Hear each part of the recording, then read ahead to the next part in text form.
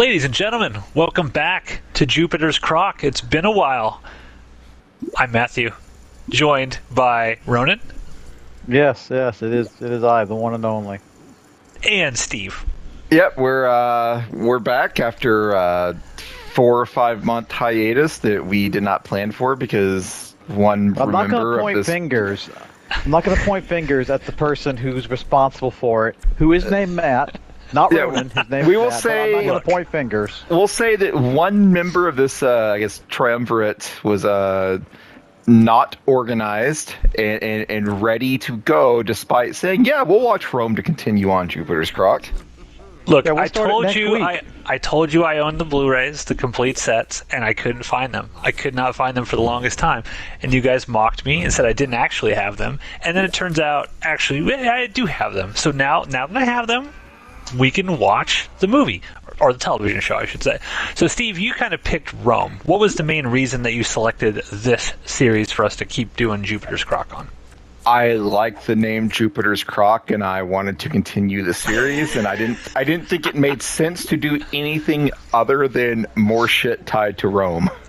Okay, it would be very weird to do Jupiter's Crock, and then we're going to talk this week about Dexter on Jupiter's Crock. That just doesn't work well. It's got to be ancient Roman themed. So we will be talking about the first episode of Rome on this episode. However, before we get to that, in the downtime, in the dark times in which I could not find my Blu-rays, and Ronan and Steve were patiently waiting for me to find them so we could watch this, something very, very important happened. Now, Ronan, what happened that we need to talk about? The House of Asher, the thing we talked about back when we were still doing, Spartacus, because we've already discussed this. Well, I'm going to say they announced a bunch of the cast. It's now a real thing. There was a moment in time where it was one of those things that was announced that was going to happen, but we never heard anything about the show. And in Hollywood, of course, things come and go. And I was actually getting a little concerned that maybe it wasn't going to happen, but we actually got casting announcements for the show. It's real. It is coming. They actually started filming House of Asher, I think, last week or something. So, should get that next year, hopefully. Steve, have your thoughts changed on House of Asher at all? Or are you? No, I inject it directly into my veins. Changed. I mean, what are you talking about? Well, what news would possibly make us say, "Oh God, this is going to be terrible"? I mean, if they told us, "Oh yes, this is also connected to Star Wars," then I would say, "Oh God, no! Oh God, no!" that would be something. That would be something. Who else is? Are there any returning characters besides Asher? No, not that's been announced yet. Yeah, I think he's the only one, at least in the cast. Do you think they're going to have some surprises though? Like they won't announce something and then we'll find out that there's a couple other previous cast members from the show. Maybe Julius Caesar comes back or something like that. I feel like they're going to hide some stuff from us.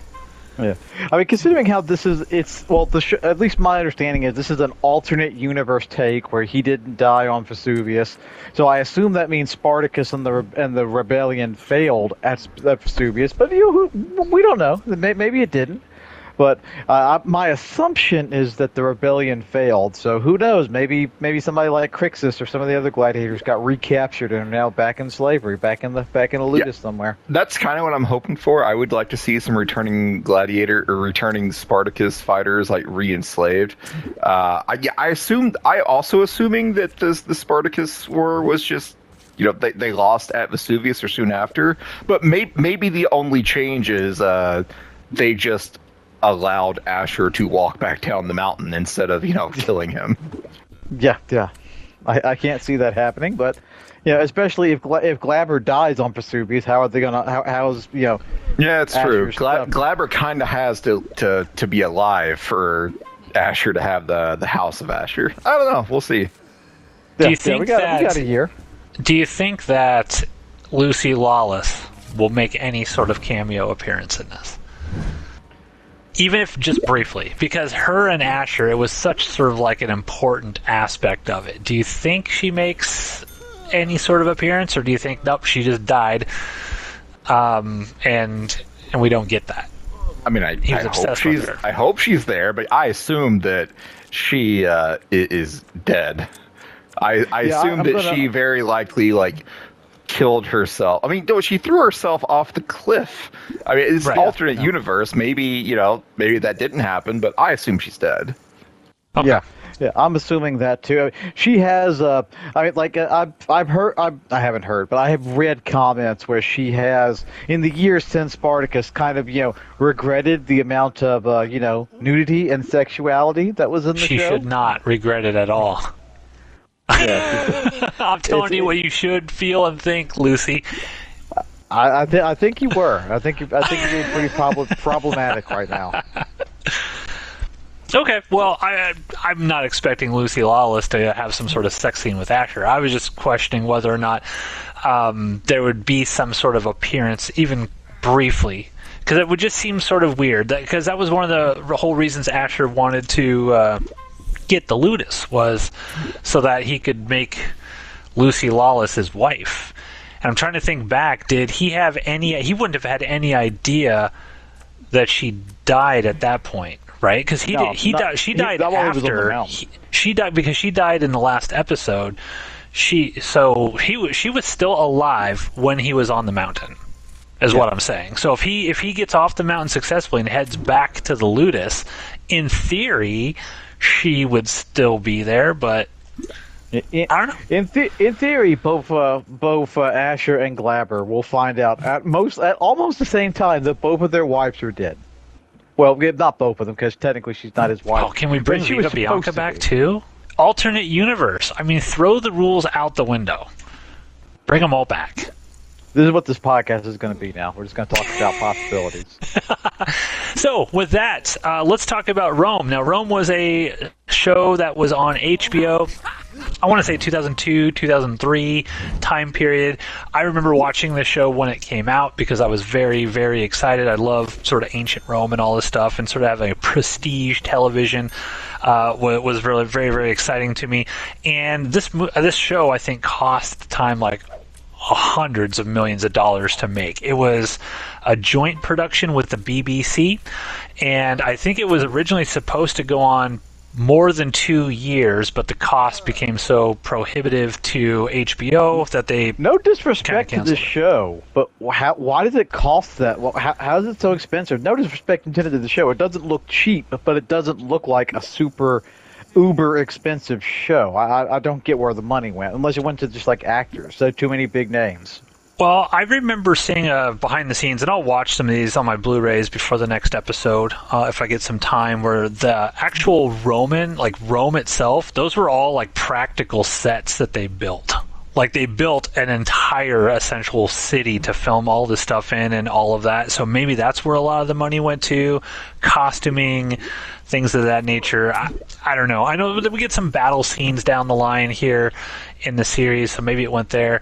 I don't know. All I know is it cost a ton of money, and HBO, even in conjunction with the BBC, it wasn't getting the ratings. It wasn't the juggernaut that like Sopranos was and things of that nature, right? So they kind of killed it after 2 seasons. This point, at this time frame, it would have been going up against like Sopranos and Dexter. So yeah, I can see. Yeah. I imagine neither one of those two shows cost hundreds of millions to make. Yeah, and it was the same thing HBO did with Carnival. So Carnival was a very, very expensive show, and nobody watched it, even though it's incredible and amazing, and they canceled that after 2 seasons too. So HBO always had this sort of reputation as like, hey, we let our shows go as long as they're supposed to go, like 5 years or whatever. We finish them off no matter what. But Carnival and Rome were the first couple of shows that HBO, like big noteworthy shows, where HBO was like, oh yeah, you can have 5 or 6 seasons. And then they decided, nope, we need to save money and cancel them earlier than they were supposed to be canceled. So, I mean, if nobody was watching it, again, no disrespect to Rome, or I've never seen Carnival, but if nobody was watching it, I don't blame them. Yeah, it's one of those things where, when you have a pay sort of cable thing, at that time, this was pre-Netflix, really, in terms of the streaming, at least. So the way that cable worked is you get subscribers, right? And HBO was an extra additional cost add-on. So the entire idea, just like with streaming shows now, right? It's like, okay, they're going to put out a new Star Wars show, right? A little Acolyte. Well, if everybody hates the Acolyte and nobody's watching it, that's not going to, doing a second season of The Acolyte is not going to cause new subscribers to join your streaming service. And that's the only way they get real money from those is new subscribers popping on to justify the cost. So I think that's kind of like what HBO thought at the time is like, look, these are great shows. They're winning awards, but we're just losing money on these things because we're not getting anybody to subscribe to HBO just based on those. So yeah, that's kind of it. That's kind of where we go. And Steve, we are continuing the story of Julius Caesar after Spartacus because we have determined or decided that this is canon to Spartacus, correct? Yeah, 100%. Yeah, it's, Spartacus was a prequel to this. Okay. Well, then let's take away. The very first episode is called The Stolen Eagle. I'm going to try because my brain is fucking mush right now after watching 3 full moon movies and 2 episodes of this. So help me fill in the gaps here. We start with some narration talking about it's been for the last 8 years. Pompey and Caesar have been in charge. The Crassus, unfortunately, I don't believe is in this show. I think I looked it up. The show takes place a year after Crassus is dead, and so it's just Caesar and Pompey, and they are both in charge of Rome. And for the last 8 years, like basically Pompey has, even though they're supposed to be equals, Pompey has held more power. But that is starting to change. Caesar has been off at war fighting the Gauls for the last 8 years, and every time he wins a battle, he sends spoils back to Rome and gives it to all, just the normal people. He doesn't give it to the nobles, and so basically the normal people of Rome are the plebs. The plebs are supporting Caesar, while like the nobles and the rich people are supporting Pompey. And so we get that backstory. Caesar wins his final battle against the Gauls. We are introduced to two main soldiers, which I believe are Titus Pullo, who is awesome. It's Ray Stevenson. And also, is it Verenius? Is that his name? Verenius. I think so. Verenius. Verenius is like a ranking officer, and Titus Pullo is one of his soldiers in his unit, and they're fighting and they're doing typical Roman formation. And Titus Pullo just says, "No, fuck this noise," and he just goes out to rage against the Gauls, and he wants to kill people as much as he can. The Romans still win the battle, but when they get back to camp, Titus Pullo is whipped and thrown in jail, and he doesn't care. He gets whipped across his back, and he's like, "Oh, is that it? Is it over? Or are we done so soon?" I was just getting comfortable. Yeah, I was just getting comfortable. Yeah, so and he has a backstory. Like they say, Titus Pullo, hero of this war, distinguished officer of this battle. No one is above the rules. So they're saying, even if you have a reputation, if you don't fall in line in Caesar's war, you will be punished no matter who you are. So Titus Pullo is whipped and thrown into jail. He's very upset because the war is over and Caesar is allowing the officers to just go and raid the remaining Gaul village to pillage and take personal spoils and whatnot. There's a scene where they basically take the last remaining leader of the Gauls, and they strip him naked and they make him kneel and kiss the gold eagle, which is Caesar's standard. I gotta say, this Gaul chieftain would not. He's not fit to hold Crixus's jockstrap. I'm just looking at him. I was like, this guy's not a Gaul. Yeah, he will not survive. He would not survive in the arena. No. Yeah, so Caesar's won the war. The war against the Gauls is over. 8 years it took. 8 years it took. Meanwhile, back in Rome, Pompey has married Caesar's daughter, I believe. You find out that Pompey and Julia. Pompey and Caesar have this agreement where Caesar will always supply Pompey with a wife from Julius Caesar's family. But unfortunately, Caesar's daughter dies in childbirth. And even though this is I guess meant to be more of a political marriage to show the union between Caesar and Pompey, Pompey does seem genuinely distraught that his wife is dying. So he's sad about that. He's pretty hurt by it. So Caesar gets notice of this and is very upset. we kind of like we start learning like what's going on back in Rome. We have the Roman Senate, and it's kind of split. Like half of them are backing Pompey, and like half of them are backing Caesar. And the half backing Pompey are like, look, Caesar is currying public favor. The people of Rome are turning against you and supporting Caesar. Caesar's war, his 8-year war, is illegal. Like we the Roman Senate did not authorize him to fight this war. You need to, whatever, do whatever you got to do in the Senate to declare Caesar, not an enemy of Rome, but call him back. Like his war is illegal. He needs to come back. He needs to face trial for taking, the Roman army out on his personal quest. And Pompey is like. Good. I'm going to pop in here real quick. One of the big things, like the backstory context to all of this, is the Romans are terrified of kings. Like this whole thing's going to be about Julius Caesar sort of destroying the Roman Republic, right? The Roman Republic was this, great, glorious thing where, leaders are elected, and this is very similar to what our own sort of model is based off of. But prior to that, Rome had kings, and kings were tyrants and did a whole bunch of horrible shit, and the people sort of overthrew them and created the republic. So all of these senators and all of these individuals are very, very concerned that Caesar's going to come back and become a king. Number one, because he has so much freaking money now from basically pillaging and plundering all of Gaul for the past 8 years.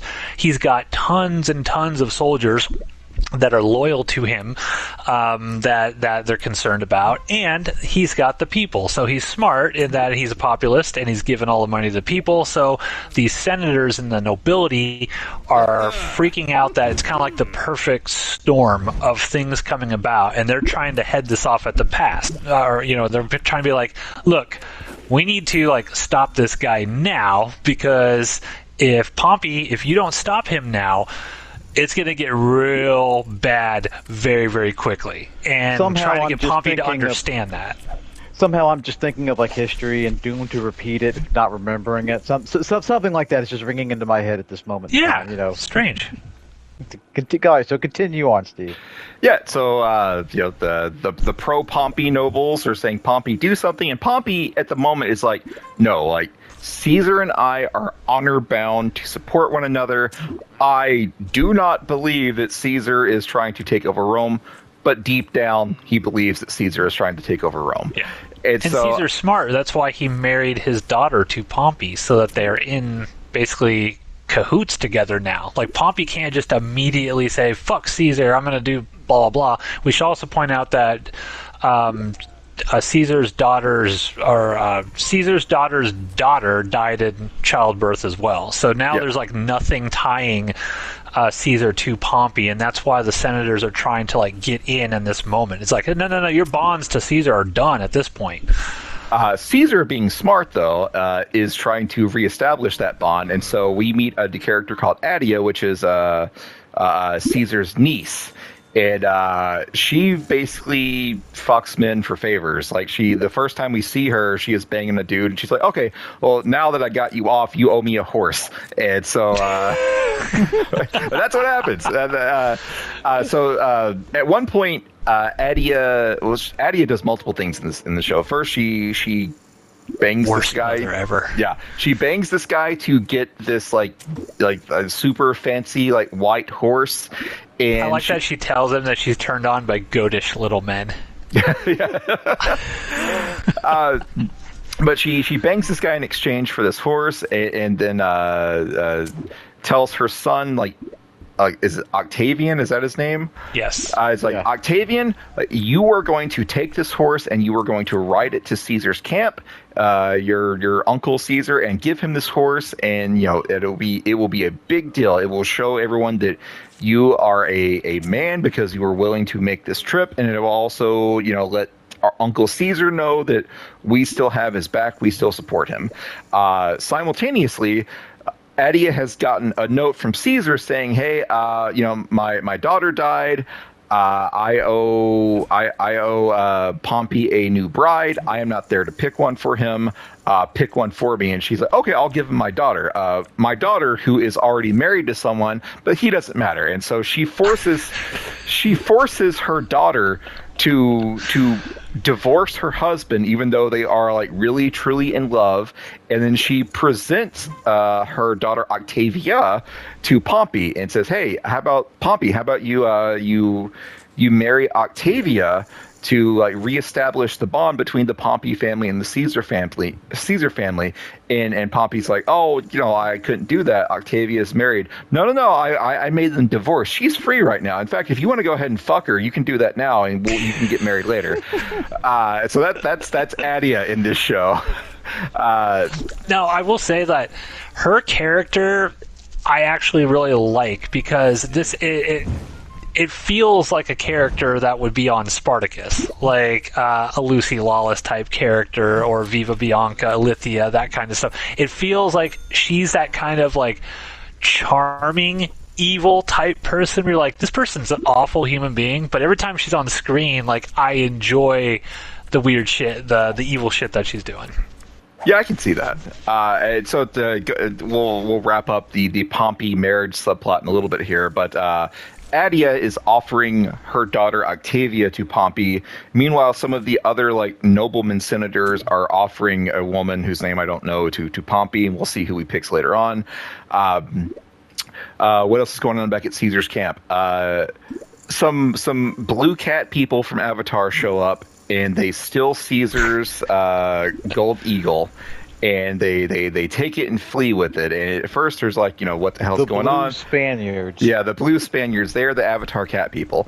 And so the Caesar's gold eagle has been stolen, and it's a dishonor to him if he doesn't get it back. And so he sends Verinius to go and find it, but Verinius can't go alone, and so he pulls Titus Pullo out of the jail cell. It's like, hey, you and me are going to go find this standard. And Titus Pullo is like, oh, hey, I appreciate you giving me another chance. And Vernice is like, no. I'm not giving you another chance. I'm taking you because you're basically already dead. This is a fool's errand, a wild goose chase. We will never find this standard. It could be anywhere in the entire goddamn continent. Us not finding it is as good as, failing a mission, in which case we will be killed if we fail the mission. Like, I just figured, I'm going to die anyway. I may as well bring someone with me that was going to be killed anyway. So, I'm not like I'm not taking a soldier away that had a chance to live. So Vernius is like, yeah. I'm basically going on a suicide mission. I'm going to take Titus Pullo with me anyway, so I can get him killed as well. I like that Pullo, though, when he's in jail, he's just like drawing pictures of cocks, and he's like praying to any god that will listen to him. Yeah, it's like he's going down a list. It's like, hey, God Mars, how about you help me out here? Oh, no, okay, Mars isn't listening to me. Other god, I promise I will kill a goat in your honor if you get me out of this jail. It's clear he does not give any shit about the gods, but he's just going down the list, hoping that someone will help him. So Verinius and Pullo have like kind of a moment together where I don't know how I've never seen this show. I don't know how they're going to turn out, but Verinius gives no shit about Titus Pullo, but Titus Pullo kind of sort of seems to like Verinius. Of course, he's kind of a homie. Yeah, Titus Pullo is also incompetent though, because he is supposed to stay up at night to be on watch, and of course he falls asleep, which results in their horses being stolen, and so now they have to walk on foot. Octavian, the son of Adia, who is supposed to deliver this horse to Caesar, well, he got ambushed and kidnapped, and so he is being held hostage. Vernius and Pullo come across these hostage takers. They rescue Octavian. They They happen to find some blue paint, and they realize these people are the Blue Cat people from Avatar. They find the gold standard. They kill all the people there. So now they return proudly to Caesar. I have returned your standard. I have rescued your nephew. And oh, by the way, the person that stole your standard worked for Pompey. And so there's this really cool scene with Octavian. And Octavian, who looks like this little spoiled kid, he reveals himself to have this like really like keen political mind. So he's talking to Verinius and Pullo before they get back to Caesar's camp, and he's like, or he tells them like, Caesar doesn't give a shit about this eagle. Caesar is, I guarantee you, Caesar is happy that this eagle is stolen. He sent you two to find the eagle because, you know, it, like for basically optics, he has to put some small like attempt to find it, because otherwise it would look dishonorable that he's just given up. But he never expected you to find it. He actually is happy that it was taken, because everyone else will take the fact that his standard was stolen as a sign of weakness. And that's what he's wanting. He's wanting Pompey to think that he is weak, because then Pompey will make the first move, and Caesar can be like, "Oh, I was just defending myself when I invade Rome and take it over." Like, Octavian like lays out this like fucking 4D chess like level plot that Caesar's involved in. I love that Verinius and Titus Pillar. They're just like, they have these dumbfounded looks. They're like, "Oh, well, that like, makes total sense." Yeah, but they're like, "Oh, so that's what this is all about." Do either? Just quick question. Do either of you know who Octavian becomes? No. No, okay, I'm not good. Well versed in like don't ancient look it Roman up. history. All right, I'm not going to look it up. Don't look it up. Not going to look it up. All right, so Octavian like lays out this plot, and so Caesar is kind of shocked when Verinius and Pullo show up with Octavian and the standard. He had never expected this mission to actually be accomplished. And so, and then he's even more shocked when they pull out the severed head of the guy leading this plot to steal the gold eagle. And this is a man that works, I guess he's a slave. He works directly for Pompey to the extent that he has fucking Pompey's name tattooed on his head.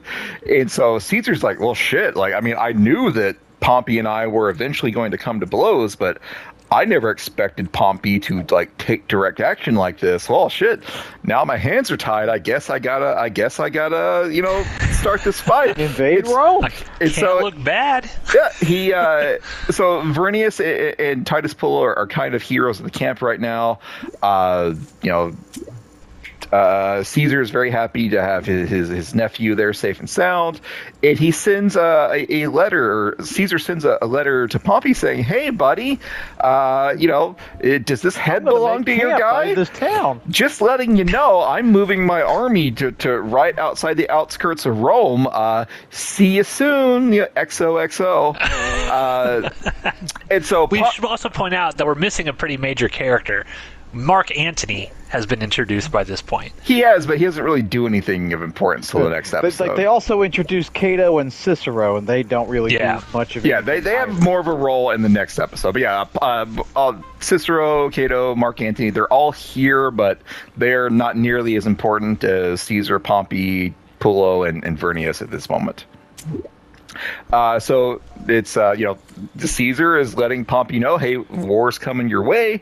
Pompey goes ahead and gets married, but he does not marry Octavia. He marries, someone related to like the noble people. And so now the ties between Caesar and Pompey have been fully severed. If I missed anything of importance, you two please fill in the gaps. No, I think you pretty much got everything. What I realized when we're talking about this, or when listening to your recap, is this is a very dense show. Yes, it is. We thought there was a lot of like crazy stuff going on in Spartacus and trying to keep track. This has so many characters that have so many different things going on that this first episode's all kind of set up. You're being introduced to these characters and starting to get little teases as to what each one of their motivations is going to be going forward, and it's a lot. It is a lot to take in. Yeah, it's a lot to remember. Steve said, asking for credit.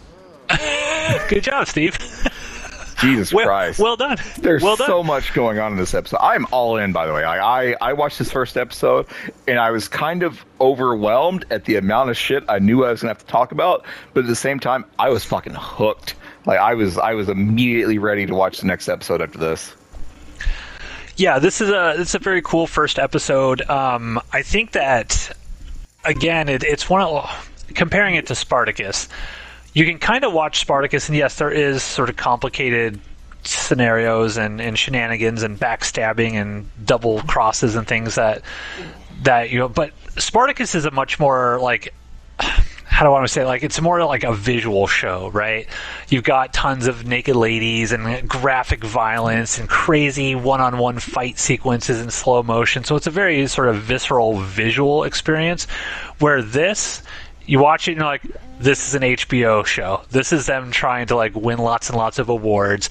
You don't get even the battle that they show at the very beginning of this. It's not complex at all.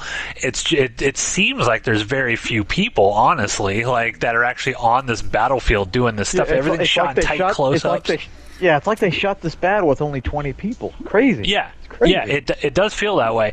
But this very first episode is like, okay, this is going to be cool, but it's, to me, it's one of those shows where I'm like, all right, I'm going to have to give it some time. I'm going to have to invest time into paying attention to what all is going on here if I want to make sure I get it all. Especially with Caesar playing 4D chess on everybody and then trying. I think that's why they had Octavian kind of lay it all out for the audience right away, because if we didn't have that moment, I think people would be completely lost. Like, what in the hell am I getting myself into? Because it's so complicated. Yeah, the show does nothing in terms of like, saying hand holding kind of gives the impression like the show is treating you like you're stupid, but the show does nothing outside of that one exposition dump to in any way at all set up the fact that like Caesar is like, setting all of this up. It does nothing to even kind of sort of hint at that direction. It needed the kid with the exposition dump. Yeah. Speaking of important characters that we didn't talk about, Brutus is in this episode, right? Oh yeah. Talk about Brutus. I don't know who Brutus becomes, right? Yeah, he just kind of shows up and is a friend of Caesar and like gives him the rundown on what's happening back in Rome. Another character that will ultimately be important, but in this particular episode, doesn't do a whole lot. Yeah, I completely missed. How many characters were introduced this episode? It had to be in the double digits. Oh, in terms of just like Caesar, Pompey, Cato, Cicero, everyone in the Senate, Attia, Octavia, Octavian, Vernius, Pullo, Mark Antony. It's fucking nuts. There's a lot. And I don't know if it was this episode or the next episode, but just to give a little bit of backstory, there's a lot of sequences in the Roman Senate. So Cato, just going forward, so the listeners are aware, Cato is on the side of, he's kind of like the leader of the senators who hate Caesar and basically want him tried and, all of his legions disbanded and stuff like that. And Cicero's kind of in the middle. Yeah, Cicero is like the moderate who, whichever way he decides to go, they mentioned everyone else that's with him kind of follows him. So he's kind of like the deciding vote in that 50-50 Senate sort of scenario. And then we don't really, at least in the first episode, we don't see a specific person who's representing the pro Caesar side of the Senate, but we do get that in episode 2. That person is kind of set up where we'll talk about. But Ronan, this was the first time you've ever kind of seen this. What were your thoughts on this first episode of Rome? I did not go into this under the best of circumstances. I had a wicked fucked off headache, so that did not help. But we've already kind of touched upon like what I kind of feel to be. I don't. It's not a detriment to the show, but like it kind of also does hinder it. Like Spartacus, all the characters are wildly flamboyant. You can tell Asher apart from from Crixus. You can tell Crixus apart from everyone is very distinct and easy to tell apart.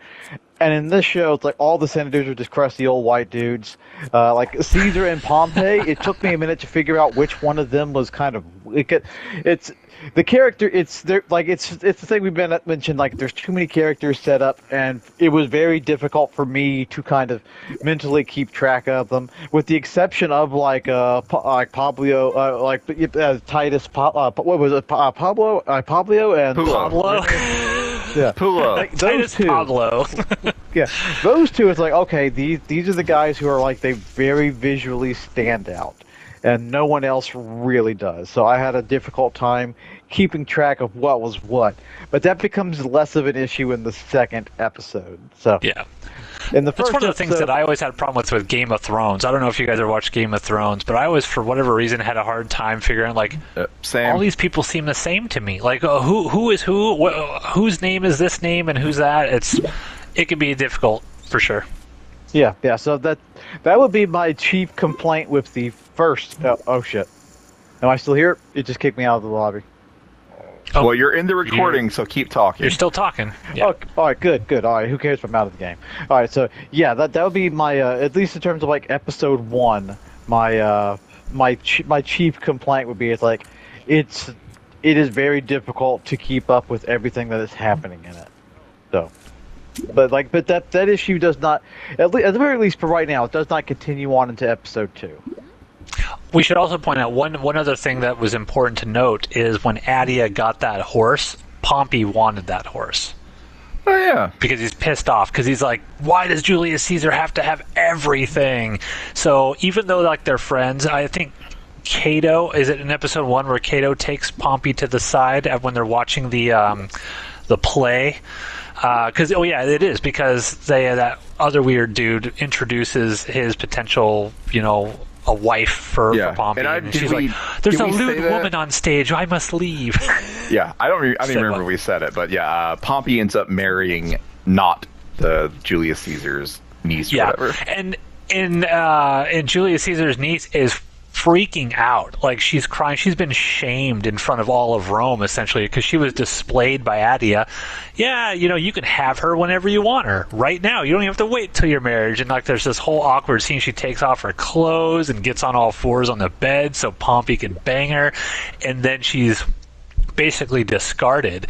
And you just kind of see like how Adia is so like does not seem to give a shit about the desires of her daughter at all. It's all about like, hey, how can we help Caesar, and how can we politically make ourselves more powerful, etc., etc. But just sort of getting back to what that sort of sequence with the play, it's Cato takes Pompey aside, and you see that moment where Pompey's like, dude, he's my friend. Like, that's what I thought was really great about it, because Pompey doesn't come across immediately as fuck Caesar. Yeah, you guys are right. He's like, he's my friend. I cannot fuck over my friend. Do you understand that? Everybody, I can't do it. But then, like, the whole horse thing, when he finds out about it, later, he starts seeing more and more things that he just starts getting more pissed off about, and then boom, he sort of turns. But yeah, just wanted to mention that they are trying real hard to get Pompey to turn on Caesar. And that's I'm into it. I like this episode. Yeah. It's cool. It's a cool first episode. So stick around. In a couple weeks, we will be back with episode 2 of Rome. It is called How Titus Pullo Brought Down the Republic. So, and we'll probably be spoilers. at this. Jesus Christ! We'll probably be at this same poker table. Oddly enough, most so likely, somehow all of these people will still be here a week from now, several weeks from now, actually. and cut. We're back here on Jupiter's Croc on the Outpost Unknown YouTube channel with another episode looking at the HBO series Rome, episode 2, How Titus Pullo Brought Down the Republic. Spoilers, as Ronan said last episode. So that's it. Have a great night, everybody. See you in a couple weeks. I'm here with Steve. Hello again. And Ronan. Yes, it has absolutely been several weeks since we last recorded. We're back at the same table. We got everyone. We got all these random players who come rejoin the same table. We took some time to make sure we got all of our chip counts to be the same as a couple weeks ago. We put in a lot of work. I just want We you all did. to understand that. So let's get right into it. Episode 2, Steve. I mean, we talked about in the last episode how complicated the show already is on the very first episode. So I look forward to your recap and not missing a single thing that happens in episode 2. Oh, Jesus fucking Christ. All right, so Caesar is kind of getting the rundown about how many men he has left. There's a guy telling him, oh, we have this many people, this many units have died, blah, blah, blah. But then that comes later. But there's a lot of scenes of Caesar just sitting in his fucking office in this episode. It's hard to keep track of. What actually happens in the beginning is Caesar's like, hey, Mark Antony, I bribed a bunch of people to make you tribune. And Caesar has like a main like slave that I guess kind of has authority to speak his mind to Caesar, and this guy's like, Caesar, it's Mark fucking Antony. Are you sure you want to make him the tribune? And Caesar's like, yep, we're doing it. Here's a bunch of money.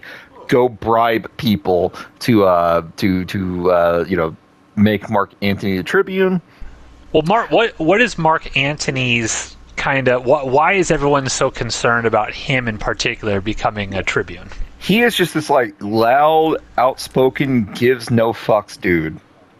Yeah. He steals. He even shows it in this episode where Caesar gives him X amount of money and he takes a little off the side for himself. He's very uncouth. Like the Tribune is supposed to be this very serious thing because it has veto power over the Senate and decisions and stuff like that. And everyone knows Mark Antony's not going to take any of that shit seriously at all. Yeah, 100%. Total fuck boy is the term we're looking for. Fuck boy. Speaking of which, we get a lot of scenes of Mark Antony and a contingent of his soldiers, which I believe is called like the 13th. They're going back to Rome because Mark Antony is like a new tribune. And so Vernius and Titus Pullo are part of this group. And Titus Pullo and Vernius are having a conversation. It turns out Vernius is married.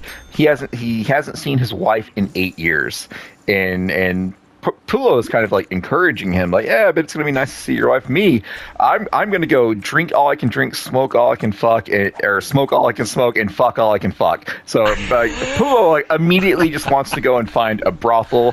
Very Gannicus. Yes. Every whore. I believe he says every whore. While they're having this deep conversation about Vernius's marriage and his reservations about seeing his wife for the first time in so long, Mark Antony is off to the side, just fucking this random woman while all of his men wait for him. By the side of a tree. By the side of a tree. So they all make it back to Rome. They brought Octavian with them, and so Mark Antony kind of dismisses his men. He tells Pullo and Vernius to take Octavian back to Adia, and he says, "Oh, by the way, Octavian, tell your mom I'll see her later." Wink. And so they go back to Adia, and Adia is like, yeah, you saved my son's life. I don't give a shit. Get out. You're beneath me. You're like rank and file soldiers. And Octavian is like, no. Like, they saved my life. They carry Caesar's standard. Like, as of right now, we must treat them like equals. And Octavia or Addie is like, fine, fuck it. I guess I'll pretend like they're equals and have a meal with them. And so everybody kind of like they mix wine and politics. And so Addie is kind of like, hey, what if Caesar tried to take over Rome? Wouldn't that be a curious thing to happen? And Pullo's like, fuck yeah, let's do it. Yeah, I got Caesar's back 100%. And Vernius is like, absolutely not. No man. If I'm loyal to the Republic. Yeah, I'm loyal to the Republic. If Caesar tried to do that, no man of honor would follow him. And so there's this political rift between Titus Pullo and Vernius. And ultimately, Vernius is Obi-Wan, and Pullo is Anakin. Well, now I like them. See less. how I brought Star Wars into it. Okay, 0 out of 10. No more episodes. Yeah, so but there's this kind of like political rift between Pullo and Vernius, but ultimately like Adius says, "Oh no, it's my fault for mixing booze and politics. Thanks for joining us for this meal." And Vernius is like, "Fine, thanks." Vernius didn't want to have this meal anyway. He wanted to go see his wife, but Octavian insisted. But now it's it's the end of the night, so Vernius is like, "I'm going to see my wife," and Pullo leaves with him, and Vernius tells Pullo, "Hey, if something happens, my house is at this address over here," and they salute each other, and Pullo's about to walk away, and Vernius looking out for his boy Pullo's now is like, "Oh, by the way, the brothels are on this street." The clean brothels are on this side of the town. No, he tells him where the clean brothels are. Yes, and so they're like, Vernius doesn't like Pullo, but they're looking out for each other. Like I like the relationship these two people have.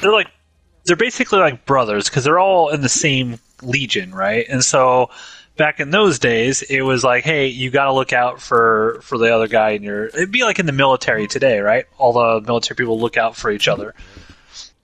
Same sort of thing. They're bros. They don't necessarily like each other. Pullo likes Vernius. It's Vernius that doesn't like Pullo. But they are bros. They kind of have each other's back here. So Pullo goes off to bang some hookers.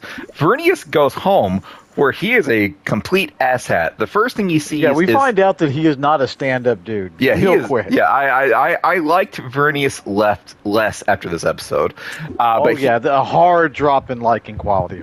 Drop. Vernius sees his wife for the first time in 8 years, and she is calls her a whore. Yeah, she is. She's holding a baby, and he's immediately like, well, first thing she says is, "Holy shit, you're alive." And he's like, "You're holding a baby." To explain the baby, you fucking whore. And she says, "It's your daughter's baby. Your daughter. This is your grandchild. Your daughter had a baby. I'm holding your grandson." And so they all go home, and Vernius is like, "What do you mean my daughter or what do you mean my daughter has a child? She's only," and he can't think of an age, and she's like, "She's 14. It's ancient Rome. She's basically old at this point. Yes, your 14-year-old daughter has a baby." And so he's like, "Oh shit, I'm a granddad now." He also has another daughter, which he doesn't even know who she is, so she must be right at 8 years old. The wife must have been pregnant with her, I guess, when Vernius went off to battle. But the daughters, I think that daughter must have been born though, because later on she mentions both daughters would always ask about when is dad coming home. I don't know. Yeah, he acts like he has no idea who this younger daughter is, but I don't know. Whatever. They got some weird family dynamics. But he is just an asshat to his family. Both daughters are afraid of him. He shows up and is immediately he calls his mom a whore, yells at his kids. His wife explains that we were told you were dead.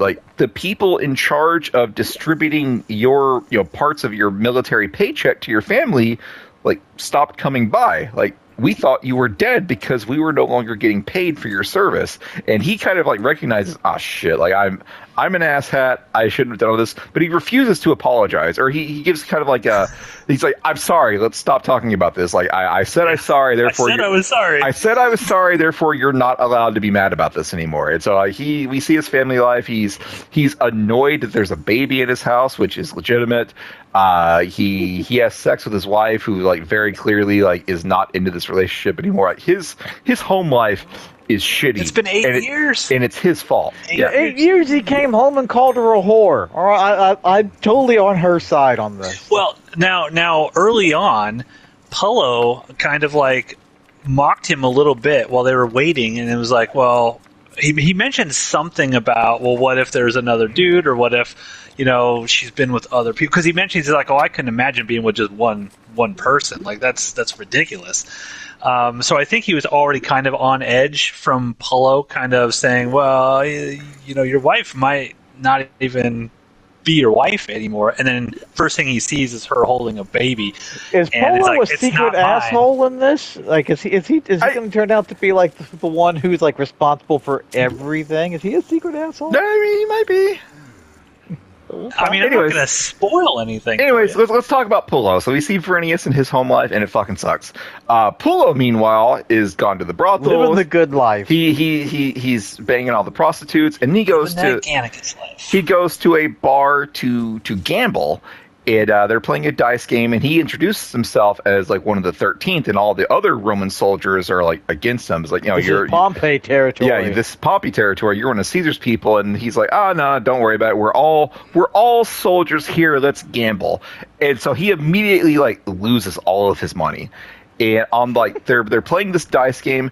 And on like the last round, he catches the other soldier cheating, and without missing a beat, he grabs the knife and just fucking executes this other soldier, which leads right to through the throat. Which stabs him right in the throat, which leads to this this bar fight between everyone. He gets like smashed in the head. He kills a bunch of people. I think he sets fire to something. Like maybe like throws a torch on the ground to set fire to escape. He runs. He's like injured, bleeding. He runs to like Vernius's house, and Vernius, again being a bro, like brings Pullo into the house and fetches a doctor who performs. Wife is not happy. Wife is not happy. She's like, I don't want this guy in here. Yeah, I don't want him Listen to me, woman. bleeding in my house. Doctor, woman, fetch the doctor. Do as I say. So the next scene is Titus Pullo is like tied to a table. His mouth is gagged. He is restrained, and there's a doctor cutting open his head, like peeling back the flesh on his skull, drilling into his skull to like extract something that was embedded into his brain. Well, doesn't he get hit in the back of the head with like he gets, like a bottle or something? Like something like that. Hits him, and I guess that's like stuck in. It went through his skull or something. The doctor. Well, I thought what they were doing was like, okay, well he's got a concussion or something like that. What I thought. We have to relieve pressure on his skull, so we're gonna do this. We're gonna open up a little section of his skull to relieve pressure. I thought that's what was going on, because I know that as horrible as that sounds, that is a thing that was a thing that like ancient medicine could do. Like the Aztecs could do it, the Romans could do it. Yeah, it would have been awful to have experienced it, but that is a thing that is done. Well, that may be. Right now but they pull something out of his skull too. Yeah, they extract something. It says ancient Roman doctors were capable of performing neurosurgery on depressed skull fractures. Celsus believed that this surgery should be conducted with as little bone removed as possible. Galen disagreed. He wrote that doctors should elevate the bones and the bone fragments using forceps. So this was a thing that happened.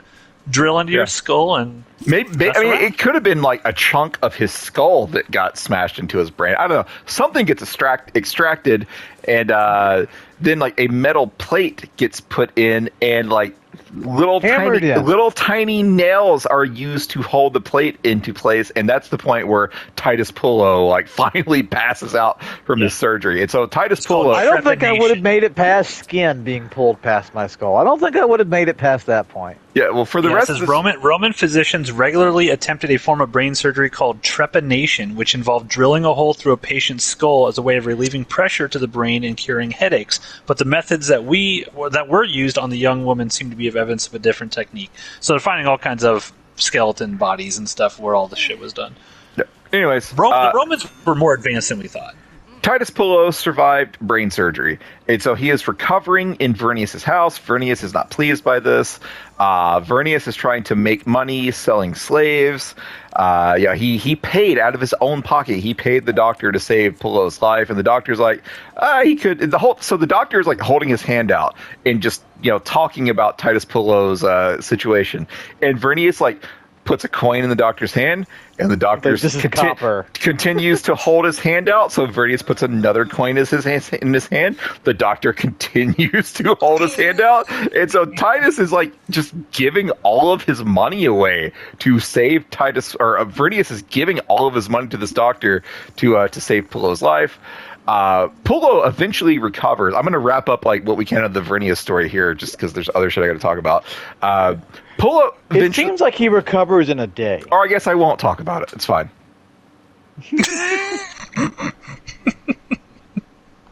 Proceed, Steve. Pullo recovers, and Vernius is like starting to like recognize what an asshole he's being, because he goes home one day and Pullo is awake. He's wearing this derpy looking bandana on his head now, but Pullo is having a conversation with Vernius's wife, and Pullo is telling the wife, he's like, oh, he loves you so much. Like he's got a bad temper. Like, I know it, you know it, but the whole time we were fighting together in 8 years, he never had sex with another woman. He'd always talked about how much he loved you. Like, you were the one for him. Like, Pullo is trying to repair their relationship, and the wife is like, I know you're lying, but thank you for the kind words. And Vernius hears this, and he finally kind of makes an apology. He doesn't do a good job. He's like, I hate that. I have affection for you. Yeah, I hate that you are unhappy because I have a deep affection for you. Like, we will speak on this later. It's like his apologies suck, but he has recognized that he is the problem here. So we're gonna put a pin in the Vernius and Pullo story for a minute. Let's talk about Mark Antony, because what he's got going on with Pompey is like the big driving force of this episode. So Mark Antony is the newly elected Tribune, right? That's he has veto he's got to power. go through the process first. Yeah, there's some lengthy process. This bizarre ritual, like people dancing around. He's going through this ritual, like there's animal sacrifice and chanting and fucking dancing. But before and whatnot. he goes in there, he's like, "This isn't going to take long, right?" And the guy's like, "Oh, it shouldn't take long." And then throughout the entire 3 episode, hours later, they just keep cutting to Mark Antony sitting there as these religious people walk around him and chant and throw stuff around. And the look on his face is like, Jesus Christ, come on. Yeah, wasn't there a woman? Was it in the last episode or this episode? Wasn't there a woman who was praying under a cow, and then the cow's throat gets slit and all the blood falls? Yeah, that on was her? Atia. Yeah. Okay. Yeah. I think she may have been praying for Octavian's return. I'm not entirely sure. Ultimately, it went nowhere, so it wasn't super important. It was just, here's a thing that happened. It was a weird visual, and it stuck with me in my headache haze. So anyways, after 37 days of ritual, Mark Antony is now a tribune in Rome. He has veto power, and that is the important thing. Whatever motion gets presented to the Senate, he can just say, nope, veto, not happening. And so Pompey and Cicero hatch this plot, and they're like, and Pompey's like, Cicero, I need you to help me on this, because if you don't help me with this, because Cicero originally is like, I'm not going to do this, I can't help you with this, but Pompey says, if you don't do this, I will have no choice but to take the Roman army and be proactive and march against Caesar. You don't want that, I don't want that, so help me with my plan. His plan is, he wants to have Cato motion the Senate to declare Julius Caesar's lordship, an enemy of the state. Yeah, an enemy of the state. He wants to remove Caesar's political power, tell Caesar that he must disband his army, return to Rome, and stand trial. But Pompey doesn't actually want this to happen.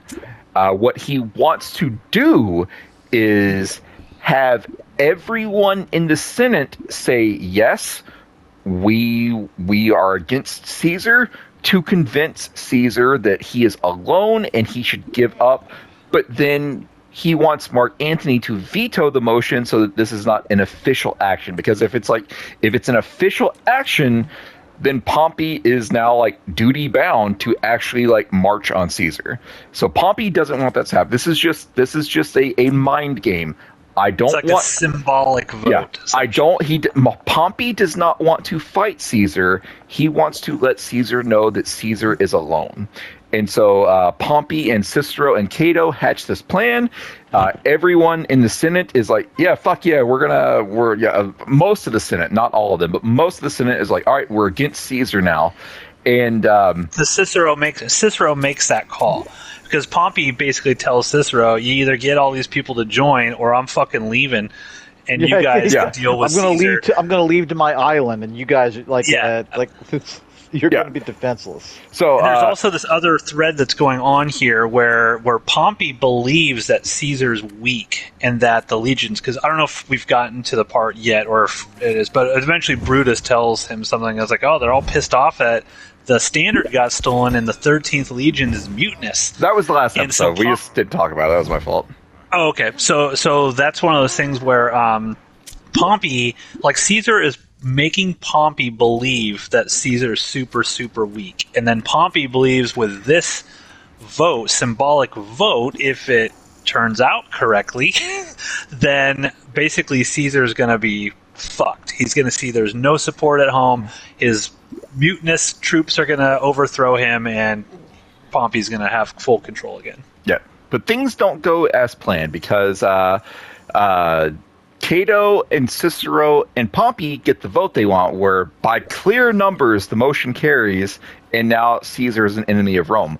But when that happens, like the Caesar supporting faction just starts like a bar fight with the other faction. Yeah, there's like a weird slappy fight or something there's like a that. fight. There's a fight on the Senate floor, and Cicero's like, no, this is not what's supposed to happen. So Cicero, the man who supported the motion, he starts yelling at Mark Antony. It's like, veto the motion, Mark Antony, veto the motion. The motions. And Mark Antony doesn't know the rules. Mark Antony he got is to lost. the Senate literally 3 minutes ago. He doesn't know what the fuck's going on. Yeah, and so Mark Antony's like, I demand the floor. Pompey's trying to give it to him. Yeah, and they're calling for calm so that Mark Antony can veto the motion, because again, if they don't veto the motion, then now Rome is like committed to like basically opposing Caesar, which is what Pompey doesn't want. This is a show of force. Pompey doesn't want to actually use force, but for whatever reason, like, it doesn't work. I guess like they just like everyone has to leave because of the fighting, and so now Pompey and Cicero are like, "Fuck, we cannot do this. We cannot actually." It's the old guy, that old dude who's like, I guess he'd be like the head of the Senate, whatever. He mentions like he didn't hear Mark Antony say, "Hey, there's no." I veto it, because people were freaking out and screaming and fighting. That old guy who can barely talk, he's like, oh no. And it's almost like the Senate parliamentarian is what I kind of like think of it as. It's like in today's day and age, when the Senate tries to do a rule or something like that, or pass something, they have to go through the Senate parliamentarian, who's like the subject matter expert, and says, yes, Senate, you can do this, or no, based on the rules, you cannot do this. And so they have to go to this old dude, and they're like, whoa, and the old dude's like, no, it's done. It's done. I didn't hear him say he vetoed anything. No. And then Cicero has to come up with a way. Yeah. The session's still technically in. Yeah. So Cicero tells the old man that like the session was never formally adjourned, so that way the next time we meet, it's still legally considered the same session, and Mark Antony will be allowed to veto. And the old man's like, oh yeah. And so Pompey calls him like a senile old fool, but he's like, Pompey's fine. Pompey's good with it. So again, Pompey doesn't want to fight Caesar. This was a trick to let Caesar know that Caesar is alone, but Pompey still doesn't want to fight. And so now it's the next day, and they're going to reconvene the Senate. It will be considered the same session as the previous one. Mark Antony will be allowed to enter the Senate, and he will have the floor, and he will veto the motion, and Pompey's plan will be in place. Rome will not be openly opposing Caesar, but Caesar will know that now that the majority of the Senate is against him, and hopefully Caesar will quit. Well, unfortunately, Mark Antony reassembles the 13th or whatever group he has, which Vernius and Pullo are a part of, and so Mark Antony surrounds himself with his troops, and they slowly walk towards the Senate or whatever, and Pompey's like, no one fucking touch Mark Antony. There will be no bloodshed. He is to no violence. Let Mark Antony show up, and he will be allowed to veto. No one fucking do anything. No one start any goddamn problems. Well, someone's going to start a goddamn problem. So Mark Antony and Titus Pullo and Vernius are walking towards the Senate. And real quick, just for context here, because there's that scene before this where they go and they tell Mark Antony what's going on, and Mark Antony's like, at that point Mark Antony doesn't know that Pompey isn't going to try to fucking kill him or something. Like, he has no idea what Pompey's doing. Like, no one knows. And so Mark Antony's like, hey, get the soldiers, get the 13th, they're going to come with me. When they're walking down, they don't have, like, they're not in full military gear or anything like that. There's even a sequence early on after Mark Antony shows now he's the Tribune. He's actually got his red kind of like military sash on, and that was a huge thing. Like, what the fuck are you doing? Because in ancient Rome, soldiers were absolutely not allowed within the city walls of Rome in like their soldier gear. Like, you could not just take your legion into Rome, because that's like, okay, it's overthrow time. There's no like defenses. All the legions and stuff were outside the city walls, and so that's a big thing. So when the 13th, Titus Pullo and Vernius and all those dudes are like escorting Mark Antony to the Senate. They can have like a dagger or something, but they're not soldiers where it's a whole thing. But Mark Antony knew he could potentially be assassinated. That's why he got all of his soldiers with him to escort him up there. And boy, Steve, how does Titus Pullo bring down the Roman Republic? So Mark Antony and his men are walking towards the Senate. Titus Pullo looks off to the side, and he sees one of the people from like the bar fight from a couple of days ago, and it's one of the Pompey alliance soldiers, and it's Titus Pullo immediately recognizes that, oh shit, this guy's going to try to kill me. I need to be ready. And so this Pompey soldier attacks Titus Pullo, and Titus Pullo immediately just kills him, just slashes his throat. Now, no one else has any idea what happened. Everyone else assumes this was an attempt to assassinate Mark Antony. It absolutely wasn't, but no one knows that. But when this happens, all hell breaks loose, and it's the Mark Antony's men versus Pompey's men, and Pompey is yelling, "No blood! We can't let this happen. No blood! No blood shed!" But Mark Antony has to flee because he thinks that he is now, like, there's been an assassination attempt on him, and so he flees, which means he cannot veto the motion, which means now Rome has officially declared Caesar an enemy of the state, and apparently there is a no backsies rule in Rome because this is legally binding, and so it's announced to the public. Caesar is an enemy of Rome. All good citizens, if they see him, must try to hurt him. Yeah, if you see Caesar and you are able to cause him harm or kill him, you are meant to cause him harm and kill him. But Mark Antony goes back to Caesar, still has no idea that this was actually Pullo's fuck up. Mark Antony believes that this was an attempt to assassinate him, and Caesar's even like, it's fucking stupid. I never believed Pompey would do this. Like, he thinks Caesar believes that Pompey is just being a fucking idiot. He has no idea that this is a Pullo fuck up.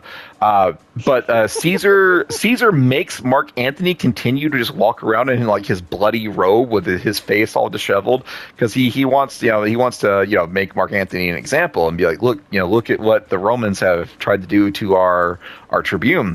But Caesar gets on his horse and he makes a big speech, and he's like, Titus Pullo, come forward. And Titus Pullo is like, shit, like I don't know what's going to happen here, but he walks forward, and Caesar says, the look on his face is great when Caesar first says, Titus Pullo, come forward. He has to call for him a couple of times before Titus Pullo shows up.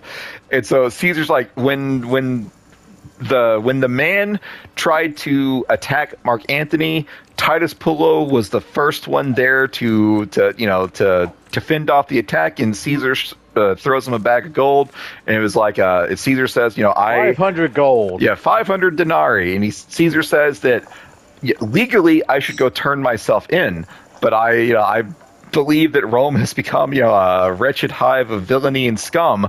I don't want to do that. I want to march on Rome and, fight for Rome because now I believe that, Pompey is, corrupt now. Well, And he's that politician, like the politicians throughout history that take one thing and then they twist it to get everybody to think, oh, see, I'm the victim here. I'm the true victim here, even though I orchestrated essentially this whole fucking plot. Yeah, this is exactly what Caesar wanted. He didn't realize that this was going to be the road that got him here. But, he's taking advantage of a bad situation. Yeah, Caesar didn't actually do any of this. Caesar was not, Pompey made the first move, and now Pompey had nothing to do with this. Like, Caesar's taking advantage, but he did not mastermind this. He's just, using it to his benefit. Anyways, he basically, he gives, he rallies his troops, he gets them to agree to march on Rome. He tells Titus Pullo, he gives Titus Pullo a bag of gold, and he says, Titus Pullo, will you march with me? And Ray Stevenson gives kind of like yeah, sure. I mean, yes, sir, certainly. It's like once it clicks that he's not in trouble, he's all in on supporting Caesar. And so Caesar rallies the troops. We get the scene of him crossing the Rubicon. Vernius got stabbed back when Mark Antony was during the assassination attempt. And so he wakes up and he sees. Yeah, he sees that they're crossing the river. He recognizes that, oh shit, I'm back with Caesar's legions, and Caesar is now marching on Rome, and he is distraught. He does not think this is honorable.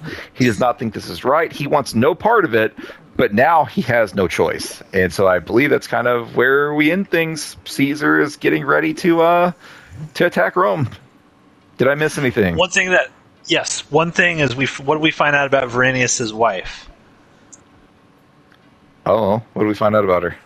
Okay, so you see that moment where she's actually the one nursing the baby, and it was actually his daughter that had the kid. So, at least it appears. I'll say it appears that Verenius' wife may have given birth to that baby and not his daughter. No. Okay. She's nursing the child. I mean, okay, sure. Twist. So, Ronan, your thoughts on episode 2? This is better. Yeah, it doesn't introduce the huge plethora of characters. That most of them were introduced but this one keeps it smaller. And when they are, it's easier to keep track of this episode as opposed to episode 1. It's more concise. You understand what's going on, and you can see because this is a simple fuck up. Yes, it's pretty simple to follow this fuck up.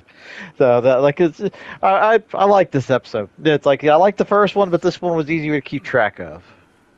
Okay, Steve, your thoughts? Yeah, I'm into it. I'm all in on this series. I was hooked from the first episode. I continue to be hooked after episode 2. I like this a lot. So I think Titus Pullo is pretty much everybody universally. People who like this show is their favorite character. But aside from Pullo, setting him aside, of all of the characters that you guys have been introduced to so far, which would be kind of like your next favorite character that you're most interested to see the story going forward? I actually liked Octavian. I liked his political plot dump in episode 1. I hope that he continues to do more and present himself as this super politically savvy character going forward. I don't think he actually does a ton in this episode outside of have dinner with Pullo and Vernius, but I want to see more of him. And Ronan, you have nobody? No. That's like, unfortunately, yeah. If Titus was not in this show at this current or was played by a different actor who totally didn't get the performance he was supposed to be giving, hard change in tone. But right now it's just I like him and Verenius it's like they're back and forth, but at the same time, if it was just Verenius, it's like no, this like all these characters suck. Nobody's likable. I don't like this show. That is true. There's not a whole lot of likable characters, but then it is ancient Rome. Were there many likable characters in ancient Rome? I don't know. I mean, yeah, again, like it's not the show is not Spartacus. We need to state that for the record. It is not Spartacus. Comparing the two shows is not fair. But Spartacus, like you can root for the villains. It's like we all love Asher. He is a great character. Horrible villain. You'd never want to hang out with this guy, but you're intrigued and entranced every time you watch him perform. You might say we would love to watch an entire show about him. Yes, an entire alternate universe, one could say. But we liked Badiatus. We liked most of the villains, and we liked most of the characters. But even the bad guy characters, because they were just. You can do that. You can do intrigue where you're following along and you like everybody. So far, that would be the biggest nail in the show is that there's exactly one interesting character. And so do you feel like you're getting, because there's 24 episodes of Rome over 2 seasons, do you feel, Ronan, like you're going to get to a point where you're like, I don't really want to watch this because it's just not that interesting to me anymore? Right now, no. We'll see, but right now, no. I'm not like I'm not like Steve was like, oh yeah, I'm all in, totally. I was like, yeah, but I'm being entertained so far. Okay. This was a cool episode. I liked it quite a bit. I think if I had one complaint with the first 2 episodes is it feels like it moves so quickly that it doesn't give a lot of context to stuff. Like at the end of episode 2, we're already crossing the Rubicon, and I understand we gotta move. There's a lot of story and plot that we gotta get to, but it just felt a little rushed to me. Some of the stuff, but overall, yeah, I still like it. I think it's cool. But next week, or in 2 weeks, ladies and gentlemen, we will talk about episode 3, An Owl in a Thorn Bush. So that does not sound like it spoils what the episode is about, unlike this one. So that's good. Guys, any final thoughts from you, Steve? My final thought is it's the end of the recording session, so we got to go all in blind. I have very little money, so this doesn't benefit me whatsoever, but I'm going to do it. I feel like Matt just looked at his hand, so do we got to wait for the next one? We do. God damn it. Damn it. I'm just going to... I have to go all in on this hand. All right, I'm going to go all in too, because I want to... I want to buy back in with more money. No, Matt, or Ronan, you can do whatever you want. We're doing another hand after this where we have to go all in. Okay, I'm hoping to lose this hand so I can buy back in and hopefully win more money. Yeah, I have to go all in on this. I'll just go ahead and spoil. I'm going to 7-2 offsuit. Well, actually, it's 7-2 same suit. Oh, that's not as good. Not as good. Close enough. It's fine. I feel like I have to do it. What do I even have? Did I even... What do I have? Crap. There's a lot of people in on this. Yeah. Jesus, I have garbage. Although he's got better than me. Oh, there goes one of my twos. All right, so I need a heart flush. I think that's not it. Well, there's a 2. That doesn't help. There's a 2. That doesn't help. I got 3 of a kind. Fuck. Did I make some money there? Splitting pots. Yeah! All right, I'm ready to go all in next hand. All right, all in blind this hand. Okay, let me buy back in. God damn it! That means we have to wait. Yeah, now we have to wait. I mean, it was perfectly fine when we were going to have to wait for Steve, but now we have to wait for you. Yeah, it was fine when I was the delay. It's unacceptable that you're doing this. You piece of shit. You make me sick. Just going to fold. All right, well, hurry up, Matt. Come on. Let's get this hand over with, people. So, anyways, Rome. I mean, I got no control over how fast this hand goes. Rome is awesome. Out of you. Titus Pullo is awesome. I am very into... Ronan says he doesn't really have any characters he's latching onto. I am very into Caesar and Pompey trying to out 4D chess each other. I'm digging it. Yeah. I'm just trying to keep the conversation going while we're waiting. No, I can dig that, but I like the character of Caesar. I mean, we have seen Caesar done correctly again in Spartacus, and this is just some crusty old white dude. It's like the intrigue is not there. Ronan doesn't know what he's talking about. Like anytime today, people at this table, let's get a move on.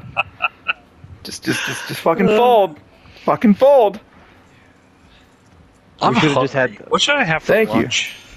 All right, Popeye's chicken. all right, all in blind.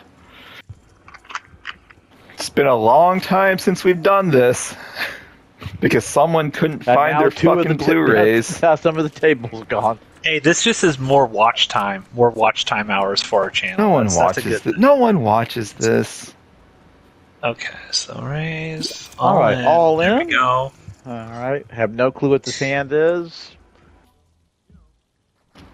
Oh, come on, dude. You're in. You're wearing Matt's suit. You want in on this? Do it. Oh, wuss. Throw it away. Mm-hmm. So the guy with the blue dreadlocks and oh nope, he's out. So it's just It's three of just us. Us. Boo. Boo. All right. Here we go. 6 queen. 6 queen. Nine. Oh, I don't like 9 that. king, Oh, 4 I queen. geez, I need sixes. Sixes are the only thing that can help me. No. Queen. Queen. Ah, Okay, you and guys I got are the looking good, queens. Steve. Yeah. come on. I need a king. Give me a king. No kings. No kings. Boo! Boo! Boo! Boo! Boo! This man. Boo! I'm editing this out of the episode. Thank you, everyone. Thanks for watching another exciting episode of Jupiter's Croc. We'll be back in 2 weeks with episode 3 of Rome. Fuck Matt. Good night. Am I doing the intro here? I forget. This is your show. Yes. 5, 4, 3, 2, 1. Hello, everyone. Welcome to a new episode of Jupiter's Croc here on the Outpost Unknown YouTube channel. My name is Matthew, joined by Memphis Matt. Yeah, no, I'm here. Yes, yeah. We totally just did one of these episodes like a week ago, right? Right, that was the last time we watched Rome, a week ago. Oh, yeah. And of course, Nebraska Steve. Yeah. Totally hasn't been 6 months since we recorded episodes 1 and 2. 100%. So yes, we are continuing our journey watching Rome. Unusually short amount of episodes, or small amount of episodes total in this series. I thought there was actually more than was it 22 total or something like that? Yep. Is that from season 1 to 2 or just season 1? No, that's Season 1's total. got 12, and then Season 2 only has 10. I'm aware that season 2 was something of a clusterfuck. Yeah, but that's like HBO behind the scenes stuff, shenanigans and whatnot. We'll get there. So, yeah, we're going to go ahead and talk about episode 3, which is called An Owl in a Thorn Bush. And I wrote notes down as I went through this, but I'm very, very excited to see if Plodicus himself can remember everything that happens in this episode. No. Have your notes fucking ready. This is a dense fucking episode. I only remember the stuff where, like, Titus Polos and the Rays were at, like, looking at the stars and talking about whores and shit. That's it. Everything else in this episode is gone. Let's before we dive into it, let's make a mention here because I think it is important that this show. We talked about when we did Spartacus, right? That there was a ton of stuff going on in Spartacus, and it was kind of difficult to remember. This show bounces so quickly from thing to thing in jumps in time that it is very difficult to kind of discern sometimes what is going on. And this episode is a shining example of that, where I mean, it's got to be less than an hour long, and it feels like 45 minutes is what the timer said. 45 minutes. God, and there's like probably at least 20 different things that happens in this episode. It's crazy. Yeah, I got 2 hours of story in 45 handy. minutes. Yeah. So go ahead, Steve. As opposed to most shit we see today, which is 45 minutes of story in 2 hours. Yeah. Yeah. It's the exact opposite. Somehow it needs to be done, correctly. You need 45 minutes of story in 45 minutes. I think somewhere along the line we lost that in making movies and TV show. Agreed. Indeed. All right. So, as we continue to pad this episode out, it starts with. I got to pay attention to this hand. No, I don't. It starts with Caesar and Antony giving new orders to Varinus and Pullo. And their orders are: take this official proclamation from Caesar, and we want you to try to get all the way to the doors of the Senate. And if you make it to the doors of the Senate, you nail this proclamation on the door. However, if you encounter any resistance whatsoever, that's where your mission ends. Like, this is a peaceful mission. Do not get into any sort of fights. Pullo's like, yeah, okay, whatever, dude. Varinus is very upset. He feels like the biggest piece of shit. He thinks he is a traitor. They're all going to go to the Rome equivalent of hell.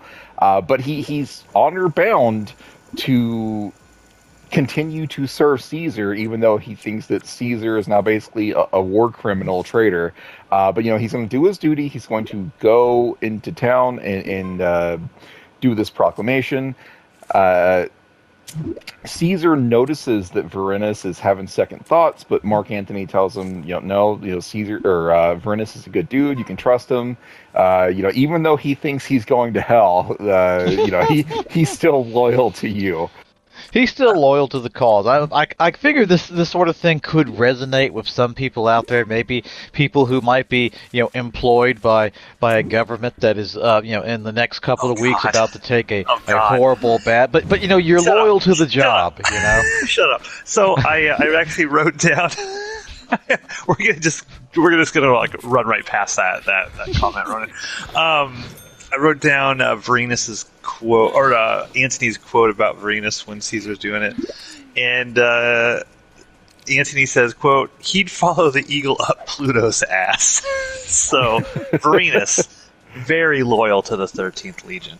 Yeah, to his own great detriment, according to him. Yeah. He's gonna do, he's gonna go all the way up that ass and then suffer for it.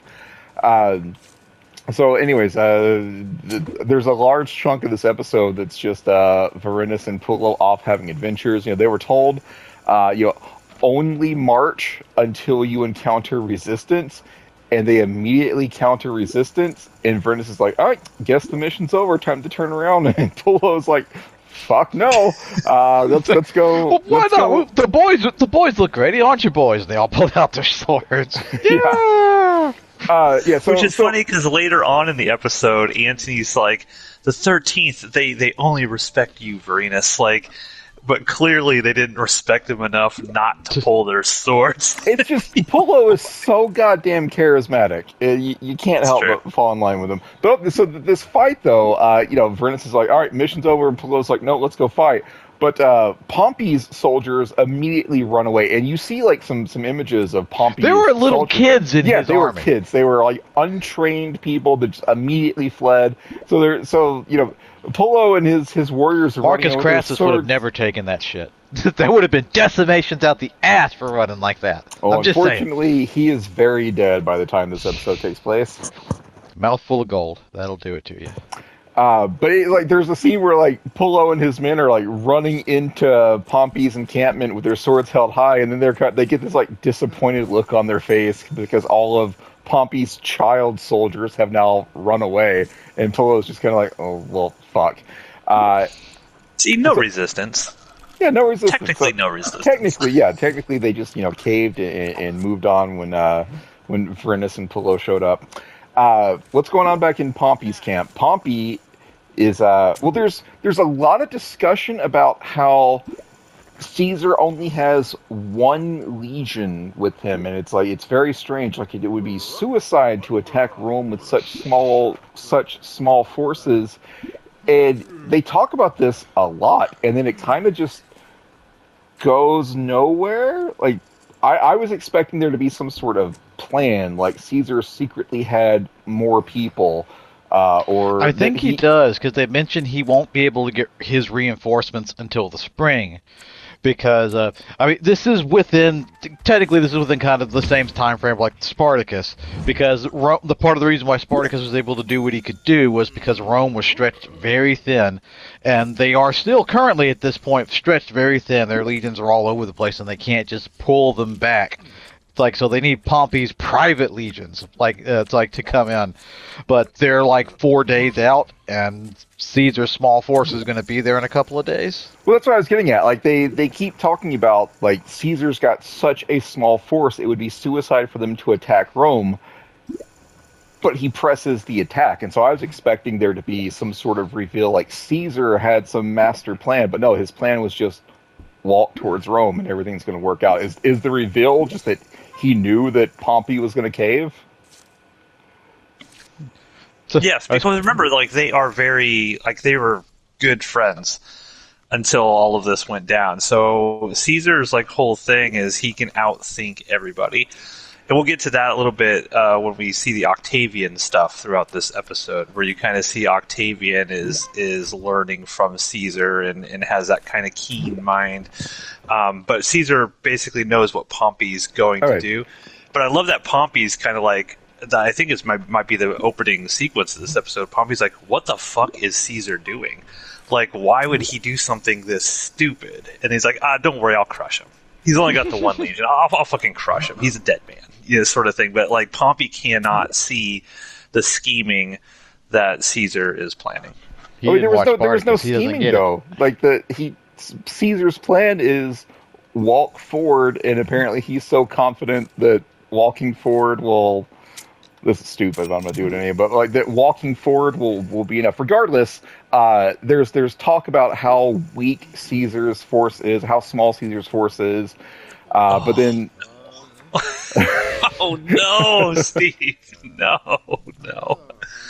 Come on, give me a king. No diamond. No diamond. God. No whammies. No whammies. Damn it. A whammy. Fuck. Son of a bitch. I've already busted. Son of a bitch. How did you both bust out like that? He had an ace, so that the ace beats king. That's how it works, Ronan. I suppose I'll rebuy with my 1.6 million chips. Yeah. I'm good for it. I went all in with 70 large, guys. Big dick energy right there. Anyways, so immediately after like Pompey talking about like it's Caesar's being dumb, his force is too small to take Rome. Pompey's like, wait a minute, I actually don't have that many fighters either. So Pompey orders a tactical retreat, not a surrender. Very important distinction to be made to Cato. A tactical retreat. So Pompey's like, we will eventually have enough men to beat Caesar, but we don't have them now. So we have to just leave. So like Pompey, Cato calls, he's like, you pussy. You're just leaving Rome. Like, Cato's over here, he's panicking, he's having a bit of a sad, we'll just say he's being a bit of a bitch, and Pompey is like, look man, it's going to take me at least 4 days to get the legions ready, and then we'll come in and we're going to, like, just stomp the floor of his ass, and meanwhile, like, it's Cicero's over here, we're doomed, man, we're fucked, we're gonna die, we're fucked, we're doomed! Yeah, game over, man, game over! Yeah. I feel like, pick up a sword, Cato. Defend Rome. If you love it that much, pick up a fucking sword. Anyway, so Pompey's leaving. Pompey's like, we're going to retreat to another city we control. He puts out a proclamation that all soldiers are to come with him. All noble people that want to come with him should come with him, because anyone that remains in the city is considered loyal to Caesar, and therefore 420, blaze it. Anyone left in the city will be considered, showing their allegiance to Caesar, and so So all the poor people, basically, when Pompey comes back, they're going to suffer. But as Pompey's walking out the door, it's like you would think this would occur like earlier in his thought process, but it's like literally seconds before he is about to flee Rome.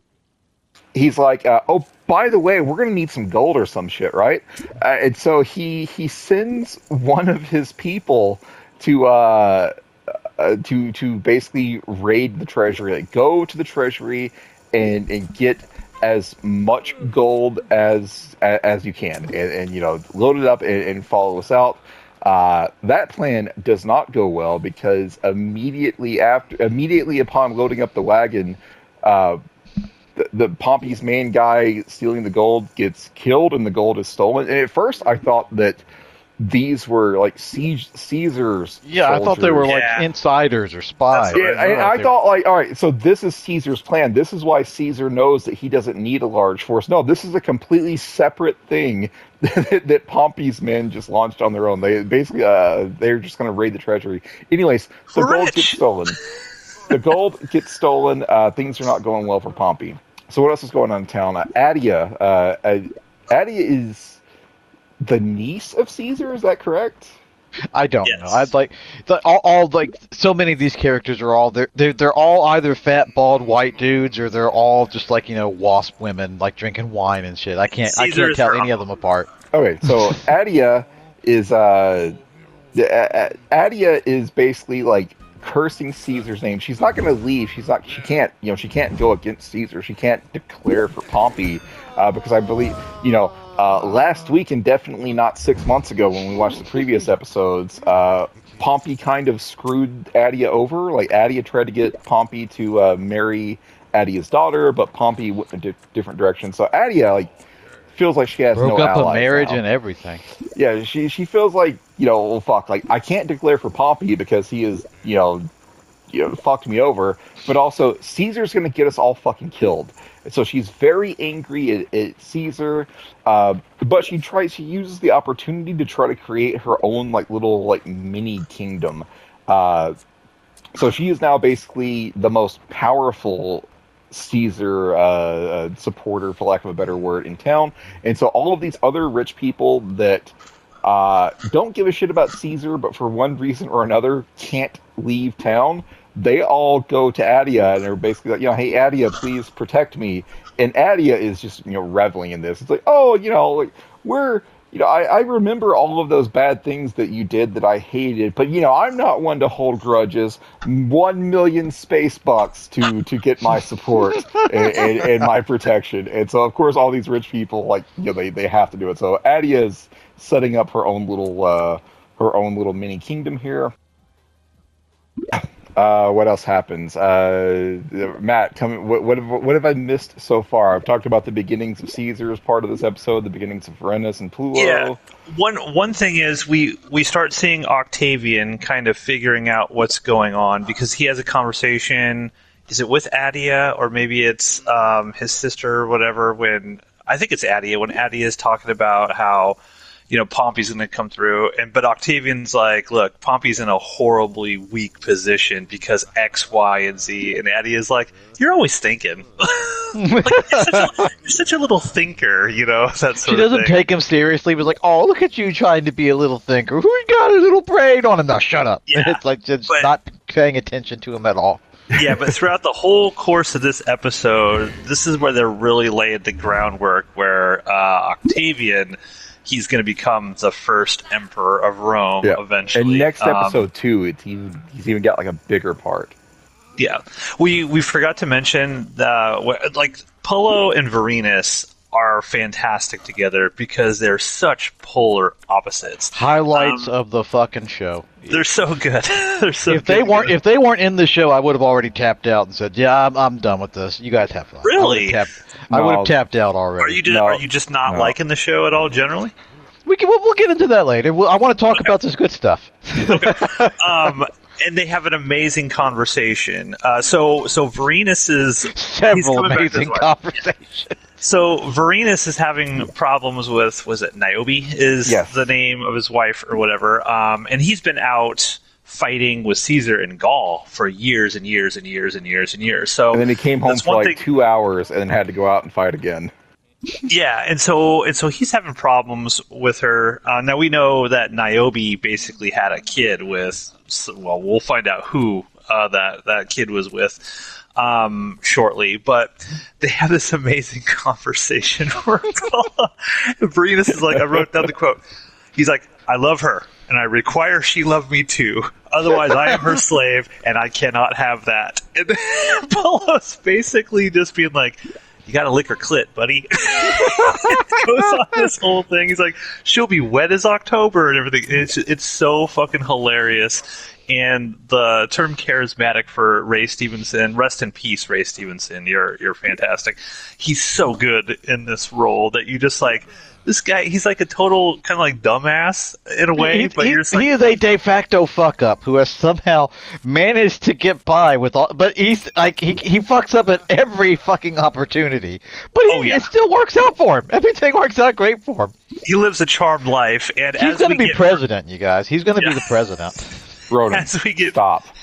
As we get further and further into this season, we will see how Pullo impacts history in many, many different ways.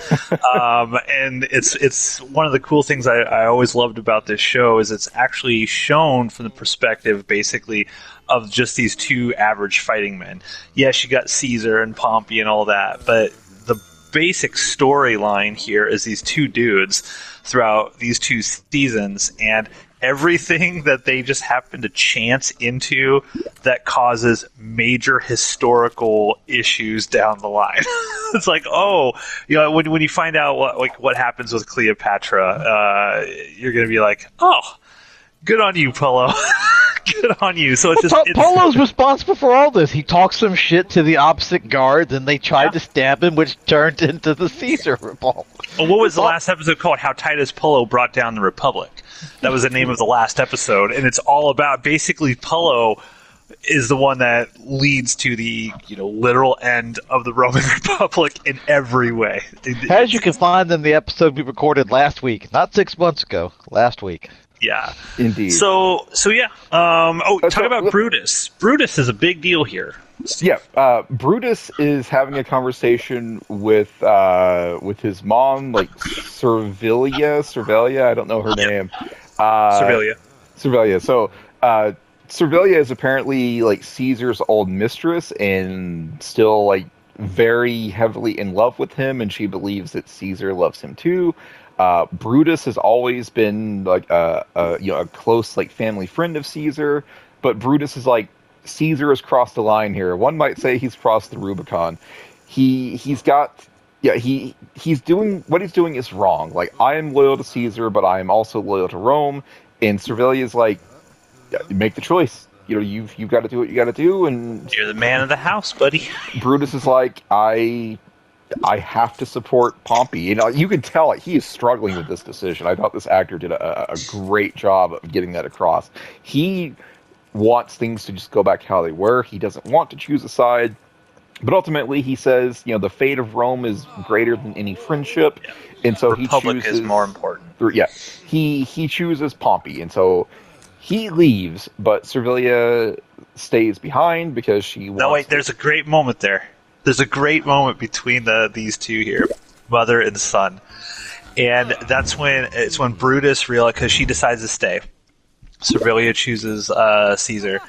And Brutus is like, God, you're just really fucking horny for Caesar after 8 years. He literally tells his mom, just go to the slave market and buy a fat cock and be done with it. I was like, holy shit. Like, what a thing to say to your mother. What a thing to say. Yeah, they were very sexually open. It was society. It was the style of the time to tell your mother to go buy a fat dick. That was the style of the time.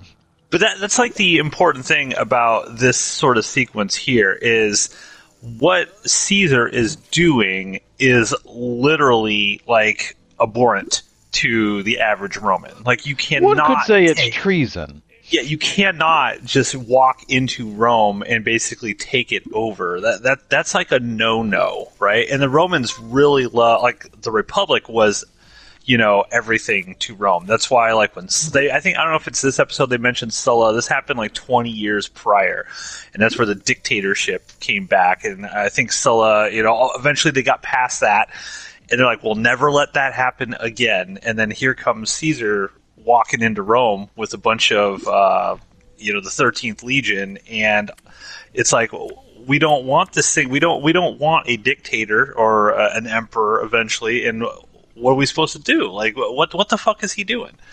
And so that's the important thing about this. Technically, what Caesar's doing is real bad, but he's trying to like not kill anyone. He's trying to make it look like, hey man, I'm just gaslighting Rome. Yeah, he's like, Pompey, I'm just trying to do what's right. Like, Pompey, tried to, organize like a senatorial revolt against Caesar and then walk it back, but he fucked up. So I mean, Caesar's wrong, but Pompey played his part in this. Like neither side is really the good guy in this fight. Historically, one of the main reasons Caesar did this is because all of his what do you call it? I'm blanking on what they call it, but basically when consulship, whatever, when he's up there in Gaul, he defeated Gaul. There's literally no reason for him to his term is over. There's nothing left for him. So the thing is, historically, Caesar was in crazy amounts of debt. So as soon as he's no longer in charge of, basically leading the military for anything because the campaign is over, that opens him and his entire family up to, we're going to sue the shit out of you and basically destroy you. Or possibly kill you because you haven't paid all your debts. And so that's one of the reasons that was a motivating factor of him saying, you know what, I'm just going to fucking do this. And Crassus was his ally. Crassus died 4 years before this. And then Pompey was like, I'm the richest man in Rome. I can take all the power now. And basically Caesar's got nothing. That's why Pompey's whole thing is he's got no money. He's the people are going to turn against him immediately. There's no more treasury. He's got no money of his own, and people are going to turn on him. And if he doesn't have the people, it's going to make it super easy for us to come in and just fucking kill his ass. Indeed. So what else? You mentioned Varenus' wife, Niobe. Yeah, if it wasn't clear previously, the baby that she's claiming to be, her grandchild is actually her kid, is actually Niobe's kid. And have we seen the actual father of the child before this episode? If we do, I don't remember it. I think we briefly did. I think we briefly did, but they didn't make it really out to. I think he showed up or something. Well, anyways, the father, the real father of the child is Niobe's brother-in-law. He is married to Niobe's sister, and he's very much like, oh, I love you. I know you love me. I just want to see my son. And she's clearly still torn. She still has love for this guy, even if she doesn't want to admit it. No, I'm getting out of this hand. She wants him to leave, but she also, kind of wants him to stay because she still has love there. Anyways, the whole plot is revealed to everyone in the audience. She had her brother-in-law's kid, and now apparently everyone has been sworn to secrecy. My question is, this cover story that the baby's actually her grandchild. Did she come up with that on the fly, or was that a plan that she had in her back pocket? Like, hey, everyone, just in case my husband actually comes home after being declared dead, this is our cover story. Because she immediately, just fucking pulls that out of nowhere, and everyone in her bubble just goes with it. As including her sister, who was also cheated on, as we'll learn in the next episode. Where did this story come from? What do you think? Did she have this in her pocket the whole time, or was this always, or did she just pull it out of nowhere? I think she pulled it out of nowhere because she mentioned she's shocked that he came back. She had no idea or thought that he would actually come back from war. All right, and then I guess everyone just decides, well, we can't say anything because Varenus will go nuts. Yeah. Because she says multiple times, he's going to kill all of us. They're actually scared that Varenus will kill everyone, which was an actual thing back in the day. Remember, if your wife stepped out on you, you had the quote-unquote right a lot of times to just straight up murder them. And so I think them and their friends are probably it was a simpler time. Really, we don't want Varenus to fucking murder everybody, so let's just play along with this. And hope Niobe's sister doesn't fuck it up. Yeah, and Niobe's daughter, whose name that I don't actually remember, she's just tell Dad the truth. He'll understand. Tell Daddy. Daddy won't murder us all. And Niobe's like, no, he will fucking kill us. So anyways, that's what Niobe's got going on. The father of the baby, who again is her brother-in-law, is pushing to still somehow be involved. putting the life of everyone else in danger. Was it this episode or the next episode where it's mentioned that they got married when she was 14? Next episode. Next episode. Okay. Spoilers. That's almost like getting married when you're that young is a terrible, terrible mistake. Yeah. Yep. Anyways, let's go talk. Let's talk about what Verennis and Pullo are doing. They continue to march forward, and they continue to be like, "Where the fuck is everyone?" Like, we just saw that one camp of little kid soldiers that ran away. Like, what's happening here? Why are we not in more fights? Why have we not seen more of Pompey's people? Eventually, they come across a wagon. This is the wagon of gold that was stolen by Pompey's men, who we all thought were actually Caesar's men at first. But no, these are Pompey's own men who smelled the chance for riches, and so they stole the gold. They they changed all of their they changed all of their clothes, and then they encounter Pullo and Verennis, and they're like, "Hey, how's it going? We're Caesar's men. What's the state of Rome?" And they're like, "Oh, well, lucky you. It turns out you win. Pompey has fled the town." And so suddenly it makes sense. Oh, enjoy your victory. That's why we're not meeting any resistance, because Pompey basically quit. And then Verennis is like, "Well, yeah, hey, what's just curious, like, what's going on with that wagon there? What's in the bag? Yeah, what's in the box?" And the soldier's like, "Oh, just grain. We're just transporting grain." Oh wait, before I forget, these soldiers with the gold are walking around, and they just like grab a random girl that happens to be walking by at one point. I don't know who this girl is. Like, here, up you go. Just grab her. Yeah, just grab her. Becomes very important. Just grabs her right off the street, and this girl has now been enslaved and has been. It was a simpler time back then. Oh, look, here's a nice looking woman. I'll just take her with me. Simpler time. Ronan, you sound very like envious of what they were able to do back in the Roman days. That's a little concerning. I'm just Ronan looking gets forward a time to what's. machine. We know where he's going. No, I don't have to go. I don't have to go back in time. This is just the kind of crazy shit that's going to happen in the next 6 to 8 years. We're just going to go back to these times. Matt, I don't think we can have Ronan on this show anymore. Anyway, so these soldiers that stole the gold just grabbed this random girl off the street, and now they have like tied her to the wagon, and they are just pulling her along. And Verennis is interested in the wagon. Pullo is interested in how much for the girl? in the girl. She's not for sale. And so what tips him off is like Verennis is like, "Oh, it's weird how you simple farmers hauling grain in simple farmer robes are wearing soldier footwear." And that's the tip off. The boots of Roman soldiers. And so Verennis and Pullo and his men go and hunt all these people down because they recognize them as being Pompey's soldiers. But then Pullo's like, "Well, hey, let's go check out the wagon." And Verennis is like, "No, our orders were to march straight to the Senate, and that's what we're gonna do. Fuck the wagon." And even though Verennis is the one that wanted to know what was in the wagon initially.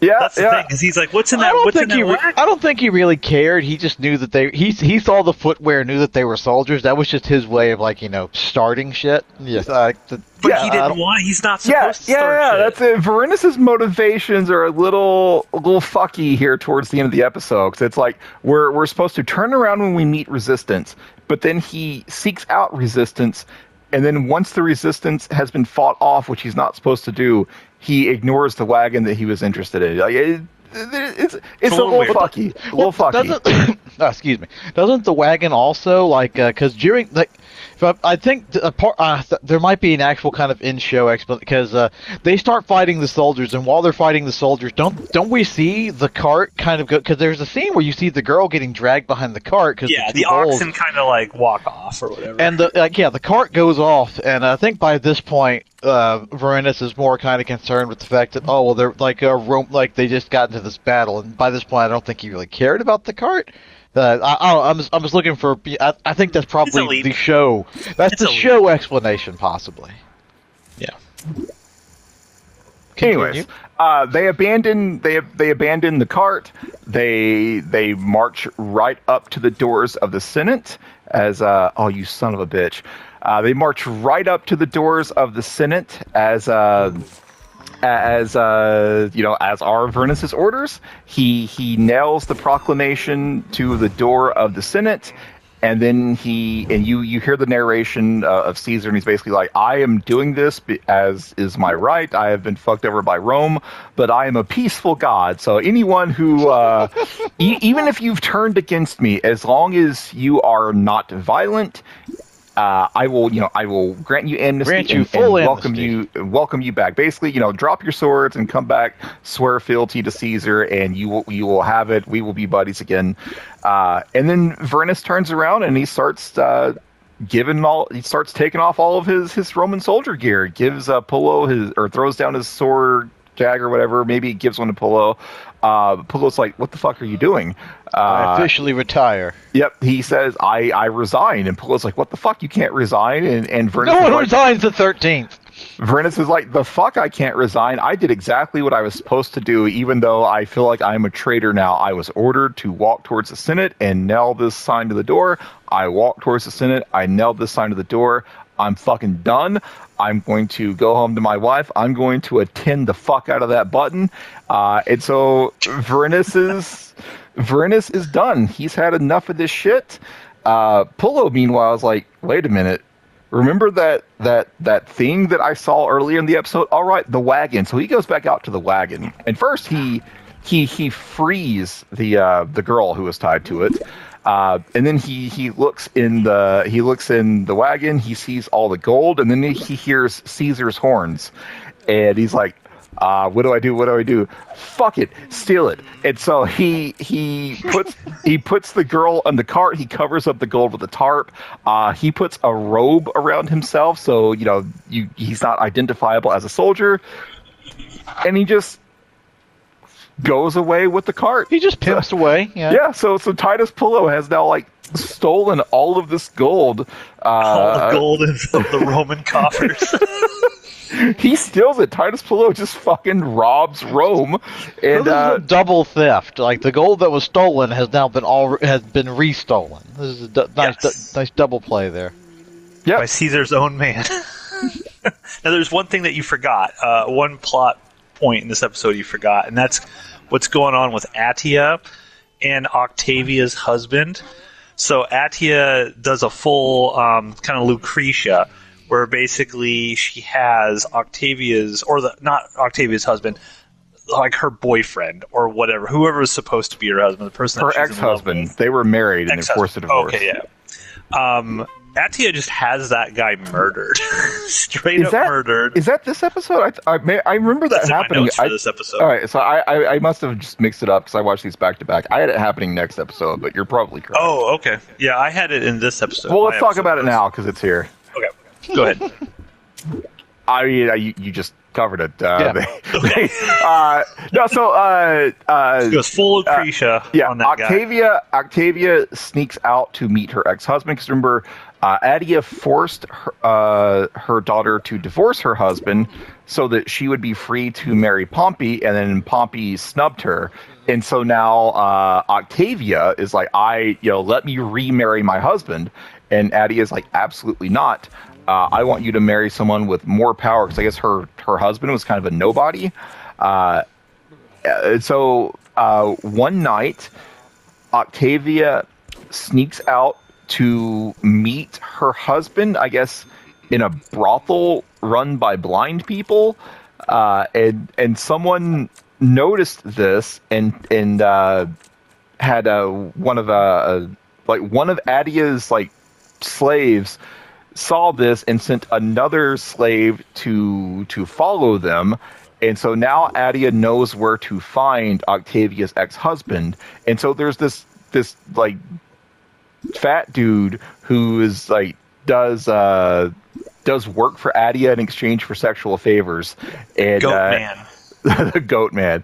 She calls him a goat in episode 1 or whatever. All right. Well, Goat Man was about to get laid, but instead, Adia tells him, "Hey, take your fellow goat people and go kill Octavia's husband."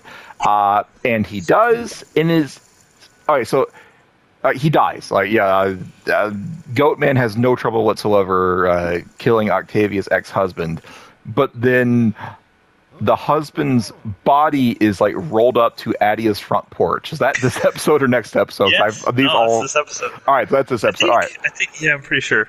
And so that was apparently not part of her plan, because she is very, very angry that the ex-husband's body has been wheeled up to her house.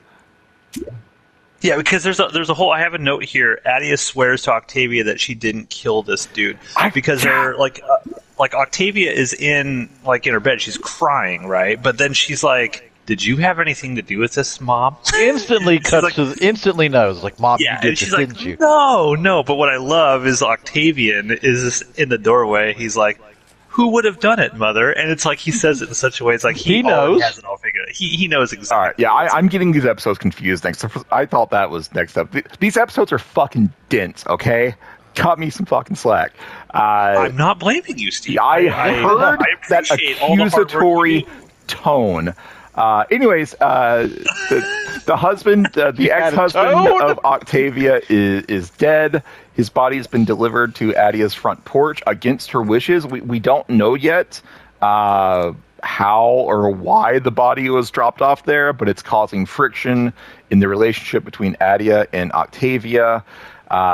We'll see that pay off a little bit more later. Oh, I meant to mention the very first thing we see Adia do in this episode, as I mentioned before, she's angry at Caesar because she thinks that Caesar's going to get them all killed. Caesar, is now a traitor, and so she is just whipping the shit out of one of her slaves, taking out all of her aggression on him, and then it's done, and he's just kind of like, "Will that be all, Domina?" Yes, and then they just go back to their normal lives after this. Well, this is like film sort of stuff. He goes and he walks off. Awkward cut into the next scene, which has nothing to do with them, and to completely different characters. I was like, "What the?" That was just a straight hard cut. It's time for your daily beating, slave, and the slave is like, "Okie dokie," and then the beating happens, and then they move on to the next order of business. The beatings will continue until morale improves. God damn it. Anyways, I think that's kind of it. Also God damn it! Was this also the episode where was the house being under siege in this episode, or was that the next episode?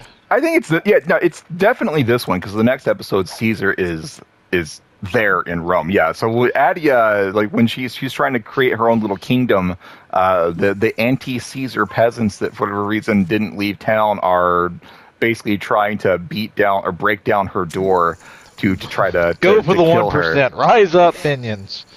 Yeah, God, this episode's so fucking dense. There is another scene there where Addie is like, "Well, I'm not going to let the peasants kill us. So hey, all right." She's giving an order. Yeah, she's like, "All right, I'm going to kill Octavian. I'm going to have my slave kill me. I will not be raped and fucked to death." Is what she says. Servilia, would you like any of my people to kill you? No, you're good. You'll handle it yourself. Okay. It's very nonchalant. It's just like, all right. She tells her slave, "And you're going to kill yourself because I can't have you living if I'm dead." And he's like, "Yes, Domina." Yeah, and then it does make sense that Octavia and Addie are fighting now, because Octavia is basically she doesn't trust her mom. And so they're fighting about who's going to kill who, and just Octavia is giving Adia attitude about who's going to murder who before the rioters break in and kill them all. Is there anything else that we need to talk about in this episode? I'm sure there was, but I don't have. Yeah, we did. It's it doesn't necessarily tie into the episode stuff, but it's always good to talk about what Titus Polo is doing. So they're in between the important stuff of him we do get scenes of him and Varenus just kind of chilling and hanging out in the woods, being bros, while he's giving him advice. They're talking about the stars. Yeah. What do you think they're having a Timon and Pumbaa moment? What do you think those lights are up there? That's holes in the celestial ceiling where you can see the lights of heaven. You think how big do you think? Oh, probably the size of a man. It's just like serious talks that like I dug all of this, which is you mentioned the button, but we didn't talk about the button scene. Do you want to talk about the button scene, or do the people just have to watch this? I don't remember the button scene other than they talk about the Tell button. us, Ronan. Tell us about the button scene. Well, so again, as they're roaming through the woods, Titus is trying to give, because he's a homie, he's a true bro, and he's trying to give his bro some woman advice. It's like which I would never go to a man like Titus for woman advice, but it's also funny to just hear him because all he knows how to do is fuck. So that's what he's That's what he's trying to teach him to do. He's like, another thing you must do when you're coupling with her, above the cunt, there's like a little button. A 10 to the button. This is why we did this. Yeah, we did cover this. Ronan's just giving like the exact quotes, but yeah, we covered the scene. I don't remember us like if we brought it because you mentioned the button thing, but I don't remember. I just want to point out, I am expected to remember shit from 6 months ago. Ronan couldn't remember what happened 35 minutes ago. It was last week, Steve. Don't break the fucking gag. Don't break the kayfabe. It was last week. You fucker. So yeah, this episode's great. I really 100%. like this episode. Love this episode a lot. I'm more interested to hear why Ronan hates it. So Ronan, why do you hate this show so much, other than Polo? Well, no. I like this episode because this had an acceptable amount of Titus Polo in it. It's the next episode where I'm like, oh god, because it's important to note that we see the story happen from their point of view, which is an important thing. They are side players. They are not the main characters in this story.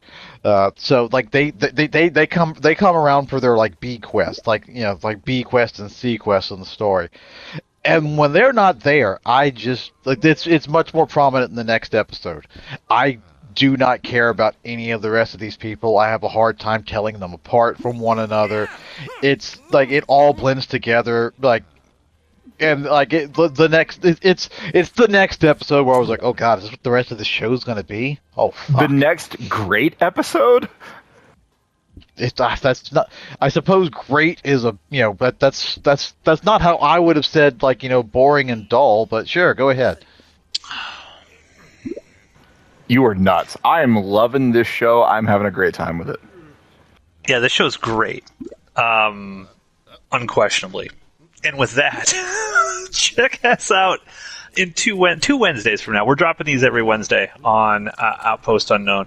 2 Wednesdays from now, we are going to cover episode 4 of season 1 called Stealing from Saturn, and we cannot wait to hear Ronan bitch about how boring and uninteresting all the characters are in that episode. So that's it. That's all I got. See you guys in 2 weeks. Psst, 2 weeks is code for 6 months. Hit that like and subscribe. Sound off in the comment section. Don, I can't cut this fast enough. Welcome back, everybody, to another episode of Jupiter's Crock, which it will forever be known, regardless of whether or not we are discussing ancient Roman television shows. Who knows? We might talk about pirates in the future, and it'll still be called Jupiter's Crock. Hopefully Ronan's okay with that. If not, I don't give a fuck. Hi, Ronan. Introduce yourself to everybody. Yep. I'm him. Yes, I am him. Yeah, I just pushed the wrong button and started talking into like the actual in-game chat. So Steve pressed the wrong button. I did. Steve is a Varinus. I attended the wrong button. No, Varinus didn't know the button was there. That's true. So not everybody knows, and you need a homeboy to tell you about it. That's what makes him so good. That's why he's a real homie. Yeah, Polo is doing the Lord's work here. So we are back with episode 4 of Rome, season 1 of Rome. It's called Stealing from Saturn. Before we sort of dive into Plotticus's recap of everything that happened here, I wanted to, of course, I get some stupid, oh god, I hate technology so much. So there's a lot, I'm trying, okay, I had this thing, I'm not a robot. God. Clearly. Damn it. Okay, well, hold on. talk amongst yourselves. Ronan, explain, set up why you don't like any of the characters on this, and give me like 30 seconds to bring this thing back up. I could do that in less than 30 seconds. They're all boring and they all blend together with the exception of Titus and Marinus. Steve, can you mention anything why Ronan is dumb and wrong about this take? I mean, I've known him for like 20 years. He's not had a correct opinion yet. I don't expect him to have correct opinions in the future. This episode is great. I love the political shit. I'm waiting. I can't wait to see Pompey and Caesar actually interact. Like, this show is setting up things that I want to see pay off. The characters are great. I will admit that a lot of them, like, their appearance is just nondescript white person, so it is hard to tell some of them apart. But yeah, I know who the big players are. I recognize Caesar. I recognize Pompey. I recognize Caesar. I recognize Antony. Like Titus, like four of them, and everyone else is like, okay, which old fat white guy are you? I guess you're a senator. I don't fucking know. God, yeah, I mean, you don't even need to know most of the senators' names. Like, it's Pompey and a bunch of senators that Pompey talks down to, and that's all you need to know. Like, they don't need to have names. But they could have been credited as Senator 1, Senator 2, Senator 3. Cato. Cato is very recognizable because he is a skinny, like, gray-haired white dude, not a fat one like the rest of the senators. So Cato, and he's also always like, he's going full Hudson. What are we gonna do? The Republic is falling. He stands out for always bitching. I have no problem being able to differentiate anybody in the show. So I've successfully navigated technology. So let me bring these things up for here real quick, because we're going to talk a lot about money in this episode, bribes, sestertii, denarii, and all of this. And I actually kind of looked up what these are kind of like the dollar equivalents to, and I jumping ahead a little bit here, I'm just going to read through this stuff so that we all have kind of a basis of what exactly or how much money these bribes are actually worth to all these different people. So there might be some minor spoilers here for some of the stuff we will discuss, but I just want to read through this. So roughly speaking, 4,000 sestertii is equal to 1,000 denarii, which is equal to approximately $100,000. So 1,000 denarii is $100,000.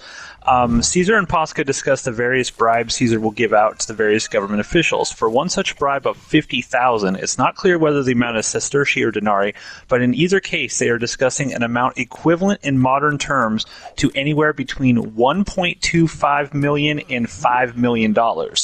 This may sound like a lot, but Caesar allegedly bribed the consul in 50 BC, Lucius Paulus, with 36 million sestertii, which is equivalent to $900 million in today's day and age, and Tribune Gaius Acuro with 10 million, which equals 250 million. Mark Antony offers Varenus 10,000 sestertii as a signing bonus to re-enlist in the 13th Legion, a sum roughly equal to $250,000. And then Caesar rewards Pullo with the 100 gold pieces for finding the gold. Since there are 100 sestertii to the Orus, which is a gold piece, this is equal to, again, $250,000. So, just wanted to, just so we're aware of like the money that's being thrown out by Caesar at this point as we get into it. Okay, well, just so you're aware, I'm referring to all of this as space bucks going forward because I am not memorizing the actual dollar amounts. Okay, well, I assume, Steve, that anything anyone says just automatically goes into the bear trap of your mind, and you just automatically remember. So, nope, I apologize for not assuming that. Okay, go ahead. Take it away. Stealing from Saturn. Fucking hell. Pompey is I don't remember. It must have been last episode, but as Pompey is fleeing town. with the gold, the least important thing on his mind. The other senators are like, this is bullshit. This is fucked. We left Rome behind. Your people with the money never showed up. What's going on? And Pompey's like, it's fucking fine. Stop whining, you little bitch. I trust that one guy I left to do this important job. He will do it. The money's going to be here. It's all going to be fine. Well, the beginning of episode 4 is them talking about how none of this is fine. None of this is fine whatsoever. The gold is gone, and they don't know where it is. But apparently, one of the thieves, I don't know if this idiot was just captured by Pompey or if he ran back to Pompey thinking he got away. They show him on his horse in the previous episode. He gets away, and then he's hiding in the bushes as Paulo walks by. Okay, I completely missed all that. Anyway, but one of the thieves that stole the gold was captured by Pompey, and he's being tortured by Pompey's son, like Quintus. I think that's the guy's name. That made me happy. I smiled like Quintus, and then they're also like, yes, we were like tomorrow night we will be in Capua, sleeping in a warm house. Like, that makes me feel nice. That's nice. Capua, people named Quintus. It takes you back to a better time. I mean, probably hanging out at the house of Asher, honestly, and having a good old time. Probably, it could be, because this is still this is within living memory of the Spartacus rebellion. So like, you see, it all ties together. That's what we've been saying. It all ties together. This is a sequel to Spartacus, clearly, or rather, maybe Spartacus was a prequel to this. But it's all connected. It's all connected. What is wrong with that guy's head? Yes. Anyways, so Quintus has been torturing the shit out of this guy, and Quintus finally comes in, and he's like, I know what happened to the gold. They tried to steal it, but then the gold was stolen instead by Caesar's people. But Pompey's like, I have spies everywhere, and I know for sure that Caesar doesn't have the gold. So I don't have it. Caesar doesn't have it.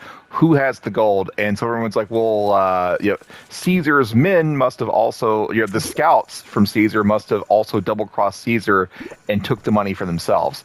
And so Quintus is now going to go and infiltrate Rome to find out where this gold is. A very Caesar-like move, intermingling yourself with the rebels. Very, very Caesarly. Yes.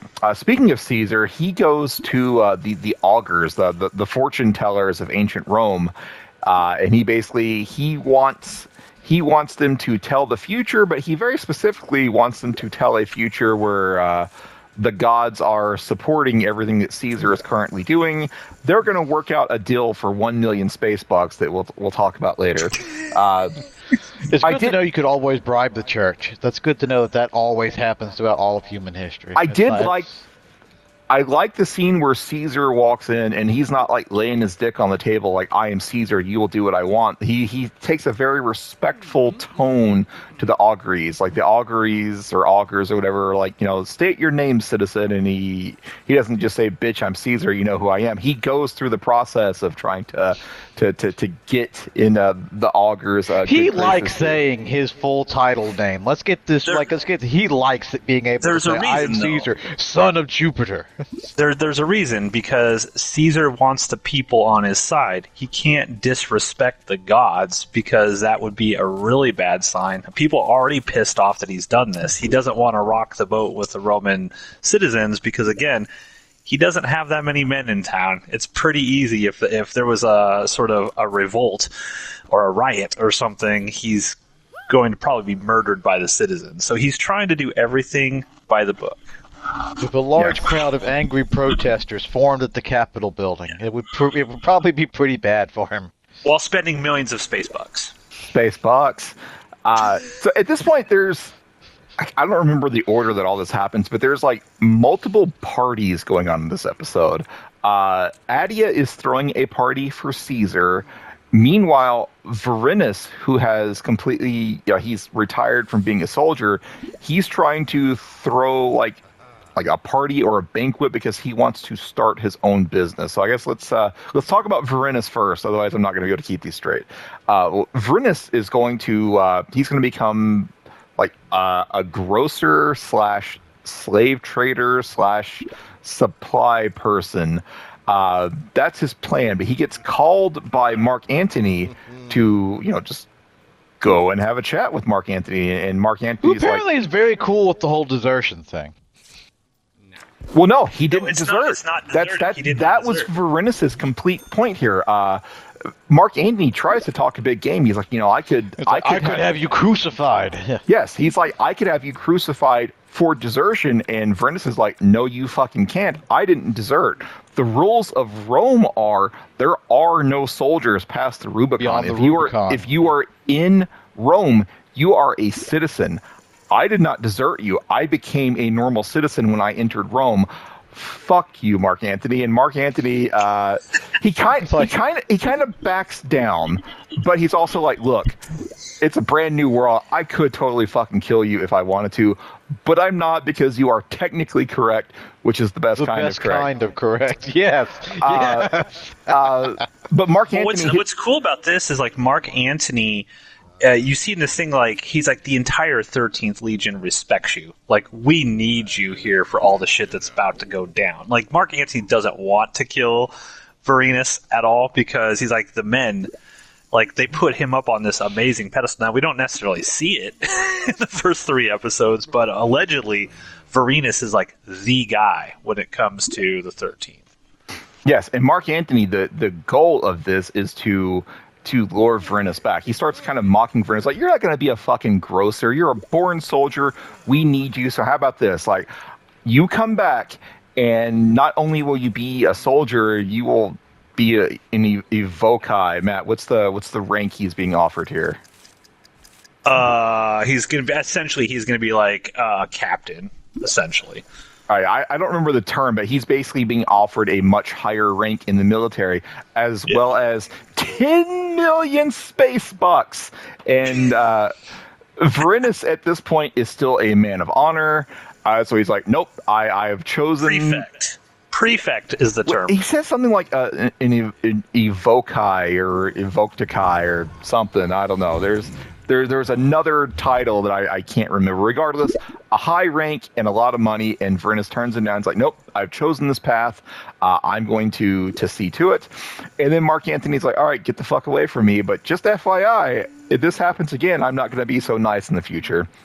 So anyways, Varenus leaves. He goes back home. He's going to start his business, but they have to, I guess it's tradition to have a banquet and a party and try to get all of your, he wants his business to be blessed by the gods, and he does that by a party with, a lot of rich people there. So at first, no one shows up to the party, but little by little people start trickling in. There's like a businessman whose name I don't remember, it doesn't matter. The most important people are the in-laws.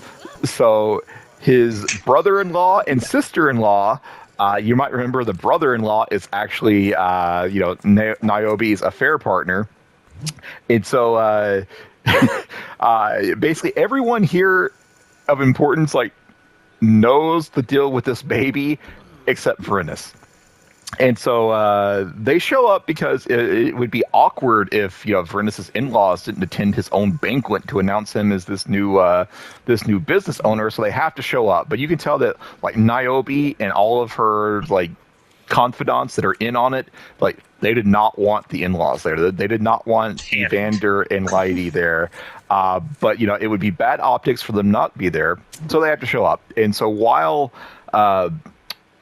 Varenus is having a chat with this other rich guy, and the rich guy is like, look, you need anything, you come to me. I'm a man who knows how to get things. And Varenus is like, oh shit, this is working out great. I've got my first, big, high-powered contact. Meanwhile, sister-in-law, whose name I think is Lydie, she's getting tanked. She is getting super, super drunk. And it's getting waspy in here. She's dancing with other men. Dancing with other men, and Niobe's confidants are like, look, she's got to go. She made an appearance, she needs to fucking leave. And so they go and tell Evander, you need to get your wife and you need to fucking go. And so Evander goes to Lydie. He's like, we need to get out of here. And she's like, fuck you. How about I just reveal the secret to everyone and get you killed? They get into a fight, and in the fight, they end up knocking over the statue of whatever god Varinus was praying to earlier, and that's a bad omen apparently. So the party comes to a screeching halt. The next time we see Varinus, he's just kind of sitting there with his head in his hands, going like, "I'm fucked, I'm so fucked. No one's ever been more fucked than I have right now." So that's what Varinus is up to right now. His business empire is not off to a good start. What am I doing? The playing this crumbles hand? are so fucking fast. I've busted out like 6 times already. I'm just gonna bust out again. I don't even care. This is all fake money. It's not 1 million space bucks. Slam that button. So Varinus is, lamenting his failed business before his business even starts.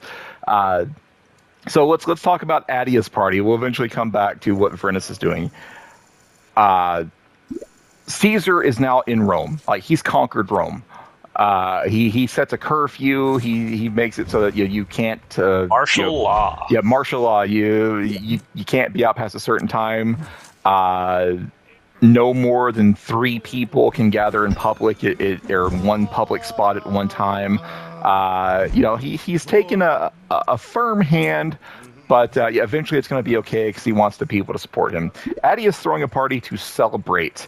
To celebrate Caesar, and so Caesar gives her a guest list, like Caesar's main slave and Attia's main slave. They have a little powwow where they talk about the guest list, and Attia's main slave is like, Caesar's not planning to kill these people, right? And Caesar's main slave is like, I mean, probably not. Like, it's probably going to be fine.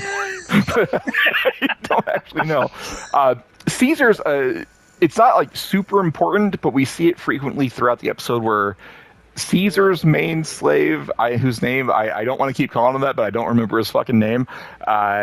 He's like the bookkeeper. I'm going to call him the bookkeeper from now on. So like every time Caesar promises a bribe to someone, he's like, bookkeeper, write that down. And bookkeeper writes down 1 million space bucks. And the whole time the bookkeeper's like, Caesar, we don't fucking have that. We've got like 3 space dollars left. Stop promising people all of these fucking bribes. But Caesar's like, no, it's going to be fine. Yeah, Posca. Posca's the guy's name. Posca. All right, so Posca's like, what are you going to do? Are you going to kill a bunch of rich people to get this money? And Caesar's like, I'm not going to kill anyone unless I have to. So he wants to get money by influencing people, but he's not completely opposed to just wiping out folks and taking their shit if he has to. But he's not there yet. He's trying to make this insurrection as peaceful as possible. So that's what Posca's doing the whole time. Addie is throwing a party for Caesar and all of Caesar's guests, and she's very upset that Servilia is been invited. And I do not remember why Adia has this conflict with Servilia. Did any of you? She, from my understanding, I don't even remember who she is. she's the older lady that Caesar loves. Brutus's mother. Yeah, Brutus's mother. And my whole thing is, go buy a fat cock. Okay, that one. All right, I Yes. gotcha. I'm following. Yeah. The fat cock lady. So I was under the impression that Attia doesn't like her because she doesn't like this woman having any influence over Caesar. Like, Attia wants to be the main sort of female person in Caesar's life to have that, but also the fact that Servilia's family sided with Pompey, and so she's very upset that that Caesar invited her there, and then basically you're going to have a Pompey, from Attia's perspective, a Pompey supporter in her house. She did not like that. Oh, it came across to me like Adia was jealous of Servilia, because she's getting more attention. She's getting a lot of attention from Caesar.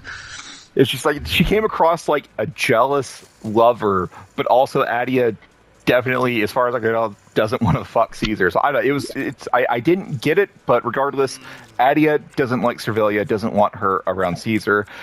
So when she gets the guest list and Servilia's name is right there, she's like, why the fuck would this person even be invited? This is bullshit. But ultimately, it's Caesar's guest list. She has to you find out she's banging Mark Antony. Because Mark Antony's in her bed. And he's like, why are you waking me up, woman? Yeah, Mark Anthony doesn't exactly treat Adia with respect, but Adia also doesn't care. But anyways, they're going to have this party, and Caesar wants no shellfish. He wants all of these people to be invited. There's a great scene where, like, immediately after Adia, like, looking at the guest list and be like, "What the fuck is Cervelia doing here?" It's now the time of the party, and Cervelia shows up, and Adia's like, "Oh, Cervelia, so good of you to be here. I insisted that you show up to the party." Like, she's such a two-faced asshole, and I love her for it. So they're having this party.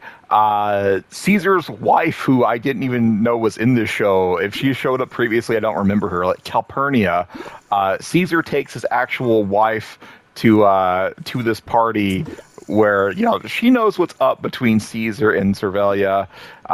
Whatever. Caesar's just going around handing out bribes. He has a conversation with the main augur, and he's like, "Oh, you know, I forgot your wife's birthday last year. Oh, I better make it up to her. How does 30 million space bucks sound?"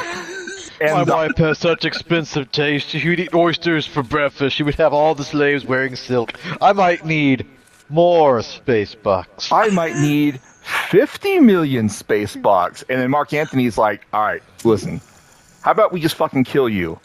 40 million space bucks is our final offer." And the augur is like, "Oh, yes, I think 40 million space bucks would be a fine, it would be a fine birthday gift. You know, my wife loves you so much. You know, I think this will be, I think she's probably going to continue to love you." So basically, Caesar is bribing the augur to tell the public that the gods favor what Caesar is doing. So let's cut back over to Vorenus for a little bit. Vorenus, his business is off to a bad start. Things are not going his way, and then in comes Quintus. Quintus has successfully infiltrated Rome, and he goes to Quintus. It's like, "Where's the money?" It's about to get all Stewie and Brian. It's, "Where's my money, man? Where's my money?" Vernus has no idea what he's talking about. He's like, "What the fuck are you talking about? I don't have any goddamn money. Do I look like I have any fucking money?" And Quintus, Quintus, takes his wife hostage, puts a knife to Vernus's throat, and is like, "Listen, I know you've got the money. Tell me where the money is." And Vernus is like, "I don't have any fucking money, dude." Just then, Titus Pullo on a cart, a crowd of people kept bringing him a cart of slaves carrying him around. He's just throwing gold coins. He's wrapped in like robes, like the fine silk. The girl who he rescued that was tied behind the cart. Does she have a name yet, by the way? No, just cart girl. Well, Pullo's cart girl. A word yet? I don't think she said anything either.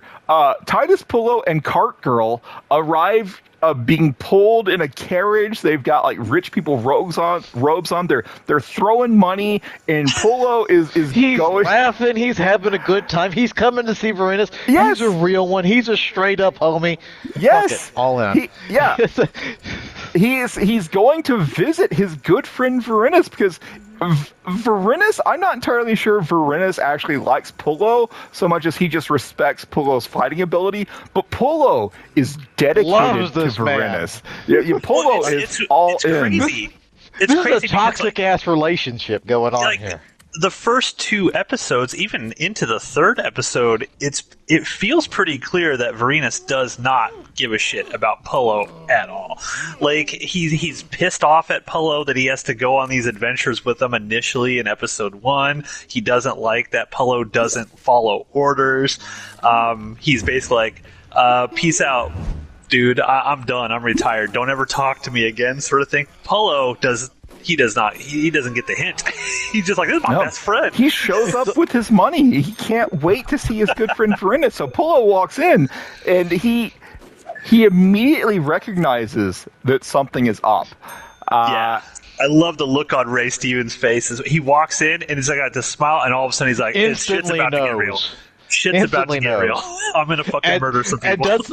If either one of the three of us in this situation, one of us is in this bad situation, the other one comes in, I guarantee you, none of us, we would all we would throw our hands up, back the fuck away. Not Titus fucking Polo. He was built different. He comes Are in. you saying that we would not protect each other in this situation? Is that what you're 100%, implying here? 100%. But Titus fucking Polo, he's like, you can tell deep down inside, he is thrilled that this has happened. It's like, oh, I haven't whooped the motherfucker's ass all goddamn day. He is ready for this shit. Yes, because he shows up. He immediately recognizes the problem. Quintus tries to talk a big game because Quintus has 10 people with him. Meanwhile, it's just Titus and Varenus. And so, what does Polo do? He pulls out a fat stack. He of gold throws a coins. handful of gold into the air. Throws it into the air, which immediately makes all of Quintus's men try to grab the gold. They just stop fighting and grab the gold. And so Polo, of course, kicks the shit out of Quintus. They take him hostage. Very smartly, they don't kill him. So now Polo has to talk to Varenus about what's happening. He's like, Polo's like, I might have stole all the gold. I stole all the gold. Hey, Varenus, look, listen, you and me, I was going to give you some. We take the fucking gold. We just we run our asses to the coast. We take the first boat out of here. We don't look back. And Varenus is like, you're so fucking stupid. You were a common soldier and you just marched through Rome throwing gold coins in the air. You've announced to the world that you are rich. By this time tomorrow, everyone in the fucking Republic is going to know that you're rich. There's no scenario where you get away with this. And so you brought this to my door, you son of a bitch.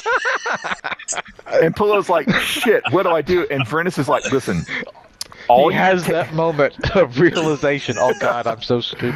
Oh yes, God. He's like, you take Quintus, you take him to Caesar, you throw yourself on the mercy of Caesar and give the gold back and hope he lets you live.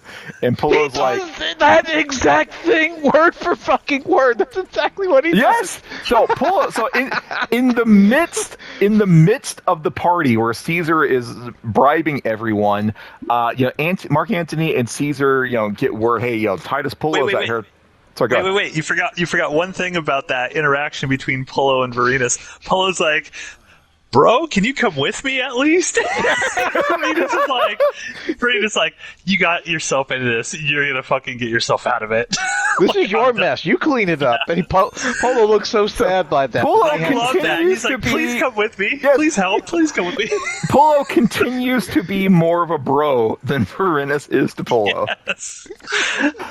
So Polo does exactly what Varenus... Because there's another scene that I actually loved. Varenus is retired. He's not in the military anymore. And Polo knows that, but as soon as Varenus yells, that's an order. Polo straightens right the fuck up like he has just received an order from a commanding officer. He still respects Varenus as a commanding officer, even though Varenus has left the military, which fully supports what Mark Antony was telling Varenus earlier on in the episode. See, it's all connected. And that's the thing. Varenus is like, he's still in commander mode, right? It's like even though he's not in the military anymore, technically, he can't not be that person. Which is why we're going to see him eventually go back into the military. One thing about Varenus that I wanted to mention earlier and I forgot. I don't remember this episode or last episode. It's probably early this one. But last episode, Polo told Varenus that this is how you win your wife back. And so I tell her she's beautiful every day. It had to have been this episode, but he goes and finds Niobe, and he's like, look, I know I've been a shitty husband. I'm sorry. Please forgive me. Let us start over. And if you want to start over, tell me, and I will be happy to have you. If you don't want to start over, tell me to leave, and I will go. And that will be. I'm throwing this hand away, and I don't like it. Tell me to go and I will leave. I will not hurt you. I will do nothing. I will let you have everything. Tell me to go and I will go, and that will be the end of it. But she almost cracks and tells him. Yes. She starts to tell him, is like, it's not just you. Like, I have also sinned as well. And she starts to cry. She's a about to tell him, but then he says, "Yeah, the past is the past. Let's start over." And so they start over, and I think that must have happened before, like even like the business scenes earlier. So Yeah, that was very early episode. Niobe and Varenus are back on good terms with one another, even though sister-in-law almost spoiled everything. They're still making some some snipey comments at each other, but I think that's just part of their relationship. Yeah, that's just how they roll. It's like part of our relationship, honestly. It is. Yeah, fuck you guys. So Niobe and Varenus are on good terms. So back to Pullo. Pullo goes and finds Caesar and Mark Antony, and He is so scared. he is so scared. They interrogate Quintus. They basically Pullo spills the beans. I think He just tells them the straight up truth. no. That's the thing. I don't know that he tells them the truth. Like this, as far as I understand it, this is what Pullo tells Caesar. He tells Caesar, "Look, I came across some soldiers and some gold. I took the gold. I hid it. Then Quintus shows up looking for the gold, and it was only at that moment that I learned the gold was from the treasury, and when I figured that out, I immediately came to you to come clean."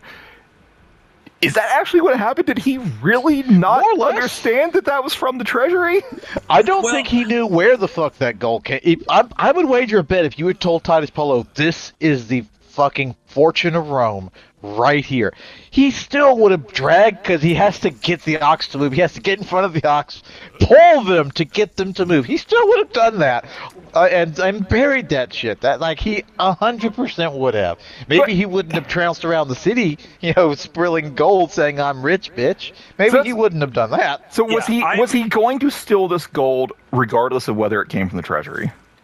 I see. That's where I disagree. I disagree with Ronan on this, because I think it's completely plausible to me, because they've established that Pullo's kind of dumb, like he doesn't really get it, right. That he would not have realized that all that gold is actually from the Roman treasury, because honestly, who would have ever expected that? Like that would have been something that was just like, what do you mean I came across an ox cart filled with all of the wealth of Rome? I don't even think he gave a thought as to where the money came from. He was just like, gold, let's get the fuck out of here and spend all this money. I think he comes to realize what that is during this sequence here. And I think when he's like, I didn't know, I just buried it, and I came straight to you. I think that's definitely a lie, But I don't think until that scene he knew that it was. See, that's what I couldn't. I thought he knew. Like, I guess where would he have thought this gold came from otherwise? So I thought he was lying to Caesar about not knowing the gold was from the treasury. But you're on team. He was telling the truth, at least about that part. I think so, because if he had known it was the gold from the Roman treasury, it would be really stupid to be throwing gold pieces out in Rome when you're a common soldier. I believe had he been told this is the fortune of Rome, I believe he still would have taken it. But I also believe that, like, regardless, like, more than likely, because by this point he already knew that, like, the nobles have fled. When he saw that gold, he just kind of figured, oh, this is some rich fucker's gold. Mine now. I'd be on board with that, because if he's so scared that he's going to get killed just by going to Caesar to present this gold to him, like if you had told him at that time last episode that's the entire wealth of the entire Rome, like he loves Rome, like he's a Roman citizen, he's not going to who was just trying to get his boy to leave the beach with him. Yeah, he loves the city. All right. but he did not know that was the Roman wealth. That's my take on it. You have a different one? That's fair. I love that we all have different ideas about this. Like, my take is it was all a lie. Matt's take is he was telling the truth mostly, and Ronan's take was, like, he was lying, he just would have lied differently had he known the truth. Yeah. Polo's a great character, is what we're all saying here. Anyways, Polo confesses to Caesar with the maybe not lie that he didn't know this gold was from the treasury, and everyone wants to kill Quintus at this point, but Pompey's like, absolutely not. we're going to send him back Caesar. with Caesar, yeah, Caesar, yeah, yeah, he's Caesar, Pompey's nephew yes. or whatever. Caesar is going to send Quintus back with a peace/truce terms for Pompey. And Mark Antony's like, "Are you fucking shitting me? No, we can't do that." And Caesar's like, "No, we're doing it. We are Well, going he keeps to." telling him, "Shut up." He's Yeah, like, "Shut the fuck up, Mark Antony. Shut the fuck up." Caesar I'm is Julius fucking Caesar, bitch. against the wishes of his most closest ally. He is going to send Quintus back alive with terms for a truce to present to Pompey, and so he sends Quintus back, and then Caesar has to close the deal with Pullo and Antony. So he says, Antony, you and Pullo take some men and go and recover the gold. Titus Pullo, I know that you're a thief, but you're a lucky thief, and things have worked out in my favor. So I'm going to let you live. You get 100 You're a pieces of useful gold. idiot. Well, he tells Polo that he's your blessed by fortune's fortune. Yeah, like he's blessed by fortune. He's like, I'm not going to go against the goddess fortune. So You're a lucky That's- idiot thief, and I am going to benefit from that. So I get to let you. So you're going to live. So there's $250,000. Yeah, here's until a you eventually million get space bucks. everything's just a million space bucks. Yeah, like when he does tell Caesar, because Caesar there is this very nice moment when he's telling Caesar, I didn't know that it was the money of the Republic, sir, and he's like shaking. Caesar just plays this cool, kind of turns, walks, looks up to the sky, and says, "Thank you." Yeah. Yes, Caesar is buying his own bullshit now that he is being blessed by the gods. And I guess why wouldn't you if just 100 million space bucks were dumped into your lap? If you're Caesar, who gives a fuck whether or not this soldier meant to take? All that matters is that it's yours now, and you don't have to go on a killing spree to start paying people off. You now have the money you need to do all these. Everything works out fine for you now. Everything's gives a coming fuck up, whether or Caesar. not this? Yeah, who gives a fuck whether or not this bumbling idiot knew it was or wasn't? He was stupid enough to tell me the truth. So that's all that matters to him at this point. So Pullo is going to go recover the gold. Mark Antony is going to go with Pullo to recover the gold, but not before Caesar tells him, "Do not fucking question me in front of my enemies again." So he kind of puts Mark Antony in his place. So they leave, and now it's just like Caesar and Octavian. So there's another good Octavian moment. They're talking about the truce, and Octavian at first is like, yeah, I don't know that Octavian, or I don't know that offering a truce to Pompey is the right strategy here, unless you offered terms to Pompey knowing that he wouldn't accept them, but his underlings might. And so Pompey's like, oh, you figured out the trick. So, Caesar. Damn it. I told you they all look alike. Goddamn it! Steve's falling into the trap. No. So yes, Caesar's like, good job, Octavian. You figured it out. Yes, I want Pompey's people to turn against him. I want Pompey to reject the truce, but all of his underlings being like, you know what? Maybe we ought to give this. And we see Pompey later on. The terms of the truce, and he tries to just ball up the paper and throw it away before anyone even reads it. But the terms of the truce are Caesar gets full immunity for anything that he's done so far, and both sides disarm. And Pompey is like, absolutely not. I am the consul of Rome. I will not disarm. I am in the right here. And his senators are like, maybe we ought to consider this. And Brutus is there, and he's telling Pompey, you know what? Caesar's been remarkably peaceful so far. Maybe we ought to consider this. So already, it's Pompey against basically everyone else in his little court that he's running right now. So Caesar and Octavian. Caesar's like, good job, Octavian. You're figuring shit out. And then Caesar seizure mode. Yeah, he has seizure a seizure. attack. He has a seizure. And what's the bookkeeper's name, Matt? Posca. Bookkeeper. Posca, whatever. I'm just calling him the bookkeeper. That's easy to remember. Bookkeeper is like, Octavian, come with me. Like, we have to get Caesar. They basically find an isolated room. bookkeeper puts a stick in Caesar's mouth to bite down on, and Caesar has the morbus. Basically, I think he's meant to have like epilepsy or something similar. But basically, they have to keep this a secret because I guess in Roman times, if you had the morbus, this was considered like a curse, and so It's a curse from Apollo. curse from Apollo. The men, the city, the Romans will not follow a man who has been cursed by Apollo with the morbus, and so. Octavian is sworn to secrecy, and so the three of them leave the room, and like I think like Adia's like main cook like sees them like come out of the or room. something who sees this. Yeah. At first, it's like, what is this person thinking? Like, does she know that they have the morbus? At the same time, these three men all come out of this room where they were isolated. They come out sweaty. So I was thinking, is she thinking something completely different happened in there? She only seen Caesar and Octavian come out of the room. She doesn't see Posca come out of the room, and she just hears grunting. Yeah, grunting, and then she looks and she hears the grunting, and she walks out, and she's like, "Oh, they're banging." And she goes off. Yeah, to tell all right. We had the same interpretation of that scene and what the cook was thinking. But regardless, Octavian is sworn to secrecy. Caesar goes back to the party. He's mingling with everyone. He bribed the augur earlier. He had an interaction with Servilia, which I'm not even sure. Does Caesar know that Brutus went with Pompey at this point, or does he just know that Brutus isn't there? Yes, because at the initial party, he goes up to her. I think we didn't mention this, but when he first walks into Attia's party, he's going around talking to people, and he stops in front of Servilia, and he's like, "Oh, it's so lovely to see you." Again, of course, he's with his wife at that point, so he can't be like, "God, I want to bang you."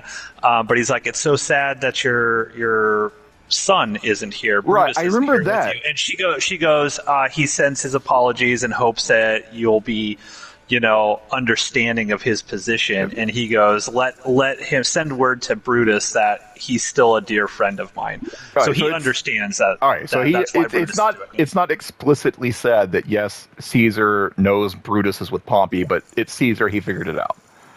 Well, no, but nobody who supports Pompey is in the city anymore. That's so true. That's why. I was thinking maybe like, wasn't there. But I mean, Vorenus also wasn't at the party, and Vorenus supports Caesar. But he's a common man.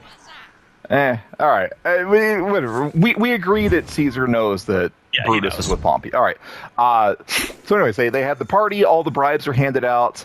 Attia is distraught that Caesar got to interact with Servilia. It's late at night. Caesar's just recovered from his seizure.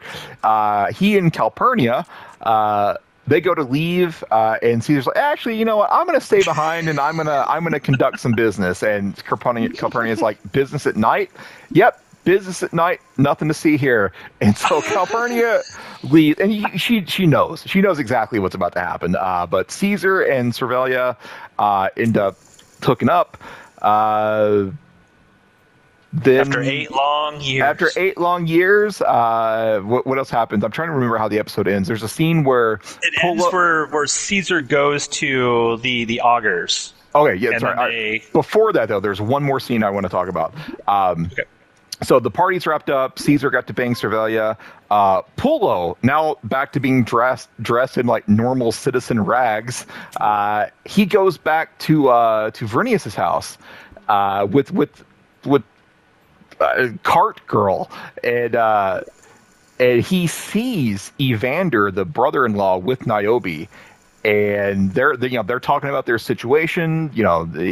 Evander is still questioning like Niobe, like, tell me that you love me, or tell me that you don't love Vorenus, or tell me that you do love Vorenus, and I'll leave and you'll never see me again. Yada yada yada. Pullo walks in on this and catches on it. Immediately, he doesn't say anything, but you can tell he immediately identified exactly what's going on. I have so many regrets about this hand.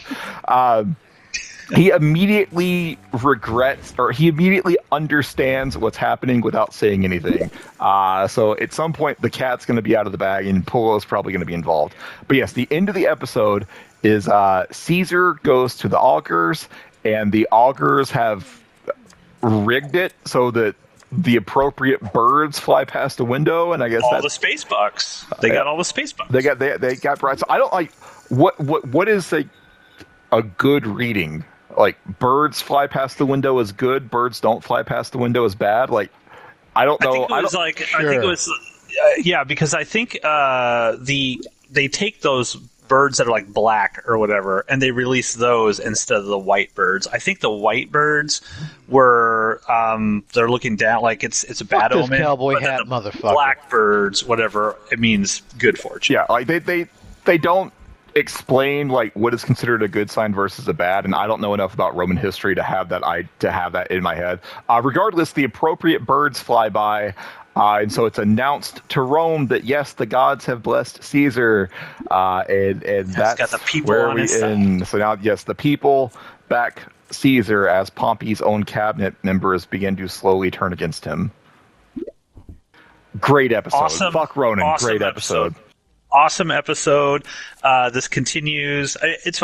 I've watched this series in the past. I loved it when it was on HBO, and as I watch this more, I'm just like, man, I forgot so much because these episodes are so goddamn dense. And we had that same comment about a lot of the Spartacus episodes, where so much shit was crammed into it. But it's like, we're only 4 episodes in, and basically Caesar has already defeated Gaul and got the entire Roman populace on his side in the span of what, like 2.5 hours or something. It's just, there's just so much shit going on. I loved it. Steve loved it. I'm curious now why Ronan hates it. I've already explained it. There's about 10 minutes of really awesome shit in this, and everything else is like, I don't care about any of you people. I just don't like any of you. I don't give a fuck about anything you're talking about. I don't care. When's my boy gonna pop back up again? Like, what exactly is it about the other characters that you don't like? They're boring. They don't stand out from each other. They're but I disagree. I will say, visually, Cheerios? some of them don't stand out from each other, but I don't know what else you would expect. One person's trying to take over a fucking country, the other person's trying to stop it. They all have their underlings doing underling things. Like, boring is not how I would describe any of this. Uninteresting? I don't know. I'll look up some different words for boring and get back to you on that. Ronan, I respect your incorrect opinion. Yeah, it's totally cool if you don't like it. I mean, you can be wrong about lots of things in life. So I'm curious, what is it about Spartacus, like a typical Spartacus episode that's very dense, that you like more than something like this? Is it just like you like the gladiators and their personalities more than the personalities you're seeing here, or the gladiators all have great personalities? All of what, even like Badiatus and like all of their scheme, even the bad guy characters, they all stand out from each other. It does help visually. They're all very, very distinct from each other. They're not all just, oh, here's another generic white woman in a white robe. No, they all have they all stand out, like visually and personality wise. You can, like, the bad guys, they're forming plans. You understand the plans, and they're also like, it's like, you gotta love a smart villain. That's part of why Asher was so great. You love a smart character, so you're willing to root for them, even though they're doing horrible, evil things. Like, God damn, he's just so good at it. And again, they all stand out, and they all have great personalities and characters, which this show only has about 4 of. Disagree, but that's all I got. Steve, no, I'm going all in blind. All in blind. Oh shit! This is the last hand. Yeah. No, I love this. I am all into this. This is just Spartacus 2 for me. I agree with Ronan on a lot of these characters looking the same. That's the only criticism of his I agree with. I am hooked on all of the plans and plottings of these people here. Loved it. Absolutely loved it. Cool. Yeah. So I've gone all in. Let me see what the next episode is titled, so we can key up. Be sure to attend that like button, ladies and gentlemen, because in 2 weeks. Ronan's got Sound Jack off King, in the King com- 5. Jesus Christ, I am fucked. Sound off in the comment section. Come on, 5s and What do I have? 3s. Oh, kings and 2s? Oh, there's a 2. Oh, that's a lot of hearts. Give me a 6. No, that's not good. Ronan's looking good right now. I don't like this. I don't like this. I don't like this. Yes! Yeah! Oh, Fuck you! Fuck all of you! Unbelievable. Oh, and I got an achievement for that. Octagon. 8 times your buy-in during a single multiplayer ring game. Oh, yeah, it's great. I mean, I hope you peasants have a good time watching the next episode. I'm fucking rich over Episode 5. Yeah, Polo over here just stole our money. The Ram has touched the wall is episode 5. So in 2 weeks, every Wednesday, we're dropping a new Jupiter's Croc. So is it every Wednesday or every 2 Wednesdays? Every 2 Wednesdays. I'm sure that's what I said, right? Wednesday no. every 6. You have been every saying 6 months from next Wednesday is when it's going to happen. You've been alternating between every Wednesday and every other Wednesday this entire episode. Probably last episode too. Every other Wednesday. every other Wednesday that falls on a lunar new moon that also happens. Jesus fucking Christ. Thank you, everyone. Goodbye. We're done. Everybody stop talking. Bitch. Welcome to another episode of Jupiter's Croc, everyone. My name is Matthew, joined once again by Steve. Hello, yes. Once again, I have watched an episode of this amazing show that everyone here agrees is amazing. And the one who believes it's amazing the most, Ronan. I have survived the snowpocalypse of Memphis 2025. Like the weather can't keep me down, can't be contained, won't be contained. Ain't that right, Frankie? How much snow did you get? About 8 inches, which for us that's a big amount. But it also, because this is the South, by the next day it had melted down to about 4, and most of it is gone now. Within about a day and 2 days, it's almost all gone. Well, we are glad you survived so that you can continue watching this amazing show, Rome. And this week, we're going to talk about episode 5 of the first season called The Ram Has Touched the Wall. Plodicus, I'm just going to hand it over to you. God. Now, I will say here, I actually asked last night, I said, Steve, do you want me to watch this episode with the Ray Stevenson audio commentary on? And you told me yes. Go ahead and watch it. So, I'm not going to be super helpful in trying to figure out every little thing because some scenes he was talking over and giving some background and context to. But I will provide the Ray Stevenson audio commentary fun facts as we go through this episode. Yeah, good. It's shame on you for feeling like you had to ask because anytime it's anytime you have a chance to I listened to the Titus Polo commentary track, you fucking take it. You don't just ask for it, you just do it. Well, he was pitching in the sense that if I don't listen to the Ray Stevenson commentary, that I am more helpful to fill in the gaps in Steve's memory. Exactly. Nope. Ronan. Which means now all of the pressure is on Ronan to have remembered everything that happened. Because fucking hell, I don't know if I can. Okay, let's try.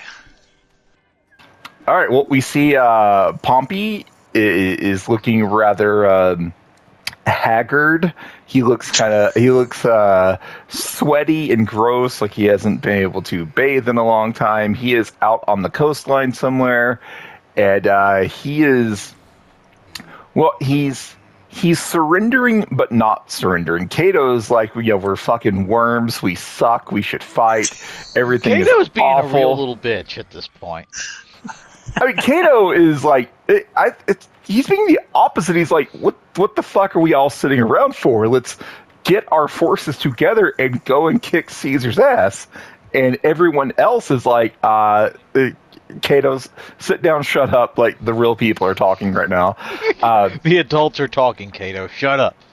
Pompey is he's surrendering but not surrendering. He's going to accept Caesar's truce, but only to buy time so that he can eventually go and kill Caesar later. And Cato's not having it, but eventually they do accept Caesar's truce. And there's this scene where a letter is being written by committee Like, so Pompey is like, "Oh, Caesar, I accept your truce," and the other senators are like, "No, we will not use the word truce. The word truce implies that Caesar is like a legitimate political figure now instead of a criminal," and so they rewrite the sentence. It's like, "Gee, Caesar, This is how corporations come up with their apology tours, or like when a celebrity gets outed for being a real shithead, and their PR people come up. It's like, well, okay, well, we have to apologize, but not admit that we did something wrong, because that could backfire on us later on in legality.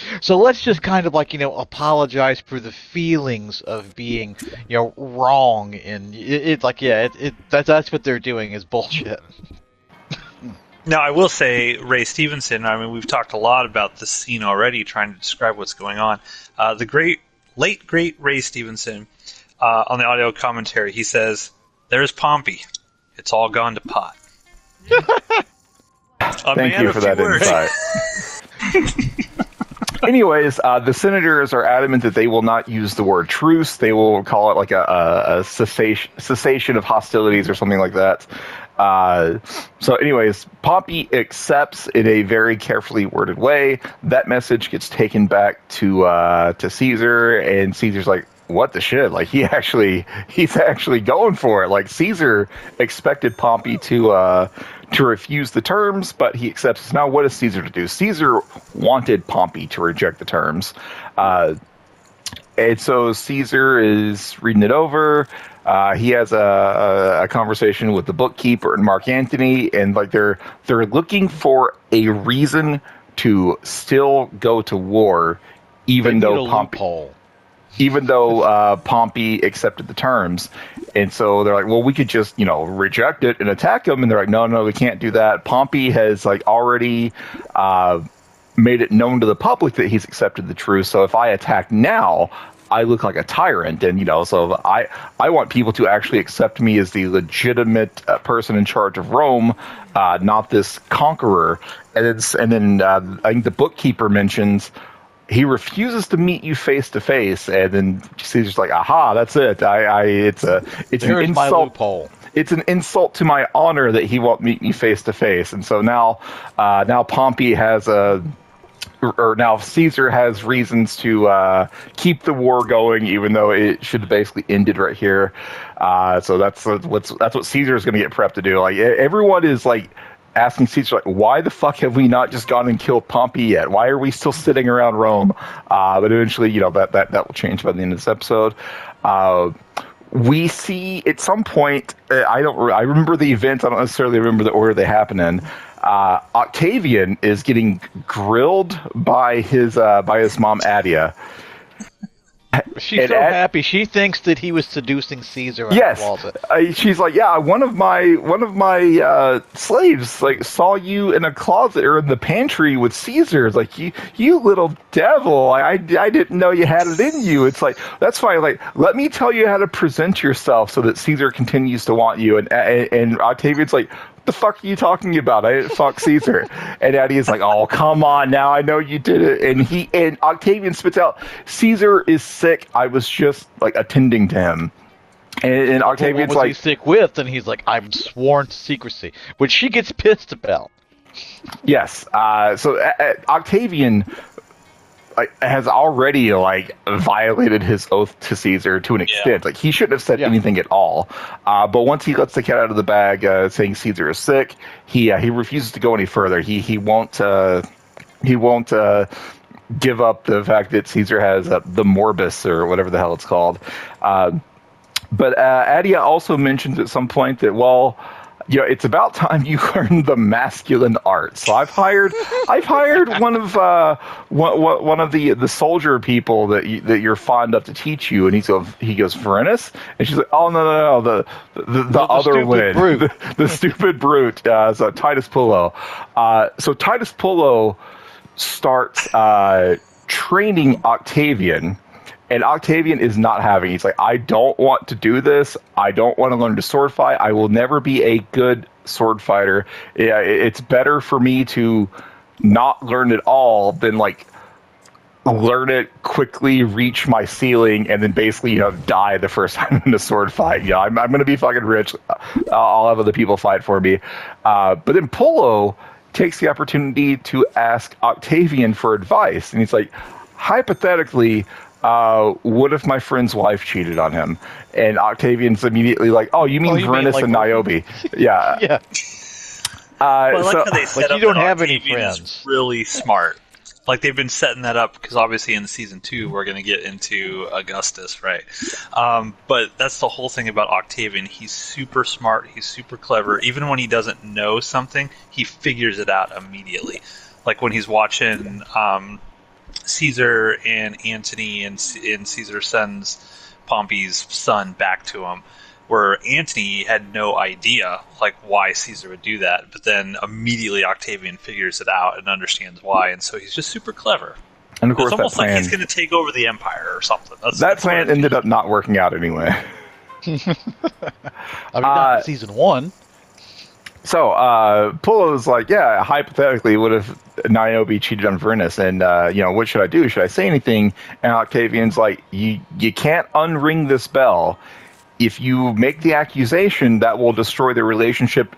What if you're wrong? Like, what evidence do you have? And Titus Pullo's like, I have none. And so you think what's going to happen is Titus Pullo Investigation Services is going to like open up this. He's going to do a really shitty job, probably, of trying to uncover some sort of evidence of wrongdoing here. What happens instead is Octavian and Pullo sneak off into the night to hunt down Niobe's affair partner. I'm just going to go ahead and wrap up the story now, because otherwise I'm going to forget. Badiatus would have been proud of the way they handled this. Yes. So we have Titus Pullo and young Octavian. They dress up in hooded robes to hide their identity. They sneak out into the night and they find Evander, who is Niobe's baby mama or baby daddy, and they capture him and they take him into the fucking sewers. And Titus Pullo's like, tell me the truth about you and Niobe. And at first, Evander's like, I don't know what you're talking about. I saw you with her. He's like, well, yeah, I'm her brother-in-law. Like, I'm married to her sister. Like, I got into a fight with her sister. I just wanted her advice. And Titus Pullo's like, oh, well, I guess that's the end of that. And Octavian was actually buying it, and Octavian's like, no, this motherfucker's lying to us. Yeah, and Octavian's like, no, that's not it. He's lying. Torture him. Cut his thumbs off. And Titus Pullo's like, oh, by the gods, you're a salty cunt. All right, and he just goes to cut his thumb off. No, he's actually initially he's kind of hesitant. He's like, I've never tortured anybody before. Like, yeah, I'm a he's not brute. against it. He just doesn't know how. It's like, well, there were people who were trained for it. I wasn't one of them. And Octavian's like, well, just cut his thumb off or something, bro. And Titus Pullo's like, yeah, okay, that's fine. Yeah, you're the clever one. And so he starts torturing Evander, and Evander's like, yes, fine, I fucked Niobe, now just kill me and get it over with. And Titus Pullo's like, all right, and Octavian's like, wait, no, there's more. And so the torture continues, and finally, will continue until morale improves. It's Evander is he's had his thumbs cut off, he's bloody, like one of his eyes is swollen shut, and he's begging Pullo to just kill him and get this over with. But eventually, under the threat of more torture, Evander spills the beans that the son or the kid that Vernus thinks is his grandson is actually Niobe's child, and so they kill Evander. They dump him in the sewer, and they get out. And early on, or in the first scene where Pullo first brings this up to Octavian, they're like, well, we shouldn't bring this up without proof. We need proof. And now proof has been found. And now Octavian is like, we will never fucking talk about this again. Swear it to secrecy. Yeah, this story will be buried forever. Out. Yeah, basically. Brainus can never know. Shut your fucking mouth, Titus Pullo. And like, what what changed things for her? Because it seems like Octavian was very much in favor of spilling the beans if they had proof, and now that's changed. Is it the baby? All right, so it's the baby. It's like, so I guess I guess they were fine. Like, I'm fine telling Venus his wife cheated on him, but if we tell the full story now, I guess the baby's going to suffer. I don't know. They do a 180, and now they're swearing each other to secrecy. Well, what's funny? Sorry. Go ahead. No. Well, I was curious. Is because so Titus tells him while he's training him about I suspect something about a friend of mine. I'm not saying who, cough cough, and that's it. And then 20 minutes later, because we did kind of jump ahead a bit. 20 minutes later, suddenly it's like Octavian and Titus are tight enough bros that they're gonna capture a full Roman citizen and torture him under the sewers. I'm like, where the fuck did this strong bond between these two characters come from? I'm here for it. Don't get me wrong. It's because that seems like the way that Titus has figured out how to navigate the world. It's like, well, I'm a big stupid guy, although he's not nearly as dumb as he seems to think he is. And I'm just going to latch myself on to any kind of small person who needs muscle. And in this case, it's Octavian. But where did this sudden tight bond and then secrecy vow come from? Because it does seem to come right the fuck out of nowhere. I mean, how many minutes would it take you to bond with Titus Pullo, Ronan? I thought, well, instantly. Exactly. There you go. But there's a difference between bonding and being I say, chap, do you want to take a man into the sewers, torture him, cut off parts of his body, and then kill him and dump him into the water? No, that's where the bond stops. But remember, Octavian, that he is going to be Augustus Caesar, right? He's literally going to become the first emperor of Rome. I think that this scene is more about him and how he will ultimately do things to get the information that he wants about all manner of things. And so I think, Octavian is super powerful in Roman society as it is already. And so I think he's just, he's like, God, I'm a kid, and I got a match and fire, or gasoline. I'm gonna take this opportunity to fucking see if I can get the information out of this guy. And then once they got the information out of the guy, they're like, "Yeah, you're gonna be fucked with your friend if you mention anything about this." And he's probably gonna murder his wife because Roman, men could do that. If your wife went out and had another kid with someone else, you could literally murder her. That's why Niobe was so panicked earlier when she's like, you cannot say anything to this guy at all. He's going to murder us if he finds out. That's a big, big no-no. You cannot have a kid with some other dude while you're married. And so I'm sure Octavian realizes, it's going to be bad for you also, Pullo. Yeah. You insert yourself into this anymore. Plus, it's now bad for you. Now Titus Pullo, who has shown himself to be one of the more competent and reliable people, even if that is by sheer fucking dumb luck. Now that person owes Octavian a favor. Yeah. You see, I kind of read into it that Octavian was going along with this because he's it's clear that he doesn't want to stay at home because his mom annoys the fuck out of him. He's okay with his sister, but his mom drives him up the wall. Honestly, the vibe I got from this was that he kind of did this out of boredom. It was kind of like a good mind exercise. Oh, well, this might be fun. Okay, well, let's see if we can't find. Let's do a little investigation, little investigative torturing. I just kind of got the vibe that he did it because he was bored. That kind of shows through more in the next episode. Not only that he's bored, but that he just doesn't want to be around his mom because his mom doesn't get him. That was kind of my reading from this, is that this was just boredom for him. It's I'm bored. I'll help you out, I guess. We'll get now, to that. Now, Ray Stevenson's reading of this scene was, quote, I felt sorry for the guy, but that's life, unquote. Man, a few words. All right, so maybe I'll talk about this episode in based on the character, because let's talk about what Verinus is up to. Go ahead. No, yeah, I was about to say. Well, with the Titus subplot now closed up, that was more or less the extent of my interest of this episode. What a sad little life you lead. Anyways, let's talk about Varinus, because Varinus, one of the other incredibly awesome characters in the show, Varinus is having a hard time. He was going to open up his own, like, slaver grocer business of some sort. He was going to be a man who knows how to get things.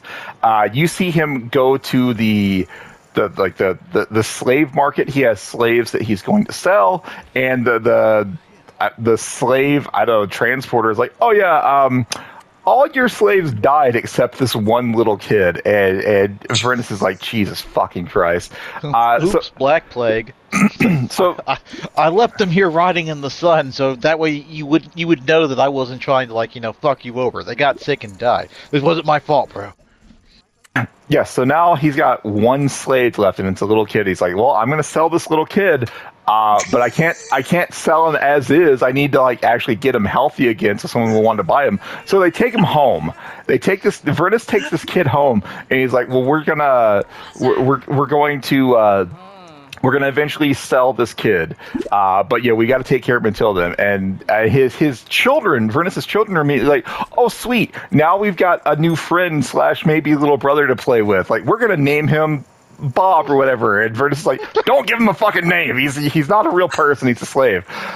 So you already know, Varinus is going to be tied to this kid forever now. He's not going to be allowed to actually sell him. I assume. I haven't watched the rest of the series yet. But his kids have taken a liking to this slave kid. They're going to, treat him respectfully, which is probably going to make the whole slavery thing a tough sell. He's like, we have no money. How are we going to feed this kid? Don't fucking worry about it. There's also a scene, speaking of slaves, I don't remember if this happens in this episode. Yeah. No, it did. That girl that Titus was hanging out with, she disappears, and they find her in some other guy's bar or something. He's like, "Well, coin was owed, so I took this girl." And now that girl is Varinus' house slave. Yeah. So this is a scene that actually made me laugh out loud. Titus and Varinus go and retrieve Pullo's pet slave girl, I guess. We still don't really know what their relationship is. Titus Pullo just says at one point, I haven't had sex with her. I just like looking at her. She makes me happy. She makes me feel calm when I look at her. But they bring her to Niobe, and Varinus is like, well, here, this girl is now your personal slave. You've been wanting a slave. Here you are. And Niobe's like, I don't want her as a slave. And Varinus is like, why not? It's like, well, I just don't like her. Let's get one of your Gaul slaves. And he's like, I can't. They're all dead. The ones I have access to are basically not even house trained. They'll kill us in our sleep. And they go back and forth. And every time Niobe has an excuse for why she doesn't want the slave. And then the last time, Varinus is like, just tell me why you don't like her. And Niobe says, I don't like her eyes. And Varinus just pauses, gets this incredibly stern look on his face, and just goes, you drive me insane, and then walks away. I laughed out loud at this scene. That was a good human moment for him. Yeah, because he's genuinely trying at this point. Early episodes, we've seen that, yeah, he is a bit of a dickbag at home, but at this point, he's trying to turn over a new leaf. And he's like, okay, I'm trying to see this from your point of view. Tell me what you don't like about her. Her eyes upset me. And it's like, that's the only response you can have to such a thing. If we're talking about, the enslavement of another human being, and this is the one thing that's stopping you from that, is, well, her eyes are a little funky. That's the best your response to that question is just like, oh, gee, women, am I right? Ba-da-ba-ba-ba-ba. It was such a great line. I think that might be the first time that I just loudly laughed into the world. It's great. Anyways, now Pullo's pet slave is Varinus's house slave, whatever.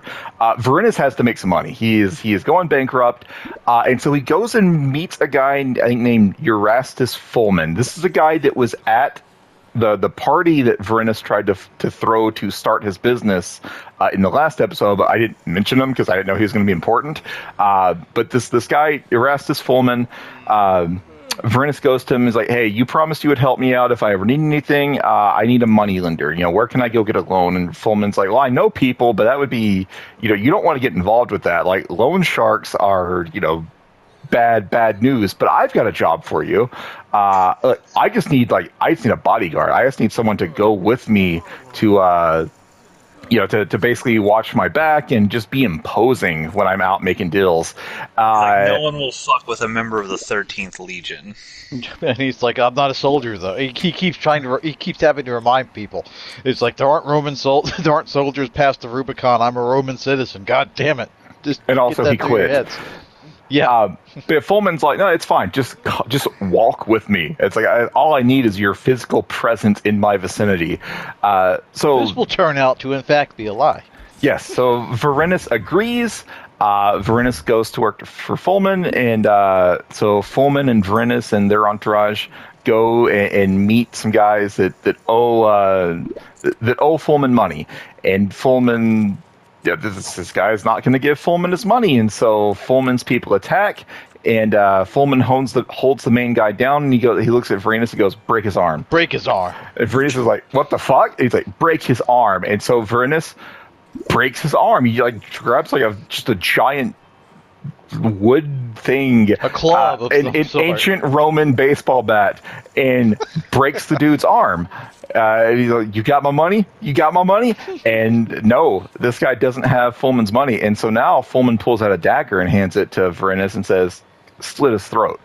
And Varenus is like, "What? You want me to just kill him?" "Yes, kill him. Slit his throat." And Varenus thinks about it for a second, and he ultimately decides, no, he's not going to do this. And so he throws his the dagger on the ground, goes back to Niobe. He's like, I couldn't do it. I couldn't just be this guy's enforcer. Niobe's like, you sure you couldn't have? Like, it probably would have been okay. But Varenus wants no part of this. Or 7-2 offsuit would have been a great hand for this. Varenus wants no part of this job, and so he quits. So I'm going to put a pin in the Varenus story for a moment, because his story ends up connecting to someone else's. So let's go back to Caesar.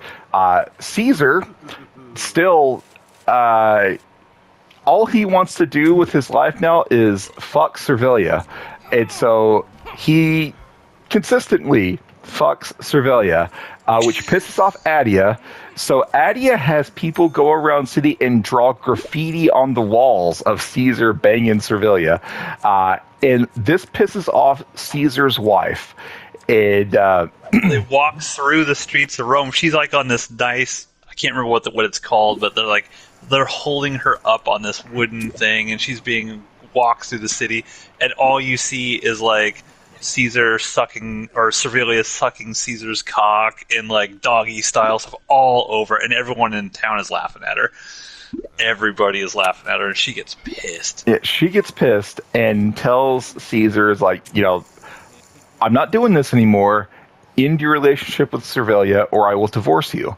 And Caesar needs Calpurnia. Like, Calpurnia's family, I guess, brings some sort of wealth or power to the situation, and Caesar can't continue his plans without that.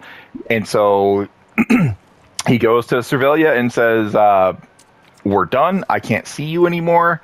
And Servilia thinks at first that he's joking, but he is not. They get into a slap fight, and Caesar wins that fight. A very uncomfortable scene. So Caesar just immediately leaves Servilia, and he's like, fuck it. My entire reason for staying here was to bang this woman, and I'm not allowed to bang her anymore. I guess it's time to go get Pompey. And so Caesar... Hold on, before you get to the Pompey thing, I had a question about it. Why do you guys think that Caesar, when he's talking to Servilia, he did not basically just tell her, hey, my wife found out, she's going to divorce me, I can't get a divorce right now because I'm in the middle of trying to take over this republic, and I won't be able to do it if that happens. We need to just take a break here for a bit until I can figure out a way to take care of Calpurnia.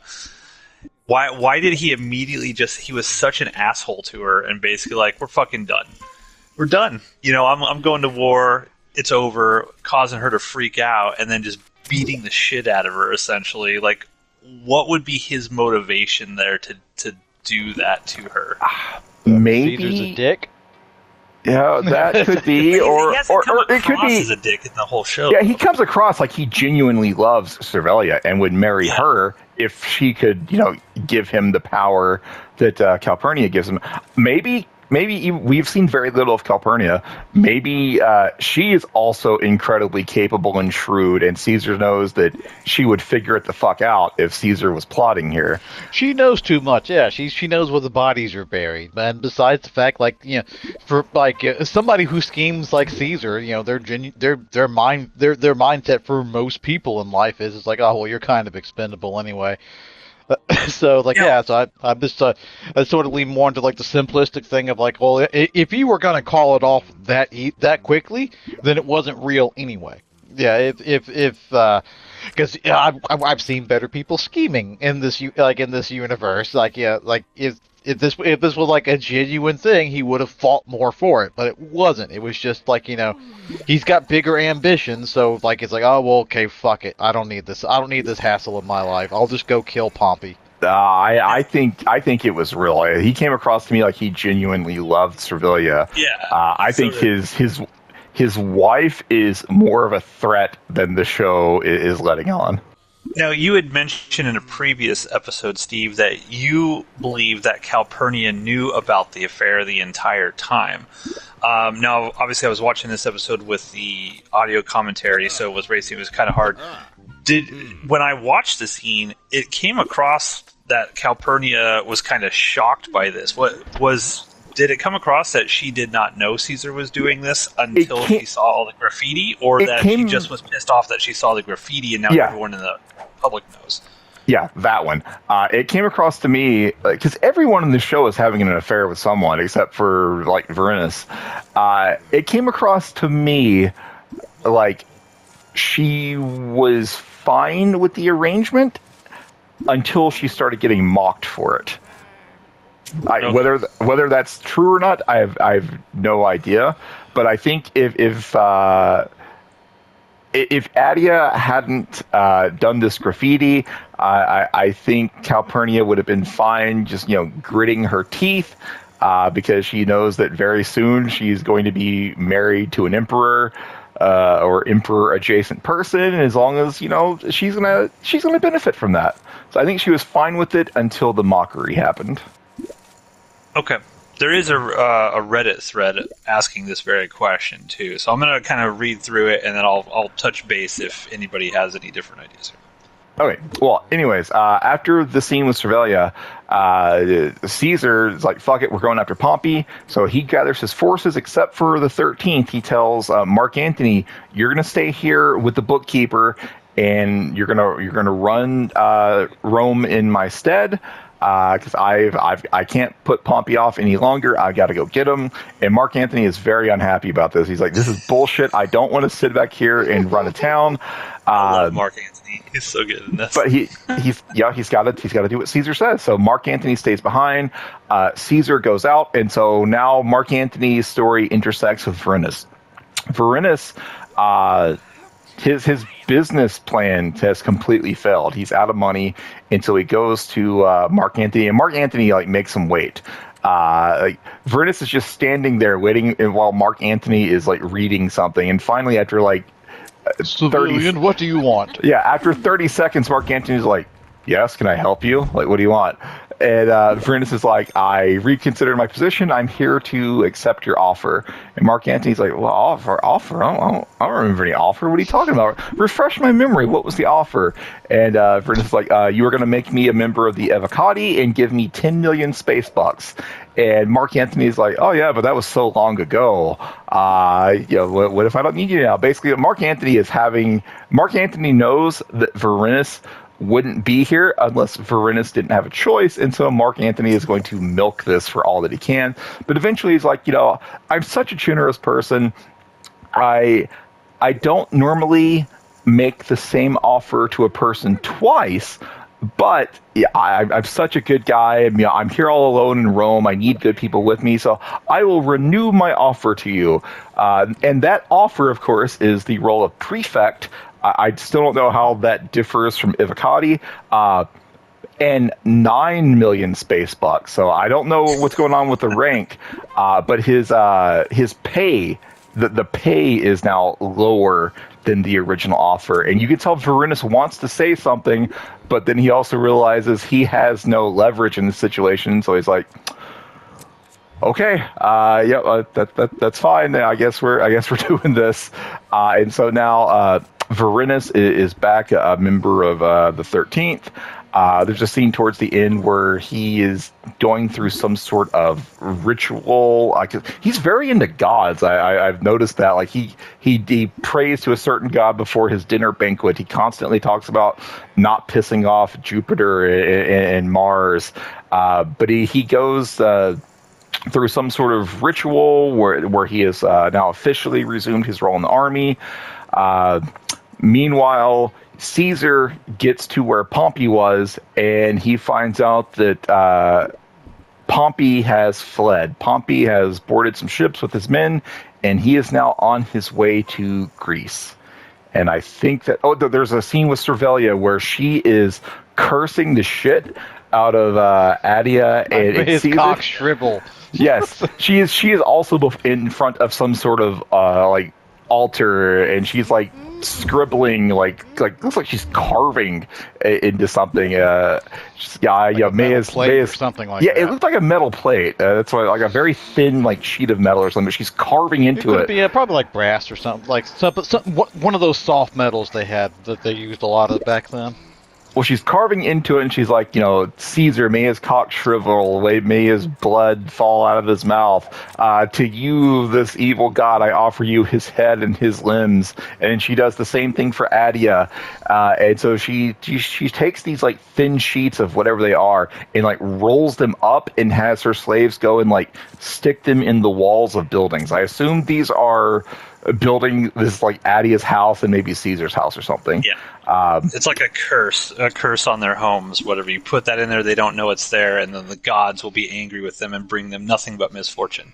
Now, Ray Stevenson, when Servilia was doing this, his insightful quote was, "She's not happy," unquote. Well, what did I miss? I think I covered Pullo, I covered Varinus, I covered Caesar, I covered Pompey, I covered Mark Antony. What am I missing? I feel like more things happened here, but I've talked a lot. I think we nailed everything. It's just out of order, but that's probably the best way to do it. I'm fucking sorry, Ronan. I'm sorry that my synopsis was not to your liking. Please don't have my thumbs cut off. I said that was the best way to do it, all right? I was on your side. Okay, I'm going to scratch your name in the metal, Steve. Let me tell you some tidbits from the Ray Stevenson commentary. So, I'm not going to lie, I was a little disappointed with this commentary. It sounds like it. He doesn't talk a whole lot about the characters and things of that nature. He talks mostly about behind the scenes stuff, almost like it was like a production designer or something talking about it. So I'm just going to roll through the notes that I wrote here. He loves the opening credit scene. He said they actually took graffiti and frescoes from Pompeii and used them in the opening credits. So when you see all of the weird things coming to life on the walls of ancient Rome, those are actual designs that were found in Pompeii.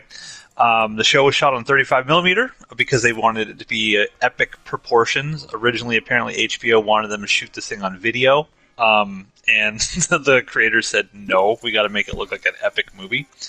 The actual until Game of Thrones, this was the most expensive TV show ever made, wasn't it? And then Game of Thrones, it was one of them. Yeah. It was like $200 million or something. And part of the reason why is the set that they are on was 5.5 acres. That's an actual set. Like, they built ancient Rome on the back lot of Cinecittà, the movie studio in Italy. When he talked about Attia's villa, he said the entire thing was built to scale.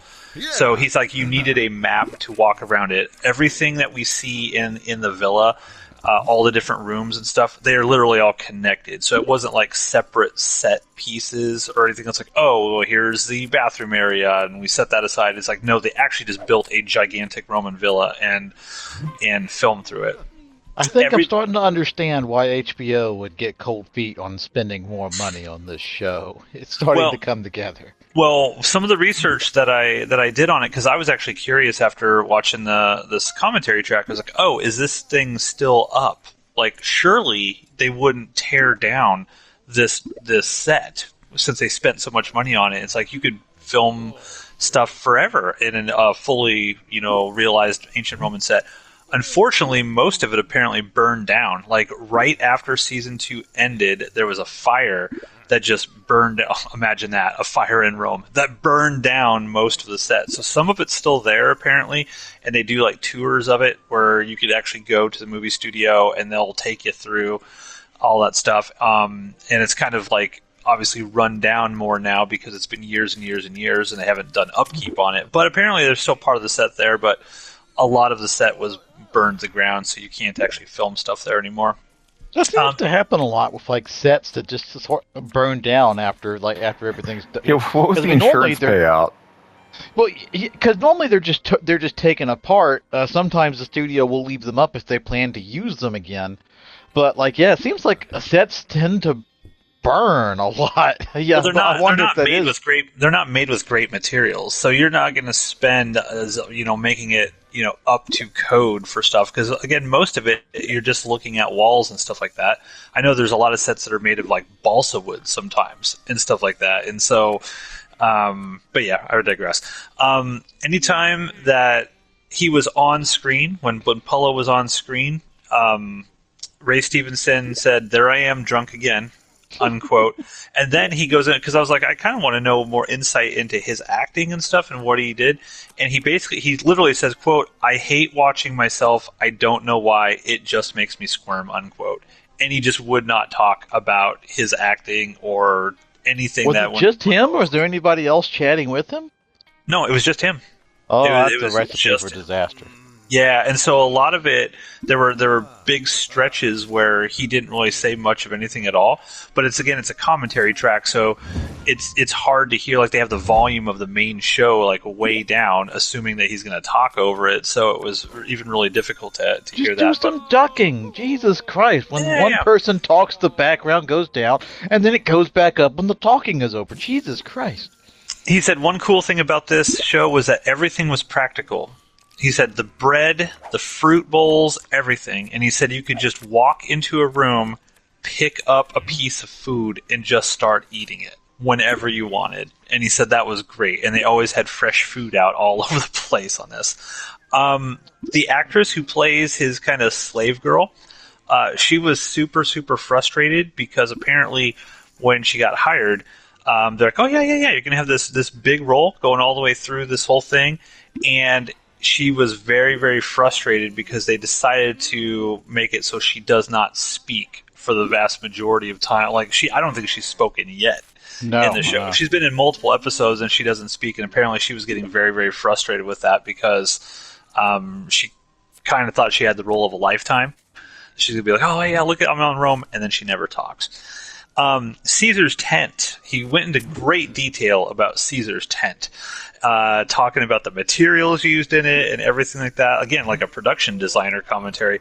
He said that this tent was broken down and put up again all over Italy. So basically what the production team did is they built the tent and then they traveled around Italy with it, tearing it down, putting it back up, leaving it out in the elements and all of that, just so that it would have, like, it would look really worn and used when it was filmed, which I thought was kind of interesting. There's only 2 tidbits left that he really mentioned. He said that he hated the sandals he had to wear. He said he would rather walk barefoot than wear these sandals. He said there was no support to them. The rocks got in them constantly. They were super difficult to tie. And he went and he asked the producers, because he's a tall dude. He's like, can I just not wear the sandals? And they said, absolutely not. This is authentic. You have to wear these authentic Roman sandals. Again, I'm starting to understand how this became the most expensive show ever made and why HBO would say no and then half the second season down. I'm starting to understand. Well, he's like, but nobody's looking at my feet. and he made the point that like you don't ever see Polo's feet in a shot. And he's like, why can I not just walk barefoot? And they refused and forced him to wear these horrible, horrible sandals. So I got that. And the last thing, he said he loved riding horses. Like there's a scene where he's on the horse. He said that was incredibly, incredibly fun. And he's like, except the one time I fell off, but that's a story for another day. And that was it. That's the info I got from the Ray Stevenson audio commentary. I was quite disappointed with it, honestly. Sounds like a contractual obligation that he did not want to do. It does sound like he was kind of forced to do it, yeah. Is this the episode where we are introduced to Titus because he's fallen asleep on the stair? Like, you know, like Varenis's daughter comes in, like your man Polo's asleep on the stairs. Then he goes outside and kicks him. Titus goes, "Mom off, you pig fucker." Yeah, he's like, "Oh, there I am, drunk again." Yeah, so. But that's it. Thoughts, Steve, on this episode? Did you like it? Did you hate it? Another great episode. Like I am engrossed in this show. Yeah, this is fantastic. Had a good time with it. All of the characters, there's so much. There's no wasted time in this show. Like everything is building to something else. Like even when you find Ray Stevens, like asleep on Varenis's steps, which seems like, oh look, Polo's drunk again, ha ha ha. No, he's wanting to be close to Varenis because he's still like observing Niobe and giving her subtle clues that he knows. And there's a scene, maybe it's in this episode, maybe it's the previous episode, where Niobe is talking to her friend, and it's like, Titus Polo knows, and the friend is like, Titus Polo's an idiot. He doesn't understand any of this. It's everything like supports another part of the show. Show is fantastic. I'm glad you like it. I echo everything you say. Ronan's critique that all these people look the same and it's hard to differentiate all of them, I think that's totally off base. I think every character in this show is super interesting. Super interesting. Whether it's Servilia or Mark Antony or Caesar or Polo or Varenis, Octavian, Adia. Like, here's a question for you. Who is more scheming and manipulative at this point, Lucretia or Adia? You mean like 6 episodes in? Yeah. I would definitely. I don't know. It's been. I can't remember if Lucretia really started like scheming this early on in Spartacus, but I would say hands down towards by the end of the show. I haven't seen the end of this one yet, so this will be a gamble that later on. But I would wager a bet that Lucretia hands down is the more dastardly schemer. But as far as to who is trying to scheme more, the show's not done yet. I don't know. Trying Adia's to catch great, me like that. I love Adia. I love Polly Walker's performance in this. She's just so. What's the word I'm looking for? I probably shouldn't say the word I'm looking for. Bitchy. Ronan, go ahead and give your crappy opinion about what you thought of this episode. I wasn't really needed more Titus Polo, needed more Varenis. That my chief complaint this episode. Needed more of them, not enough. Is there anything else going on in the show that you care? Like, do you have any investment on like Mark Antony or Caesar or what's going on, or are you just completely checked out on everything? I don't give a fuck about any of the other characters. Not a flying fuck. Okay. Well, we're going to force you to watch many, many more episodes, so stay tuned in a couple weeks, everyone, where we talk about episode 6. I think it's pronounced Egeria. Goodbye. Welcome back to another episode of Jupiter's Croc here on the Outpost Unknown YouTube channel. My name is Matthew, joined once again by Steve. Hello. Show's still great. Yeah, and probably the most excited member of the show. Every single week, he's just cannot wait to watch a new episode. Ronan. I could have been fishing. Could have been. So, we're going to talk about episode 6. Outside, touching grass. Shut up. episode 6, I think it's Egeria is how it's pronounced. Again, I'm just going to hand this over to Ploticus because there's so much shit that goes on in these episodes that I have no idea how you remember it all. I actually took notes on this one because, so the thing with my notes on this is I'm watching these on the Blu-rays. So I was hoping that all of these episodes would have like audio commentaries and stuff, but they don't. The very first one that did was last episode where I watched the Ray Stevenson disappointing commentary. But every episode has this thing called All Roads Lead to Rome. And if you click it, it actually brings up factoids throughout the course of the episode. So Pretty sure like, Spartacus had a mode like that too, didn't it? It might have. Yeah, it might. I don't think I watched it with that mode, but I specifically went to this mode on this one because I was like, oh, well, let me just test this out and see what it is. And literally, like, it will tell you everything that's going on. For example, just jumping ahead, because I doubt this will come up in the actual overview that Steve mentions. But there's like this red painted woman that Niobe is like praying to later on, and they give no context at all as to what this. I assume she was some like red painted woman, fertility person. Yes, so that's an actual like an avatar of a good goddess, which is associated with fidelity and forgiveness.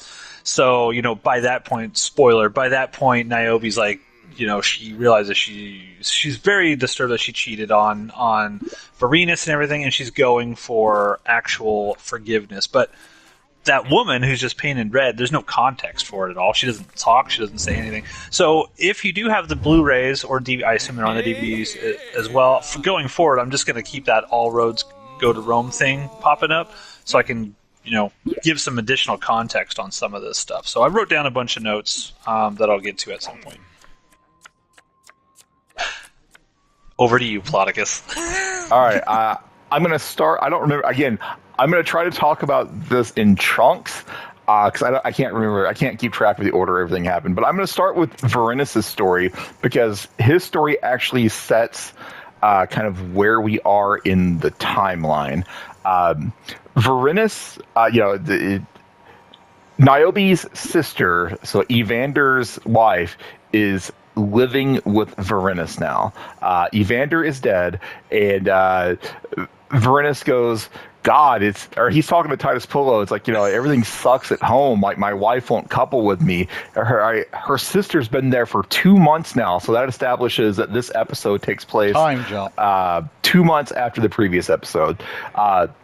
So I love his comment right there also when he's like, oh, she won't couple me. She says her sister's there and it makes her uncomfortable. What does that have to do with anything? Like, he's ready to just let the sister sit there and watch at this point. He's like, I don't the proper Roman way, Matt. The proper Roman way.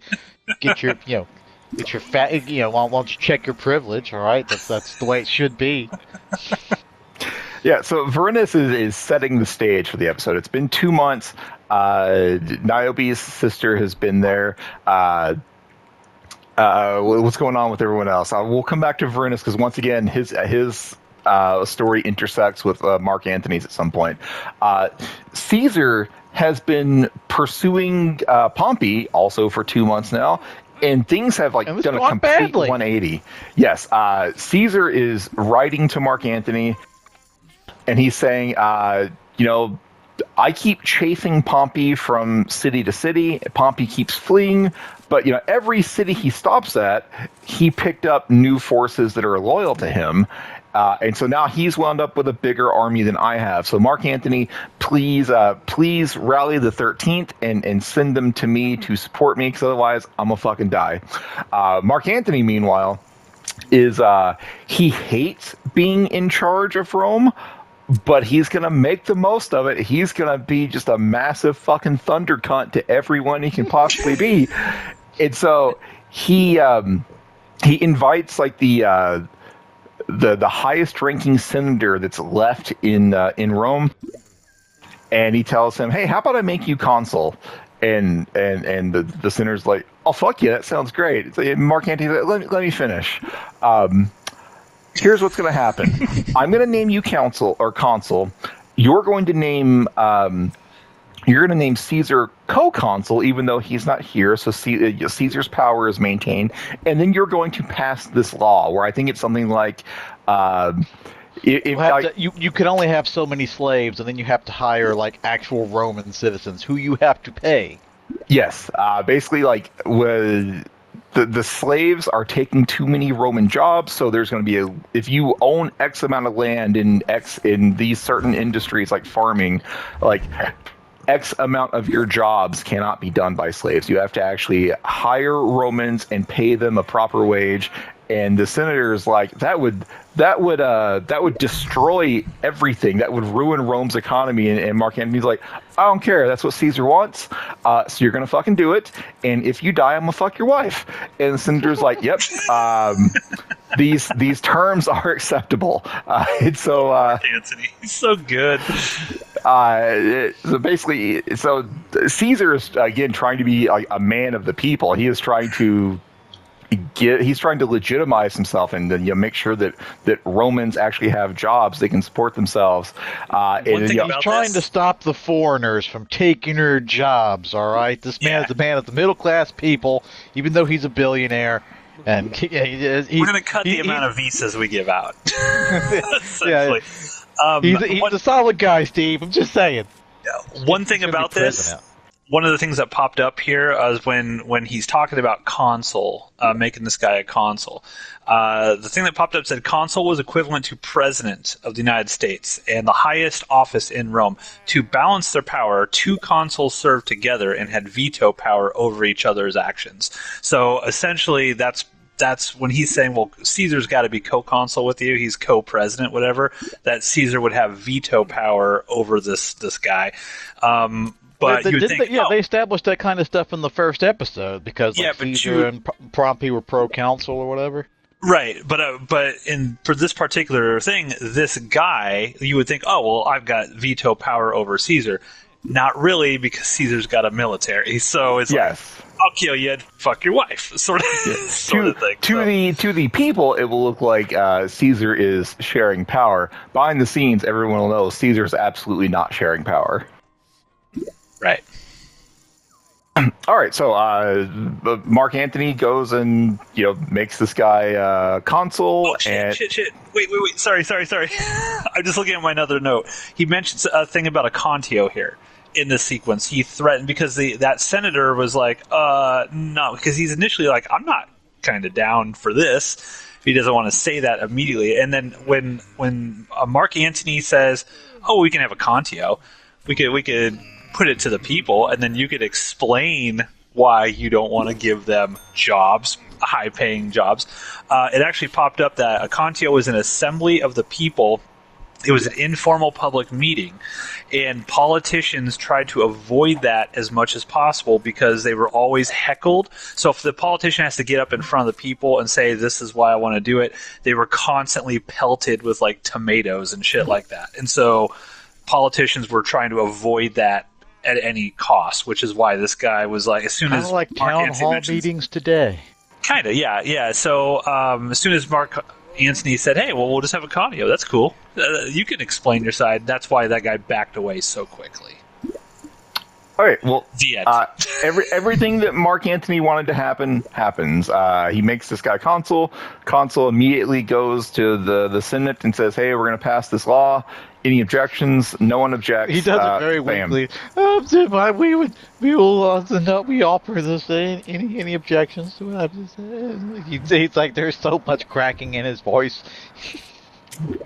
Anyways, Polo loves this, by the way. He's super happy. I just get to keep cutting Steve off. Polo loves the fact that Mark Antony's making like the Roman citizens get the jobs.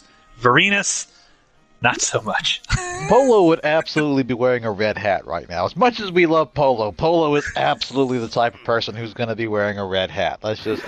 I don't know, like, 'cause I feel like Caesar would actually do the things that he says. Do you? Yeah, but Varenus, for all of this, because Varenus is right there with Mark Antony the whole time. He's basically like Mark Antony's number one man. He's always there. Varenus, clearly, because he mentioned Cincinnatus and Marius and Gracchi and stuff like that, and those were like considered the greatest Roman leaders ever at that point. Like Cincinnatus, where we get I think Cincinnati, our town here in America, was named after him. Basically, Cincinnatus was a guy who became like a dictator, and as soon as he accomplished like what needed to be done, like winning a battle or something, he's like, okay, I resign, and I'm just going to go back to being a farmer. Like they voluntarily gave up power, and Vorenus is like, Caesar's not going to voluntarily give up anything. Like, he knows where this is going, but Polo's just like, fuck yeah, American jobs, love it. The cost of eggs, right? Baby. All right. Well, anyways, Mark Antony currently has everything he wants. So let's talk about how his story intersects with Vorenus. I'm gonna do something real stupid here in this game. Anyways, one of Pompey's men shows up in Rome and tells Mark Antony that the tides have turned. Caesar is losing the battle now. So Mark Antony, why don't I will offer you favorable terms if you just switch sides, switch allegiances. And Mark Antony's like, yeah, I'll give you my answer tomorrow. Let me think about it. And Vorenus is there, and Vorenus like doesn't really say much, but he's like, you fucking shitting me? Like, after all this, you're gonna look. You're gonna turn on Caesar. So that's how their stories intersect. Meanwhile, Vorenus back home, Titus Pullo's hanging out more and more. Titus Pullo and Vorenus have this scene where they go out drinking together, and Vorenus is just laying. The episode opens up with this. All right. Well, the Vorenus is he's having a heart-to-heart with Pullo. It's like, my wife won't couple with me. Her sister's been there for 2 months. I'm going out of my mind. I hate life. And Titus Pullo's like, I mean, what if you marked her up a little bit? Have you tried beating her? It takes a while. You have to do it for a couple of weeks. Eventually, you beat the submission into them. Yeah, but Vorenus is like, comfortable conversation. Like, I like the Pullo character, and as soon as that happened, I was like, oh man, like, why'd they go there? Because I was the same way. I was like, no, but I also don't know if he was being serious or not. Maybe that's a cop out to try and keep trying to like him. I think he's laughing when he says it a little bit. Exactly. Like, he's joking, right? I think he was serious because he has lost all respect for Niobe now that he knows the truth. That's also true. That is true, because he does tell Vorenus to also be like, well, you're unhappy. Clearly, you should get rid of her. And he's, it's in every drunken, broken up boyfriend sort of thing ever. He's like, I'll fucking kill you if you ever talk about the greatest ever. I shit myself. Yeah, he's in that mindset right now. Yeah, he says, I would rather die than divorce her. So now Vorenus has told Pullo at this point that he is all in on Niobe. Like, he will not get rid of her. So now Titus Pullo begins hatching a plan. It's like he wants to help his friend. He knows that getting rid of Niobe is not an option. And so he goes and starts hanging out at the Vorenus residence. And more so. And Niobe's sister is there, still crying that her husband has been missing for 2 months, and Titus Pullo's like, I happened, I know some sketchy people, so I actually asked around to see, what's going on with your husband. Turns out he had some gambling debts, and he died, and he's like, and how about you just move on with your life and stop hanging out in Focus on the ones who love you. And he's like, he's trying to be a human being at this point. Just try and focus and surround yourself with those who love you. Yeah, like, this comes out of nowhere for the sister there. He's just like, oh, by the way, I talked to some people. Your husband's fucking dead. Get over it, you crying stupid bitch. Nothing you can do but move on. Like, right, Niobe? Nothing you can do but move on. And she's like, so she knows. She fully knows that Titus Pullo is in on it. And does she know that he killed her, or killed him, or just that he knows that he's dead somehow? I think he Oh, I don't know if she knows anything about what would happen to Evander. I think at this point, like, this confirms to Niobe that Pullo absolutely knows about the affair, because Niobe's friend, convinced Niobe that Pullo had no idea. He was too dumb to have figured it out. Was it the friend or was it the daughter? I don't know. See, they're confusing. Or maybe it's not important. I think all of them knew. I think the friend knew about the affair, and the daughter clearly knows about. Right, but Ronan's asking which person specifically was telling. Which character it was? Yeah, which person specifically told Niobe that Pullo was too dumb to figure it out? I can't remember if it was the daughter. That was the friend. All right. I can't remember if it was the daughter or the friend. I don't know. All right, well, Matt is telling you it's the friend. Anyways, so I think Niobe knows that Pullo knows. I have no idea if Niobe's figured out that Evander was killed by Pullo. So Pullo's like, yeah, how about we all just leave the past in the past? And then Pullo walks away, and then he hears the sister scream, and you cut back to Niobe and the sister, and they're fighting it out. And the sister is Niobe's trying to apologize over and over and over again, and it's not working. And the sister finally tells Niobe, it's like, look, I will keep your secret, but you are fucking dead to me. Never contact me again. You'll never be a part of my life.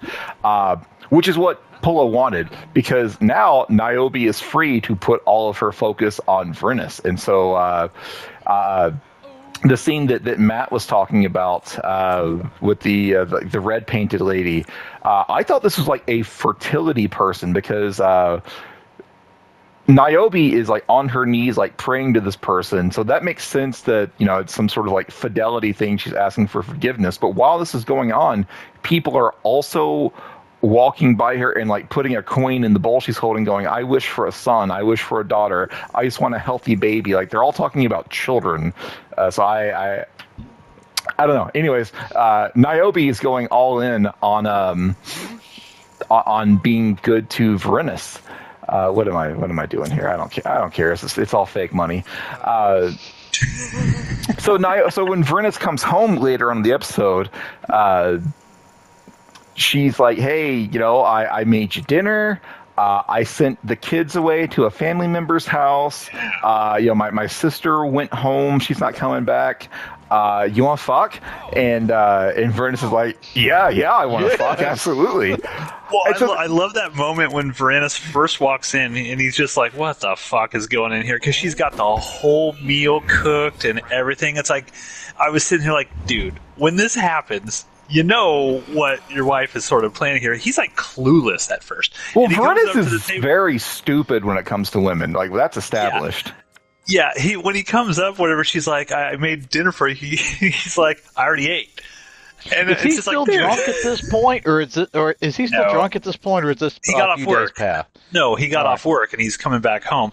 And then he tried, but then I love that he realizes quite quickly when the disappointment's on her face, but he's like, but I could eat some more. Again, he's trying to be super nice in what he said he was going to do with her. He's making amends. He realizes that I was a dick, but this is that moment where she's like he's like, but I'll eat some more. Come on, let's sit down, let's eat. Yeah, he's putting two and two together. We forgot to mention that when he left that morning to go to work, Niobe was talking to him about her sister, because her sister was sitting over in the corner crying, whatever, and he just very matter-of-factly, he's like, he's dead. Because he's dead! He's probably dead! Just screamed it out loud because he's so pissed that the sister's there. So he's like, he doesn't have any manners or anything, or tact in that case, but he's trying to have tact here, and he's like, yes, honey, I will couple with you and make sweet love to you and attend your button. I will attend your button. Attend the button. So anyways, they have sex. It's like, this is like the second time that their relationship is like on an uptick. Like, their relationship has been a roller coaster. Like, it starts low, gets high, gets low again. Now it's back up to a high. And so, Vernus is enjoying life right now. His wife, Niobe, is coupling with him again. But then you get a scene where, like, after they have coupled, Niobe's like, what's wrong? And Vernus is like, nothing. He doesn't want to share his feelings. But she's like, come on, tell me. And then he mentions that, one of Pompey's people came through today and asked and asked Mark Antony to betray Caesar, and I can tell Mark Antony is thinking about it. It's like I basically sold myself to a dishonorable man. Like I already feel like I have no honor because I invaded Rome. Now I have pledged myself to the guy that's planning on betraying the guy that we've also pledged ourselves to. Verinus is very he has no idea what to do with his career now. He hates every part of being in the military, but he doesn't have a choice. So we'll see. We'll see what happens to him. Is he gonna go fight? Is he not? Who knows? Adia is still telling Octavian, you got to be a man. You got to learn the manly arts. And so she's singing the Macho Man song. Be a man. You must penetrate someone today. Yes. I will not have anything other than that. That was apparently got overlooked. It was a small line from the last episode, but yeah, that's part of what Titus is supposed to be doing with Octavian, teaching him how to fight, and teaching him. And here's how you fuck. That's supposed to be how you attend the button, Octavian. Yep. So she's and now it's time for him to learn to fuck. Octavian has been apparently ducking Titus Pullo for I guess 2 months now. Titus, they come in and say, young Octavian, Titus Pullo is waiting for it. And he's like, tell him I'm sick. And Natty is like, the fuck you're not. The fuck you're sick. No, go fuck someone right now. Bring Titus Pullo in here. Titus Pullo, give him a purse. Give him some money. Go get a hooker for Octavian. Make sure it's a pretty clean one, not like the dirty chicks that you fuck. And Pullo's like, yep, okay, you got it. And so he takes Octavian to a brothel, and Octavian eventually picks a woman worth 100,000 million space bucks. And so Polo's like, are you fucking serious? I could fuck all the women. Yeah, Matt, what's the line? Oh shit! She better fuck him like Helen of Troy's ass is on fire. But we'll pay the it thing for that the popped young up master. Is that price on the little pop-up video thing here said that was the brothel owner tells Polo what the price was twice Polo's annual wage. That's why he's so shocked. It would take him 2 years to be able to afford this one hooker if it was just Polo. Yeah, but he has the money. He's like, fine, I'll pay it. He doesn't know how to barter. Yeah, so I still can't figure out what actually happens in this scene. Octavian is not into this whatsoever. So finally, he's the brothel master throws out 3 women and 3 guys, and Octavian's just like, I'll take the fucking middle one. And Polo's like, no, it's fine. How about you This is a big choice, young master. You take the entire catalog. Don't rush into this. And Octavian's like, I pick her. We're fucking doing it. And so Octavian takes her into the sexy times room and tries to make small talk, but not the way you do with a hooker, bro. But yeah, she doesn't even speak the language, and he's actually sad for her because she says the Romans came to my country and took me and killed my brother and sister and basically my family. I really don't even remember where I'm from. And Octavian's like, oh, that's really sad. But eventually he's like, well, I guess we're doing this, but it's very awkward. Get on your hands and knees. Yeah, get on your hands and knees. Assume the position. So it's does he actually have sex with her? Because they don't. Thankfully, they don't actually show anything. But it's I could see an argument where he just sat there and pretended. I don't know. We might find out later on in the series what actually happened. We might. I'll just leave it there. I'll point out a couple other fun facts about prostitutes in ancient Rome. Prostitutes were actually called she-wolves in ancient Rome. So Polo says something about lupia or lupiae or something, and that actually means that's the term for prostitutes, and it actually translates to she-wolves. So that's something. And all prostitutes in Rome were required to obtain certifications. So it was almost kind of like, not like you were unionized or anything, but you actually had a certificate basically stating you were great at fucking, and that you're allowed to fuck people. So in most brothels, they said, stunk horribly. That's why when they Polo smell like mentions, sticky dick. That's when crazy. Polo mentions to the brothel owner that, like, hey, this place is really clean and it smells good, you think I could get in? And she's like, fuck no, you're not going to get in on any of these girls. That was like, you could tell that was a high end place, not only just because the price of the girls was so high, but it was clean, and only rich people could afford the clean brothels that weren't sticky and stinky. All right, so I think we've got the setup for everyone. We've talked about the beginning of Caesar's story, Anthony's story, Vernus and Pillow. Mark Antony, let's talk about Adia again. Adia, wants to be with Mark Antony, and she Suddenly. Yeah, she invites him over, but it looks like she's gonna not go see her, or he's not gonna go see her. And she's like doing that thing where it's like, hold up, you gotta talk about what Mark Antony's doing when he's like, hey, by the way, you're supposed to go meet Adia tonight. he's fucking naked in his bed watching forcing these two naked women to be gladiators, and like one of the girls gets cut and they are terrified, like they do not want to do this. And he goes, he like licks her wound and starts sucking on it. It's very disturbing. It's very, very disturbing. Well, that was the thing that he was going to abandon Adia for, but he eventually goes to see Adia. But Adia's been doing this thing where it's like, when you meet someone you like, and you're like, well, do I text him now? Do I wait till tomorrow? I don't want to seem desperate, but I really want to talk to him. So she's got like her main slave, and she's like, he informs Adia that Mark Antony's not coming, and she's like, "Why? Go find out why." Wait, no.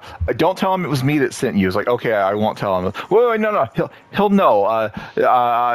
Don't send anyone at all. Fuck it. I'm going to bed. So then Mark Antony shows up, and now she's got to save face. She doesn't want to come across as desperate to Mark Antony, so she very quickly has someone like clean all of the makeup off her face, and she like dresses down a bit. She's like, "Oh, Mark Antony, I forgot you were even coming over here. Give me a minute to make myself presentable." Like she's putting on a show like, "Oh, Mark Antony, you're not important to me whatsoever." Mark Antony is very important to her. And so they have sex, and then Addie is like, how about we just get married and betray Caesar together? And Mark Antony's like, what the fuck are you talking about? It's like, yeah, think about it. Came out of nowhere. Caesar is outmatched. He overplayed his hand. He's going to die. That leaves you back in Rome. You've got the name and, the military experience and recognition. My family has money. If we got married, we could be in charge here. And Mark Antony's like, he'd say, "Oh, I for a minute I thought you were serious," and she's like, "Oh, I'm very serious." And then he just turns and like calls her an old harpy, and then they start. I wanted to ask you guys about this because they clearly make it seem earlier in the show, and even Venus mentions this to Niobe, like Mark Antony is seriously going to betray Caesar. Was this all a ploy by Mark Antony to find out who actually was loyal to Caesar by simply acting like he might turn on him? Because he, like, literally, as soon as she says that, he's like, all right, we're taking the 13th Legion to go help out Caesar. He's, like, shocked that she would even consider turning on her own family member. And he mentions, he's like, you want me to turn on my friend? Like, he feels completely disrespected that she would even broach this subject of him turning on his friend. So I wanted to ask you guys, what do you think? Do you think he was seriously contemplating turning on Caesar? Or do you think this was kind of like he was just trying to see, is someone going to be bold enough to actually try to have me basically fuck over my friend here? Like, how do you feel that all played out? I have no idea. I was going to ask you guys, because I thought the same thing. Like, Mark Antony's very clearly thinking about I think he was thinking about it. I, But, don't, I, yeah, w- I wouldn't say for sure that he was gonna do it. Why But did he was weighing turn his so options. quickly when Adia? Yeah, that's said what I didn't get. Like he was like weighing his options. What was it about Addie that turned him? Like my best guess, and this is a pure guess. I have no idea.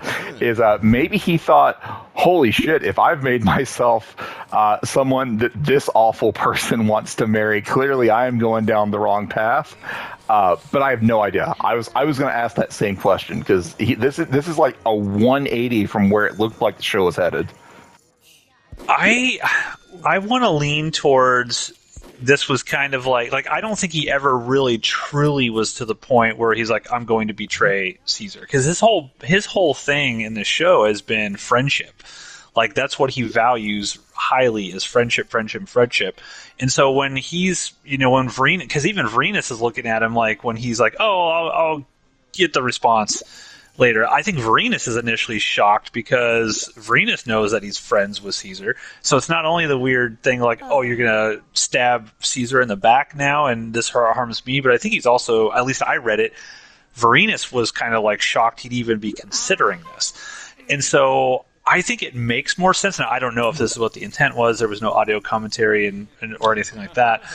I think the intent was he was trying to kind of say, oh, I'll think about it, and seeing how everyone around him was going to react. Like, I'd like to believe that Mark Antony, or I choose to believe that Mark Antony was never going to betray Caesar, but he was kind of acting like it just to see, okay, who are Caesar's true friends here? Because, well, he could immediately go to Caesar and be like, fucking Adia just was going to turn you in, buddy. Like, that would be bad for Adia. And so that's my take. Ronan, what's your take? Do you think he had this he was kind of testing the waters here to see who was an ally of Caesar still in Rome? Or I mean, I guess that because the kind of vibe that I got from it was like, yeah, it does seem like he was maybe considering it, but then he when I guess she just her offer just kind of put such a sour taste in his mouth that he got angry and just because it is at that exact moment where he's like, we're mobilizing the Legion. It kind of felt like he just got a little pissed at that moment and was like, I don't know. Maybe we'll find out in subsequent episodes because I honestly don't remember if that's brought up again. Mark Antony gets kicked out of Adia's house. Adia is screaming to get the fuck out. So now Adia has to find allies where she can, and so she's gonna go suck up to Servilia, and so she gets like a slave guy with like a 3-foot dick, and it's like, I'm gonna send this over to Servilia with my best wishes, and Octavia, you're going to go and deliver this. And Octavia's like, are you fucking stupid? Like, Servilia knows that you're the one that put the graffiti up that caused Caesar to end his relationship with Servilia. And Addie's like, no, she doesn't know. She's just as stupid as Titus Pullo. She has no idea. And so Octavia's like, all right. And so she goes and presents the 3-foot dick slave to Servilia. And he's like, my mother offers you this gift in the name of friendship. And Servilia's like, oh, friendship. Yeah, okay, I get it. Servilia immediately sees through this, just like Octavia suspected. But Octavia is so flustered. She is not confident in this moment at all. And so Servilia is like, Octavia, you and I have always had a good relationship. I want us to continue to have a good relationship. Please come see me again. And Octavia's like, yeah, for sure. So it seems like going forward, Servilia is going to this is stupid. Servilia is going to exploit Octavia's naiveness to get back at Adia. That's what I'm expecting to happen. No idea. I want to challenge this guy, but I'm not folding. And so I think that wraps up that story. Mark Antony, after his night with Adia, is like, all right, we're fucking doing this. Rally the 13th. We're going to support Caesar. and so Varinus has to leave Niobe. She's very sad because for the second time in the series, their relationship is on the positive rebound. Varinus has to leave her. Varinus and Pullo are going with Mark Antony to support Caesar. They all get on ships to cross the sea to get to Greece. And it's raining, and Polo is like, fuck the gods. The gods are fucking stupid. I bet they won't even sink our ship, the cunts. And then their ship sinks, and that's the end of the episode. That's like that's not like Varinus is telling him. It's like, we made proper offering to Triton. Triton. That's it. We made proper offering to Triton. Everything will be fine. And Polo goes, if this is my cock is so soaked and wet. If this is the best he can do, he can go fuck himself. And then their boat sinks. Well, I love that Varinus is like, will you shut your fucking mouth? Like, because he's like, every time he disparages the gods, things go awry. Couple things here. I'll just go ahead before we get our comments. Some of the other factoids. When Adia and Mark Antony are in bed, and I think she slaps Mark Antony, or Mark Antony then starts slapping the shit out of her.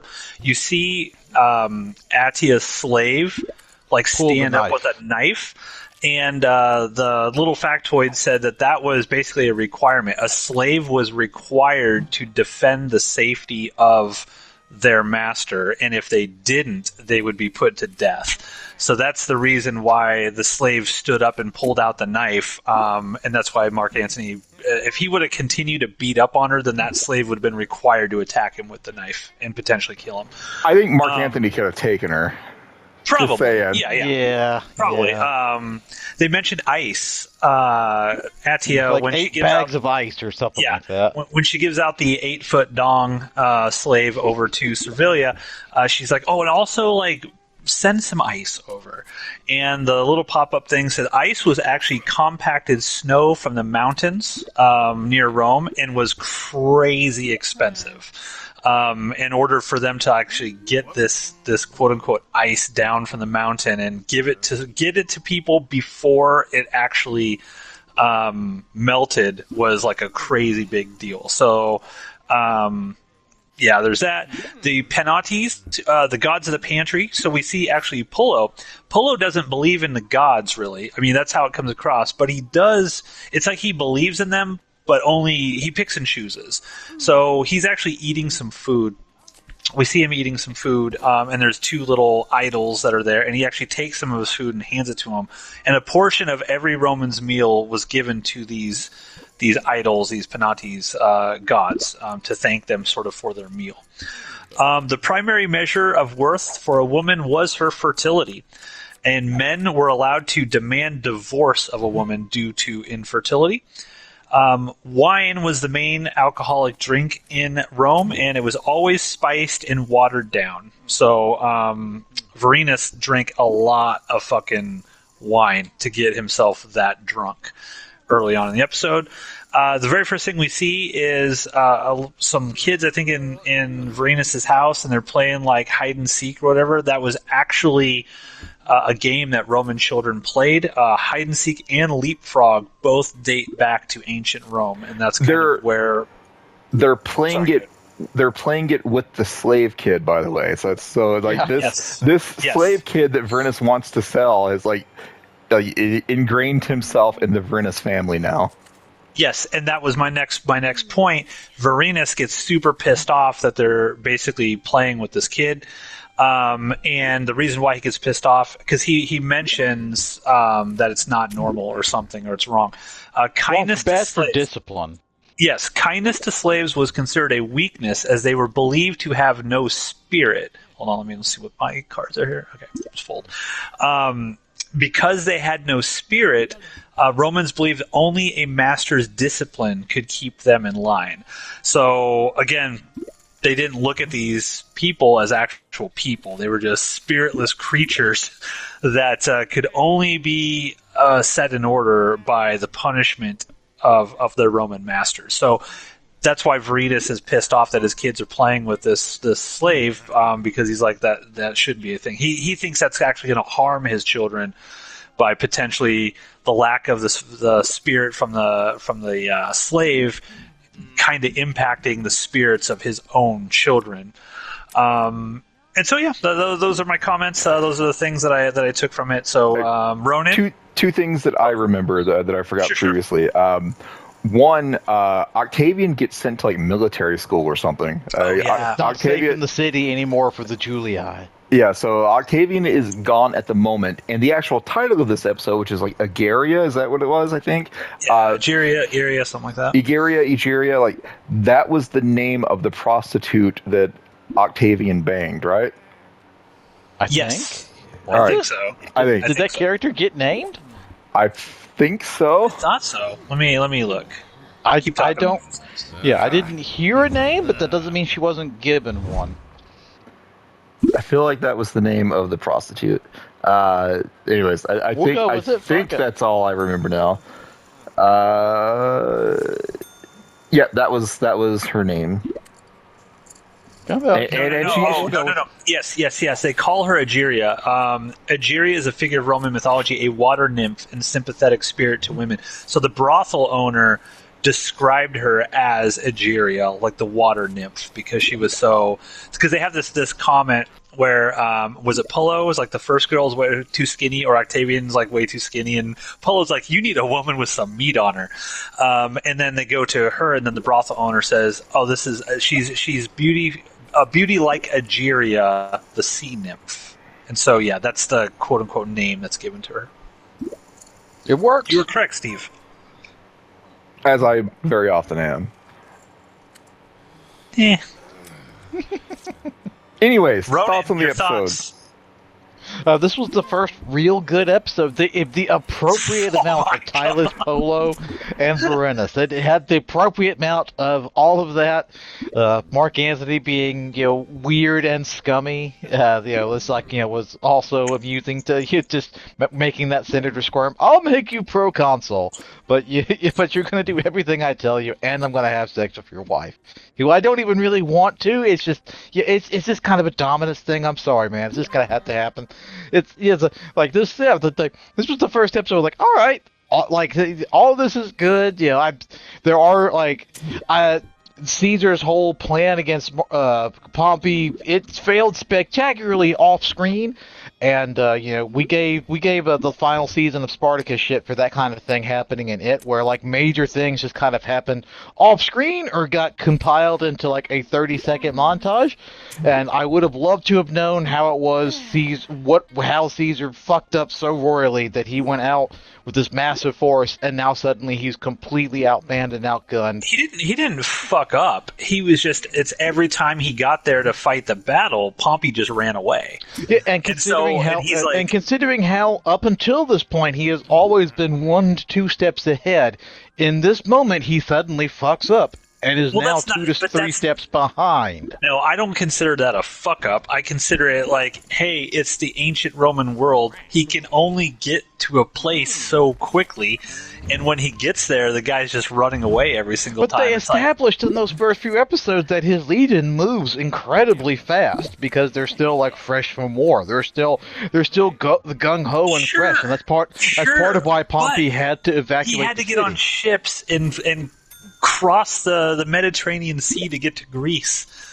I don't think this is on Caesar. I don't think that this is on Caesar. This is totally. The person keeps running away when he tries to. Julius fucking Caesar from Spartacus would have never let this kind of shit happen. What do you mean from Spartacus? Is the same character? No, it's clearly not. This shows that it's not the same character. Well, you heard it here first from Ronan. This is the first good episode of the season, season 6. Steve, do you agree with that? No, Ronan's out of his fucking mind. But I will say that he's like this. He's using his argument for why this show is bad. It was that he wanted more of this show. So that I don't know that really tracks. This episode's great. I am hooked. Mark Anthony was great. Like, I mean, he kept me guessing. Are you gonna turn on Caesar? Are you not? Ultimately, he didn't, and there's a multitude of reasons for that you can read into this. Was he on the fence? Was this all a ploy? I think that's fucking great. I love Veritas and Niobe's relationship. It keeps having highs and lows, and at this point, I'm like, what do I actually want to happen to these people? Like, Niobe is lying to Veritas, but it's completely justified that she lied because she legitimately thought Veritas is dead, and now they're both trying to recover this like flawed and fractured relationship. And She had the meanwhile, opportunity Polo to is tell there. him, and she didn't. Well, she tried though. Also, when she was tried, arguing with and the he sister- cut her off. When she was arguing with the sister too, because but brought up okay, well he's dead, and she's arguing with the sister, well yeah, I laid with him, but I never loved him, because it's the whole fertility thing. It's like if you had been able to, and then she stops herself. It's not Yes. even. She didn't. We forgot she to didn't mention do that's it. a big deal. That's where that Yeah. fact came from. That fertility was the most important thing, and she throws that right back in the sister's face. If you could have given him a baby, and she's like, Yeah. Yeah. So it wasn't even that she was doing that she did it because she thought Veritas was well, that might have played into the mindset, but it was never done with any actual affection. It seemed like he got a little too attached to her afterwards. Yeah, but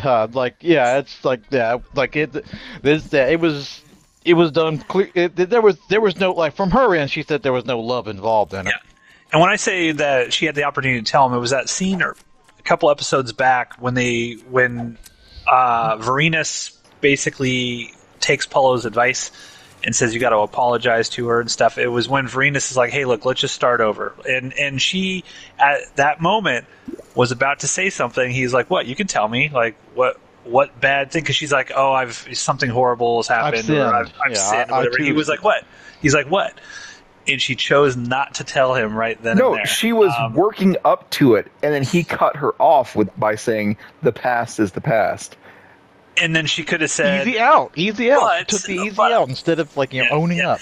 This is funny because if you look on Reddit, there's a lot of threads of people who hate Niobe. Like, they hate her character. Oh, no, I fully disagree with that. Like, and they're like, well, they blame her because they're like, wait a minute, you lied. You're constantly lying to him.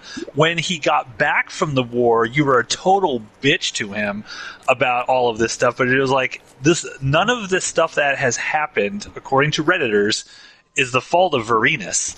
It's everything happened because Niobe made all these stupid decisions and is hiding all of it and is lying about all of this stuff. So everything that happened with her sister, Niobe's fault. Everything that happens, that will end up happening, Niobe's fault.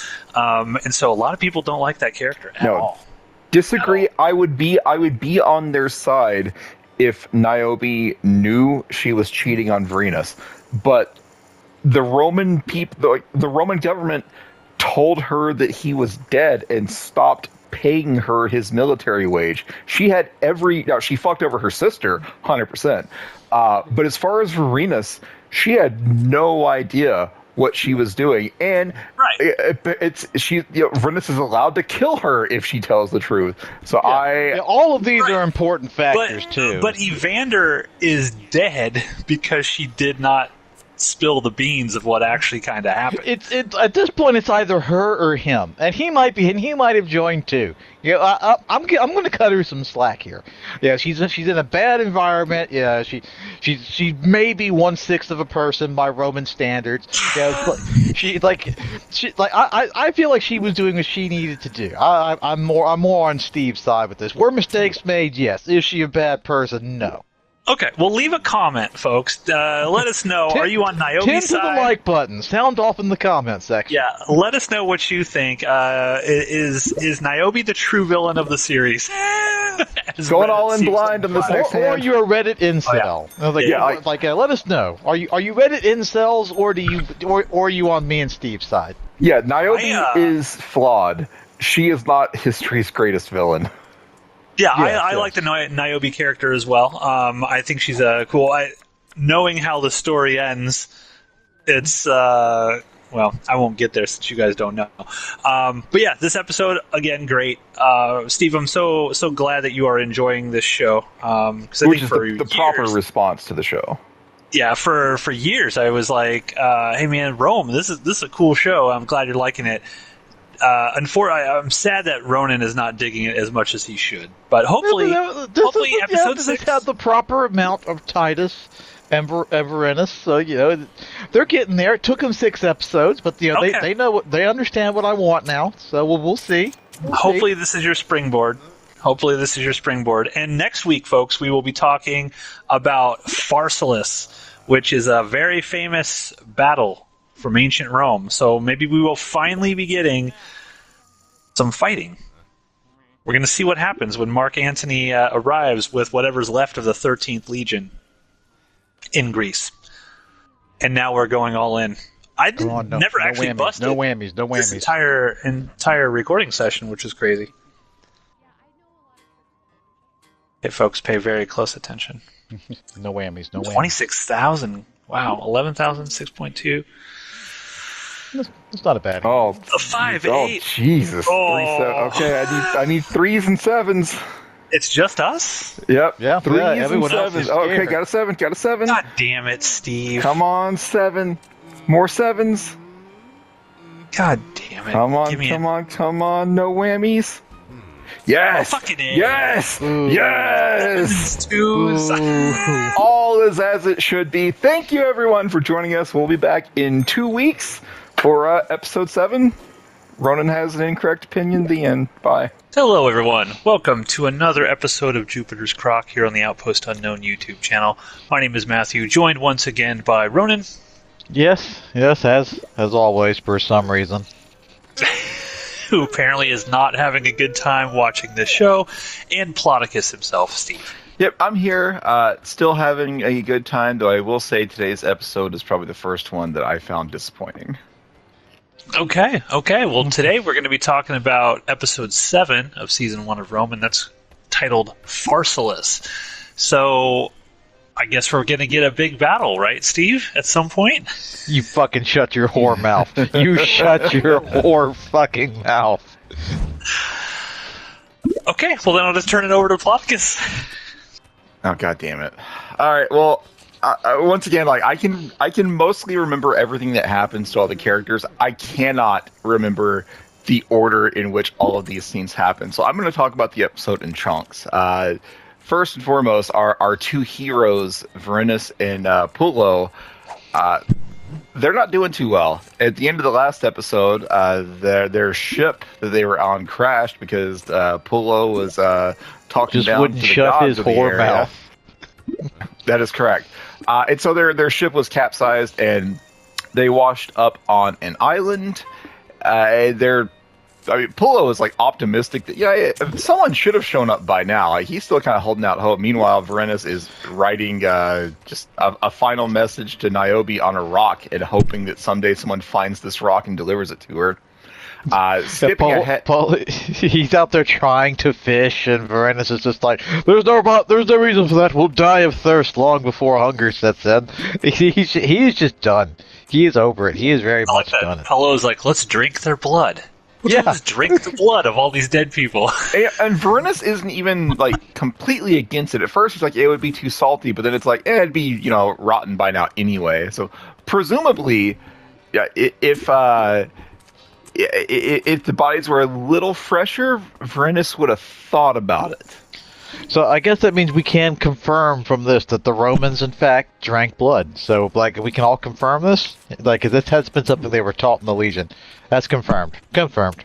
Continue, Steve. Okay, I don't remember any of that. Anyways, skipping ahead, 'cause there's like a million scenes in between where they wash up on an island and what they do next. What they do next is Varenus notes that one of the bodies is floating, and so Varenus and Pullo take all of the bodies, tie them together, and make a raft of dead bodies to get off this island. So what this means is that he has clearly read the famous the famous graphic novel Watchmen, and got this idea from the Watchmen, because that is exactly what happens in the Black Pearl. This story inside of Watchmen, he forms a raft of dead bodies. I was like, oh, this is familiar. Okay, well, I'm going to assume that all of the things that happen next in the Watchmen didn't happen here. They get on their raft of dead bodies. They float out. We'll come back and talk about them in a little bit. So let's talk about the war. We're very excited about this huge fucking battle. war. So Caesar called for Mark Antony and the 13th to show up and assist him because Pompey has been curb stomping him. So Mark Antony shows up with all of the people that didn't get lost in the shipwrecks, and they're trying to figure out a plan. Like, what do we do? How do we stop Pompey? And they ultimately decide, we can't. Pompey's got us by the balls. When he shows up to fight, we're just going to have to fucking fight. And so then we cut over to Pompey. And Pompey and his generals are, they're living large. Like, they have won. They know that they got Caesar's balls like firmly in their hands, and every so often they give it a little squeeze. But Cato's having the time of his life. Yes, Cato is like, oh yeah, fucking, He's fine. He is finally not having a sad anymore. He is happy. He's gonna go home. He is not being a bitch for a change. It was good to see he had it in him. So Pompey, but there's disagreement between Pompey and his generals on what they should do. So should they? All of Pompey's generals want to just go in for the kill. They want to just go to where Caesar is now and annihilate them.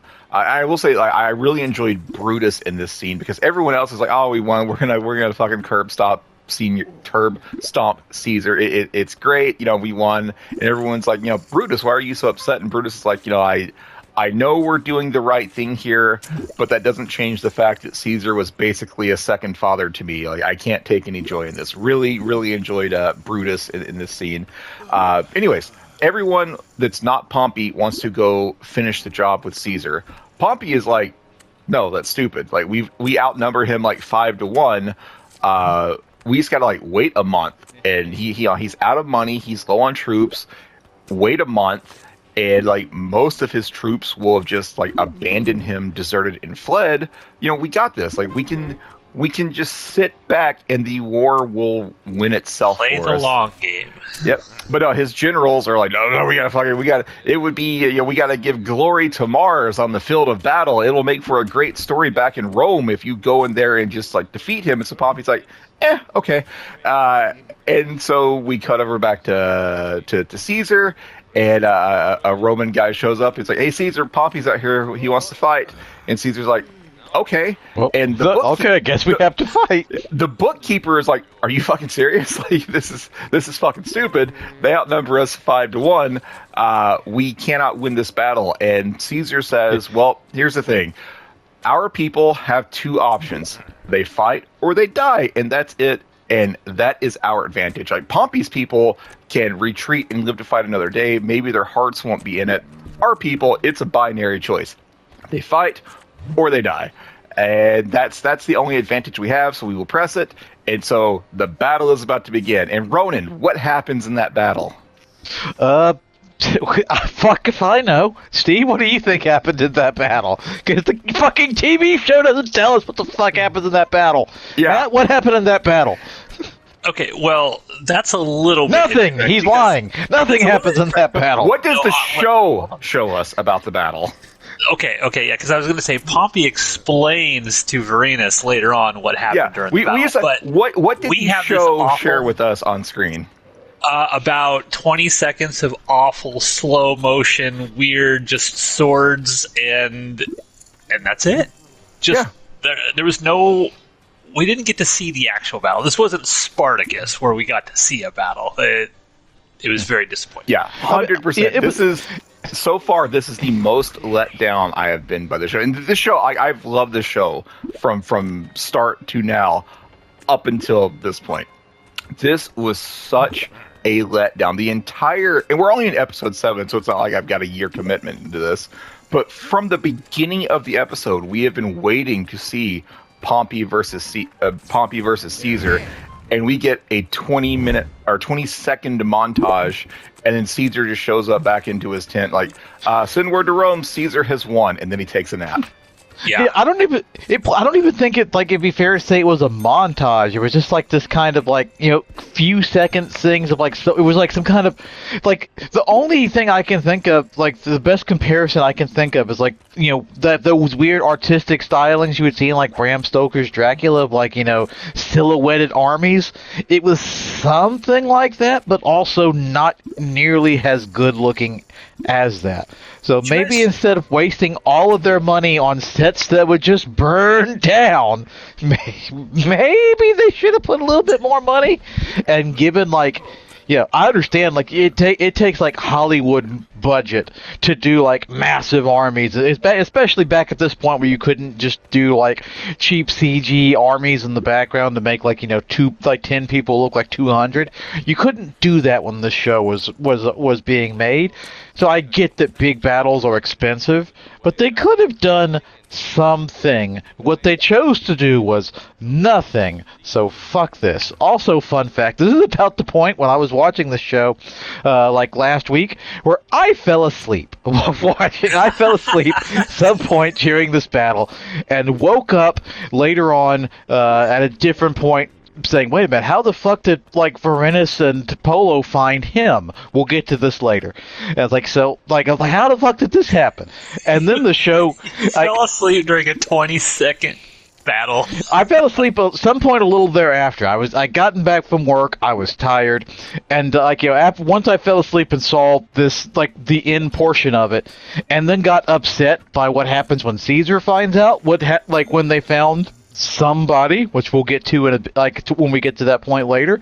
I was so upset, like, oh, Caesar just decided they have plot armor and that they cannot die because the plot demands it. Fuck this show. I turned it off and I went to play a little bit of Legend of Zelda to wake up, and then like a homie, like a true player, I tried to rewatch this episode, and it was what happened after the battle where we again see Roman generals bitching and whining. I was like, no.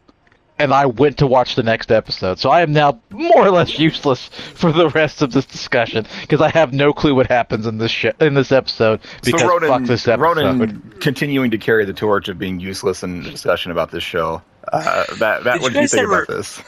Okay, did you guys ever used to play a game called Rome Total War? Nope. No, okay. That's like a PC real time strategy. I don't have it in me for real time strategy. It's like a combo. So like the main overworld of the game is turn based. It's only real time strategy when you actually get into the battles. So if you take your army up against another army, then it like zooms in and you do like a real time thing. Whereas the main game is just turn based. I love that game, and what I wanted from this show was something like that. I wanted to see this battle. Even if they didn't have the budget to do like some gigantic Hollywood style, 20-minute battle epic sort of thing, I would have loved to have seen just something with Caesar and Pompey where Caesar is basically outsmarting him and outwitting him and showing basically kind of how this all went down. And they don't do it. It's such a letdown and I remember when I first watched this show back in the day and this happened. I mean, this is the battle. This is the battle that basically leads to Caesar becoming Emperor of Rome because he destroys Pompey essentially right here. This is the most important thing in the entire first season of the show, and they don't show it. They just tell what kind of happened in some dirt later on in the episode, and it's just such a letdown. And I watched the audio commentary for this. I think Bruno Heller is the showrunner of this. Doesn't say a single thing during this. Don't address it. I wouldn't either. Why? And I'm just like, this is so. It is easily the worst thing in this season so far. How they just kind of gloss over this. Yeah, I would have been fine. Like even if they couldn't show us like a big They should have done something battlefield like in the fight. first episode. At the very least, a combat stuff of some point where, like in the first episode, you see like Caesar giving orders to Mark Anthony. I don't need big sweeping. I understand that's expensive, and we have since learned that this show wasted almost all of its budget on expensive sets that didn't need to be that expensive or fancy. That's not a good excuse for it, but I get how it happened. But they needed something. Instead, they gave us nothing. Yeah, And I would have been, even if we didn't actually see any sort of battle, I would have been fine with scenes of like Caesar and Pompey like counter picking against one another. Like Caesar says, "Hey, this part of the legion advance there," and Pompey sees that. It's like, "Oh, okay, I noticed that. I'm going to move these characters to the flank or whatever." Something like that would have been perfect. Would have been disappointing, but acceptable. Instead, 20-second montage, Caesar comes back in and says, we won. By the way, the whole time this is going on, Adia is trying to play both sides. So she's like, when Caesar was thriving and winning, she was like, yeah, I'm a badass. I'm going to be about to be one of those powerful women in Rome. Then when word comes back that Caesar is losing, suddenly she is forcing her daughter Octavia to go and suck up to Servilia to get Servilia to lend troops to protect Servilia. Is there anything else we need to say about that subplot in this episode? They start banging. I think that's next episode. Okay. I think the banging is next episode. I thought they started in this episode. Like, you don't get the titties and everything, but she starts making it. But they set it up because what happens is, I guess we will talk about this a little bit. Ronan, what? I'm assuming she's banging like the massive horse cock guy. Is that what's going on here? No. Octavia and Servilia start. That's start a relationship. Pretty big deal. Like, you better go rewatch it. Ronan, that sounds terrible. Why would I ever do that? I'm going to describe it to you in great detail. Why? Why would you do that to me, Steve? So, anyways, Adia sends Octavia to suck up to Servilia. And Servilia clearly knows what is going on, but she caters to Octavia. Oh yeah, sure, whatever your mom needs, I will provide it.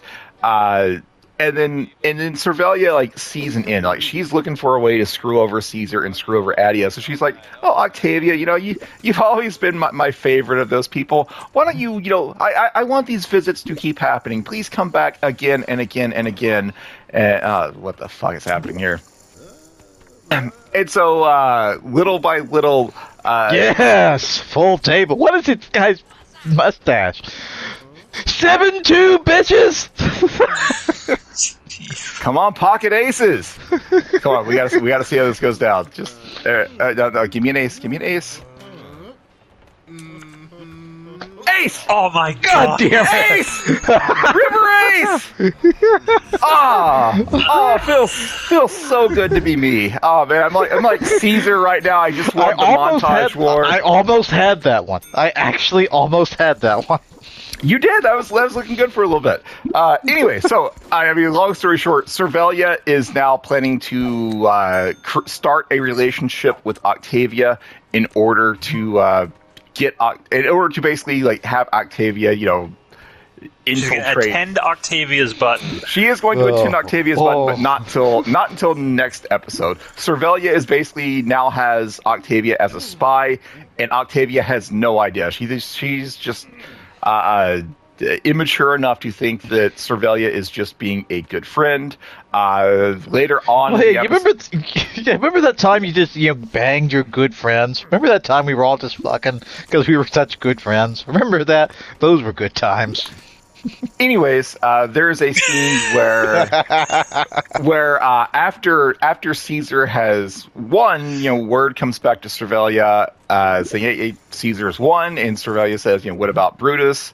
And the response is no word. So Servilia begins crying, and Octavia comforts her. I watched these back to back, so maybe they do start banging in this episode. If not this episode, definitely by next episode. They do it in both. So they start in this one. They start. So Octavia basically kind of seduces Servilia in her sad state, because Bruno Heller was saying, he made this funny comment. He's like, well, yeah, she just found out that her son is dead, so why not fuck? And I'm just sitting there, I'm like, oh my god, dude, like, whatever. Oh, that's what happened. And then in the next episode, you see it again. Like, you see it in more detail where they're actually fucking. That's why I was thinking it happened in the next episode, because it does. I just forgot that it happened here. Anyways, is there anything else we need to say about Adia and Servilia and Octavia in this episode? No. Older the berry, sweeter the juice. Huh. Anyways, so what I mean, like, so much of this episode is taken up like by the war that didn't actually happen. So what's going on? I'm ignoring everything people are doing. What's going on? I didn't say anything. What is going on with Pompey? So like Pompey is very dejected. There's a scene where he's sitting like by a tree looking at his bloody hand, and one of his soldier comes up and is like, hey, Ronan lost again. A soldier comes up and I didn't even look at that hand. I just went all in because I had like 600 chips. That's fine. I just went all in. One of Pompey, sir, we just lost the 22nd war. We got to get out of here. And Pompey's like, oh, my hand is cut. And the soldier's like, sir, did you hear me? Caesar's on the way. He's like, it hurts. Sir, Caesar's on the way. The cut isn't very deep, but it hurts. And the soldier's like, fuck it, and flees. So Pompey like rallies what's left of his men. Or doesn't he just collects, I wouldn't even say rally, he collects what's left of his men. And basically they're going to flee. They're going to go to Egypt. Pompey says, the children of Ptolemy are friends of mine. They will protect us. So Pompey's going to get his men and go. There's a scene where like there's starting to be like cracks in the leadership group of Pompey's men. Everyone that's not Pompey is sitting there in a tent talking about what do we do next? Cato not having a good time now. Cato not having a good time. Brutus and I think this is Cicero, the point where I said fuck it. Instead of watching Cato bitch out again, like, I'm done with this episode. This is the point where I said I didn't realize how pro Cato Ronan was until right now. Ronan he's really just wanted annoying. Cato to be a hero. No, he's annoying as fuck. Every time we see him, he's whining like I am about having to watch this show. So I'm no, I'm done with this. I'm going to watch the next episode. You are our Cato. Got it. This guy I just said fuck it, and I watched the next episode. This guy next to me at the table has a really tiny head for his body. That's what I was saying. It's kind of freaking me out. With a weird Fu Manchu. Anyways, cracks are forming in Pompey's leadership group. Cicero and Brutus are like, we're done here. Pompey sucks. And as Brutus is saying Pompey sucks, Pompey walks in behind him, and there's kind of he's right behind me, isn't he moment. But Pompey doesn't turn. Brutus is saying this, and Pompey doesn't turn on Brutus. He's like, yeah, Brutus, I get it. I suck. Like, everything you're saying to me is warranted right now. So here's what's going to happen.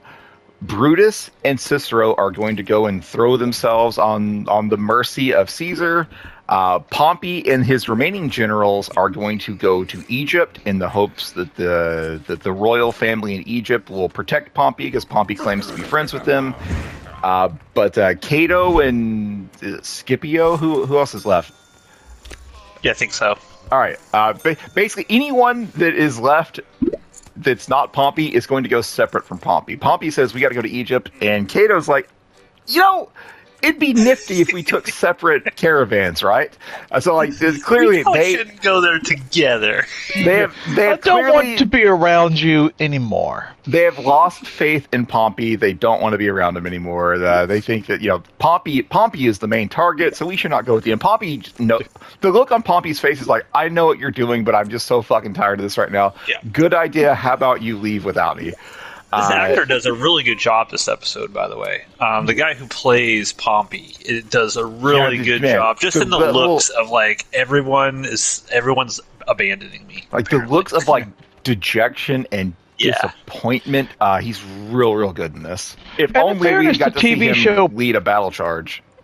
In fairness to TV show Pompey, this like the way that the show is set up, I don't know if this is historically how it went down, but like Pompey didn't want to engage in this like 5-to-1 ratio fight. Pompey just wanted to no, we're gonna starve him out. It was his generals who are now abandoning him. Who are like, no man, that's some Brit shit, bro. We gotta go in there, man. Just smash, bro. Smash. Yeah. And then they just got crazy. This really isn't his fault, and now everyone's blaming him. No, it ultimately is his fault because he allowed himself to be worm-tongued by his generals.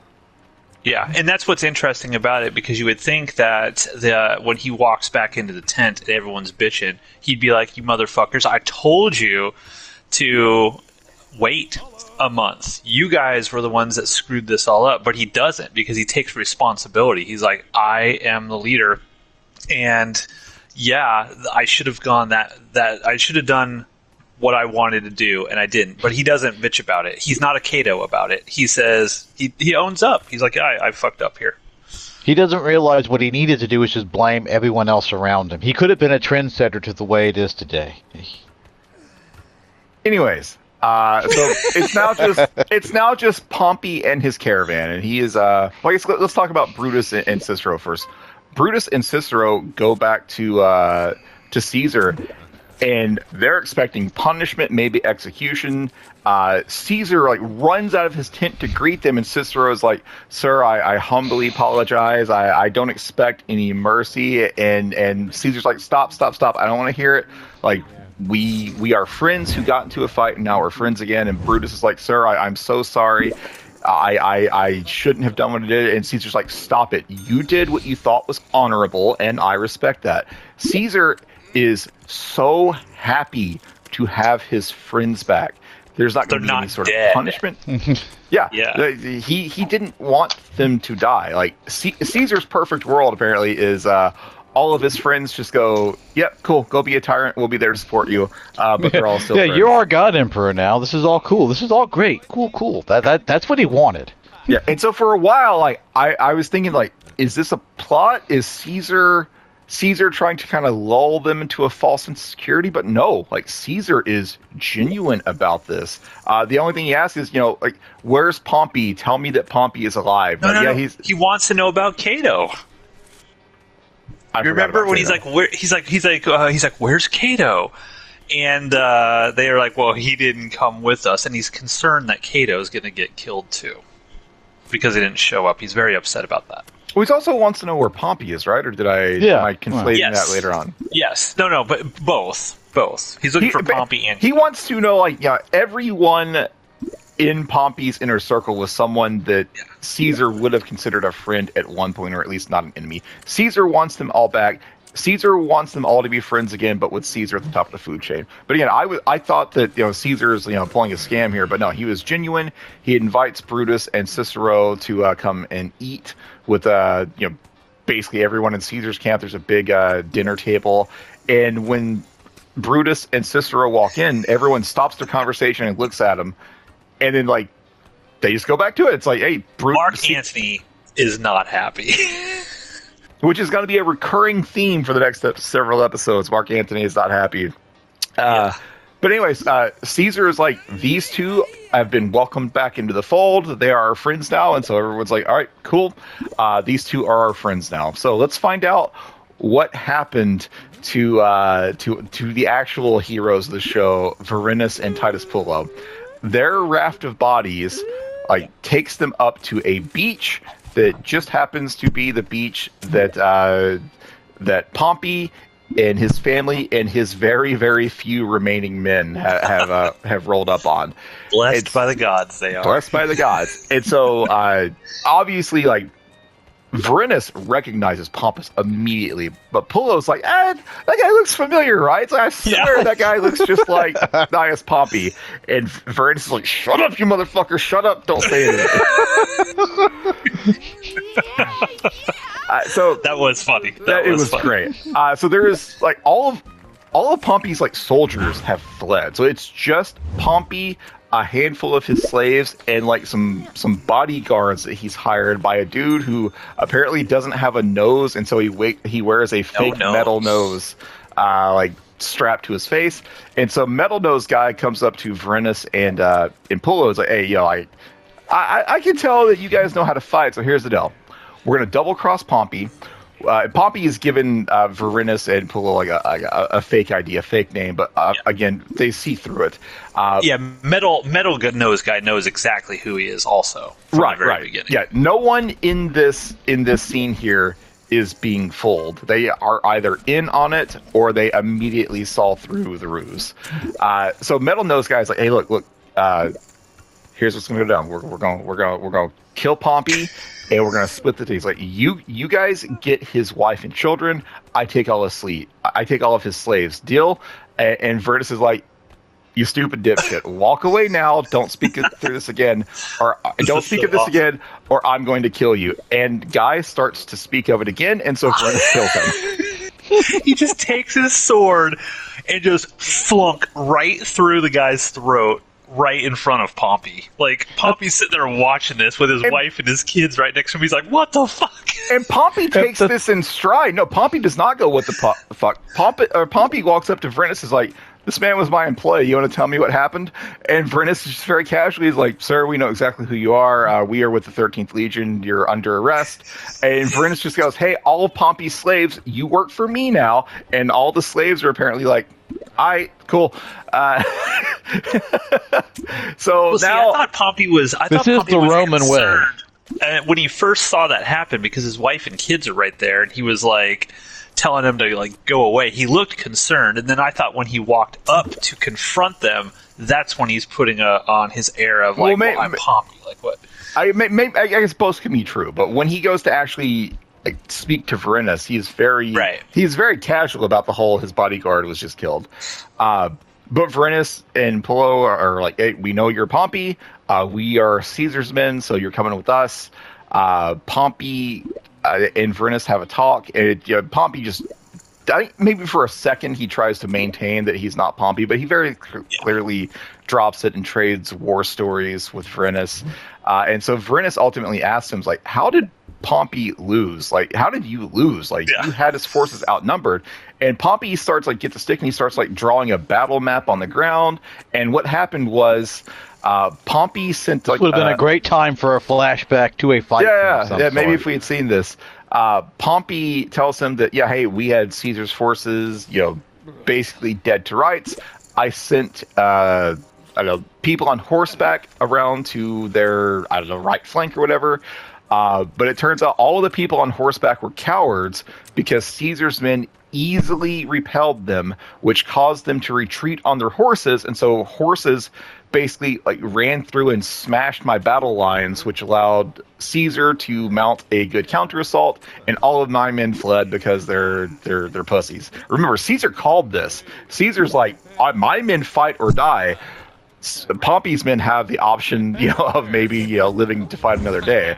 And so Caesar was right. So Pompey's like, my horse riders were basically cowards who ran through my battle lines and fucked everything up. And now here we are. Pompey says, please think of my wife and children. Please let me go to Egypt. And the next morning, Varenus is like, he's just like, he's like gathering his things, taking the horses, and Pompey wakes up and Varenus is like, just go back to sleep. And Pompey does. And so Varenus leaves Pompey behind, much to the great disappointment of Titus Pullo. Because Titus Pullo is like, Caesar's going to fucking drown us in gold if we bring back Pompey. And Pullo is very... Varenus is still his buddy, so he's not going to do anything. But he's not thrilled with the situation. Varenus and Pullo get back to Caesar. I'd like to think Varenus makes it up to him in the next episode. Yes, we'll see. Varenus goes returns to Caesar's camp and says, "Hey, we survived.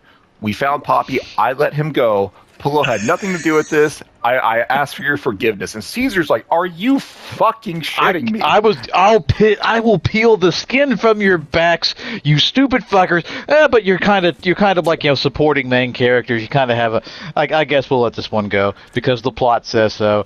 And fuck this show.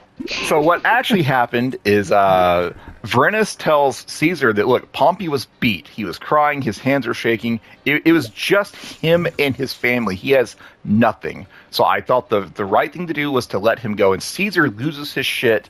And he's like, I should gouge out your eyes.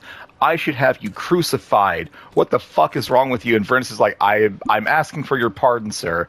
And Caesar gets this incredible look on his face, like, did I just fucking hear that? Like, are you shitting me? You let go, like, the person that we've been at war with, you encountered him and could have killed him, could have brought him back alive. Like, you had him dead to rights, and you let him go, and now you want me to forgive you?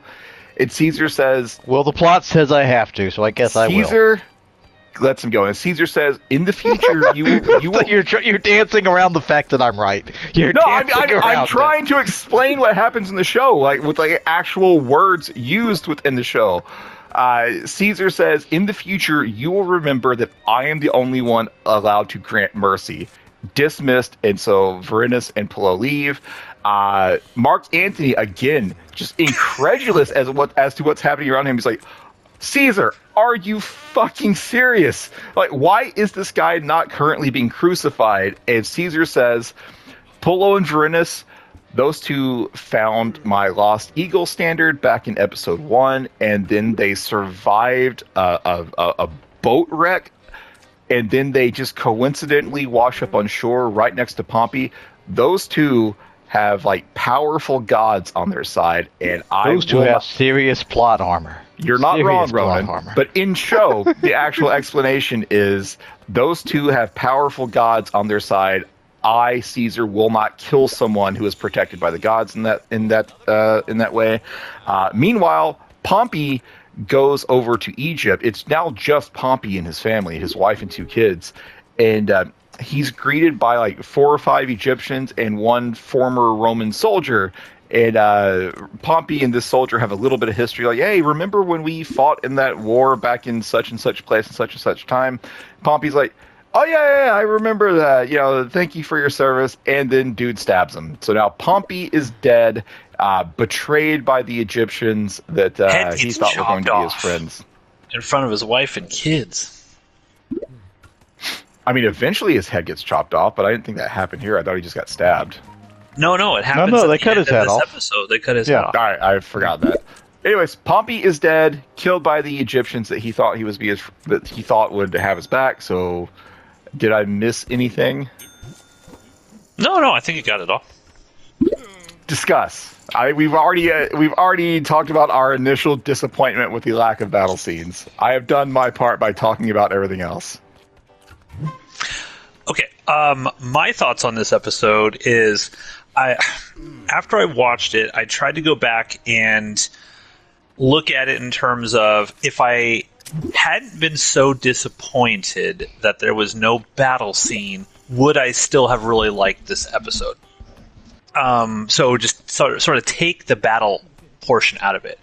And I'm like, I still think I would have liked this episode just fine. I think that it's on caliber with a lot of the other ones that we've watched. I just feel like the lack of the seeing an actual battle just colored my impression of this episode so much that it became difficult for me to not care about what was going on with it, because I still cared about all of this stuff. I loved the stuff with Polo and Varenus and all of that. I thought it was interesting. It's just as good as the other stuff. It's such a letdown that we don't see this battle. It's such an oversight from the creators, and they just they gloss over it so quick that I have to be fair. I gotta say this is the worst episode of Rome thus far. Episode 7 is just such a letdown, in my opinion. Like there's an event that should have been an episode on its own, condensed to a 20-second montage. Yes. And this series has episodes. This series is like 20 some odd episodes. Like because I did do some thinking about this, like in the intervening week when I decided not to rewatch it again because fuck this show. But I did, and so what I came to is that this show is not Spartacus. Obviously, it's not. And I say this, it's building up to something. This is not a combat fighting action. There needs to be one good action beat every episode type of TV show. Right. So it doesn't. It didn't need to even have this like battle scene. I don't think it needed to have like a dedicated, whole episode based on like all out warfare. I mean, ultimately, they probably would have worked better, but it didn't. It didn't need it because this is a character-driven show. Clearly, this is like it's not Spartacus, where Spartacus had like the combat scenes and everything. This is character-driven, so it's focusing on the characters. So the show is intended, it is doing correct. But when you spend a good full episode talking about how it's like, well, there is going to be this battle, Caesar is out looking for him now, you have to resolve that in a way that is satisfying. This show fumbled real fucking hard in that aspect of it. Again, it didn't need to be like full. Like when Pompey is like drawing on the ground explaining what was going on, that would have been a perfect time for some cut-in shots. A couple of seconds here of what he is explaining with his voiceover over it, instead of him just scratching into the ground. Don't tell. Yeah, and like it fumbles badly in that aspect. It's like, no, it didn't need to have a full combat episode, like a full episode dedicated to combat, because it's not that kind of show. But they had a task and they failed miserably in that task. And I 100% agree with what Steve said earlier in terms of what they could have done, which was during the battle, just kind of showing Caesar sort of surveying the field, right? And then Pompey surveying the field, and then giving us some dialogue between the two of them. Keeping what you're saying, Ronan, what the show is a character-driven, dialogue-driven show. It's not Spartacus. It's not stylized. The filming is very basic and simple. It's medium shots. It's close-ups. You're not seeing crazy stuff. But just have that kind of like battle of the minds between them. And then let's see exactly what happens. Let's see Pompey's reaction when he's overconfident and he thinks that he's got Caesar. And then what happens when he realizes in the moment that the horses have, bust through and they're running away and all that, and he's fucked. Give me that moment. Don't give it to me after the fact when it's over and done. It was just a bad choice on the filmmaker's part. Yeah, no, I get. Like, they spent too much money on sets that are only going to be there for a second, and that ultimately all burned down. You could have spared a little, budgeted out a little better to have given some kind of a little bit more fight scenes in this. Again, I don't need a glorious arena combat sequence or anything. I don't need anything like that. But it built up to this, and it failed miserably at it. Agreed. Steve, any final comments from you? We're all in the same boat. Like, I still greatly enjoyed all of the character scenes and all the dialogue. It's just there's like a missing episode in the middle of this episode.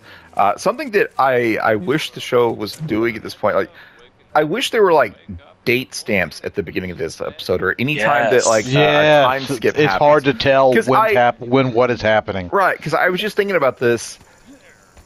It was just episode 1 or 2 where Pompey married his new wife, and now they've got 2 kids. Fuck it, all in. They've got 2 kids that, I don't know. I'm not a kidologist. I'd ballpark it as 4 or 5 years old. So the episode 7 seems to take place 5 years after the start of the series. But there's nothing built into the episode that tells you that, and that is starting to 100% really bother me about the show. Yeah, spoilers. That also happens in the next episode. It does. And I had that exact same thought as well, Steve. It's like the passage of time here is very, very unclear. So in the previous episode, literally the ships sink, right? And then, like, in this episode, the whole battle takes place, and Mark Antony's already there with whatever remnants. I mean, I don't even know. They don't even show Mark Antony surviving all of that, because at one point Caesar says only 12 men of the 5,000 actually survived.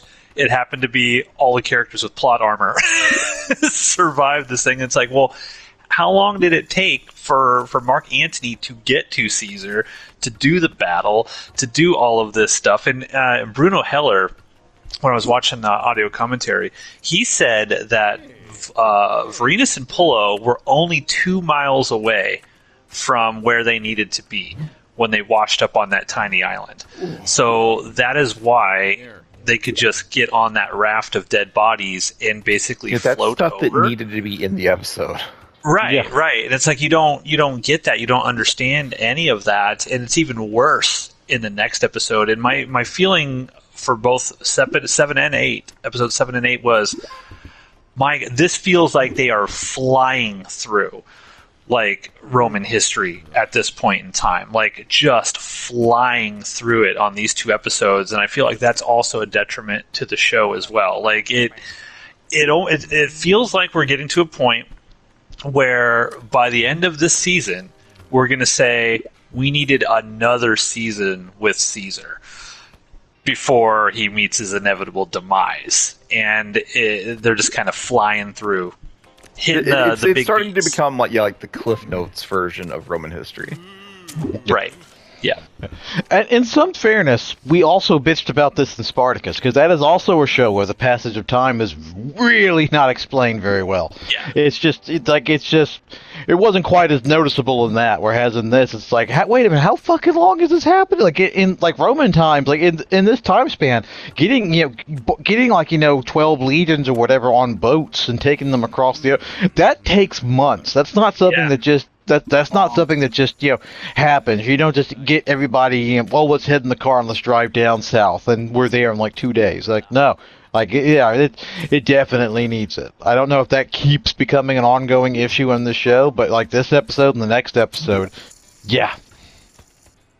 Okay, folks. Well, that's it. That's episode 7, Pharsalus. Stay tuned. Couple weeks. We are going to talk about episode 8, Caesarean.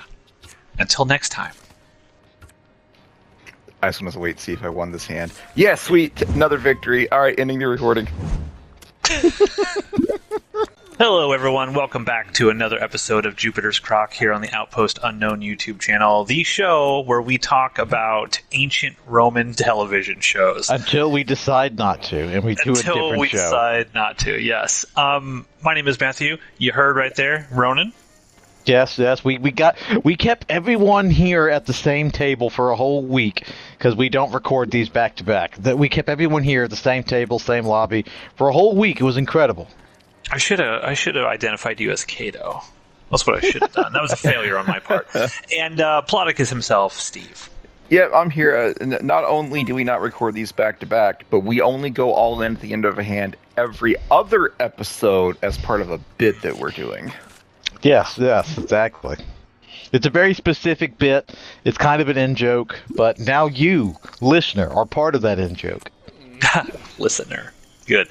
So, last week we talked about episode 7, which was Pharsalus, which for all of us was probably the most disappointing episode of Rome for the fact that they didn't actually show the big battle that we all felt was very integral and important to see. So now we are rolling into episode 8, Caesarean. Now there's only 12 episodes in the first season, so we are 3/4 of the way, right? To be or 7 or 3/4 of the way through. Don't ask me to do math. Please don't ask me to do it. And so we're going to talk about Caesarean. Now, good old Pompey, he landed in Egypt, so we all know what that means. If you know anything about history, we know that Cleopatra is about to enter the scene. And so I'm going to toss it over to Plodicus, and you're going to walk us through Caesarean. I feel like there's not a whole hell of a lot to talk about in this episode. There's one glorious moment. It starts. I guess maybe like there's not a whole lot to talk about like back in Rome. Most of this episode takes place in Egypt. So back in Rome, though, Brutus shows up. I almost said Bruticus, which is not him. Brutus shows up and meets his mother, Servilia, and he's like, "Hey, Mom, I'm home." And she gives him kind of like a halfway hug, like, "Oh, that's." Pat him on the back. Yeah, it's nice to see you. So like, there's you lost. You're dead to me. There's friction between Brutus and Servilia, which I think is bullshit because Servilia was all in on the same side that Brutus now finds himself on until she got screwed over during her affair.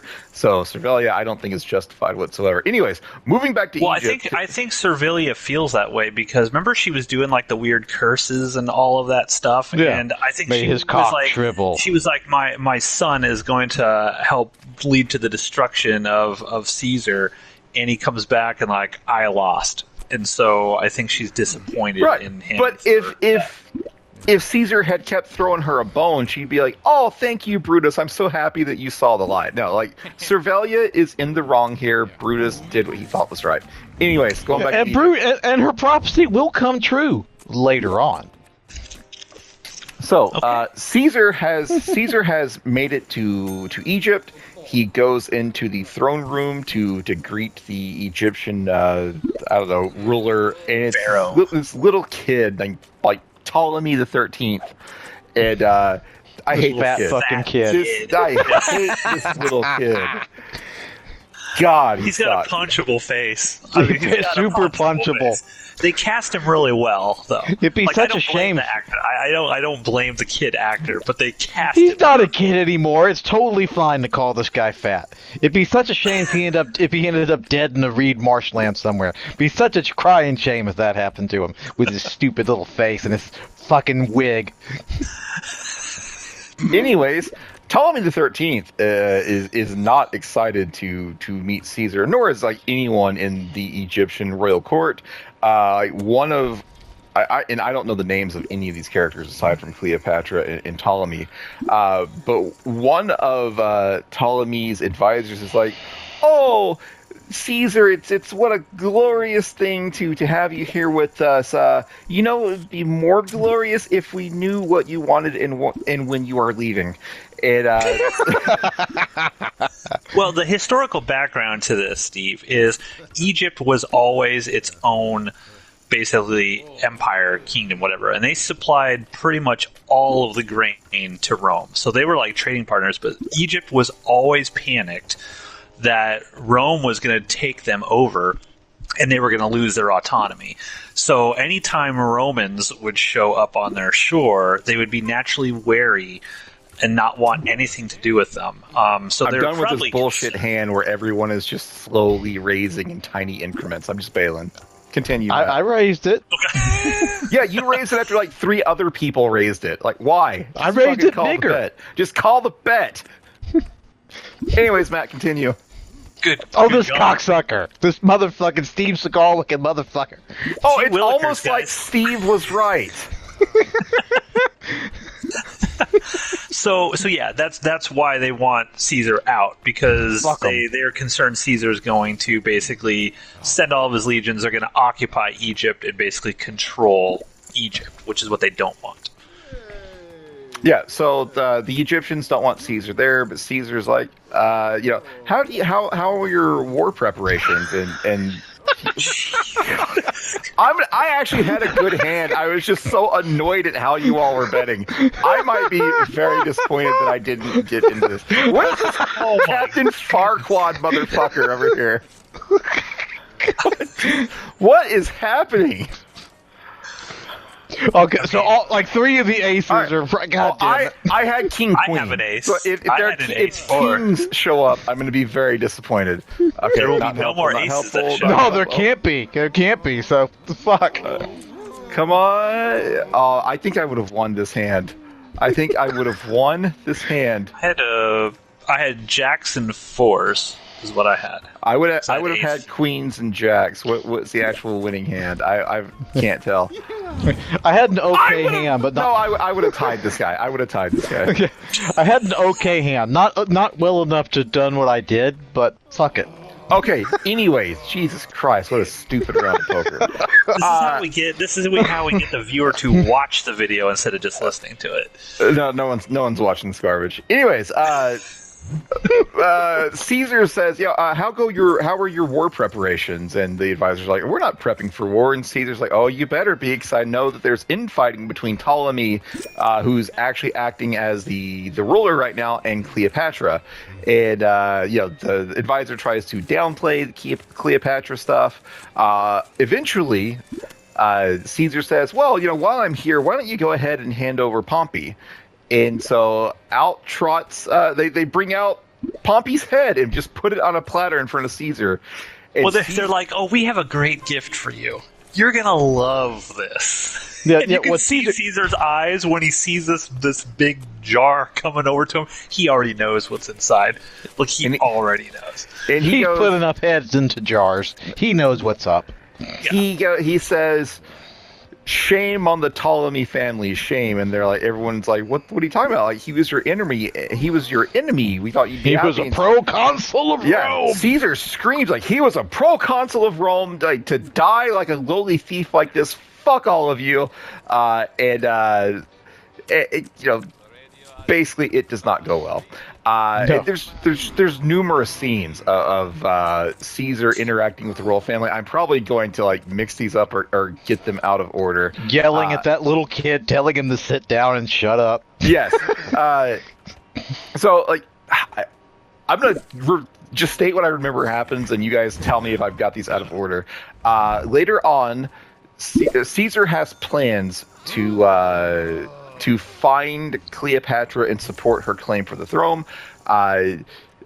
He's in a meeting with the bookkeeper and Mark Antony, and they're all like, "All right, well, war's over. We got what we needed in Egypt. Let's go home." And Caesar says, "No, I'm going to stay here, and I'm going to mediate the disagreement between Ptolemy and Cleopatra," which, of course, actually means he's just going to wholeheartedly throw his support behind Cleopatra. And a few other things. Yeah, he's going to throw several things at Cleopatra. And so the bookkeeper and Mark Antony are like, "What? You're going to do fucking what now?" And Caesar's like, "Mark Antony, you're going to take half the men I have with me and take them home and, spread the word of Caesar." And Mark Antony's like, "We're not actually done with the war yet. Cato and Scipio are still out there."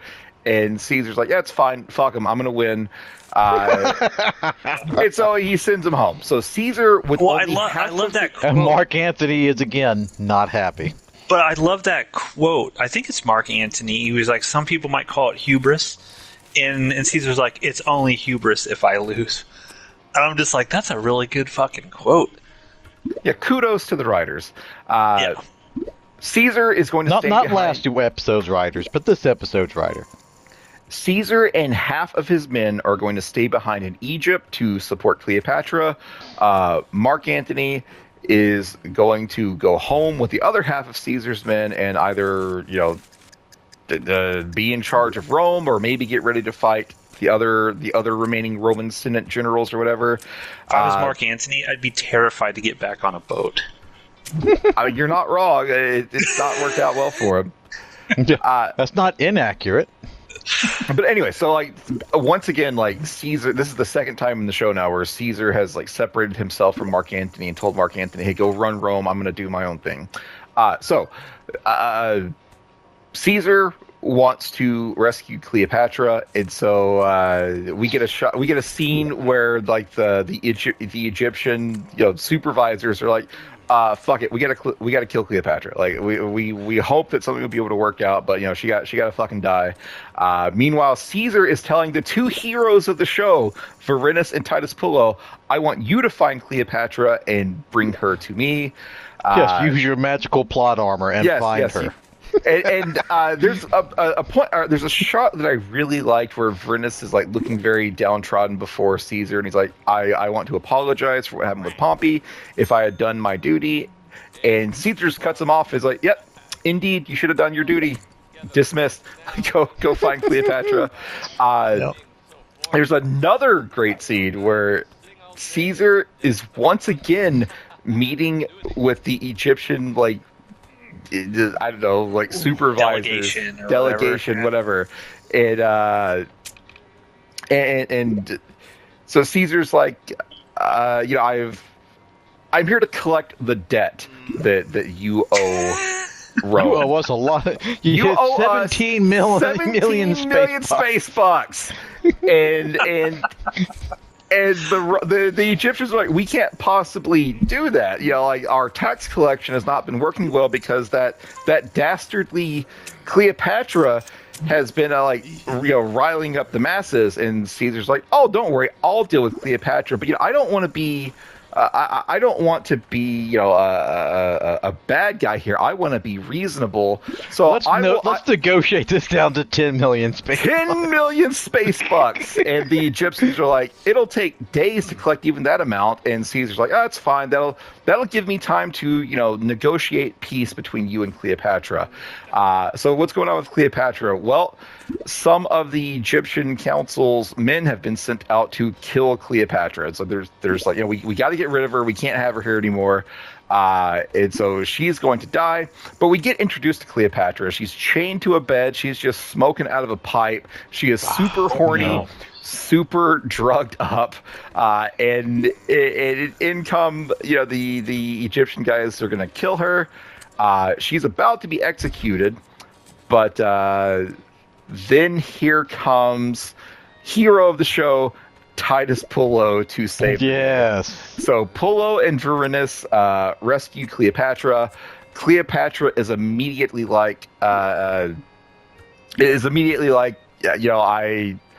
I need to have a baby with Caesar. Like, clearly, that's what's meant to happen here. I need to, throw my bloodline in with Caesar, and take it from here. Hang on. Something's happening. Something's happening. Everyone lost. Well, I mean, somebody had to win. It's just motherfucker with this stupid this corn-looking motherfucker. 7-2 offsuit, motherfuckers! I busted out. I went all in with like 40,000 caps on that for the bit. You are welcome. I did call him caps. I went all in with a 7-2 offsuit and lost like $30,000. Matt, I haven't seen you go all in for anything, so I'm starting to believe that you're getting 7-2 offsuit and you're not committing to the bit, because Steve and I have both busted out. I just haven't gotten one yet. Look at Matt and all of his luck over there not getting 7-2 offsuits. Fuck you. Jesus. Anyways, Cleopatra is decided.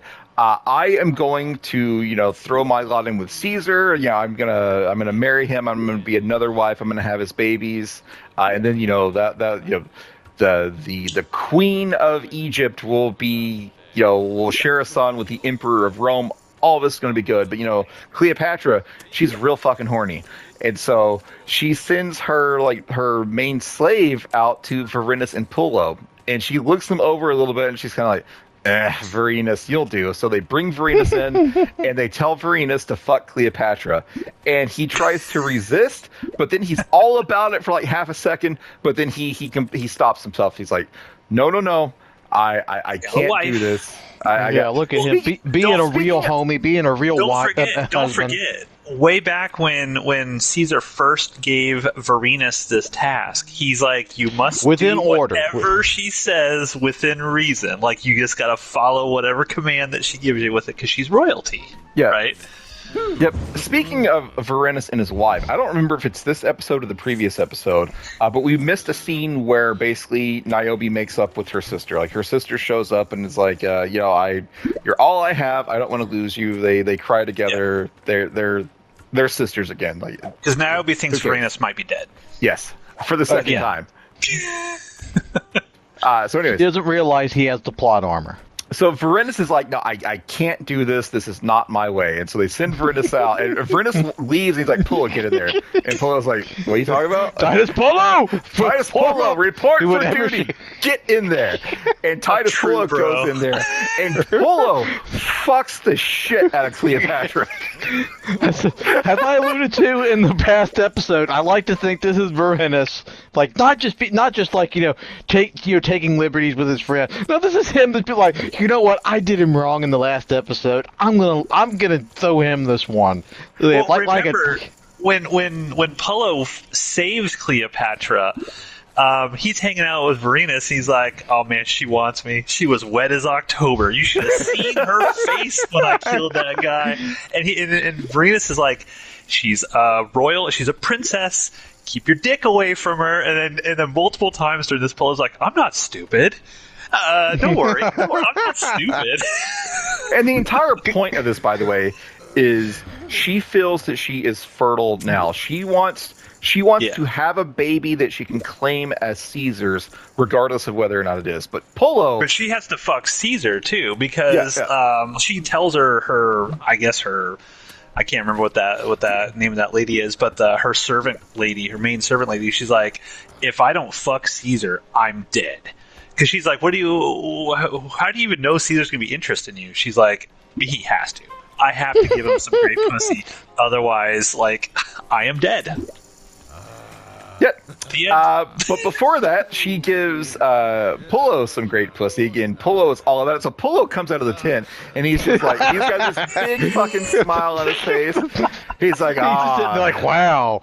Oh, God, what an order. Vernon's like, shut up. I don't want to hear about it. You're in here.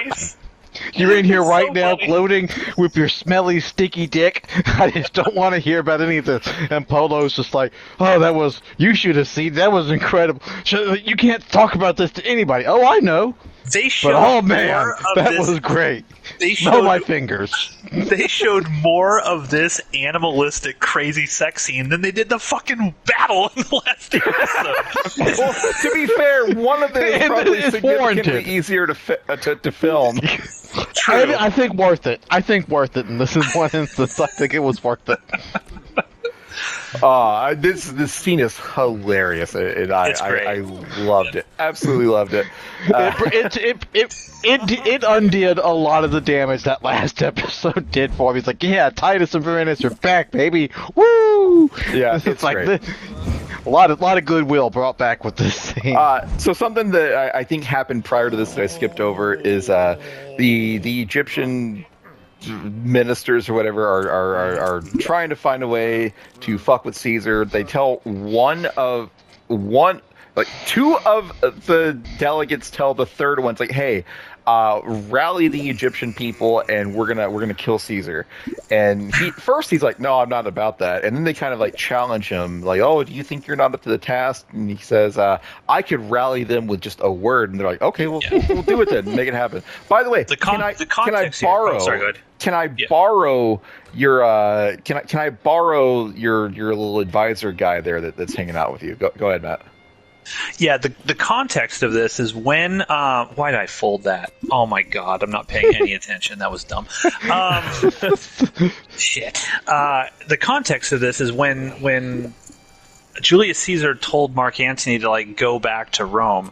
They claim, I think they mentioned 400 troops in the actual episode. I think it was actually like 4,000 Romans were there. But in the episode, there's only 400 dudes. That's all that Caesar has. And historically, this random Egyptian guy number 3, whatever his name was, with the goofy headdress, he actually raised 20,000. A force of 20,000. I hope this guy is dudes. Also going all in with a 7-2 offsuit. Yeah, I was about to say, it's like this guy knows what's up. He's got the 7-2. Or is that what you threw away, Matt? Did you have a 7-2 and threw it away? No. I had 2 8s. I had a pair of 8s, which I would have 2 pair right now, but regardless.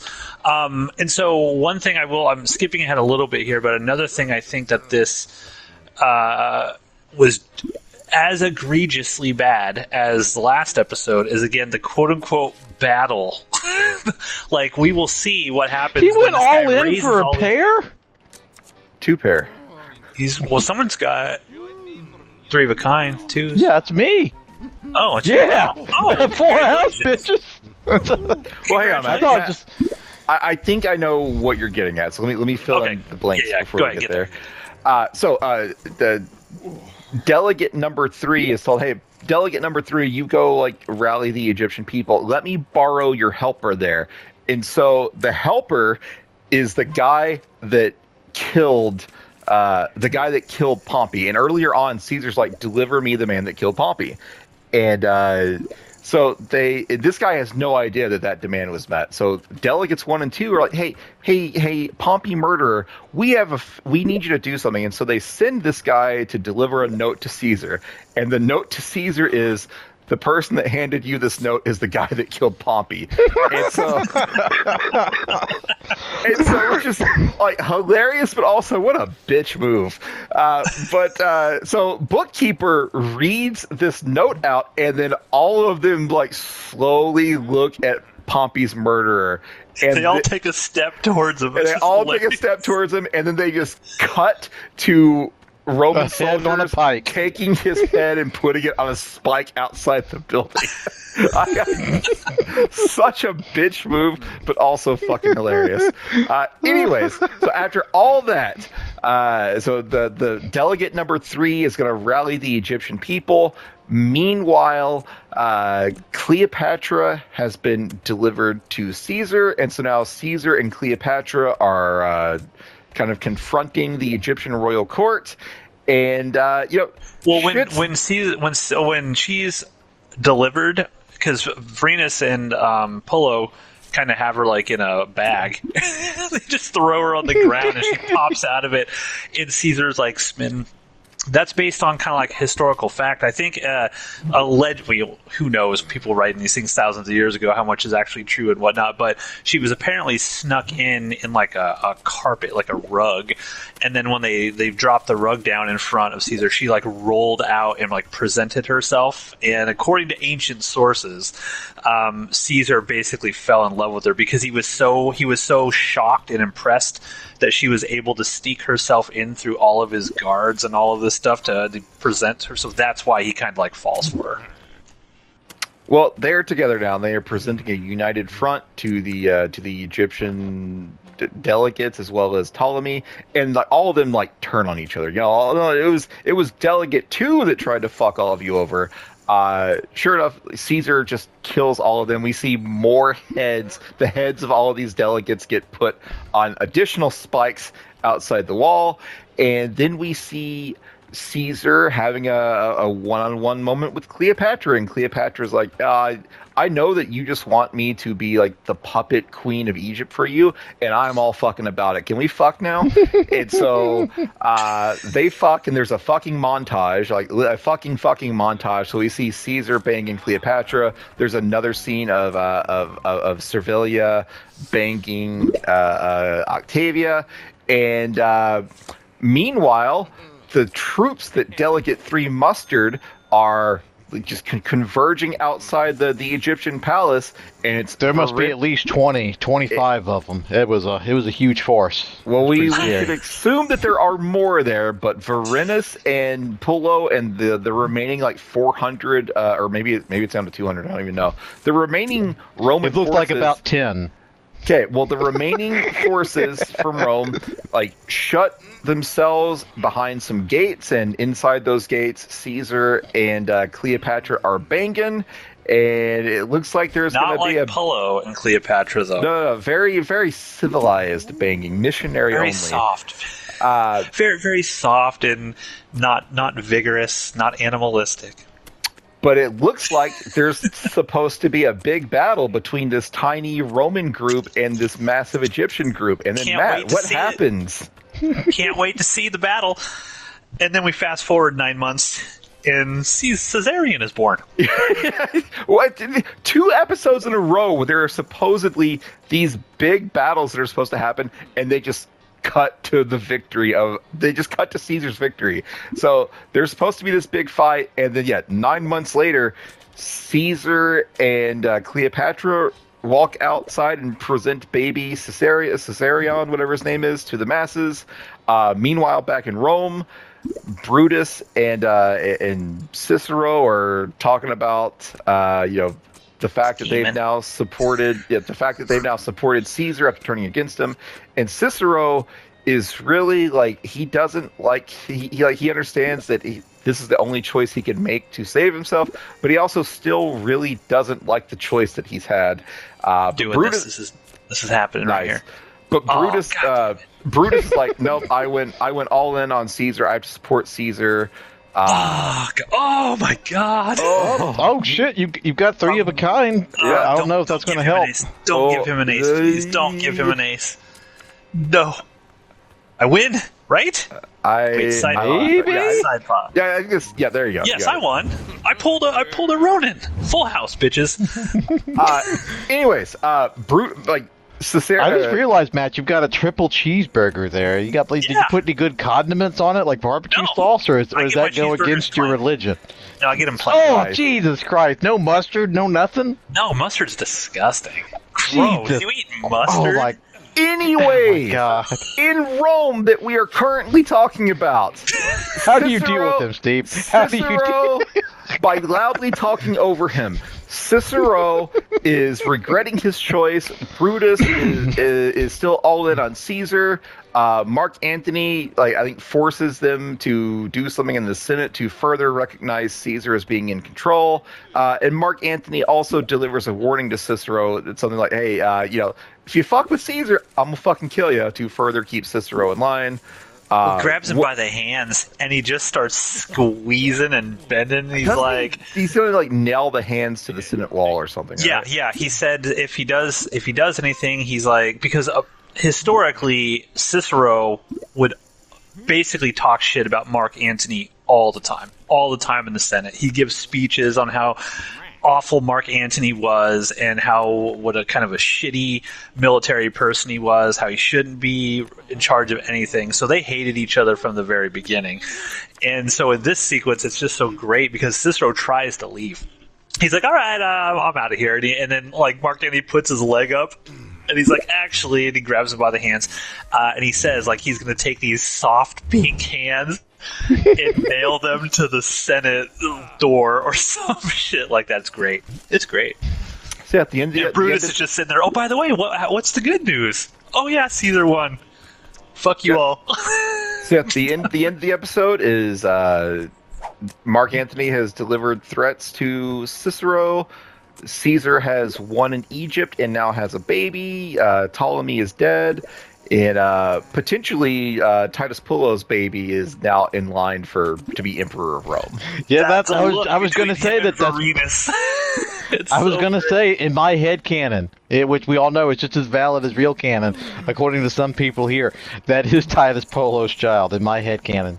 Yeah, and what's funny about that is when Caesar's coming out to present Caesarion, whatever, and Pullo's like, yeah, and Varenus gives him the side eye, and Pullo looks over, and you can tell Pullo's like, oh shit, that's probably my kid. That's probably my kid. Ronan, your thoughts on this? Was it any better than the last episode for you? Well, yeah, this episode undid a lot of the damage that the last episode did. Brought back a lot of goodwill. There's some, anytime that we have more Titus Pullo and Varenus, the episode quality goes up. And there is still the stupid bullshit of large time skips. Spartacus had that problem as well, as we mentioned in the last episode. But I think that show was more surreal, so the time gaps didn't hurt it quite as much, I don't think. Whereas this is going for absolute realism, or it wants to present itself as that way, at the very least. And so it does hurt it more. I don't know why these shows don't want to have 9 months later, or something put a timestamp on the bottom of the fucking screen so we know what era, what everything we're in. They just don't want to do it. But a better episode than the last one, definitely. Steve, your thoughts? Yeah, I like this episode a lot. I obviously would have preferred to see the battle between the Romans and Egyptians, but I'm not bothered by this one because there weren't 7 previous episodes that built up to this battle. So it's just kind of like, oh, okay, they skipped over it. That's fine. Yeah, I like this one. I feel like not a lot actually happens in this. I feel like I was able to talk through it much faster than previous episodes, but I'm happy with it. Titus Pullo is great. All the characters in this were great. Missing battle scene didn't bother me nearly as much as the previous missing battle scene Yeah, I don't know. Yeah. I didn't love it, but I liked it.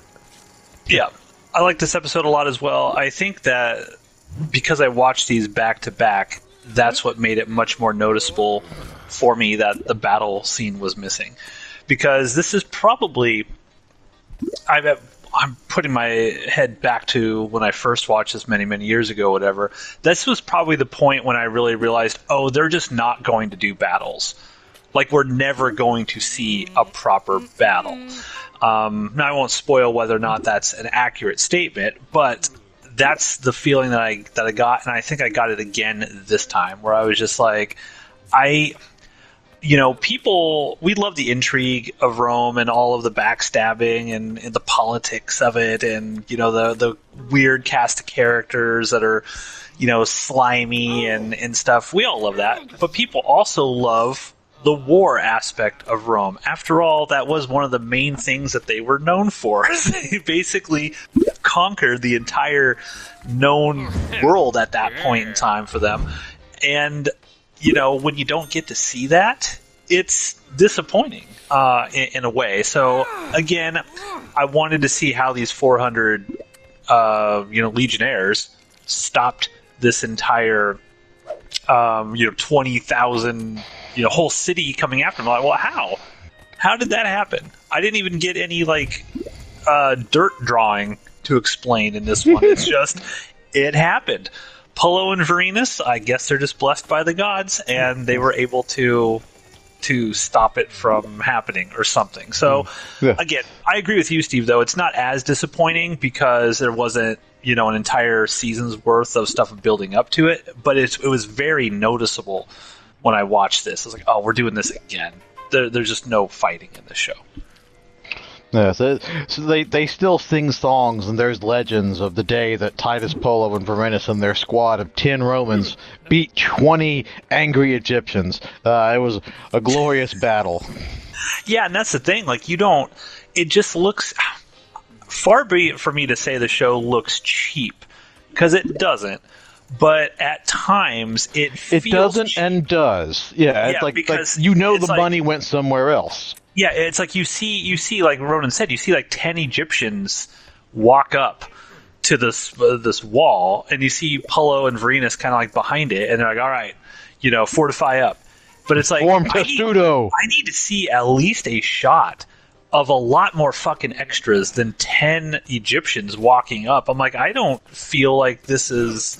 It lessens the impact of it actually being a plausible battle that these Romans could lose.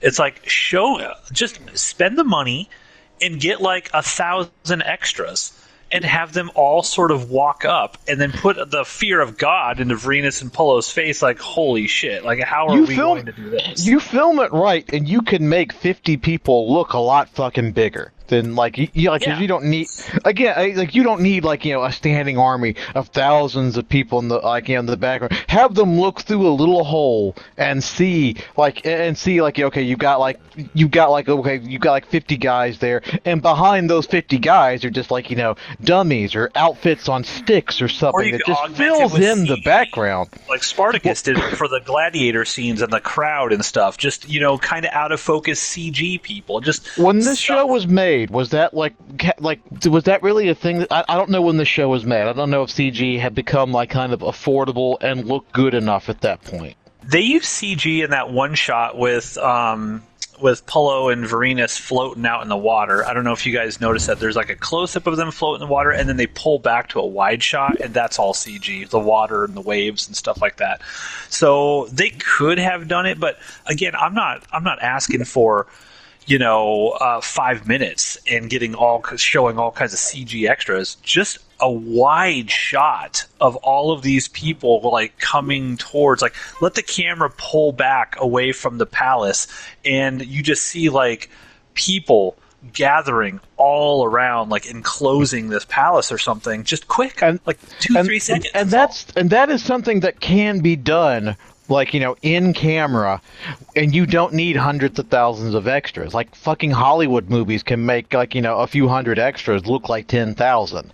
Yeah. So, like, it's like, that's something that could have been done, and, like, but that's just clearly not this show's focus. That is not an aspect of the Roman story that this show cared about. Right. And, like, that's okay once you start to accept is like, okay, well, now that I guess we're just not going to see that, but then also don't make two of our characters fucking, members of the Roman Legionary, because now we're going to expect it, because they're supposed to be main combat characters, and they're not. Yeah, and I guess the other thing is if you do show like a big giant battle, like if you were to do Pharsalus or something, I guess the flip side of that is if you're the creators, you're like, oh, well, the audience is going to demand that all the time.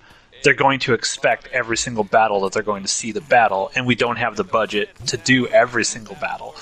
So I'm not saying that's right for them to say that. I'm going all in blind on this because I have nothing left to say about this episode. Steve, you have any final comments about this? No, I've already talked enough about this episode. I like it. There's definitely problems, but it didn't bother me as much as the previous episode. Going all in blind.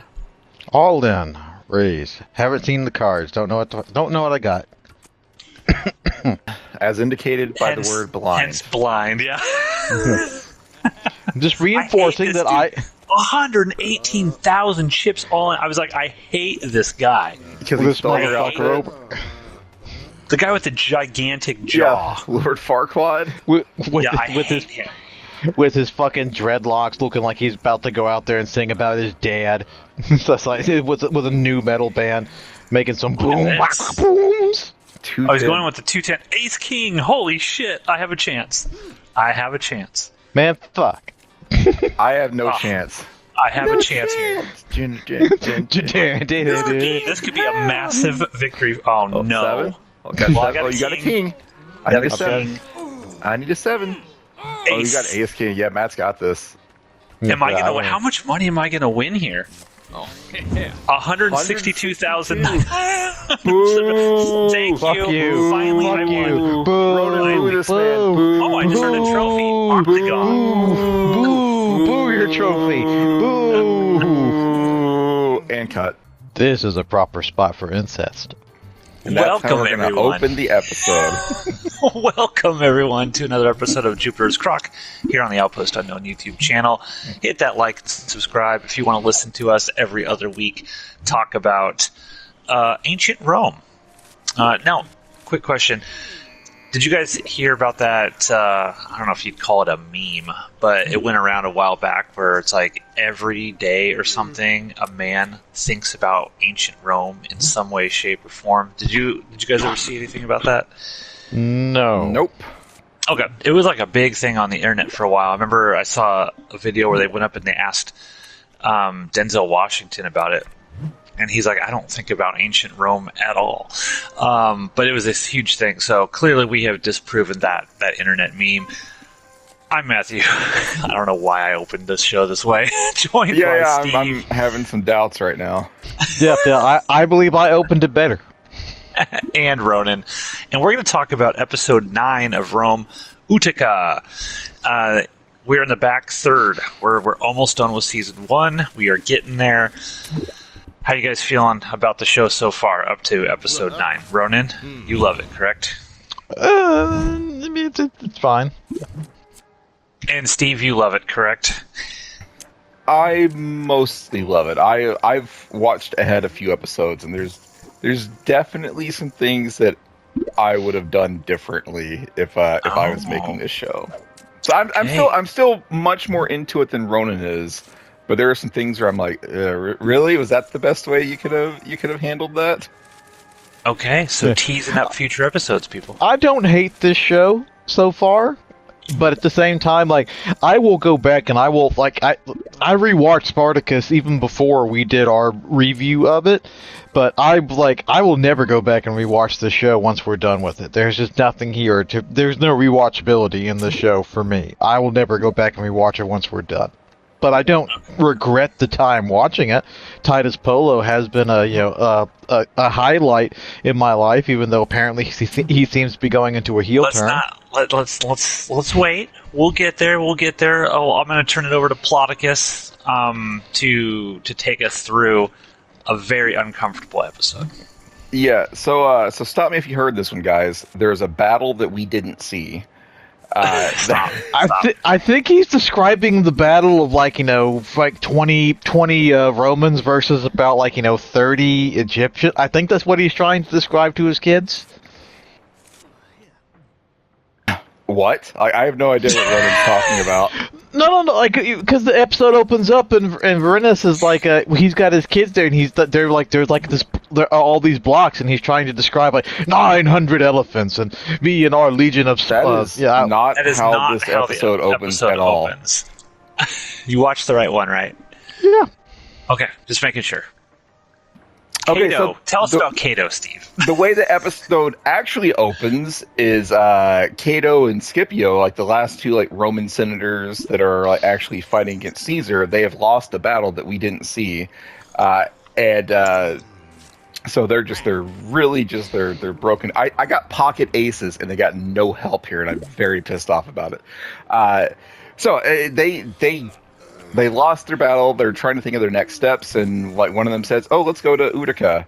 And so they go to Utica, and they're hanging out. And Cato's like, "You know what? I think I'm over this. This bread is stale. Give me a knife." This bread is being stubborn, I think, is what he says. Yeah, that's a good line. But he takes his bread knife and he goes into the bathroom and he kills himself. And so Scipio goes in and he's upset that his last remaining Roman senator friend is dead. So he arranges a funeral pyre for Cato, and then he has one of his own army men slit his throat. So the resistance to Caesar is completely gone at this point.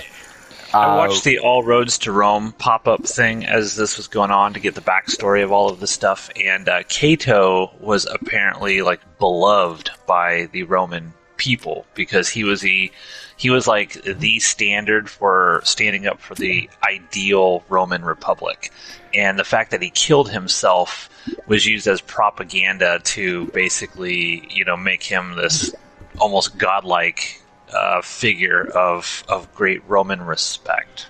Well, who knows if the show is entirely accurate, but if it is, he's also the reason that Caesar is in power, because he is the one who told Pompey, no, don't let Caesar just slowly starve to death. Let's go pick a fight with him. Yeah. Let's go stick our dick in his ear, you guys. Let's do this. Sounds like a great idea. Let's do it. Anyways, Cato and Scipio are dead. We cut back to Rome, and everyone is arriving back at Rome. There's a play going on mocking the deaths of Scipio and Cato, and Caesar's back in Rome.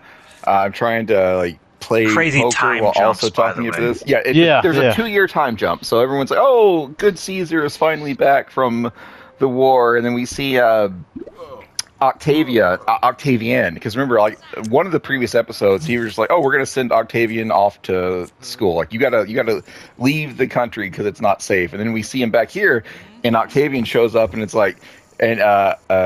Timon's like, "Oh, it's been 2 years since you were last here, right?" So now we know 2 years have passed. So Octavian is back.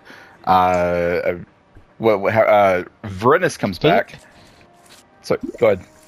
No, I was about to say, doesn't he make some, the guy who's taking him into the city? Doesn't he make some quip about have you been continuing to enter my mother? And he's like, "If she'll have me, ha ha," or something like that. What yeah. There?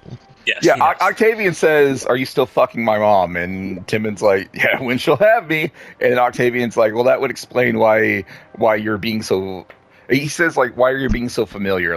Octavian expects his servants to treat him like the master, and Timon's treating him like one of the boys, and Octavian is not enjoying it. But eventually relents. He's like, "Yeah, you're right. Yeah, it is what it is."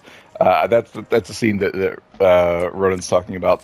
Verinus comes back and he meets Niobe, and you find out that Niobe and her sister open a butcher's market, which Varenus eventually begins working at it. Him and Pullo, and they're very upset. I guess I'll talk about the characters just on their own again because there's so much fucking going on that I don't think I can keep track of the actual order of events in the show. But Varenus comes back. He and Polo go to work at Niobe's butcher shop.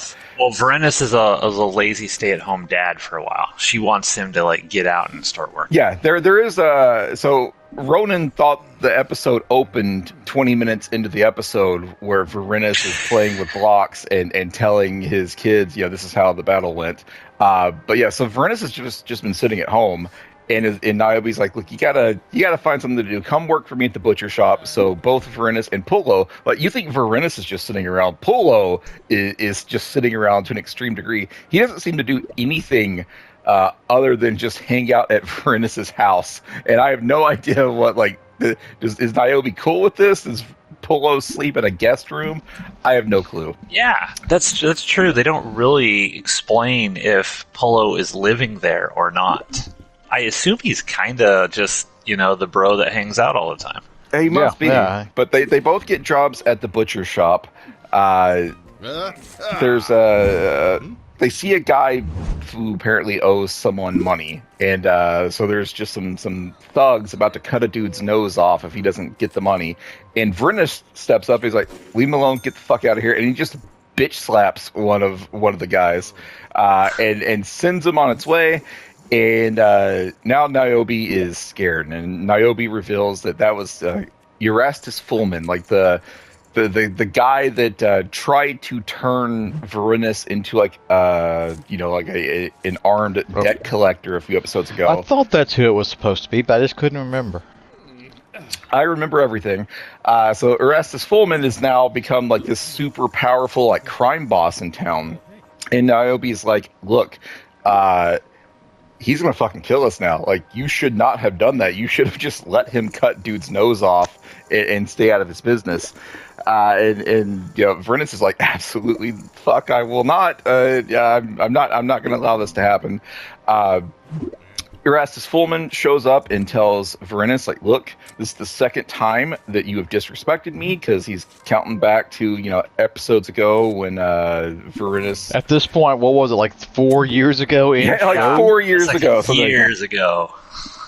He holds a grudge. Yeah, so he's like, this is the second time... This is the second time Varenus has disrespected me, so here's what's going to happen. Tomorrow, I'm going to be in the forum, and you're going to come to the forum, you're going to publicly apologize, you're going to kiss my feet. Alternatively, I will kill you and assault all of the women in your life. Erastus Fullman, just a man of the people here, clearly. And so Pullo grabs the knife, and Pullo is about to kill Erastus Fullman. And since I've watched ahead, I know that that's the smartest thing he could have done there, and it does not work out well that Varenus stops him. Varenus I love Varenus in this scene though, because he gives no fucks. But this guy's getting in his face, and he's just looking at him like, no. He's not even acting like he's scared of this guy at all. And he's not. He is not bothered. Varenus is treating Erastus Fullman, like a fly buzzing around his head. He is not fussed whatsoever about the fact that this crime boss is threatening to kill him and horribly violate his family. Does not care. He's like, yeah, whatever, get the fuck out. And so he sends Fullman away. A couple days later, or it must be the next day, Erastus Fullman is waiting at the forum, and Varenus doesn't show up. Varenus, meanwhile, has sent his family minus Niobe away because she won't leave.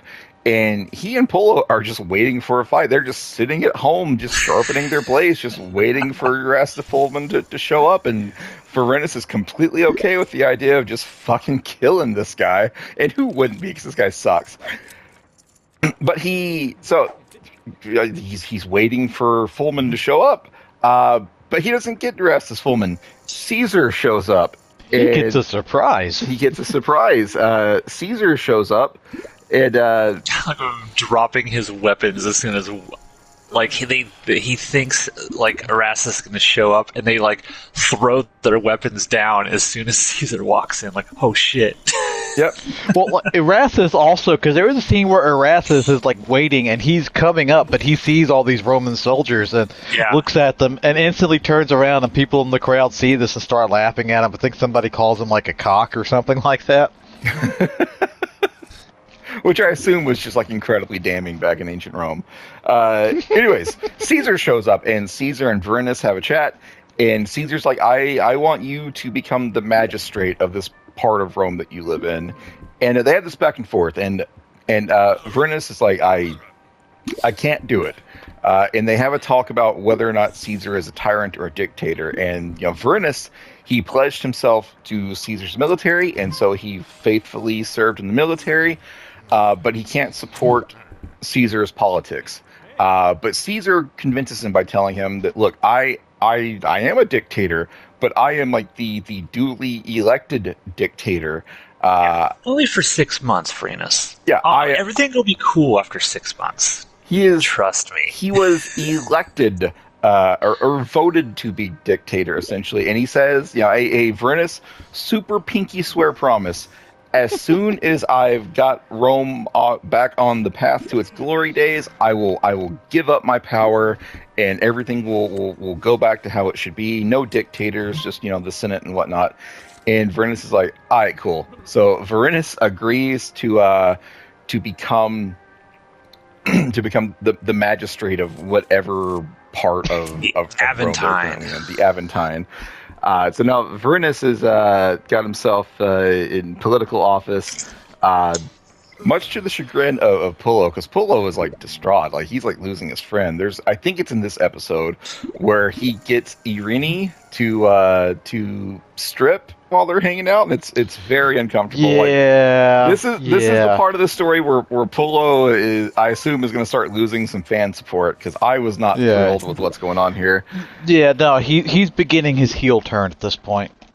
He's just so depressed about everything because he's not in the military anymore. In the next episode, we're going to see like his military buddies basically tell him, fuck off, you're just a civilian now. He's got nothing to do because all he knows how to do is kill people.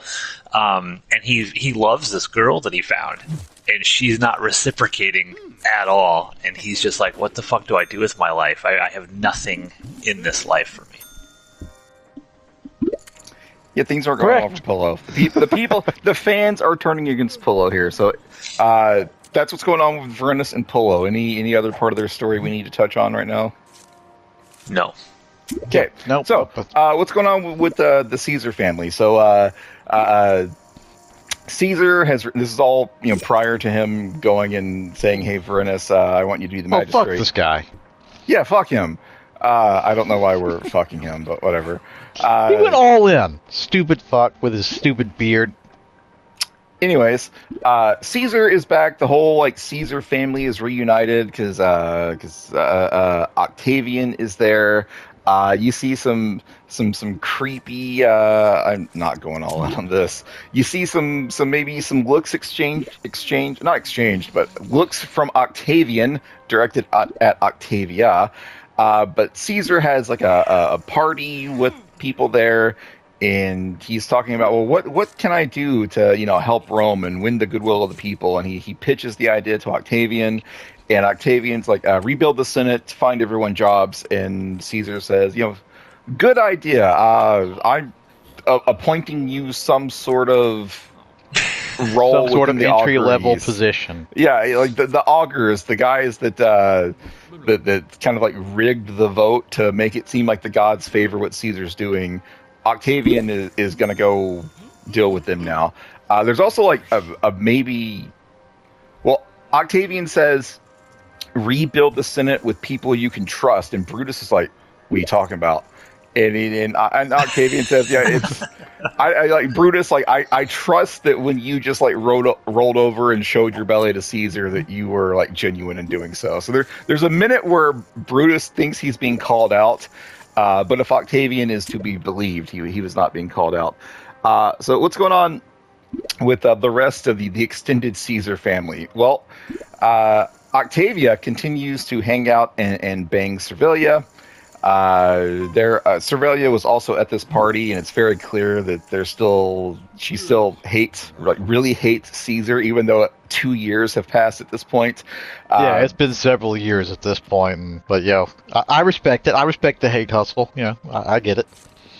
Yeah, so Octavia just is talking to Servilia and is like, "Look, you got to let go of your hate for Caesar. Don't worry, his affliction's going to kill him soon." And Servilia is like, "The affliction? Like, what are you talking about?" "Oh yeah, like the affliction that my brother told me that Caesar had." They're talking about this like it happened yesterday, but it was like 3 years ago within the show at this point. It's a long time. Like the time, there's a time abyss going on in this show right now. It's very strange. It's definitely worse than it was in Spartacus at this point, because it's just like they're for us it's just like 3 episodes ago. For them it's like 5 years, however long, we don't know because the show doesn't tell us. Yeah, this show really needed like date stamps at the beginning of every Would that have been so hard? Sometimes such. Sometimes at the beginning of like scenes within an episode. What the shit is going on in this hand? I don't know. What are you doing? I'm talking about Rome. I don't know what you guys are doing. We're not going all in. That's what we're doing. Yeah, I'm out, man. I went all in.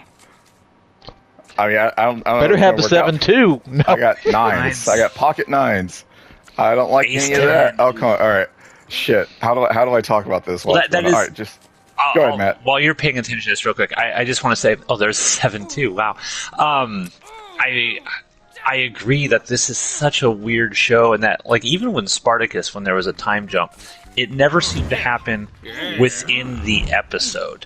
Like, in this show, you'll be like, 2 years later, and by the end of the episode, there's also another 10-month time jump, all within the span of, like, 50 minutes, and it's very discombobulating.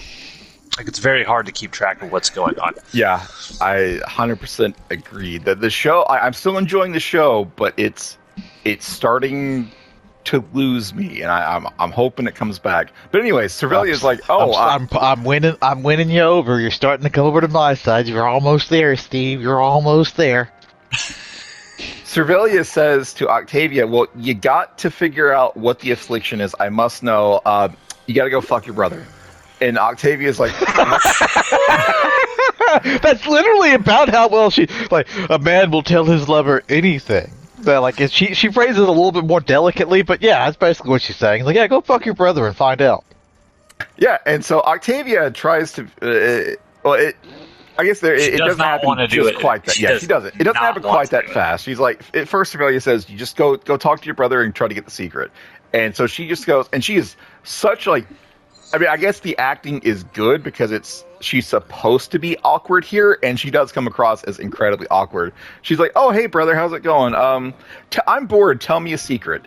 And the secret that Octavian eventually reveals is that he and Pullo, like, tortured a man to death, like, this is 17 years ago now, or however the fuck long ago it was. And so Octavia goes back to Servilia and is like, "Yeah, that's all he would tell me." And at that point, Servilia says, "Okay, go fuck your brother." And so I believe at this point, huge no in ancient Rome. Like, you could be committed to death for incest. I believe at this point, Servilia tells Octavia that your mom killed your husband, which was 91 years ago, or however long that happened. And so this is a question that I had like many episodes ago. Like, Octavia's husband dies, or gets murdered, and then his body gets wheeled up to the front of Attia's house. And I'd always thought, like, clearly that wasn't part of Attia's plan. Who did that? It seems to me like Servilia may have had a hand in that. Like, I just still don't know. I don't think that they were in their rageful hate mode at that point. Were they? I don't know. Yeah, I think Attia did it because I think she wanted Octavia to know that he was dead. Okay, rather than he's just disappeared and he might come back someday, like he's dead. Maybe her acting then was so good that I genuinely thought that she was not planning on that. I don't know. Anyways, Servilia says, "Hey, your mom killed your husband," and at that point, Adia says, or Octavia says, "You know what? I will go fuck my brother." And so she goes back home. She seduces her brother very awkwardly, and she's like, "Oh, you're a man now. You can take whatever you want. Take what you want." Incredibly awkward. So they fuck, and then she's like, "Hey, about Caesar's affliction," and Octavian's like, "Ah, here we go." Like I knew that wasn't just No, I think no. He when they were done, he just straight up asked, "So what? So you want me to tell you some kind of because he sees right through it." That's the disturbing thing about it, because he knew exactly what she was doing to try to. And he still went for it. He's like, "Yeah, here the comes affliction." the price. He's like, yeah. Oh, you wanted to know about Caesar's affliction, huh? All right, well, okay, I'll tell you. Does he actually tell her? I don't remember. I don't think he does. I don't feel think like he actually does it. No, not like a specific. Hey, he's cursed by Apollo or whatever. Yeah, once she gets called out on this, she immediately starts breaking down because the slave sees them. Yeah, the slave is the one that sees them. She starts breaking down, crying, and Octavian's like, "Oh, don't worry, it's fine. Like I've probably not seated you because the moon is in I don't know a waning the positions of the moon right now." But anyway, Octavian's taking all this in stride, and it cuts to the next morning, and Adia is chasing Octavia around with a fucking whip. She is just about to beat the shit out of Octavia, and Octavian is falling behind, like, "Mom, fucking stop!" And Adia goes, "Calm down. It was just a little incest. Calm down. Just a little incest between siblings. It's fine." So Adia was about to slap Octavian, and Octavian grabs her hand and is like, "I am your son, but I am your child. I am your son, but that does not mean you will not strike me." And I'm thinking, "Oh shit!" Is this going to be like the beginning of Octavian fucking standing up? No, she just pulls her hand away and then slaps him anyway. And Octavian She hits him with the other hand. Yeah, Octavian falls on the ground and is like cradling his face from the force of his mom's slap. So I thought she calls him a little pervert.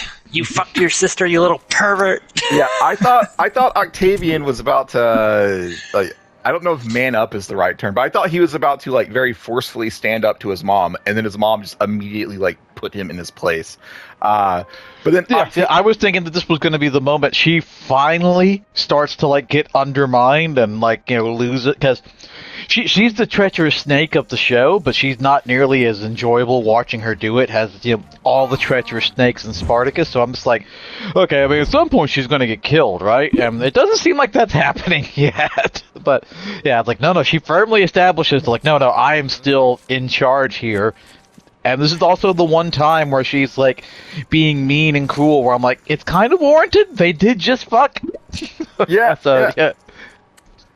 Well, yeah, they should be sentenced to death. That's the thing. That's why Adia is so angry, because incest was the hugest taboo in ancient Rome. You could fuck anybody you wanted except your own family. So, which I mean, yeah, I'm glad that taboo still holds true. It's one of the only ones the Romans got right. Well, just think of from Adia's perspective, what's going to happen when Caesar finds out, or if Caesar finds out, the shame that it would bring to their entire family. But it must be just when pregnancy is involved, because Adia thought Caesar was fucking Octavian, and she was all about that. Yeah. Sure. Yeah, of course. Well, but because Octavian's even after it happens, he's trying to be well, no, our social status position, it's going to be okay. It's not going to he seems more okay with this because oh well, we're upper elites. Rules don't matter to us, which is still true to this day. But also, I don't think Caesar gosh, I'm trying to remember the exact sort of family things, but Octavian, I don't believe, is a blood relative to Caesar. So, because Caesar adopts him as his son, but I don't think somewhere along the line that they're blood related. But I'd have to check that out. So, Caesar is an uncle, but by marriage or something? Because I don't. Think yeah, so. It's very complicated, that whole. Wasn't that in one of the first episodes where where that happens where he's like, "Oh yes, I've decided to formally adopt you into the." I think that happens in one of the early I don't episodes. whatever, maybe, whatever. It doesn't matter. Incest is incest. Incest. Yeah, is it's incest. still it's still bad. So Octavia is like distraught, and his mom is chasing her with a whip, and Octavia like breaks down because like once again, like Octavia is like the most easily manipulated person in this show, because she's like, I did this because Cervelia told me that you killed my husband, and Addie is like, I didn't kill your husband, and Octavia's like, all right, cool, I believe you Pinky again. promise. I believe you again. And so they're just gonna solve this family problem, never talk about the incest again. But now Adia knows for sure that Cervelia is the one that is trying to ruin her family. And so the end of the episode is Cervelia is just kind of like, I don't know, getting pulled along in her carriage, and Timon has his men attack the carriage, rip Cervelia out, like cut all of her hair off, strip her down, and just leave her like crying and naked in the street. That Noble is how woman of Rome. Yeah, and no one comes to help. No one comes to help at any point. This is something that I wanted to ask Max. I am not a history buff at all. Like, did Rome have any sort of equivalent of like a police force? Because there are multiple times where people just get killed in the street and just nothing happens. Like people just go about their day. Not really. Honestly, I think it was like I you think just kind of like protect yourself, essentially. yeah, the idea of a police force is honestly pretty fucking recent in history. Like literally only within like the last 200-ish years, I think. Like America, we had sheriffs. Like you watch those old westerns where there was like a town sheriff, and that's true. But actually, city police forces, that didn't happen here until like after the Civil War, because like the origins of the police is they were basically set up to like keep freed slaves in line. That's their origin story. So Yeah. the idea of like police is a pretty fucking new concept, all things considered. Rome didn't have like an actual police force. I think there were like groups of people, like a neighborhood watch type kind of shit, where they would try to, just of normal Roman citizens. But there was no, because even military, you couldn't be in the city with weapons.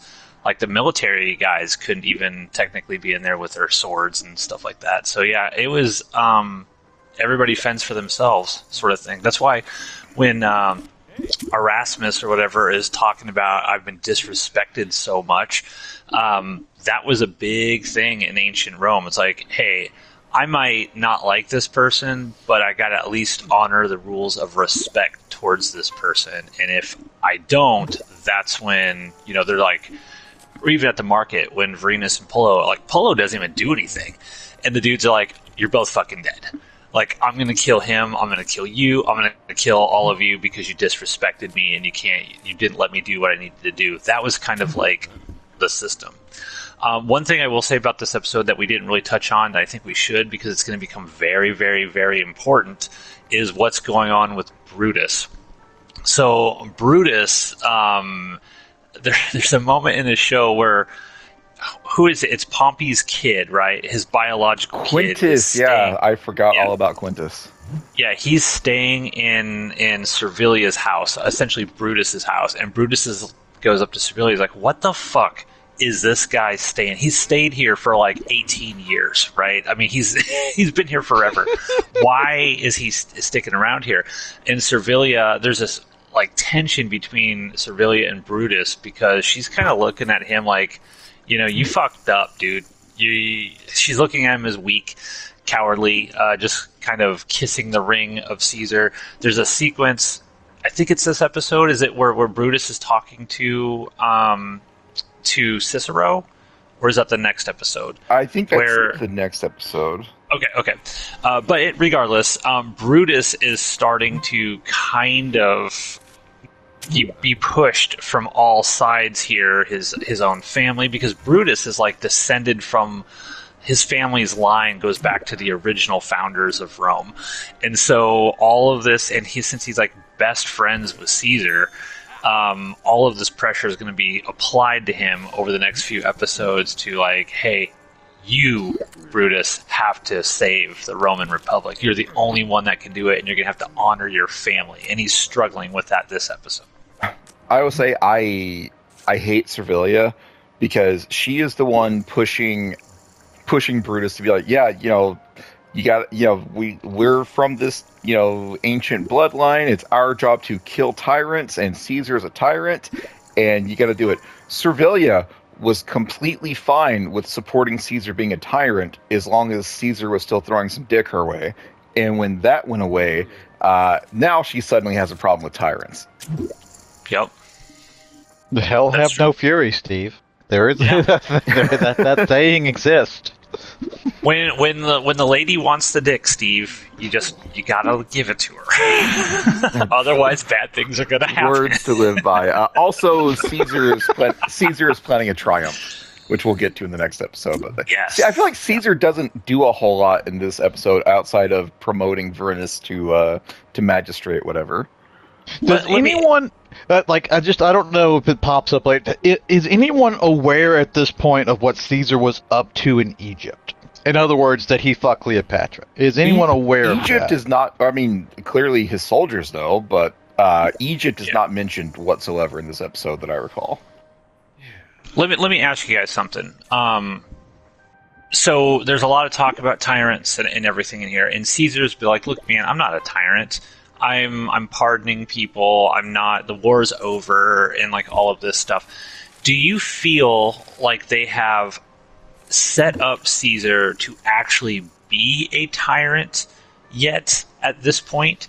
Or do you feel like Kieran Hines, the guy who plays Caesar, is basically just playing him like, look, I'm kind of like a benevolent tyrant in a sense. Like, I'm not going to cause damage. I'm only going to do good things. I'm going to create public works so people have jobs. I'm going to stop the wars. I'm going to do all of this while still maintaining all the power, right? Manipulating my way to getting all the power, but he's not doing it like in a necessarily overly negative way. Like, he's not destroying people's rights and doing all of this. How do you feel they've set up Caesar so far? I think I'll say like kind of like fake benevolence. Like, Caesar is willing to do this as bloodlessly as possible, but if you get in his way, he's gonna fucking kill you. I think that's probably the best way I could put it, because he did like genuinely just allow Brutus and Cicero to come right back into the fold, but every time he interacts with them, there's like that little element of, I'm saying this to you in a friendly way, but you don't actually have a choice in the matter about whether or not you will carry out what I've told you. Yeah. But every villain believes they're the hero of their own story. Like, I know that's very cliche, but it's also true. Like, all of history's greatest monsters, like, for sure thought that they were in the right with what they were doing. Caesar, like, he's even said it so much, like, like, his plan is to, like, Steve was touching on, do as bloodless a coup as possible. He likes most of these senators because he's been pals with them for, like, in this show's timeline, like 200 plus years, because I don't know how the flow of time works in this show. So he's been friends with them for a long time. He's just trying to, like, he's trying to be the alpha bro, and it's like, no, bro, I run this pack. And so yeah, he's basically a tyrant who's accumulating power through smiles and niceties, rather than I'm just going to straight up murder you and take what I want. He's not above that. He'll do it if he needs to, but like, right. Even he knows that, like, just openly killing, open wanton killing, that doesn't look good. It doesn't look good to the people of Rome. So, if I have to do it, I'll do it, but do it as quietly and under the table as possible, and win everyone's hearts and minds with money or the promises of money down the road. And, like, it's just not going to happen. Well, the reason I ask is because I think it's interesting how the show's kind of presenting Caesar. Caesar is not like, when we think of ancient Rome and like the emperors like Caligula and all of those people who were just awful, Nero, and like these crazy emperors who did these horrible things to the people. That is not how Caesar is thought of. Caesar is thought of, he was he wasn't the first emperor. Obviously, Octavian is going to become the first emperor. But for all intents and purposes, Julius Caesar was the first emperor in terms of power that they had, and set the stage for Octavian to take over, the entire empire. But it's different if you're presenting that as this is clearly a bad guy. And then when Caesar gets his comeuppance and the Senate stabs him to death, they assassinate him, is the audience supposed to feel the way the show is portraying it hell yeah, Caesar deserved that, that's bad? Or are they portraying him in such a good way, he's a nice guy, he only does stuff if he absolutely has to, he gives everybody the option to, because I think in the next episode he mentions in the Senate or whatever, he's like, hey, there won't be a second time. I'm giving you guys, a pardon now, but there ain't going to be a second time. So you get that kind of moment where he's a little, don't fuck with me now that I got all the power. But if he's portrayed as this horrible, horrible, evil guy and he's stabbed, that makes the audience have one reaction. If he's presented as kind of a benevolent, good guy who just has to crack some eggs when he has to, when his push comes to shove, but he's ultimately kind of a good guy and he's doing things for the good of the state, how does that make the audience feel when he's assassinated? Whose side are you on, essentially, at this point? When Caesar is killed, are you on the side of the senators, who are also assholes and bad dudes, or are you kind of on the side of Caesar, who's been presented as a good guy? Just something to think about, I guess, as we go through the next few episodes. So, Steve, what did you think of this episode? It's fine. This one didn't do a whole lot for me. The time abyss is becoming a big problem at this point in the episode. I feel like this episode was more of a setup for future events rather than the episode itself accomplishing anything. 100%. That's what I thought. This is just setting the stage. Spartacus had some episodes like this where you're like, okay, not a whole lot happens. It's just kind of setting up what's going to happen in the last arc here. Ronan, your thoughts?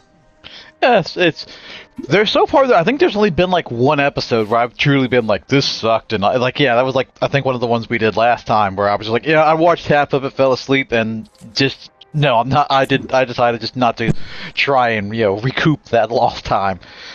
This one's not as bad, but this one also, it is setting up the only real shining light that keeps me going through this show is the bromance between Titus Polo and Varenus, and now we're getting now they're setting up a heel turn, and it's oh great, are they going to well and truly lose me in the last 3 episodes of this show? Is that what's going to happen? Are they going to lose me? And I think that's what's going to happen. They're going to lose me. So this is a very episode. I know enough history about Rome to know okay, well it's E2 Brute. That's pretty common knowledge, I think, for most people. We kind of know what's going to happen. So that it's up and coming down the pike, and this is trying to set that up. But at the same time, that's the only characters I've really gotten behind are pretty. It seems like they're about to have their big breakup. So we'll see. Is this show well and truly going to lose me, or am I to where I'm going to take away my kind of nice praise, it's all right, and go straight into no, this show sucks. It's we'll see. Tune in next time, true believers. Yeah, I do think it's interesting that there's no Egypt mentioned at all, especially after the end of the last episode. That's what I was saying. It's do they know what Caesar was up to while he was there for the 3 however many years he was out there? Well, yeah, Varenus and Polo and all them do, because they were there. They watched Caesar hold up Caesarion with Cleopatra. But does the rest of Rome know? Is the better question, because the soldiers can be put to silence. I don't think they do at this point, but again, it's unclear. I think it's part of the fault of this show is some things just are not clear. The time jumps are so dramatic that you're well, wait a minute. Well, I shouldn't be asking this question, essentially. We should not have the question, does Rome know about Cleopatra and that, Caesar's banging her and all that and has a kid? and stuff like that. I know enough historically to know that Caesar's heir does become a problem, like because Mark Antony gets involved with Cleopatra and Caesar's heir, and then you I know enough to know that all this stuff does eventually become a problem. But so it seems like it's kind of hidden, but you can't keep something like that hidden forever. Yeah. You were going to say something, Steve? I think all the Quintus stuff might happen in the next episode. I'm just throwing that out there. Okay. Cool. All right. Well, that's the end of this episode of Jupiter's Croc, episode 9 of Utica of HBO's Rome. Next, 2 weeks. 2 weeks from now, we are going to talk about episode 10, Triumph, where Caesar is going to put together his grand triumph, taking, was it Vercingetorix or whatever? King of the Gauls. King of the Gauls. We're going to find out what happens to the King of the Gauls, who I think we saw way back in episode 1 or 2. Yeah, episode 1. And yeah. I just thought that they assassinated him. Yeah, King of the Gauls has spent approximately 3,600 years in a Roman prison waiting for the next episode. So we're going to find out what happens to him. So hit that like and subscribe, and we will continue our journey on Rome in 2 weeks. Hello, everyone. Welcome to another episode of Jupiter's Croc here on the Outpost Unknown YouTube channel. I'm not going to try to do some fancy intro because I fucked it up on the last episode. So I'm joined once again by Ploticus himself, Steve. Yep, I am still here. And down there in Tennessee, a state known for having no incest whatsoever, is Ronan. No, all the incest jokes, we make that about Arkansas. That's where all that comes from. It's well known here in the South. When you make an incest joke, you then turn it into Arkansas, and then everybody laughs. But I assume Arkansas then does the same thing. Does it just bottleneck Kentucky, and Kentucky's shit, we don't have any place to go with this. I guess we're the incest king. I almost want to Google which state has the most incest, but I feel I'll end up on a watch list. Do it. No, open up an Do it for the content. Yeah, open up an a private browser tab the way you're supposed to. Don't you know anything about these kind of searches? That doesn't work. It 100% works. Fuck it. I'm just googling it. All right, I was going to do it, but I trust the most incest. Okay, I'm doing it. Which state has the most? It works 20% of the time, 100% of the time, Matt. Has the most incest. Okay, I've now officially become on a list here. Okay, there's no AI answer for it on Google, so that's fine. Okay. Oh, God. All right, which state has the highest incest rate? Incest is a sexual relationship between closely related people, blah, blah. This is illegal in 48 out of the 50 states. In New Jersey and Rhode Island, it's not a crime between... I was just about to say, what states is it okay in? Jesus Christ. Okay. Oh, here we go. According to reports, Florida has the highest incest rate in the country. The second highest rate is in the state of Alaska. Somehow those two states make perfect sense. Florida makes perfect sense. I'm a little shocked by Alaska, I guess. Well, Alaska, it's it's so vast and there's so nothing to do. You might as well fuck. Yeah, I assume in Florida it's too hot to go outside, and so you sit at home and fuck your cousin. And in Alaska it's too cold to go outside, and so you sit at home and fuck your cousin. Yeah, this makes perfect sense to us, the Southerners. We understand this, Matt. I don't get why you're making such a big deal out of this. So, anyways, this episode you guys starts. Know more about incest than I do. Shut up. We're moving on. The bit is over. We are talking about episode 10, season 1 Rome, called Triumph. This episode starts with Cicero and Brutus. In listeners out there, go to ChatGPT and ask ChatGPT about incest. I want to know what it says. Tell them Ronan sent you. Cicero and Brutus are in the Senate, apparently a new Senate, because I remember Octavian suggested that you get a bunch of new senators in, and they're having a conversation before all the other people show up, and basically Caesar is about to be confirmed as dictator, and Cicero is like, this is stupid bullshit. I'm gonna do this because I don't have a choice, but as soon as this is over, I'm going to go and, I'm just going to retire to the countryside and be a farmer. And Brutus is like, no, Brutus is trying to justify his actions to himself. He knows that all of this is wrong.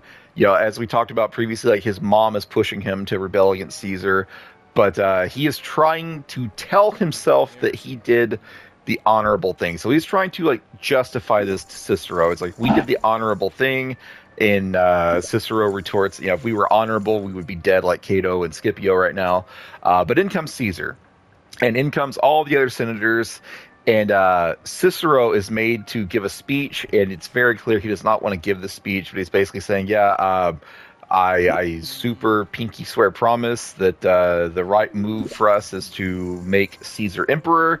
And he sits down, and Brutus stands up, and he's like, he tries to crack a joke, like, Caesar and I have had our misunderstandings with each other. But I also super pinky swear promise that Caesar will should be made, dictator, emperor for life, or whatever. And so the motion is passed. Everyone claps. Caesar is now the imperator, or whatever the phrase. Dictator. What they call him something else, though, don't they? I thought imperator, but maybe I'm wrong.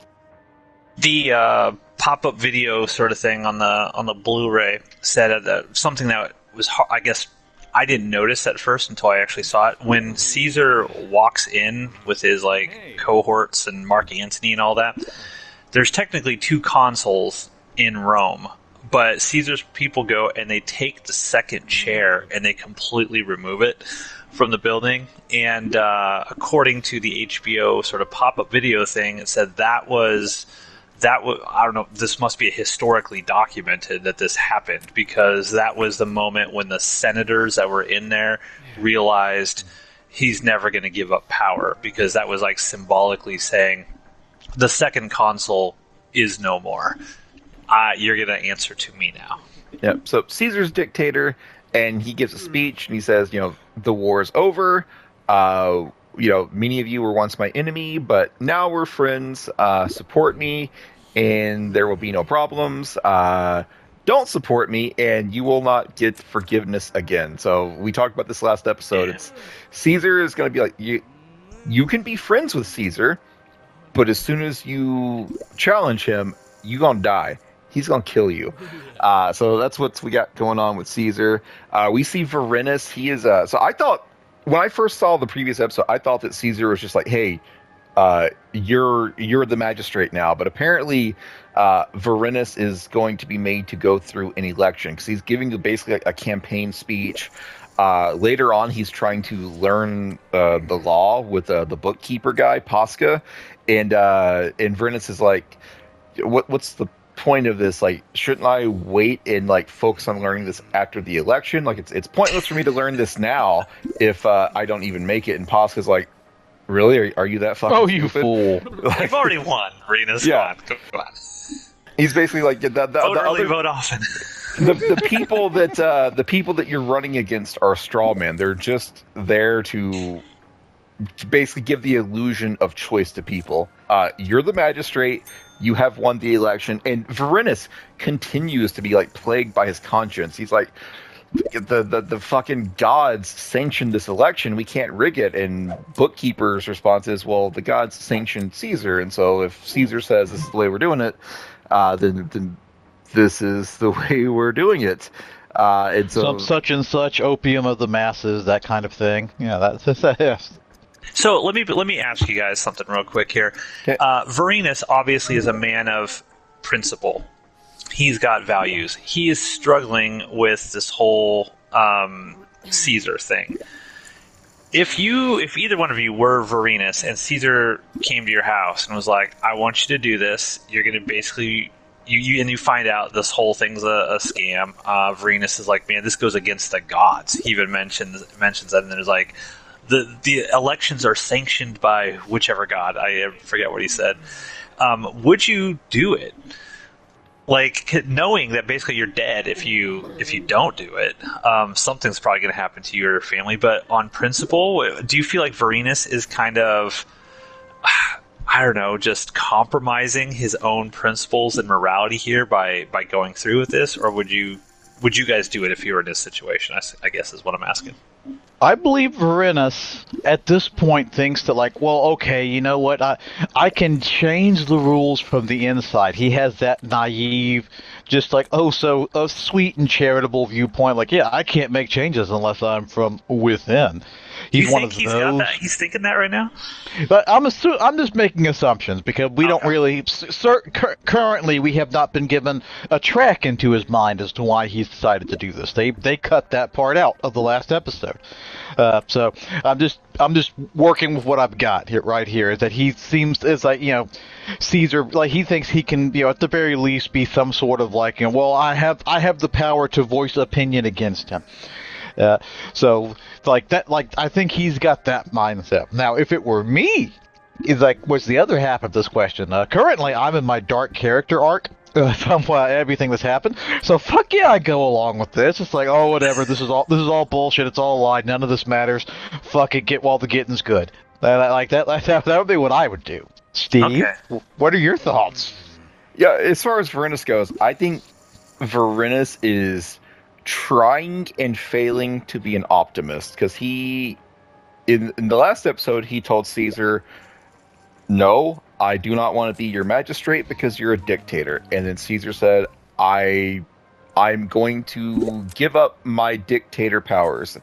And Varenus and Niobe, like look, Niobe wants their family to be secure. Niobe wants their family to have money. Because even Niobe was like, maybe you should have killed that guy for Erastus Fulman like 17 years ago. So I think he's doing it for his family, knowing it's wrong, but he's clinging to that little bit of hope that maybe Caesar is telling him the truth. But I agree with Rona. I also would have done this at this point, because fuck it, everything's awful. Hell yeah. Okay. Hell yeah, Steve. All right, continue.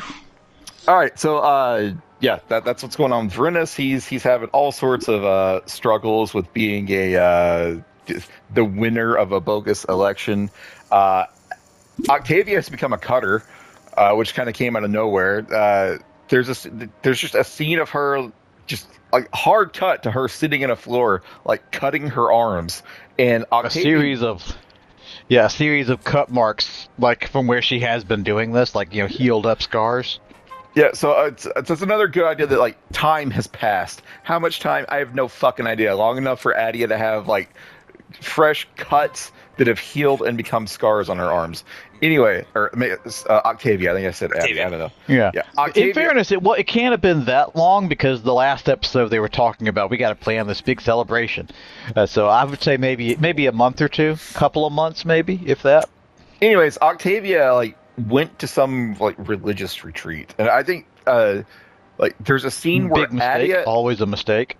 Adia goes to Cervelia, and, you know, like, look, they both know that each other is like their enemy, but they have to keep appearances. So Adia is like, "Oh, Cervelia, I'm so terribly sorry for what happened to you." And I don't think we mentioned this in the last episode, but after Cervelia gets assaulted, like Adia's worker, like Timon, like the guy that set all this up, like apparently like grows a conscience because he gets like a sad look on his face. So I assume he's going to have some face turn later on.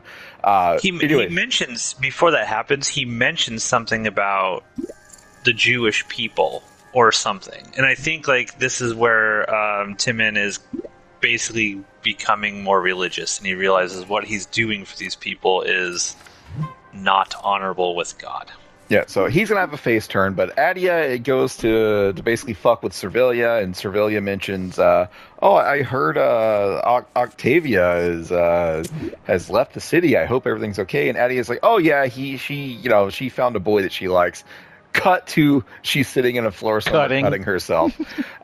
So then Octavian goes in, and he's like, "Hey, come on, we're going home." And Octavia says, "No, this is where I want to be. I take what I want. I'm a man now." And Octavia is like, "Look, Caesar's having a triumph. You're coming home. I will take you home if I have to. By the way, all these religious people, I paid them off, so they're on my side now." So Octavia, yeah, well, she makes this line about how the priest will protect me. He's like, "I paid them off for very little, mind you. It's just to rub salt in that wound." Yep. Yeah, Octavia is not having a good life. So, but Octavian is going to bring her home. And so now it's setting up things for the triumph. Everyone is going to attend the triumph. Caesar has kept the king of the Gauls in Roman prison for 3 million years at this point, or however long like episode 1 of the show happened to go. However many years happen in Roman time Like frame. the eons and eons that have happened between episode 1 of Rome and episode 10 of Rome. This guy has been in a Roman dungeon somewhere, and so Caesar brings him out and has him be cleaned up, and so he's going to be executed at the triumph. And Adia went to Servilia and was like, "Oh, come sit with me at the triumph," and that's what led to that scene. There's going to be like a military parade or something. Like all of the members of the Roman army are going to march in support of this triumph, and Titus Pullo goes up to them and it says, "Hey, loan me a crest so I can march with you." And he has a big fight with the soldiers because Pullo left the army, and only active soldiers get to march. And so he is very pissed off that the actual Roman soldiers are not letting him join. So this is the dude's like, "Hey, join up, man. Serve a few more years, and we'll be happy to have you in here."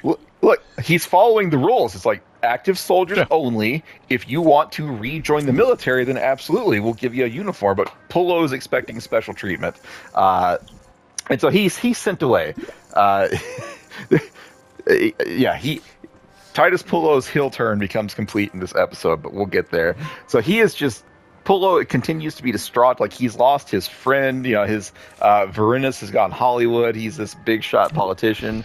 Pullo has nothing. Let's go ahead and just talk about what Pullo does. So Pullo has nothing. He's losing his friend. Varinus is too busy for him. He, as far as I know, lives under Varinus' staircase or something. I have no idea what Pullo does in his life because he quit being a soldier. He worked at Niobe's butcher shop for a day, and now we see him just doing nothing. So he goes to Varinus and he says, "Look, I want to marry Irene, but I'm poor. I didn't save all of my butcher money, so all that money that Caesar gave him." This is weird.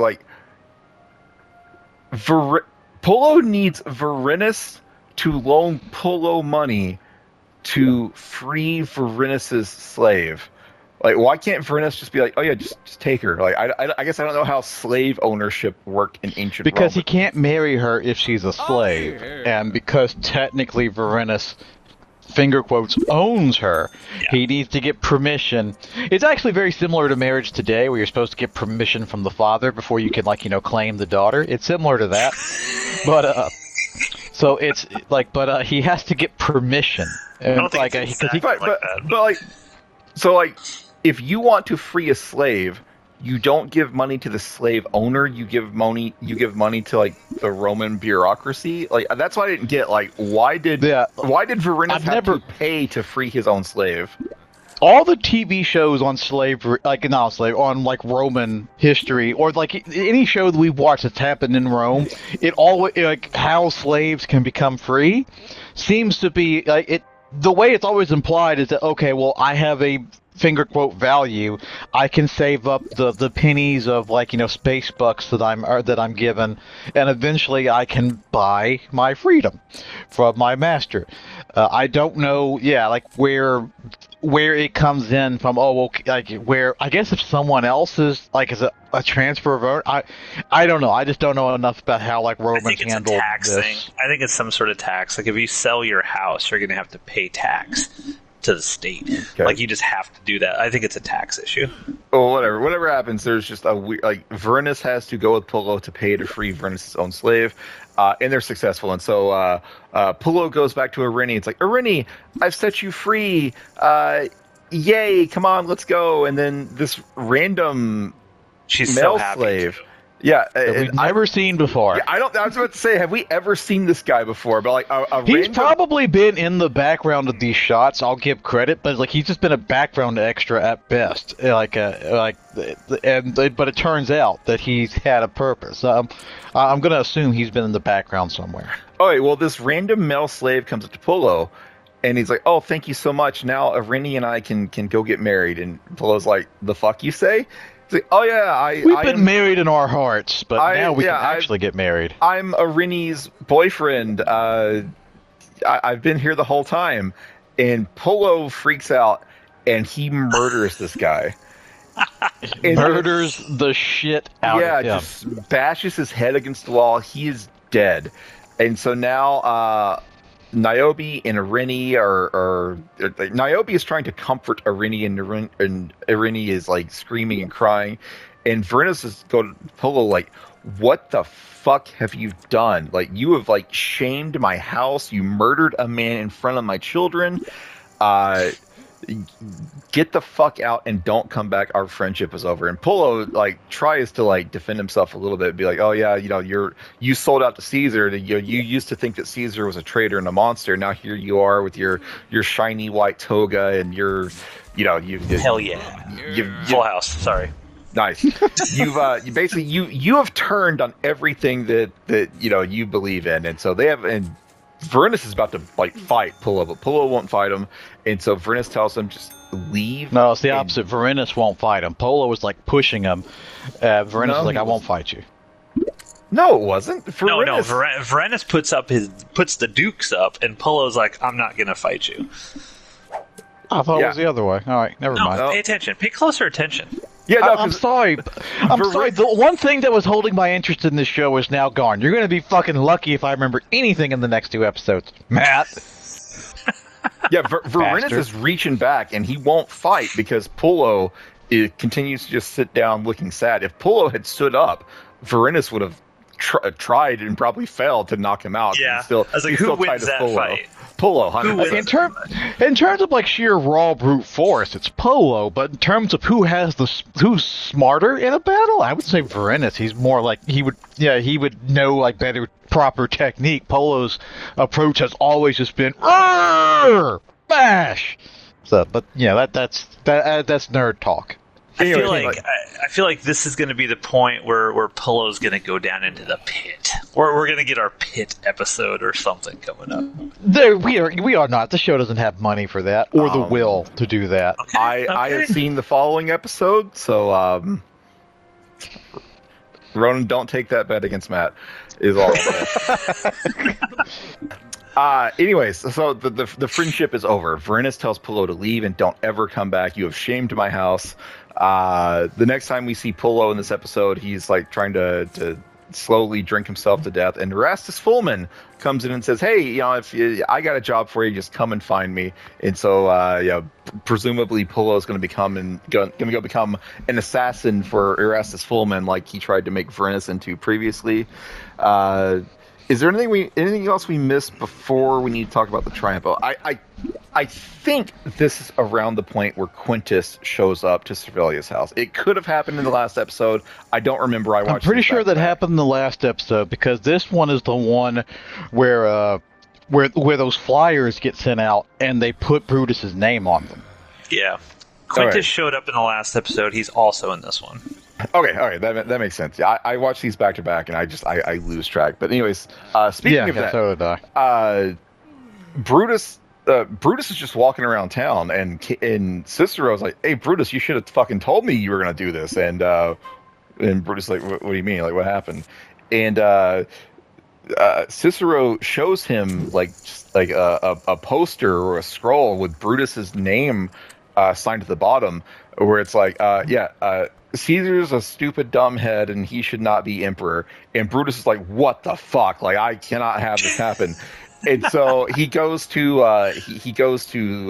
his mom's house, and Quintus and another guy I think named Cassius is there, and it's very clear that they have been conspiring, and I love like the actor that plays Brutus. I love his facial expression where he's like trying to be like, "Oh, I'm so glad you're here," but you could tell he is just fucking seething inside that this is happening. I love this guy, but he's like, "Oh yeah, it's been too long. Indeed, indeed. You'll forgive me if I have a private moment with my mom, not like an Octavian private moment, but just like a normal private moment." Not in a Florida type way, but So he goes to have a talk with his mom, and he's like, "What the fuck have you done? Like, this note that you've plastered all around the city, you're going to get us killed."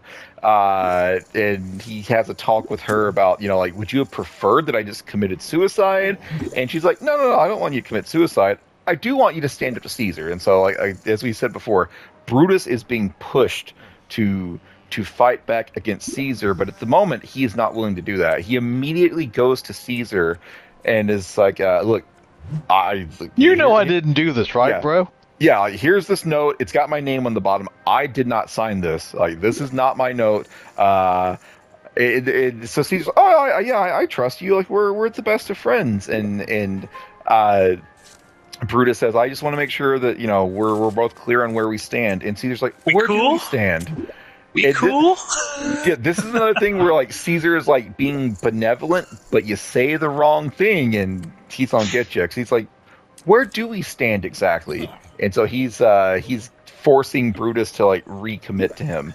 Well, also, there was also another underlying where he looks at Bruce like, "I wonder who did put this out. Do you have any ideas on it?" Where there's a clear underlying threat in that aspect of it too. So it's like where I think Caesar is suspecting his mom because Caesar is like smarter than the average bear, but he's trying to get Brutus to go along with it. The pop-up video for this moment said that for a year before Caesar's assassination. Oh, God damn it! There was another time jump. Fuck this show. No. Well, no. I'm just saying for a year before his assassination, Caesar was aware that there were people trying to kill him.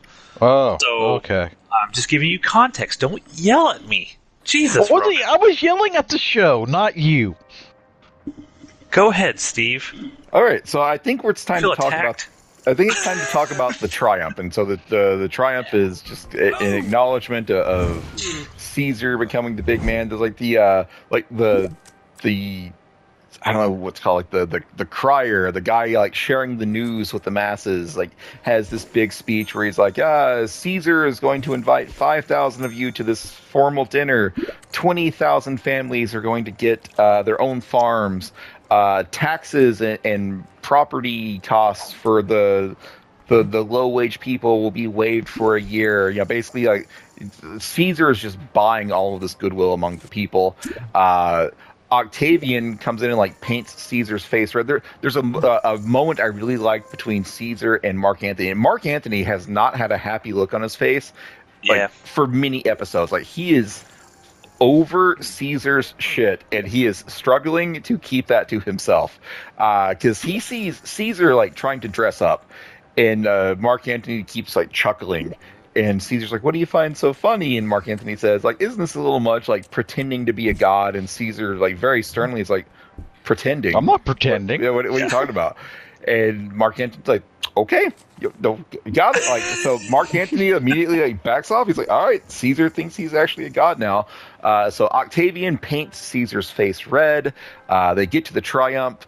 They bring out the king of the Gauls. He's been sitting in a Roman dungeon for at least like three universes worth of Big Bangs and the end of the universe and the restart of a subsequent parallel universe. He's been in the Roman dungeon for a long time. He gets put into some, like, I don't know what this machine is, but some sort of like very fancy strangulation. It looked machine. like a bizarre jigsaw kind of thing. Yeah, I expected it to do more than what it did. He's getting strangled, but he's not hung. Like, he is tied to a pole, and there's a hole in the pole that you put a rope through. That rope gets tied around the King of the Gauls' neck, and it gets pulled from the other side. He gets strangled. He gets strangled in a very like unnecessarily elaborate way. He dies, and that's the beginning of the festivities. Later on, you see his corpse like just thrown outside the walls of Rome, and some random Gauls that happen to be in the area like find his body. I think they were just slaves who snuck out for the night or something. All right, Yeah, they were clearly Gauls who knew who he was. Yeah, so they're Gauls sneak out, grab his body, and give him like a proper like funeral pyre. That was a cool scene. I like that. Yeah, I mean that's kind of it. Is there anything else we missed? Like, King of the Gauls is dead. Varenus is going to win his fake election. Caesar has been properly inducted as new God Emperor of Rome. Like, what else do we need to talk about this episode? Nothing. Okay. I don't think anything else really happened in this episode. Ronan, your thoughts on this one? This is another meh episode because again, like the bromance is over, so now I don't really have anything to look forward to in the next two episodes. I suppose there could be some kind of a reconciliation, but now I've just lost all faith. Like I don't like anybody. This is another episode, by the way, where Egypt is not mentioned once. So they just moved on. We still have. I mean, that's going to become a big deal going forward. Egypt is, but yeah, they just completely sidestepped it.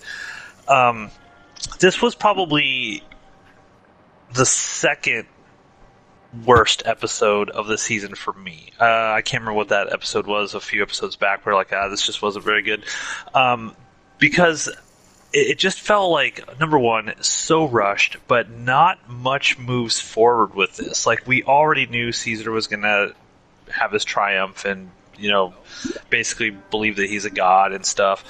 But nothing else really happens this episode to move the story forward at all. I mean, you have the stuff with Pullo, but he was already on his downward descent. So, I don't know. I just felt like, I don't want to say this was a filler episode, but it felt kind of fillery to me. I don't know, Steve, what'd you think? No, I agree. Like, I thought the last episode was just a setup episode that doesn't accomplish a whole lot on its own. This, I kind of feel the same way. Like, this, it paid off what was in the last episode, because the last episode was talking about all the things that are going to go into Caesar's, like, triumph and his, just, I don't know, him ascending to the throne. And that happened here, but then the rest of it's just more setup. Like, there's not like previous setup episodes have like led to something satisfying. This was like a setup episode leading to a setup episode, etc., etc. I don't know. I'm not explaining this well, but nothing happened. Like we knew Caesar was going to become the emperor, and in this episode he became emperor, and so I'm kind of like, okay, and then what? Like, this seems to be like in the previous episodes when there was a setup, we didn't know what the outcome was going to be in the immediate near term. So it was like, okay, you're setting up and I don't know what's going on. This one, we all know where this is going, right? We know that Caesar's going to be assassinated. Everybody knows that. And so it feels like both of these episodes have been, okay, how do we, as fast as humanly possible, push Brutus to et tu, Brute? That sort of YouTube Brutus moment. And the Brutus stuff is probably the most interesting stuff of both of these episodes, but there's just not a ton of it. And so the rest of it just feels like you could have chopped this episode, or combined. You could have combined this episode and last episode, and had one fewer episode in the season, and it would have been fine, in my opinion. Agreed. 100%. Ronan, what are your thoughts? Yeah, I didn't. I don't have strong thoughts one way or the other towards this episode. This is the point where I begin to like check out again. Like, because like I mentioned before, I don't like, outside of Varenus and Titus, I don't really care or like any of these characters. Like they haven't endeared themselves to me in any way. So now I'm just dealing with people whom I don't like or care about, and like in some fairness, like Titus's heel turn was kind of inevitable. He's always been a stupid brute who's just kind of clung on to somebody smarter than him to tell him what to do. You saw that when he was training, what's his name, Octavian? When he was like, because he like Octavian like, hey, let's go down to the sewers and torture this guy, and Titus like, sure, let's do. So he was always kind of destined to do this, just follow somebody telling him what to do. So like I think this was like in hindsight the only way his character could have ended up, but it's still like, no, I don't like this, and I know Caesar's going to get stabbed, so I don't care. So yeah, I'm back to a I don't give a fuck about this episode stance. Okay.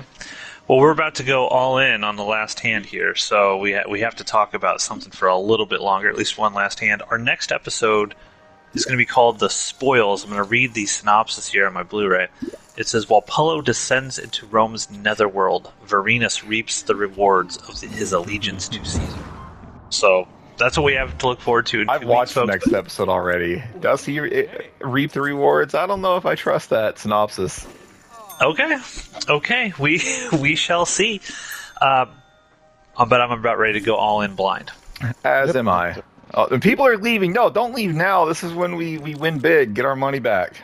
I have busted out at least once, maybe twice. I have not been paying any attention to poker this recording session. I haven't busted out at all yet. Oh, no. That all changes now. Yeah, I'm actually up. Well, the last one I won, right? I think so. No, I won the one before that. So it's why will won't it Ronan let me get go his all in redemption? Spoilers. No.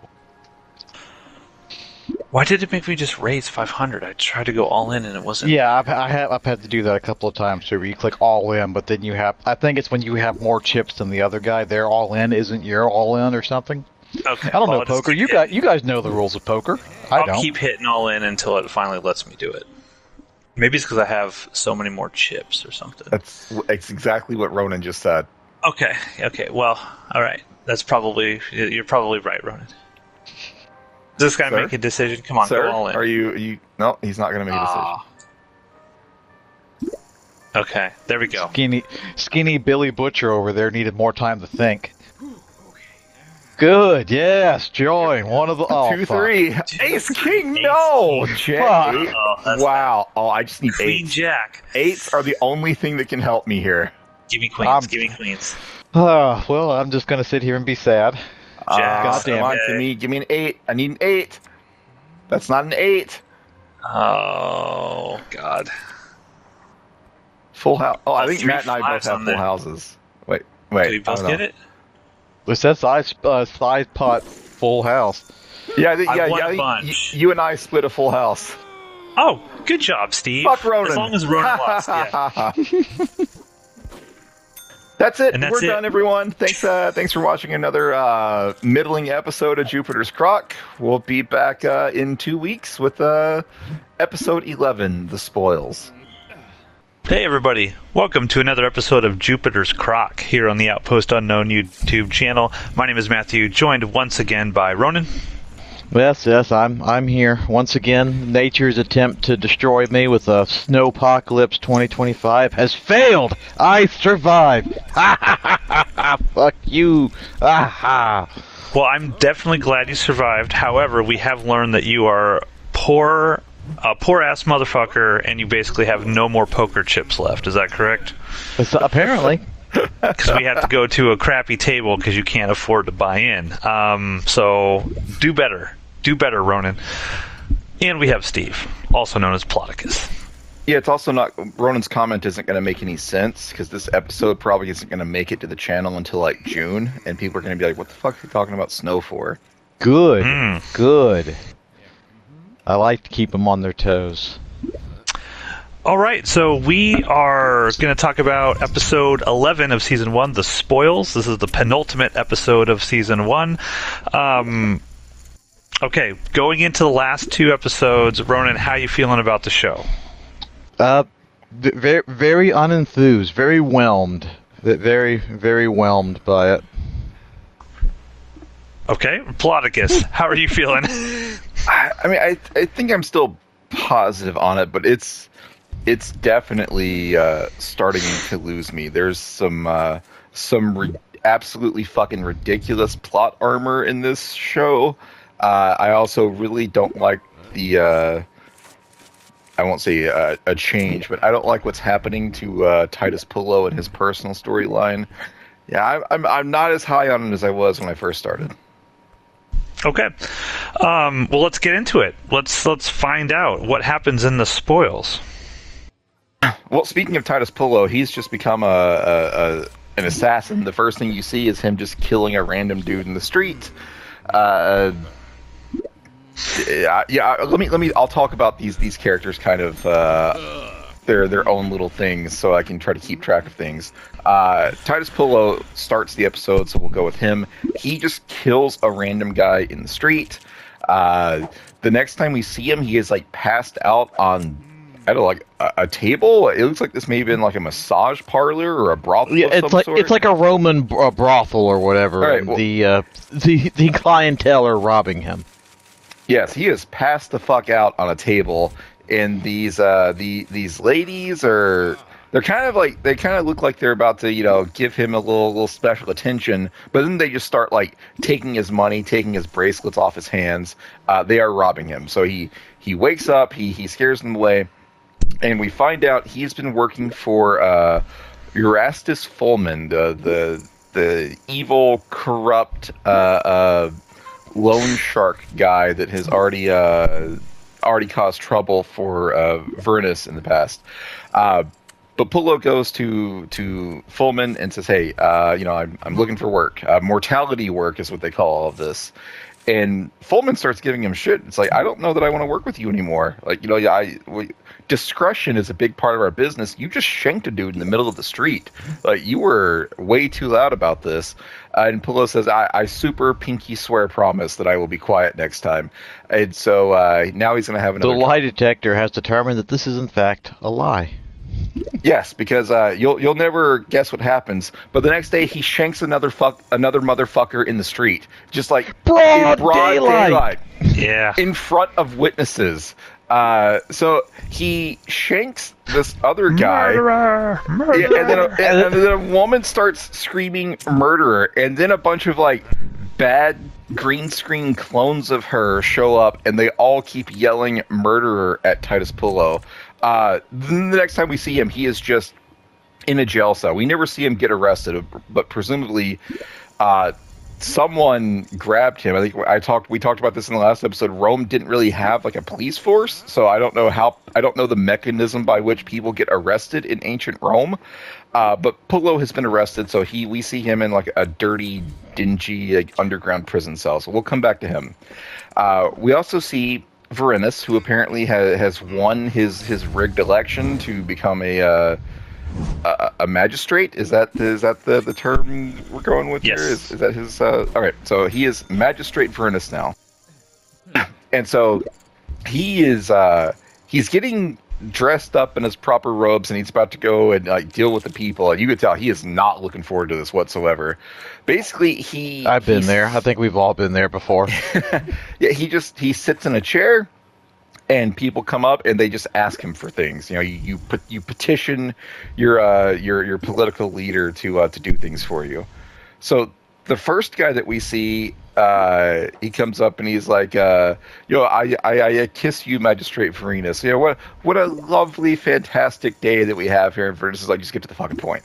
Like, Vernus is not about any of this fluffy bullshit. He just wants the point to be reached. And so this guy says, "Hey, a bunch of soldiers smashed my piss pots, and I'm upset about that." And Vernus is like, "It won't happen again." And he's very stern. It will not happen again. Like, I have answered your request. Get the fuck out. But while this is going on, a former soldier who apparently used to work with Vernus, this would have been a great 7-2 offsuit hand. Yeah. This former soldier comes up and kind of interrupts proceedings. Vernus tells him, "Hey, I got to deal with these people, but come by, swing by my pad later, and we'll have a chat." And so what's going on with Vernus? Vernus has a chat with this former soldier. And he basically says, "Look, there's a bunch of former soldiers in town. They're broke. They don't have any lands. They have nothing. They're getting restless. They're going to cause a problem. Caesar promised them all land, so it's time for Caesar to pay up. And so this sets off a plot thread where Veritas goes to Caesar. Is like, look, your soldiers are about to. They're not going to turn against you, but they are going to turn into like bandits and thieves if we don't do something. And I am getting out of this hand. And so Caesar's just like, bribe the motherfucker. Like, it's fine. Just bribe him. And just throw money at the problem. Yeah, how much, Caesar? Whatever you think is best. Whatever you think is fine. And so this guy, Veritas, goes back to this military guy and is like, hey, Caesar's going to give the soldiers lands far the fuck away from Rome, which is not what the soldiers want. The soldiers want land like in Italy, and so the soldiers like the boys aren't going to like this, and Veritas essentially says, the boys don't have to like it, you have to like it. So how about we talk money? And ultimately, Veritas successfully bribes this guy for 12,000 space bucks. Which is apparently very cheap from what we gathered later on. Caesar's like, I had no idea you could get him that low. Well, yeah. You're an excellent negotiator. Yeah. Later on, there's a party, which Caesar's hosting a party, which he invites Veritas and his wife Niobe to.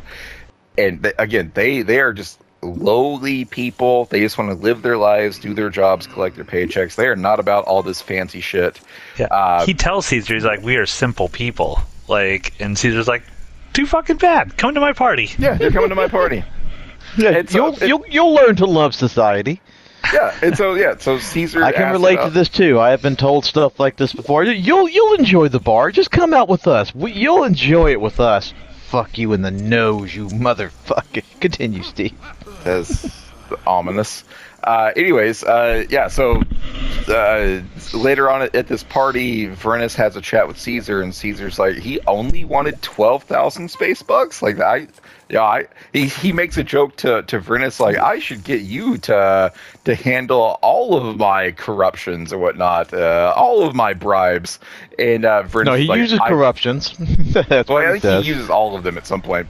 But yeah, he's like, I should get you to handle all of my corruptions. And Veritas is taken aback. He's like, I don't want to do that. And Caesar's like, dude, chill. It's a joke. Wink. Joke. Wink, wink.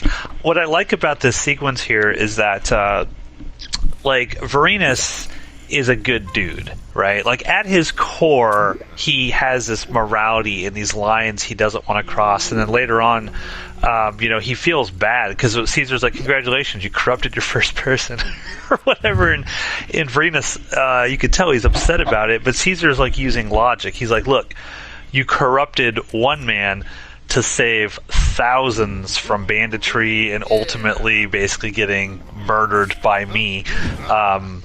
It was worth it, right? So it's like that question of what is the line? Like, can you do something bad if you know it's going to keep worse bad things happening down the line? Yeah, the train principle. Like, okay, you can have a train hit one person who's tied up, or you can have it keep going and hit like 50. What do you do? It's that principle. And Veritas eventually, well, okay, I'll corrupt the one guy, I guess. He's got the good morals. It's also important to note of the Roman day, because later on in this episode, it's the next episode. I'm sorry. Never mind. Keep going. I don't want to get too far ahead. All right. So to wrap up this scene, Caesar and Veritas are having a chat, and Octavian shows up and is like, "Hey, Titus Pullo is in jail. We should go save him," which is weird because Octavian and Pullo had like one moment like 3 years ago now, and suddenly Octavian is like, best buddy Pullo, the guy that we are all super close with, we need to go help him out. And Caesar's like, we can't do it. Look, Pullo helped him become a man, Steve. You don't forget that kind of thing. Octavian didn't want to become a man at that point, though, so it's like, I don't know. It's weird. It's like the show like plays it up like there's some sort of bond between Octavian. Like, Octavian is very distressed that bad things might happen to Pullo, But timeline-wise, it's been 3 years since the two of these characters have said a word to each other on screen. It's very. This is more just like the time abyss that this show is in. It's very weird.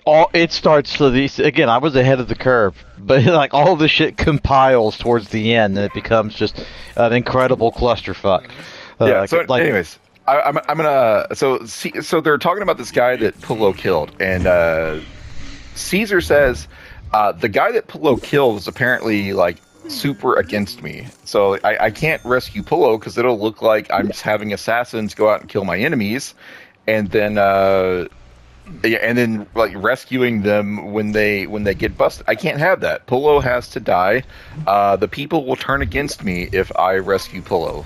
But Caesar swears up and down like I had no idea who this guy was. I didn't have him killed. Spoilers: he 100% had him killed. Yeah. I could have swore somebody like one of the people in the scene just straight up asked him, "Did you have him killed?" Yeah, they do ask Caesar, and Caesar denies it.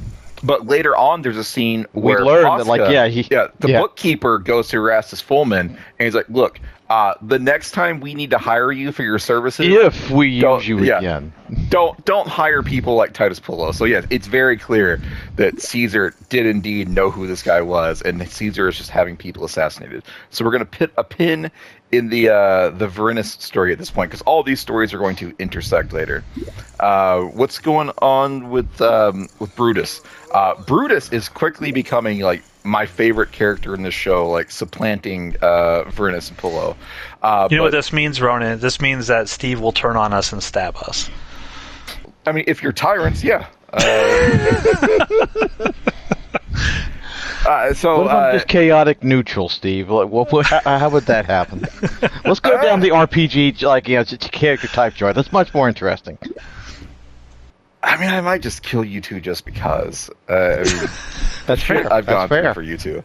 Anyways, Brutus is just hanging out with one of the other noble people. I don't even remember this guy's name. One of the guys that was hanging out at Brutus's mom's house, like in the previous episode or maybe the episode before that. She's a cool mom. Lets all of his friends hang out and drink wine. I hate her. She is my least favorite character in the show because she was all about that fucking tyranny until she stopped getting the dick, and now suddenly she's presenting herself as for the greater good and for the good of the Republic we must stop Caesar's bullshit. You stop getting hell dick. Hath no fury like a woman scorned. That's fucking stupid. The show she is presenting herself like this incredibly noble woman with all of these principles, and she's got to fight for Rome, she's got to fight for the Republic. Bullshit. She stopped getting the dick and she turned on Caesar. I hate her. She drives me nuts. Yeah, no, you are not to get too far, but that goes back into like my frustration with the show is that there are very few like decent people worth rooting for, because like you have Servilia and who's the other one she's feuding with? I forget the names, but she is also kind of, yeah, they are also both of you have two horrible, awful characters. I don't like either one of them. I don't feel sorry for either one of them, and I'm supposed to feel like one or the other is worse on the chain of evil. It's like they can are both you, though? be. Yeah, I don't think they are presenting that to you. Yeah, I don't think you're supposed to feel sorry for either one of them. They clearly want you to root for one. I did not get the sense that I'm supposed to be rooting for any of these people. I just hate the way that Servilia presents herself. Yeah, I get the sense from the filmmakers that the elite upper crust of Rome, they're all awful, awful people. And the good people, quote unquote, good people in this world of shit are the plebs. People like Pillow and Varinus. Those are the ones you're supposed to root for. Those are the ones you're supposed to root for. Now let's make them bad people too. That's what this show is doing. And I think that could be a fair argument, but we'll see where it goes. But in terms of like the upper crust, who would be like the quote-unquote best? Octavia, maybe? I mean, but she slept with Octavian, so you can be like, well, that's not good, but it's almost like she was like manipulated. Like, she's not this horrible, evil person. Octavian at this point isn't even like a horrible, evil person. So there are people up there in the upper crust that aren't vile monsters yet. This is all just a show about like who can resist the corruption, and so far most people are failing. Yeah. Continue. All right, continuing. Brutus. Brutus is walking around town with this just random. Is it Cassius? Is that the guy's name? I don't know. It's Senator. It's just Senator guy. It's Senator douchebag. All right, Yeah, Senator yeah. douchebag. They're Senator all douchebag. interchangeable. As they're walking through the street, there's like graffiti all over the walls of Brutus murdering Caesar. And Brutus is like, get that down from there. I don't want to see that. Caesar's my friend. I would never betray Caesar. Super pinky swear promise. So Senator douchebag takes Brutus right to the floor of the Senate and shows Brutus essentially the throne that Caesar has created for himself, and Brutus tries to downplay. Like it's just looks like a fucking chair to me, bro. It doesn't. In look like fairness, a that's a throne. pretty shitty throne. Let's be real. That's a shitty throne. Well, ultimately, Cassius, I think it is Cassius. I'm gonna call him Cassius. I think Cassius just comes out and says it like, look, man, Caesar's a tyrant. We gotta fucking kill him. But you have the sacred bloodline. You are a descendant of previous tyrant killers. People won't accept just anyone killing Caesar. You need to be the one to kill Caesar. And Brutus is like, shut the fuck up, leave me alone. I do not want to be involved with this. And Spoilers. Spoilers. This mindset this guy has turns out to be horribly wrong. So continue. Yeah, so I think we're about ready for the finale. No, there's a scene where Polo is on trial, and this like a super incompetent lawyer just shows up for Polo and just says, Octavian at one point he goes like get the mark. I forget the guy's name, but he does Timon. it is literally get such and such the Jew. Like Timon. that's the words of the show. Get him. I want him in the house tomorrow, because he wants him to go find a lawyer for Titus Polo. Because as we hinted at earlier, suddenly he remembers character growth that was done like 5 episodes ago, but that the show has forgot about, as you were mentioning earlier. So he wants to hire a lawyer for good Titus Polo, and all they can find is just like one guy, like one whelp, who's like, "I'll do it, sir," for the space box. Yeah, it's Timon or Timon. I don't know how to pronounce his name, but Timon goes. There's just like a group of lawyers just sitting somewhere, like, and as soon as someone walks up, everyone just jumps up like, "Hey man, do you need law services? Like, I'm the best fucking lawyer in Rome." It's like they're just jumping for the chance to have work. But as soon as Timon says, "We want you to represent Titus Pullo," Everyone just everyone absolutely drops like absolutely not in, except for like the one like bitch lawyer that Rona was talking about. And this I lawyer, didn't call him a bitch lawyer, but in fairness, I was implying it. I was implying that. this lawyer goes to Pullo's trial and basically just says, yeah, he's 100% guilty, but he had a good reason for it. I don't know what that reason is, but I'm sure he had a good reason for killing this guy. Yeah, I And love so- the guy's like, wait a minute, he's guilty? Well, yeah. Well, then we're done here. Yeah, Why are we even having the trial? yeah. So, Because Polo has no defense. He is just 100% guilty of just cold-blooded. There is no defense in this instance. To be fair, he's ready to die at this yeah, point. Polo He's is not even trying fighting to put up a whatsoever. fight. There are other people fighting on his behalf, though, because the same like disgruntled soldier that was bribed by Varinus, he's got the boys together and he's about to go bust out Titus Pullo, and Varinus has to put a stop to that as well. It's like, look, you cannot fucking do this. Pullo is guilty of this crime. He will serve his sentence. If you rescue him, that will look bad on Caesar, and that will turn out bad for all of us. And oh, by the way, if that's not a good enough reason, I will reveal the fact that you accepted my bribe if you don't leave. And so disgruntled soldier guy just leaves. He's gone. So Varinus successfully diffuses this situation. So now we're I ready. like that scene, though, because you actually see, like, Varinus, like, crying when you see Polo, like, in there and stuff. Like, or maybe is that when he's in the It's later. arena? Later on, Yes. okay, I'm getting it mixed up. But I like the fact that you're really seeing that Varinus cares about Titus Polo. He might not want to show it, but he actually cares. He's his brother, right? The 13th. Yep. They're bros. Speaking of the 13th, you're going to hear that word repeated frequently because now it's time for Titus Pullo's sentencing. First of all, Pullo is in his prison cell again, and he finds like a cockroach, and he smashes it as an offering to the gods.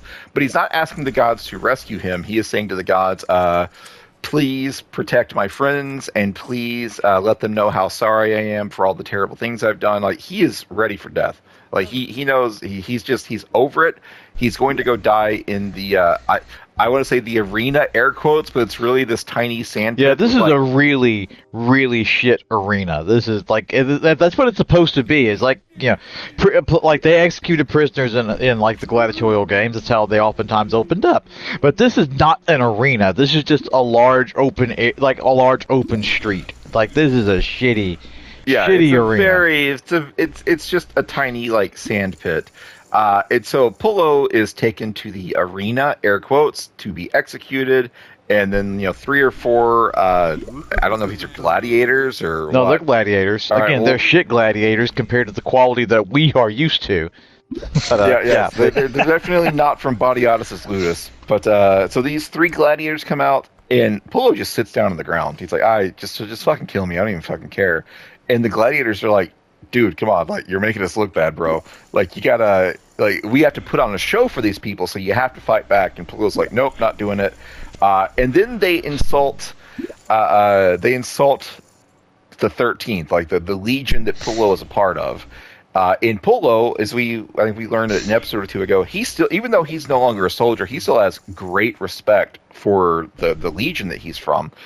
And so shitting on the 13th Legion makes Pullo actually get up and fight and kill all these guys. And he keeps yelling, 13! 13! I like the dude's like, the 13th can suck my cock. Drink my piss, 13th. And yeah, I love how he turned back into Pullo. Titus stands up, walks up, and slaps the hypothetical Chris Rock in this instance. "Keep the 13th name out your fucking mouth!" And then kills all of these guys. A symphony of violence. Considering how the show has given us no violence, it now finally gives us a fight scene. Yeah, you get like a head chopped off and arms lopped off, and yeah, it's very Spartacus-y. Yeah, for a brief minute, this show shows you, because this is part of Roman life. Shit like this happen. You have to be prepared to show us this kind of shit if you're wanting to do a very, very realistic, hyper-expensive Rome show, instead of putting all of your money into bullshit sets that are just going to fucking burn. God, I hate this shit. Continue. Jeez. So anyways, Pullo kills the first round of gladiators, so they just keep sending out more gladiators, and eventually Pullo is beaten and he's about to be executed, but this entire time Varinus has been watching from the sidelines, and he there's like a giant gladiator that comes out. Yeah, he's like 7 feet tall with one eye. Like Theocles, shadow of death is coming out. Theocles comes out. So Varinus, he's been watching this whole time, and like he clearly has wanted to save Pullo this entire time, but Caesar told him no. He tried to respect Caesar's wishes, but yeah, he's crying. Finally, he can't take it anymore. So he jumps into the arena, and he saves Pullo, and everyone's cheering. Everyone is cheering that this convicted murderer who 100% committed the crime is being rescued now. So Varinus, he's done nothing really to repent for, like, outside of killing a cockroach and saying, "Oh, you know what? I guess I'm sorry after all." He hasn't done anything really to repent for this sin outside of killing a lot more people. Yeah, look, so we understand, guys. We understand that people don't care as long as you're entertaining. Trust me, that thought 100% was in my mind while I was watching this. I was like, "Yeah, this is all you have to do. You just have to like lean into the bullshit and just be like, yeah, I'm a horrible fucking person, and what about it? Fuck you." And people will just be like, "You know what? At least he's honest." Put on a good show. He tells it like it is. Anyways, Varinus has denied Caesar's wishes and rescued Pullo. So let's wrap it up talking about Caesar, because Caesar later on he's playing some sort of board game with Brutus. I don't know. They're playing fucking Trouble with the Pop-O-Matic bubble, and if only. And so Caesar's like, Brutus, I've always looked at you as a son, and Brutus is like, ah, shit, like no good conversation begins with that. Can I say something real quick? Yes. I hate. Okay, I'm gonna be very critical of the show here. This scene here seemed like, this was the crux of everything, right? This is the scene that causes everything to basically happen. I know where you're going, and this bothered the shit out of me too. This should have been, this should have been a much deeper, stronger relationship between these two characters throughout this entire show. Because this felt like, wait a minute, he views him as a son, and Brutus views him as a father, and then it's so fucking rushed and so like out of the blue. I could not buy it. I just could not buy this sequence. But go ahead and continue setting it up, Steve. So Brutus again says, like, no good conversation ever starts like that. And so Caesar's like, I want you to go and rule Macedonia for me. And Brutus is like, fucking why? I don't know anything about ruling places. And Caesar's like, oh no, I think you would be the right man for the job. And Brutus correctly calls him out on it. Like you clearly just don't trust me and you want me gone. And Caesar tries to say, oh no. You're great. I just think you do a really good job in Macedonia. And Brutus is like, bullshit. Like, you do not trust me. And Caesar finally snaps. It's like, why would you, do you fucking blame me? Like, there's pictures all over town of you stabbing me. People think you were going to kill me. I have to take it seriously. And Brutus tells him, it's like, look, and at one point Caesar tries to like kind of pull rank by saying, I forgave your previous betrayal. Like, yeah, I need you to do this for me now. And Brutus finally grows a spine and says, I didn't betray you. Like, you put me into an impossible position. If you had come to me and told me your plans, I would have supported you. But you didn't. You instead just showed up with your soldiers, and I had to make a choice. I never betrayed you. I always did what I thought was right. And that actually causes Caesar to back down. He's like, fine, you never betrayed me. You're right. Easy, bro. I didn't mean that. I picture this conversation being exactly what happens with a lot of politicians today, where the minute you push back on them a little bit, they will just crumple like fucking paperwork. Like, it's this. Again, it's one of those kind of frustrating things. Like, this is a little too, all of the shit rings a little too close to home, but it also, exactly like what you said, Matt, this comes out of fucking nowhere. Brutus was introduced at the beginning of the show, but he's not really a main character until like 2 episodes ish ago, and they haven't done anything to also really kind of set up the fact that like he's supposed to he has the sacred bloodlines or whatever. I actually disagree with that. Like, I agree this scene should have been done better. It needed more build up, but I think the show at least tried to set this up because we see Brutus struggling with his decision to go against Caesar multiple times. Like, there are scenes going back to like Pompey's like war council where they're like, yeah, we're gonna fucking kill Caesar, and Brutus is like devastated. His reaction is like, I know this has to be done, but I hate it. I think you guys have forgotten some shit. No. I'm not. I concede the point that there have been moments in the past when he's been concerned for Caesar, but at the very beginning of this episode, he's like, I'm not going to fucking turn on this guy. He's my friend, and I'm not going to do it. Go fuck yourself. He has one bad conversation. He's like, you know what? He has to die! And then his friend, who suddenly, you're actually my father figure. He's like, I need you to just go spend a year in Macedonia, dude. Just a year. That's it. I need this shit to cool down. And suddenly he's like, outrageous! I'm going to then now hook up with my fucking crazy ass mother and do a conspiracy plot to murder my father, like, in a month.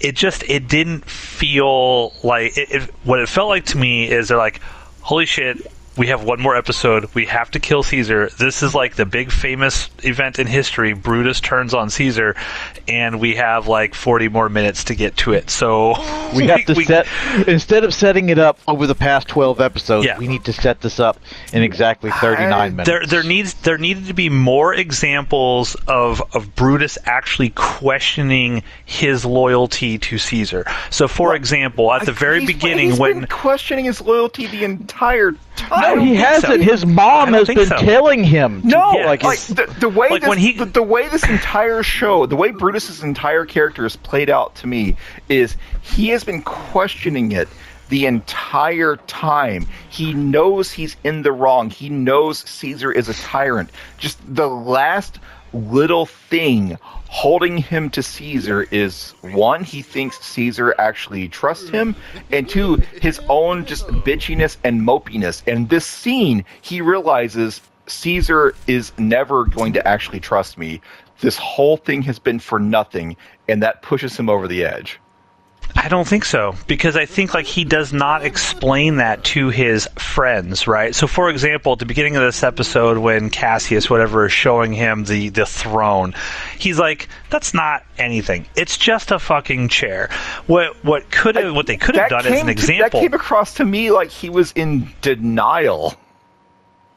No, that's not how it came across to me. I would have preferred him to have like a moment of like, "Yeah, this isn't normal. This isn't normal. I'll talk to him about it. I'll figure out why he did this. Why did he change the chair or something like that?" We didn't get moments like that. We just got him constantly denying, and then suddenly, "Oh, you want me to go to Macedonia for a year? Fuck you! I'm going to kill you." I feel like someone. I'm with Ronan on this one. I feel like someone constantly denying that the tyrant is being a tyrant is a completely normal thing that we are encountering in our everyday lives now. Like, I agree this could have been done better, but I completely got what they were going for, and it did not bother me at the level that it bothered you too. Well, how would they have done it better in your opinion? I agree. They just needed more. Like, I would have been happy to have like an entire episode dedicated to just the relationship between Brutus and Caesar. But I guess my interpretation of Brutus was completely different from you two throughout this entire series. Because the whole time, like, other people are pushing him to kill Caesar, or to at the very least, like, stand up. And the fact that what makes this seemingly come more out of nowhere is that at no point have they really given anything to show that, like, okay, this is actually chewing away at him. This is actually bothering him. He's pretty content with. I feel like this guy's acting has always been, this is chewing away at him, but he can't face facts. He told his mom, "Caesar showed me mercy after I turned against him. I can't now, throw it in his face and not be his friend." So he feels he doesn't want to be Caesar's friend. He feels compelled this entire time to be Caesar's friend. Like, I saw his character this entire time as struggling with the decision to support Caesar. And this final conversation where Caesar is trying to get rid of him is what pushes him over the edge. Disagree. Yeah, leave a comment down below, chat. What do you think? Yeah, leave a comment. Sound off in the comments. Tell Steve more how he's wrong in the comments. That's fine. Hey, look, well, you're welcome to your incorrect opinion. Anyways, Caesar is like, "Look, go to Macedonia, because I can't have you here anymore." And Brutus just says, "No, I'm not doing it." He goes home to his mom and says, like, the bonds of friendship are severed, or some flowery language. So now, like, Brutus at this Weird. point, We just had a conversation like that recently. The bonds of friendship have been severed. now Brutus he understands what he has to do now, and so we are set up for. I hope Caesar makes it. I mean, it's not looking good for him. Yeah, it's not like we know anything about history at all. We do. Was it this episode where we see Caesar's wife suddenly for like the first time in 8 episodes? I think that's next episode. Oh, okay. Because I was like, yeah, suddenly she just shows up having bad omens. But all right, Ronan, your thoughts on this episode? But pass. Whatever. This show is it's the saving graces of this show, like Varenus and Titus Polo. It's Polo at this point, they've just turned him into big dumb killer for no other reason than the fact that they didn't know anything else to do with him, and he doesn't really learn a lesson from it either. But that ties more into the next episode. Things are just going to kind of I guess it's okay now. Varenus, spoiler, will also tumble very quickly. So the two likable people that we were supposed to have for this show, they are about to go off a cliff, and the other people who aren't likable are already off the cliff. So And also all the time stuff. It's just it's how stuff just gets compiled. This show has this season. Let me rephrase that. Doesn't really have an excuse for this. The next season has an excuse for everything to get put. For 5 years worth of content to get put into one episode. The next season has that excuse. This one doesn't. This one wasn't. This one didn't have the rush production or anything. This is just bad writing. I'm now kind of over it. Okay. Steve, your thoughts on this episode? I'm more bothered that he keeps being called Polo rather than Pulo than anything actually happening in this episode. I'm fine with this episode. It's another setup episode, so it's not great, but I don't think I had nearly the problems with it that you guys had. I didn't have problems with the episode other than that relationship between Caesar and Brutus. I just feel like in hindsight now, and when I watched this show in the past, I don't remember having this kind of feeling about it, but rewatching it, I'm like, man, Brutus and Caesar should have been thick as thieves from the very beginning. Very beginning. They should have been kind of where we have Titus and Varenus sort of together as bros. It should have been Brutus and Caesar from the very beginning. That should have been the dichotomy. Those two upper crust, and then you have the two lower pleb soldiers, and we're following their stories because I don't know, man. I just don't buy how quickly Brutus turns on his quote unquote father. Right? Well, you have it's to not remember. Even it's not even just years his friend. passed between the start of this episode and the end of this episode. That's true. But it's you know what? I withdraw all my comments. Steve, you won me over. Yeah. It has been 29 years in this one episode. You are correct. We keep talking about, they're friends. No, that scene established that they're a father-son relationship. Brutus says, I look at you as my father. And so it's just so fucking weird that he just before though. turns. No, it occurs to me now. Turns. No, it occurs to me now. What you're getting at. The problem that happened here. It's the show has been telling us that you are like my son. You're like my son. You're like my father. But it never showed us this. That's exactly what happened here. The show did the show. It did the tell. It didn't do show don't tell. It did tell and never show, and Brutus that does not work. Brutus turned against him and led a fucking army against him. And when he went back to Caesar, Caesar hugged him and kissed him and was thrilled to have Brutus back. He did that to the guy next to him too. He was thrilled to have both of them back. But that's not enough to establish this. Okay, so according to Ronan, if you lead an army against your friend and your friend forgives you, that just means that your friend is only slightly okay with you. No. Oh, silence! Oh, point for Steve. Fuck both of you, I win. So yeah, I have a problem with just this scene and the quick turn, and suddenly I'm with. I disagree with you, Steve, respectfully. I just don't think it was pulled off or handled as well as it needed to be, and I didn't buy it. I don't respectfully disagree. There's anger and spite in my disagreement. But overall, I thought this was a perfectly fine setup episode to the finale.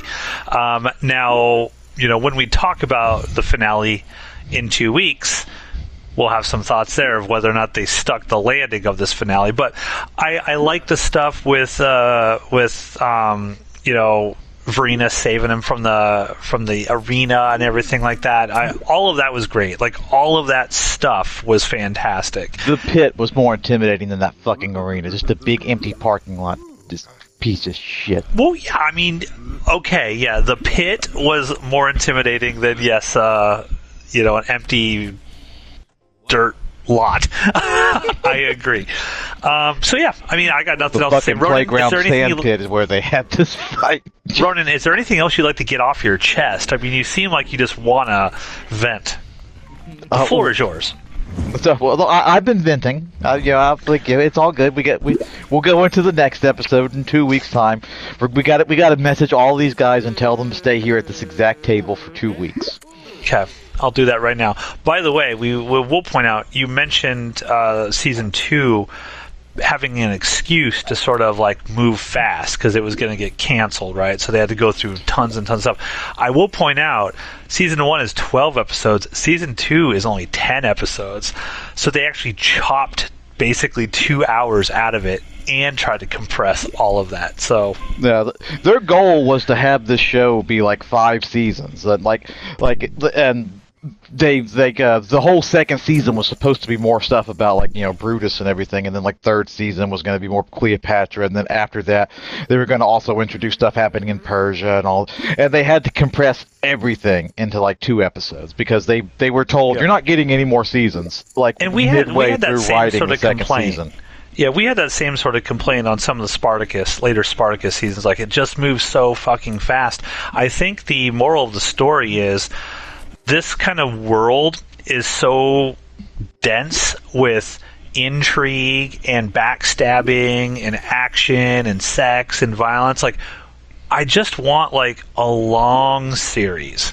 Just give me a long, slow series, setting all of this stuff up, and it seems like we never get it. It seems like we just get it as fast as humanly possible. Anyway, Steve, take us out. Thanks, everyone, for listening to another not exciting episode of Jupiter's Croc. Matt and Ronan are wrong as usual. I am correct. We'll see you in 2 weeks. If you were going to name a new month after yourself, what would you call it? If they call you get July after Julius Caesar. What would your month be named, Matt? I don't know, probably Mattias or something. What would yours be, Matt? What are we even? We're rolling, so I mean, all this is just going into the episode. This stimulating conversation that we have here. Hello, welcome everybody to another episode of Jupiter's Croc here on the Outpost Unknown YouTube channel. Hit that like and subscribe for all things ancient Rome. So until we stop talking about ancient Rome. Yeah, until we do. So we have made it to the finale of season 1 of HBO's Rome. It's called Calends of February, episode 12. If you listened to last week's episode, you know that Ronan is a huge, huge fan of this show. So introduce yourself, Ronan, and how excited you are to talk about this finale. Yeah. I'm here. Ronan's here. Steve's over here. Steve, tell us about the show so we can stop talking about this shit. Are we just going right into the description? I mean, Steve, how are you feeling about the finale? What would you want to see in this finale? I just want to know what happens to Caesar. I enjoy his character. I want to see what he can continue to do in season 2. Fucking liar. You're a fucking liar is what you are. Now, Ronan, I assume you went into this finale thinking, I hope this is the shortest episode of the season so I can stop watching and get on to something else in my life. Am I correct in that assessment? Well, I knew it wasn't going to be the shortest episode. It would have been nice if I had looked at the description in 10 minutes. Oh, great, they're just going to stab this motherfucker and it's going to be over with. Yes! No, I knew better than that. But it's only 47 minutes long, and that includes opening and end credits, so it might actually be the shortest of the season. And if there was any episode you wanted to breeze through, it would have been this one. This is the one. Yeah, all you guys keep saying, oh well, this is a setup episode for the next episode, which is a setup episode for the next episode. It all set up this is what it set up. The fucking bullshit is what it set up. Forward to in this, I was looking forward to a satisfying conclusion to the Caesar arc. That's what I was looking forward to. Now, Steve, tell us, weave us a spin a narrative. Tell us a yarn of how we get to this satisfying conclusion Yeah, of our spin it, Caesar Steve. arc. Spin it. Make it sound like it's good. Try. I dare you. Okay, so how do we get to the exciting conclusion of Julius Caesar that we've been following through one episode of Rome and also one episode of Spartacus? Well, starting off, we don't see him at all. We start with Titus Pullo, whose name is not Polo but Pullo, and he's in a hospital somewhere, and he's woken up by a guy like painting him like one of his French girls, and what the fuck is going on? And this artist is like, dude, like, you're famous. Like, you and Lucius Varinus are heroes of Rome right now. You were held up as like a There I are don't- plays a- and a musicals repre- about a- you, yeah. poems. There's you and Varinus represent brotherhood and redemption. You could pretty much go fuck any woman in Rome right now, and Pullo's like, oh, you don't Oh, say. this say Hell no more. yeah. He I'm gets up back. and goes to Rome. I'm back, baby. Yep. And so I'm just gonna like Got his mojo back. Pullo's story here is weird. So I'm just gonna I'm just gonna like cover Pullo's story because ultimately, like, Pullo is not. That's the only important. thing worth talking about. Pullo is not important to this episode whatsoever, and I don't really know what he's doing here. Pullo is still incredibly injured from his day in the execution arena. He hops on a horse and he tries to go to Varinus' house. He falls off his horse. Random people find him and carry him to Varinus' house. And so Varinus goes to Pullo and it's like, what the fuck happened? And you find out that Pullo escaped from this hospital. Being on the horse reopened all of his wounds, so they like bind him and give him drugs. Now he's in worse shape than he was at the hospital. Yeah, he's just incredibly injured and bleeding out, and these doctors are like, he needs to like lie down and not move for like at least 10 days, and then we'll see if he survives. I'm going to come back to Varinus in a little bit, but Varinus goes to Pullo and it's like, what the fuck were you thinking? And Pullo's like, dude, we're heroes. We can fucking do when we want. And Varinus and Pullo like rebond. Like they're laughing and everyone is happy that this Well, there's one person who's not Everybody happy. but there's one. there's one person that's not happy, but everyone who's not Irini is happy that this assassinating murderer who was correctly convicted of terrible crimes is just back in the house. broad daylight. In He's broad not daylight. even a good. It's like everyone has like forgotten that Pullo, as soon as times got hard, just went out and became a murderer for hire. And so everyone's happy to have him Nice back, man. except for Irini. Irini at one point gets a knife and goes to kill him. Irini, by the way, even though she is free, she continues to work in Varinus' house. I don't know her situation. Is she like a paid housekeeper now, as opposed think to so. a Yes. slave? Yeah, I Yeah. guess. But she what am I doing in this hand? Fuck it, call it. She goes to kill Pullo at one point, and Pullo's like, you know what? Fair. But ultimately she pulls back. She can't go through with it. And so Niobe comes in and is like Irene, get the fuck out. Like, everyone would know it was you that killed him if he dies right now, so just leave. Pullo later on, like, he gets like one of the kids in the house to like set him free, because he is like tied to the bed. He has been restrained. He gets a little boy to cut his binds, and then he goes out looking for a woman to fuck, and he's going to bring the woman back to Varinus' house to bang this woman. But Why not just go to a as you do. brothel? But he Like, why does he do that? Just go to a brothel, dude. Like, I don't get it. I think he currently doesn't have money, but like at the same, I don't know. Like, we love guess. Titus, we Yeah. love Titus, but at the same time, He's not I a think the thinker. three of us can admit that he is about as smart as a bag of hammers. Like, he is like just a dog shit stupid character. Yeah, he is incredibly dumb. But he goes back to Varenis's house to sleep with this woman, but he sees Irini, the woman whose lover he murdered in cold blood, and he sees her. And we're supposed to feel sad for Titus about. Yeah, and so Titus is like, you know what? Actually, woman I was going to fuck and I let on. Thank you for escorting me home, but I got it first. So he kicks the woman out. And so he goes back to bed. And like a couple days later, he's got it in his head like he can't cheat on Irini, which is fucking ridiculous. But he goes back to bed. He resumes his life living in Varenis's house.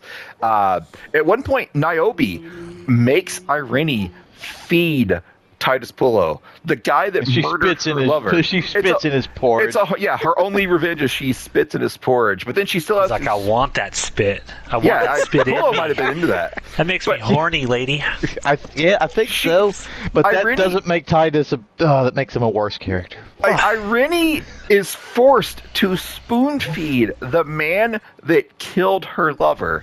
And so some more time passes, and Pullo is recovered now, and he's like, hey, I'm going to go to this shrine of some random goddess, and I'm going to ask for forgiveness for all the bad things I've done. Irini, would you like to come with me? And then we don't see them again for a while, but then at the end of the episode, we find out that Irini did go with him to the shrine, so Pullo can ask for forgiveness, and then they walk away holding hands. Now they're holding hands, y'all. Well, they're like married. What? They're like married now. Are they married? When did that happen? That ceremony around the tree is the marriage. What? What? I thought that was just the forgiveness ceremony. God that was a marriage? Damn it! They're like married, I think. Jesus! Because back in ancient Rome, you just walked around a tree like 4 times and did a little thing, and you were considered married. Then that's not true. You're making that up. No, I'm serious. The Titus Pullo subplot has become the stupidest part of this show. I hate what's going on with Pullo. I hate that he goes off to become an assassin and murders people in cold blood, and then he's just instantly forgiven, and then he marries the woman whose lover he killed. Nothing has happened for him to earn this back. He put no work into it. It just happened. Yeah, I'm going to look this up just to make sure I'm correct about the marriage, but I'm pretty sure I am. But continue. I'm that looking makes this up now. It even dumber. I hated what they did to Pullo and Pullo's supporters. I was already at almost maximum frustration and anger, but now you have just turned the knob up even higher. God damn it! That is so crushingly stupid. Who wrote that? Why? Irini's not like a famous Roman figure, and they're trying to adapt their story. This is something they made up for this show, right? Yeah, I believe she's made up. Titus and Varenis. Yeah, I know they're real. They're known people. From my understanding of it, they are mentioned once in Caesar's memoirs. He mentions a soldier T, like a Pullo, V Varenis, and that's Pullo. That's all that we have of those two people. We don't know anything else about them outside of the fact that Caesar actually mentions them by name. That's it. Everything else with them you get artistic license for, because we don't know. That is just dumb. Google says they are married. Wow. I mean, Jesus that's what Google says. That is... Wow. Anyways, that's all Titus does in this episode. He contributes nothing to the story other than raising our fucking blood pressure. Wow, that is just. Frankie dumb. is in my lap, and he is also shaking with anger right now. Anything else that we need to say about Pullo in this episode? Because I covered everything he does. I agree with you. It's a really bad way to end his character arc this season. It's wrap up his story for season 1. It's one of I'm curious of what could they have done to make his character better. So he should have make left us actually Irini feel alone. sympathy. Except that there's no sympathy anymore, but just accept that he fucked up Irini's life and put distance between them. Instead, he continues to court her after he murdered her lover in cold blood. This Okay, is a fucked okay, up thing in Hollywood where you'll constantly get this where like men who haven't done anything to earn and are just actively within the story, like have done everything to not get like finger quotes get the girl, still end up getting the girl only because like we got to have a happy ending. It's like no, it's Okay. If this helps you at all, it won't. But if it does, I'm looking at the HBO Rome wiki right now. So at the end Tell of us this, what was cut. yeah, at the end of this episode, he walks off with her. It's at the. This is spoiler alert for the next episode, the season or episode 1 of season 2. At the beginning of the next episode, Pullo asks her to marry him, in which she then accepts, and then Pullo hears that Caesar's been assassinated. So it's literally like not till the next episode, but 10 minutes from whenever they're walking off today. So they're still getting married. They're still, and she says yes. So, But within the time vortex of this show, that 10 minutes was probably 57 years. Speaking of the time vortex, I So looked it up. maybe he earned it in that time. According to the wiki for the show, 7 years have passed between episode 1 and now episode 12. that's crazy. That's too much. Would it have hurt? How much would it have added to the budget to have put in a timestamp? You know something that I just realized the other day? Are Pompey and Caesar ever on screen at the same time? You know what? I don't think they are.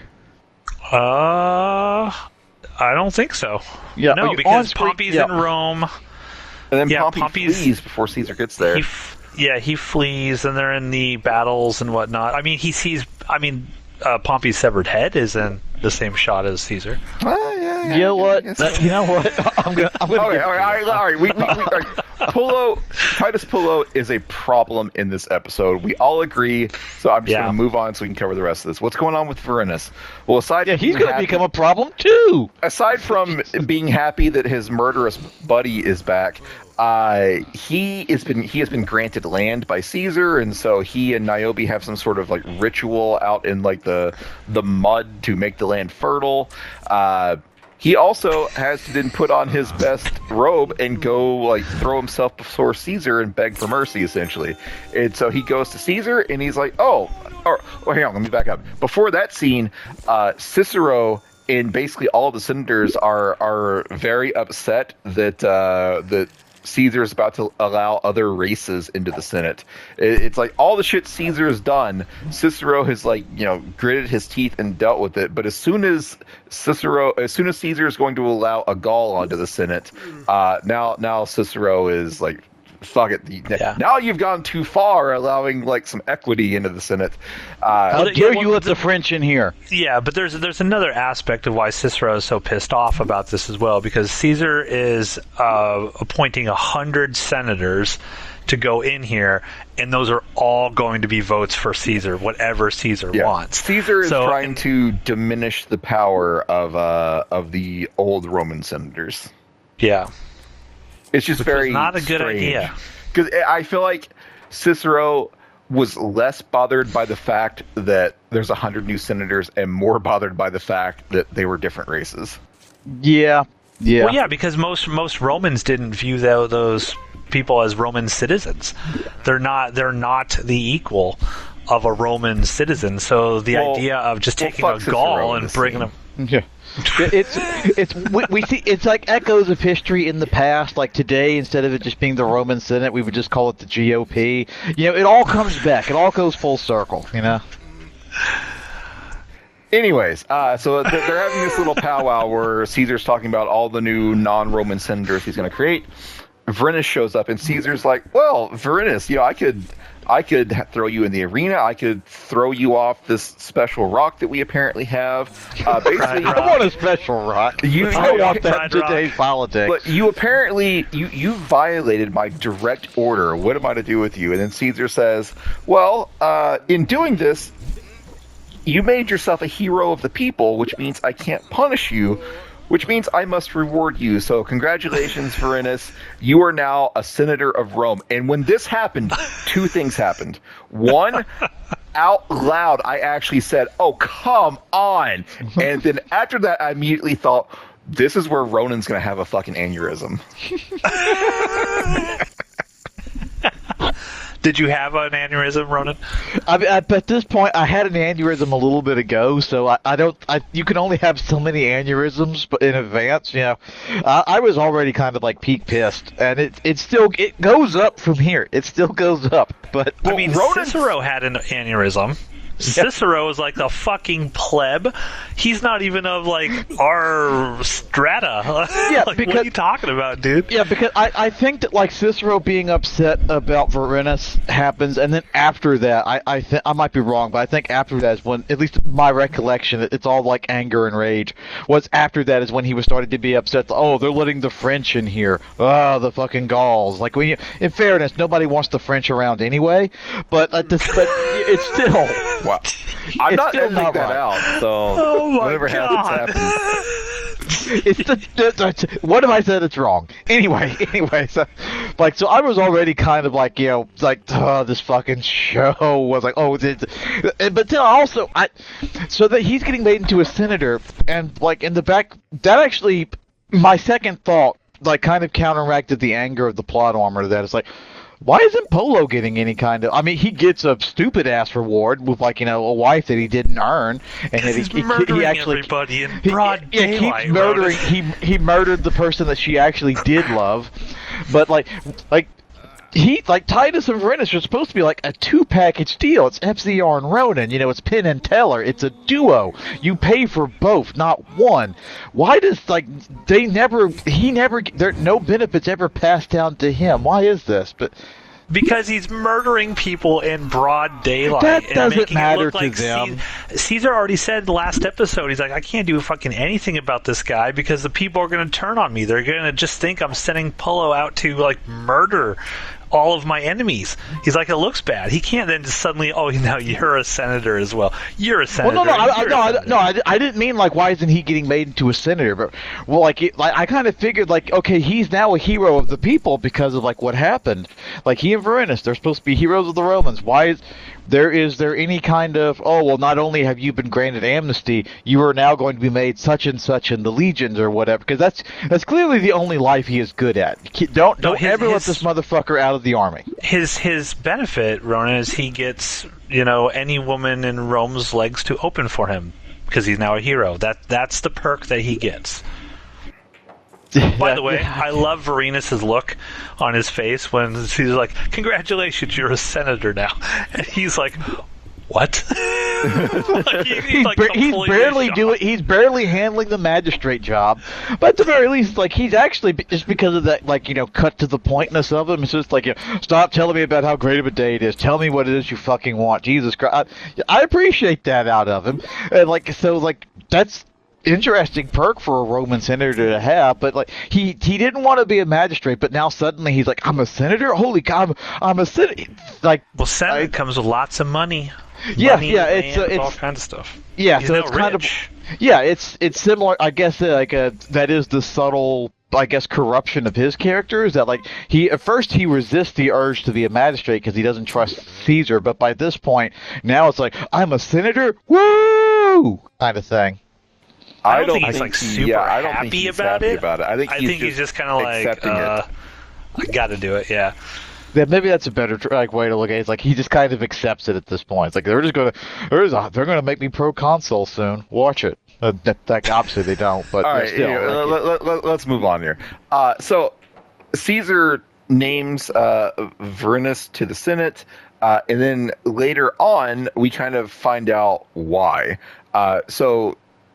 Caesar is having a meeting with the bookkeeper and Mark Antony, and they're trying to tell Caesar to, like, get more guards. Like, you need to, like, double your guard. You are going to have so many enemies. And then Caesar says, no, I'm not going to do it. Instead, I'm just going to make Varenus my protege. I'm going to have Varenus follow me around everywhere under the guise of I'm teaching him how to be a senator. In actuality, Caesar has just made Varenus his bodyguard. So Caesar knows that, one, Varinus was in the Legion. He's a great fighter. He helped Titus Pullo fight off all these gladiators. And 2, Varinus is like a well-liked, well-respected man of the people. Anyone who kills me would also have to kill Varinus, and then that would make them an enemy of the people. So Caesar is like Smart. multiple steps ahead in this scene. So He's actually playing 4D chess as opposed to some other politicians who don't know how to play checkers. So when I saw that kind of brought me back a little bit, because at first I was like, oh come on, I was starting to be on Ronan's side with the ridiculous plot armor, but seeing Caesar like had a When you do it like that, when you do it like that, there's an explanation. Yeah, because there's an explanation for it. It's not just this happens because we need this character to stay alive. This happens because Caesar actually there's actually a plot reason for it. So in that instance, I don't think it's plot armor when there's actually like a reason outside of character has to live to be in the next episode, y'all. I will point out that Caesar doesn't even show up in this episode until about 20 minutes into it, which I was disappointed by. But Posca and Mark Antony are, because Mark Antony's like, look, man, you're going to make a lot of fucking enemies putting all of these Gauls in the Senate. And he's like, you need to double the amount of people you got covering you, like bodyguards. And Caesar's just like, nah, I got Varinus. No one will fuck with him. I feel like he would have upped the amount of bodyguards that he has. It's just weird that he doesn't. I should have. But like considering how I don't know historically what he actually did, if he even upped his bodyguard count, because like it's very possible he's just like at this point he genuinely feels himself to be untouchable and thinks like I don't even really need this one guy, but I'll have a guy god, here, right? Yeah. He thinks he's a god at this point. He painted his face red, not everything. That has symbolism for these people. So it's like he might just be like tripping on power at this point, which I can actually buy that. I really enjoyed this scene with Posca, the bookkeeper, and Mark Antony and Caesar, because it's like they're just having like a friendly chat where like Posca and Mark Antony are trying to convince Caesar get more guards and whatnot. There's banter between Mark Antony and Caesar where Caesar's like, I know you're loyal to me because if you were going to betray me, you would have done it already. And Mark Antony's like, yeah, don't fucking think I didn't think about it. Like, I might have stabbed you in the back at one point, but they're like smiling during all this. It's clear that these 3 people are actually like friends, despite like all of the backstabbing and political bullshit going on. I enjoyed this scene quite a bit, and plus it brought me back from the ledge of being just incredulous that once again Varinus is being rewarded for doing the opposite of what Caesar wants him to do. I believe this is the episode. We started to talk about this last episode, but I think this is the one where Caesar's wife just randomly appears, just returns to the show, and is like, "Oh, Caesar, I've been having bad dreams about you." And Caesar's like, I've been having bad dreams forever. It's fine. Who cares? Who cares that you just saw like a murder of crows, like in the shape of a skull floating through your mind? That's a Tuesday for me.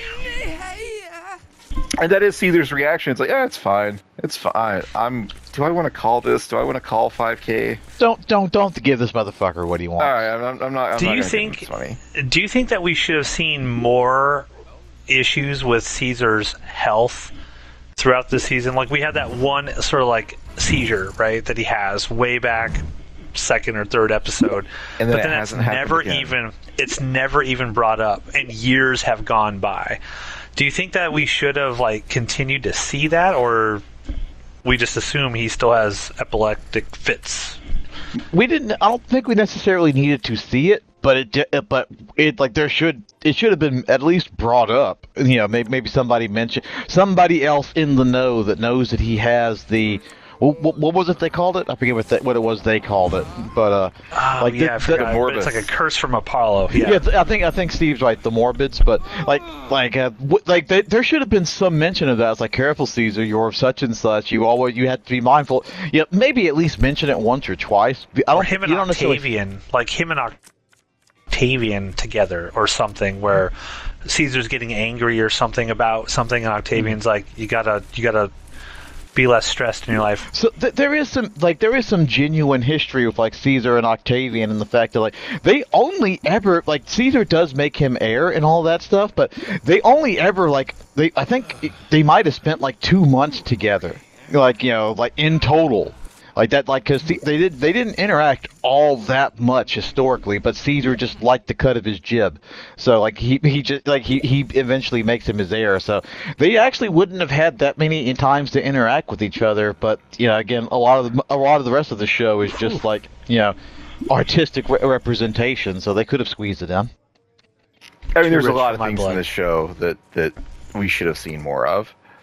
Anyway, so we Calpurnia, Caesar's the random wife shows back up and has vision, and Caesar blows her off, which was the bad move because we see the conspirators. It's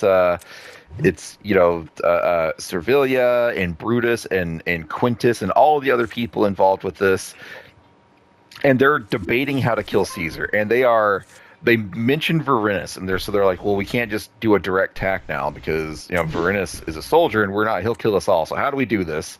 So they start talking about like poison. Sorry, go ahead. I'm sorry, I have a quick question. This was something that I thought of when they were having this whole scene here discussing, well, what the hell are we going to do? Varinus is right there. It's not like Varinus is going to have like a fucking sword on him or anything like that. He's a senator. So, like, why are they so panicked that Varinus is there? Like, I can understand if Caesar was like, I'm not going to make you a senator, Varinus. Now you're going to be my number one bodyguard. I want you by my side everywhere I go. That would make sense. But he doesn't have any weapons on him. Why couldn't they just stab the shit out of Varinus, just like they would stab the shit out of Caesar? I mean, he doesn't have any weapons they are on him. Weak little bitches who don't know how to fight. Yeah. I mean, Okay, one, yeah, that's it's fair. that, and two, like Varinus might not have weapons, but he was a soldier. Like, he could probably tie them all into pretzels and make them lick their own assholes. Take a knife and then start killing everybody. Yeah, but if they have the numbers game, like which is what they ultimately have, it's like he can't stop all of them, but nobody wants to be the one guy that gets got. I don't know, man. He did beat Theocles, I guess. All right, so we see the conspirators. It's, Oh my God, Steve! Do I fucking go all in here? I don't care. Why is everybody going all in? This fucking I didn't stupid go all cowboy in. keeps going all in every hand. Why are you giving him what he wants, Steve? He's just Because DJing. I feel like doing I it. have a hand that has a chance. That's how Unlike you play Ronan, poker, I Ronan. have millions of chips, so I'm just going to go all in, and we're going to see what happens. Now you're going to be frugal. Now you're going to not be so frugal. You're going to spend your money. Now I am. Anyways, I let me am. talk about this fucking scene. The conspirators are talking about how to actually pull this off, and the people that are not Brutus are like, let's just poison him. Like we can pay one of his slaves to kill him. We can we can pay his cook to poison him. They just want the job done. But Brutus is like, no. Like we are doing an honorable thing. We should not. We are killing a tyrant. That is the correct thing to do. We should not be doing this in secret. So we will kill him. It needs to be done flamboyantly. We will kill him. Oh goddamn! Oh, Matt and I got the same hand. He got 3 of a kind 5. I think we need a king. That's not a king. Yeah, we do. Yeah, are you happy now? You gave him exactly what he wanted. Shut up, Ronan. Ronan, Go we ahead, have to Steve. go to a lower class table because of you. I don't want to fucking hear it. Yeah, we're in the pleb table because of you. I don't give a fuck. I'll play this game like when you're not around and spend all of these fucking chips. Okay, My asshole. everyone, shut up. Let me talk about this goddamn episode. So Brutus says, "No, we will not poison Caesar. We will kill him in broad daylight on the Senate floor.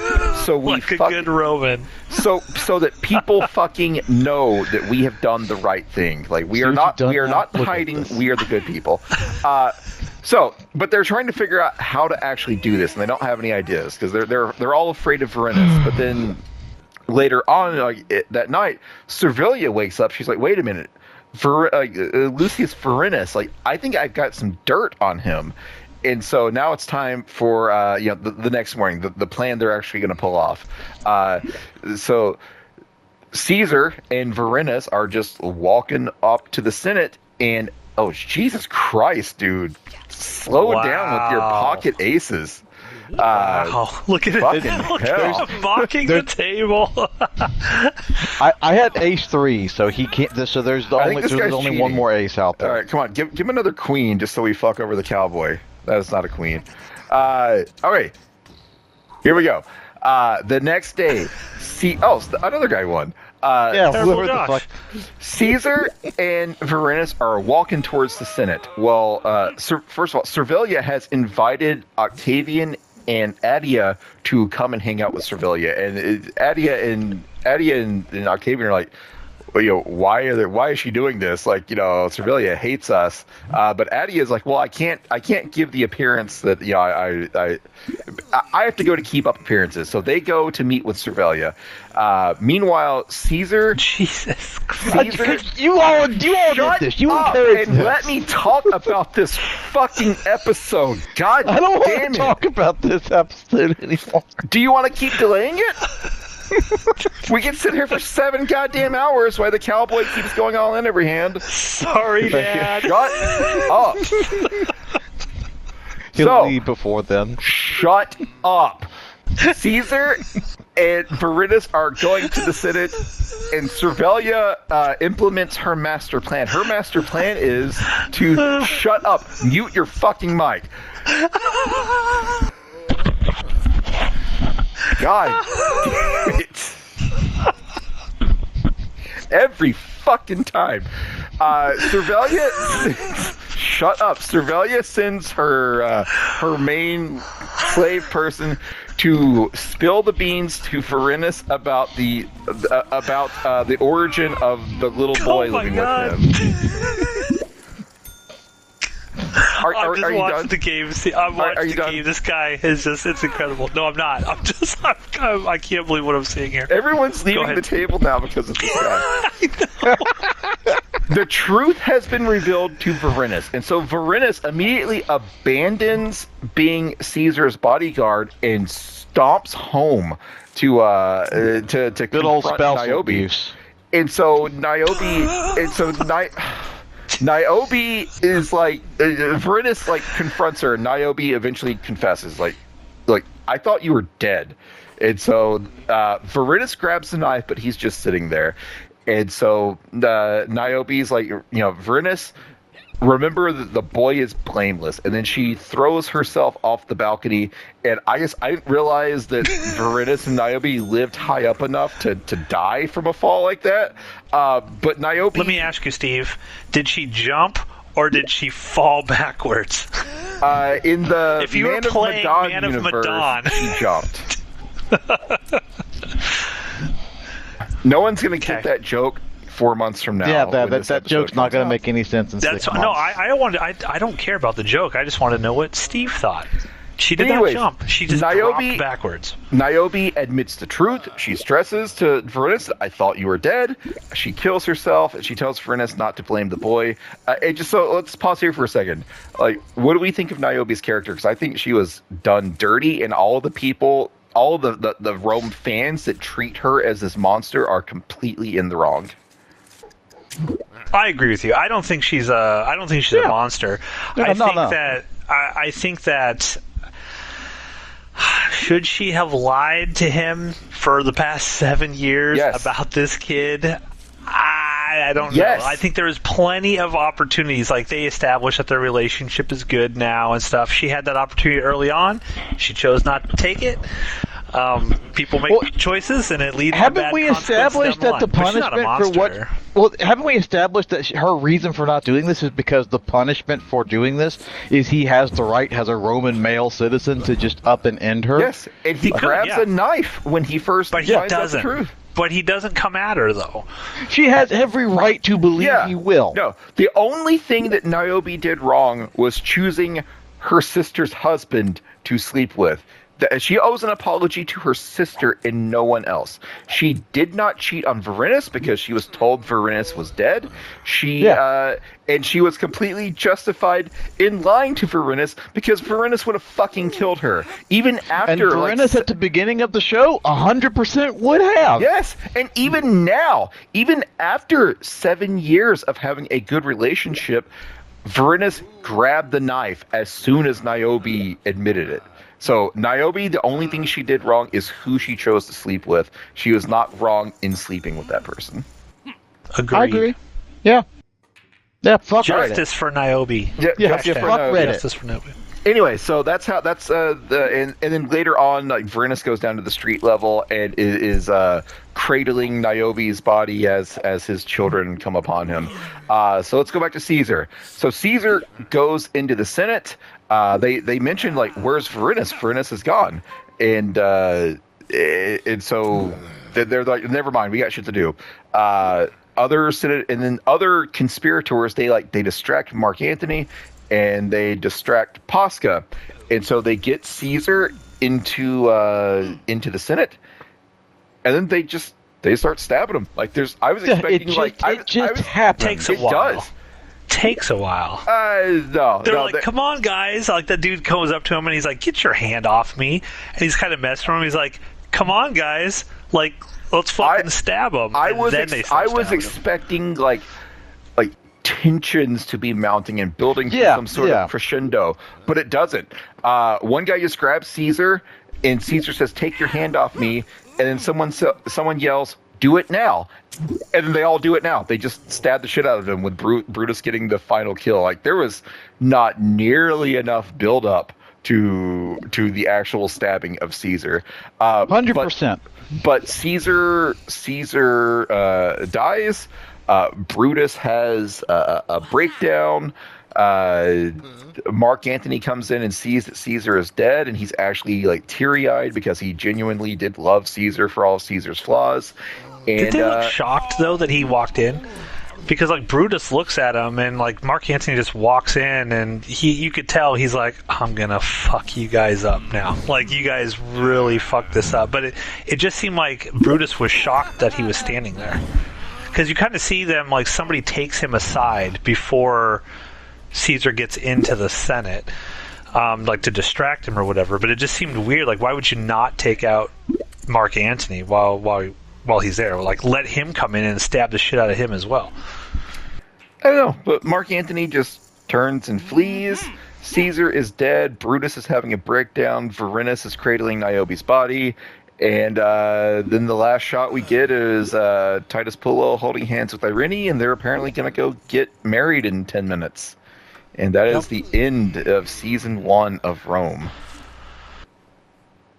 Ronan, your thoughts? Fuck this show. Fuck this cowboy. Fuck this bullshit. Yeah, this guy's going all in on every hand. Yeah, I was shouting that for a reason. You guys have encouraged it. He's literally doing it every hand. We didn't encourage anything. He was doing that already. Not initially. But regardless, the show sucks. Like the only characters that were likable by the end of the show are no longer likable. Our conspirators just kind of randomly hatched together a bullshit plan with no fucking thought for what's going to happen afterwards, which historically is also what they did. I think their idea for what's going to happen afterwards is they will be held as heroes because they specifically say Brutus, who is from the bloodline of a person that killed tyrants, has now killed a tyrant. So I think their idea for what happens next is they are going to be lauded. Spoilers, they are dead wrong.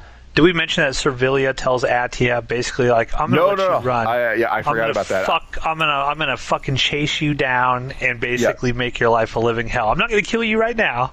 Yep. I'm gonna kill you later. Servilia tells her, this also does not happen. I wanted you to be the first to know about what's happening. Caesar's dead.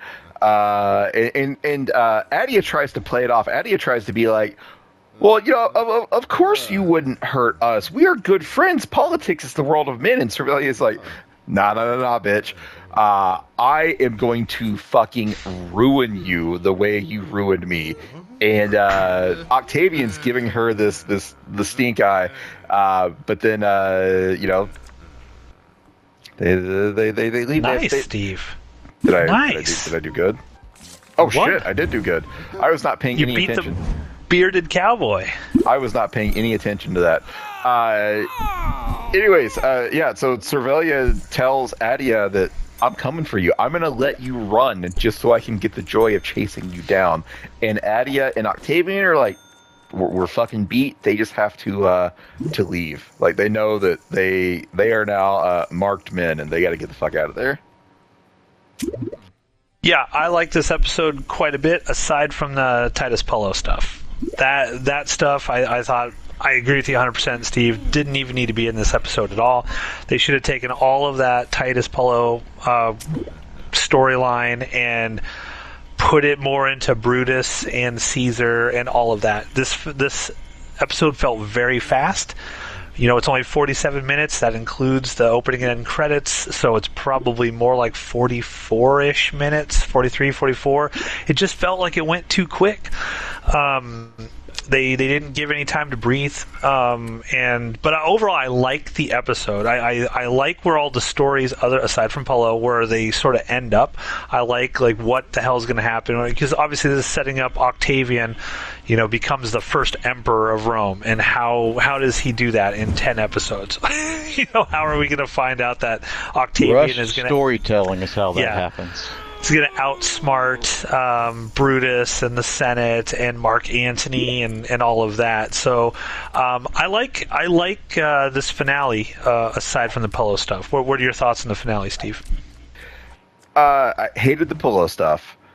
I like just about everything else except for Caesar's death. I wanted more of a build-up to the big moment, but it came across more like the show just had to rip the Band-Aid off and get there at the end. Okay. Well, that's it, folks. That's season 1 of Rome. Jupiter's Croc. Hit that like and subscribe. But we'll be back in 2 weeks where we start our final 5 episodes of Rome. We're going to watch season 2. 10 episodes.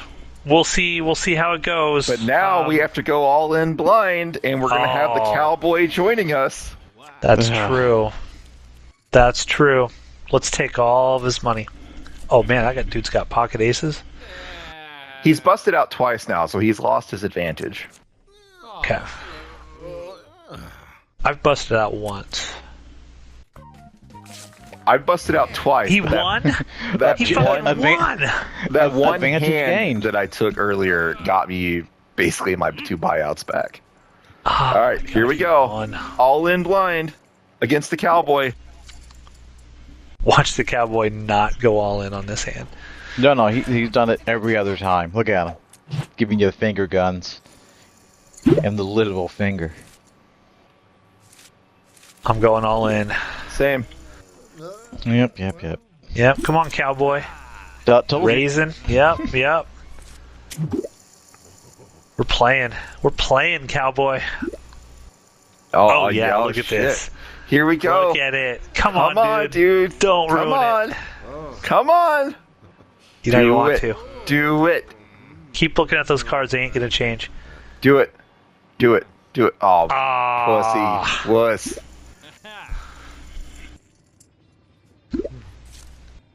All right. Oh, 310. Yikes.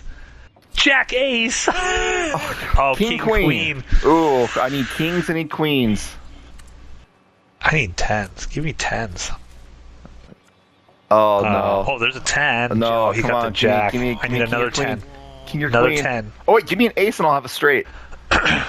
Another 10, another 10, another 10. Yes, Steve won! Yes! Fuck you! Fuck you! Thank you, everyone, for completing season 1 of Rome with us. We'll be back next time, where we will probably have to play at an even lower tier table because of Ronan. Thank you. Good night, Ronan. How many chips you got, Ronan? Just let us know how many chips you got right now. I already backed out of it. Okay, well, it tells you on the main screen of the game. So I'm going to leave the table. I think it says 3,307.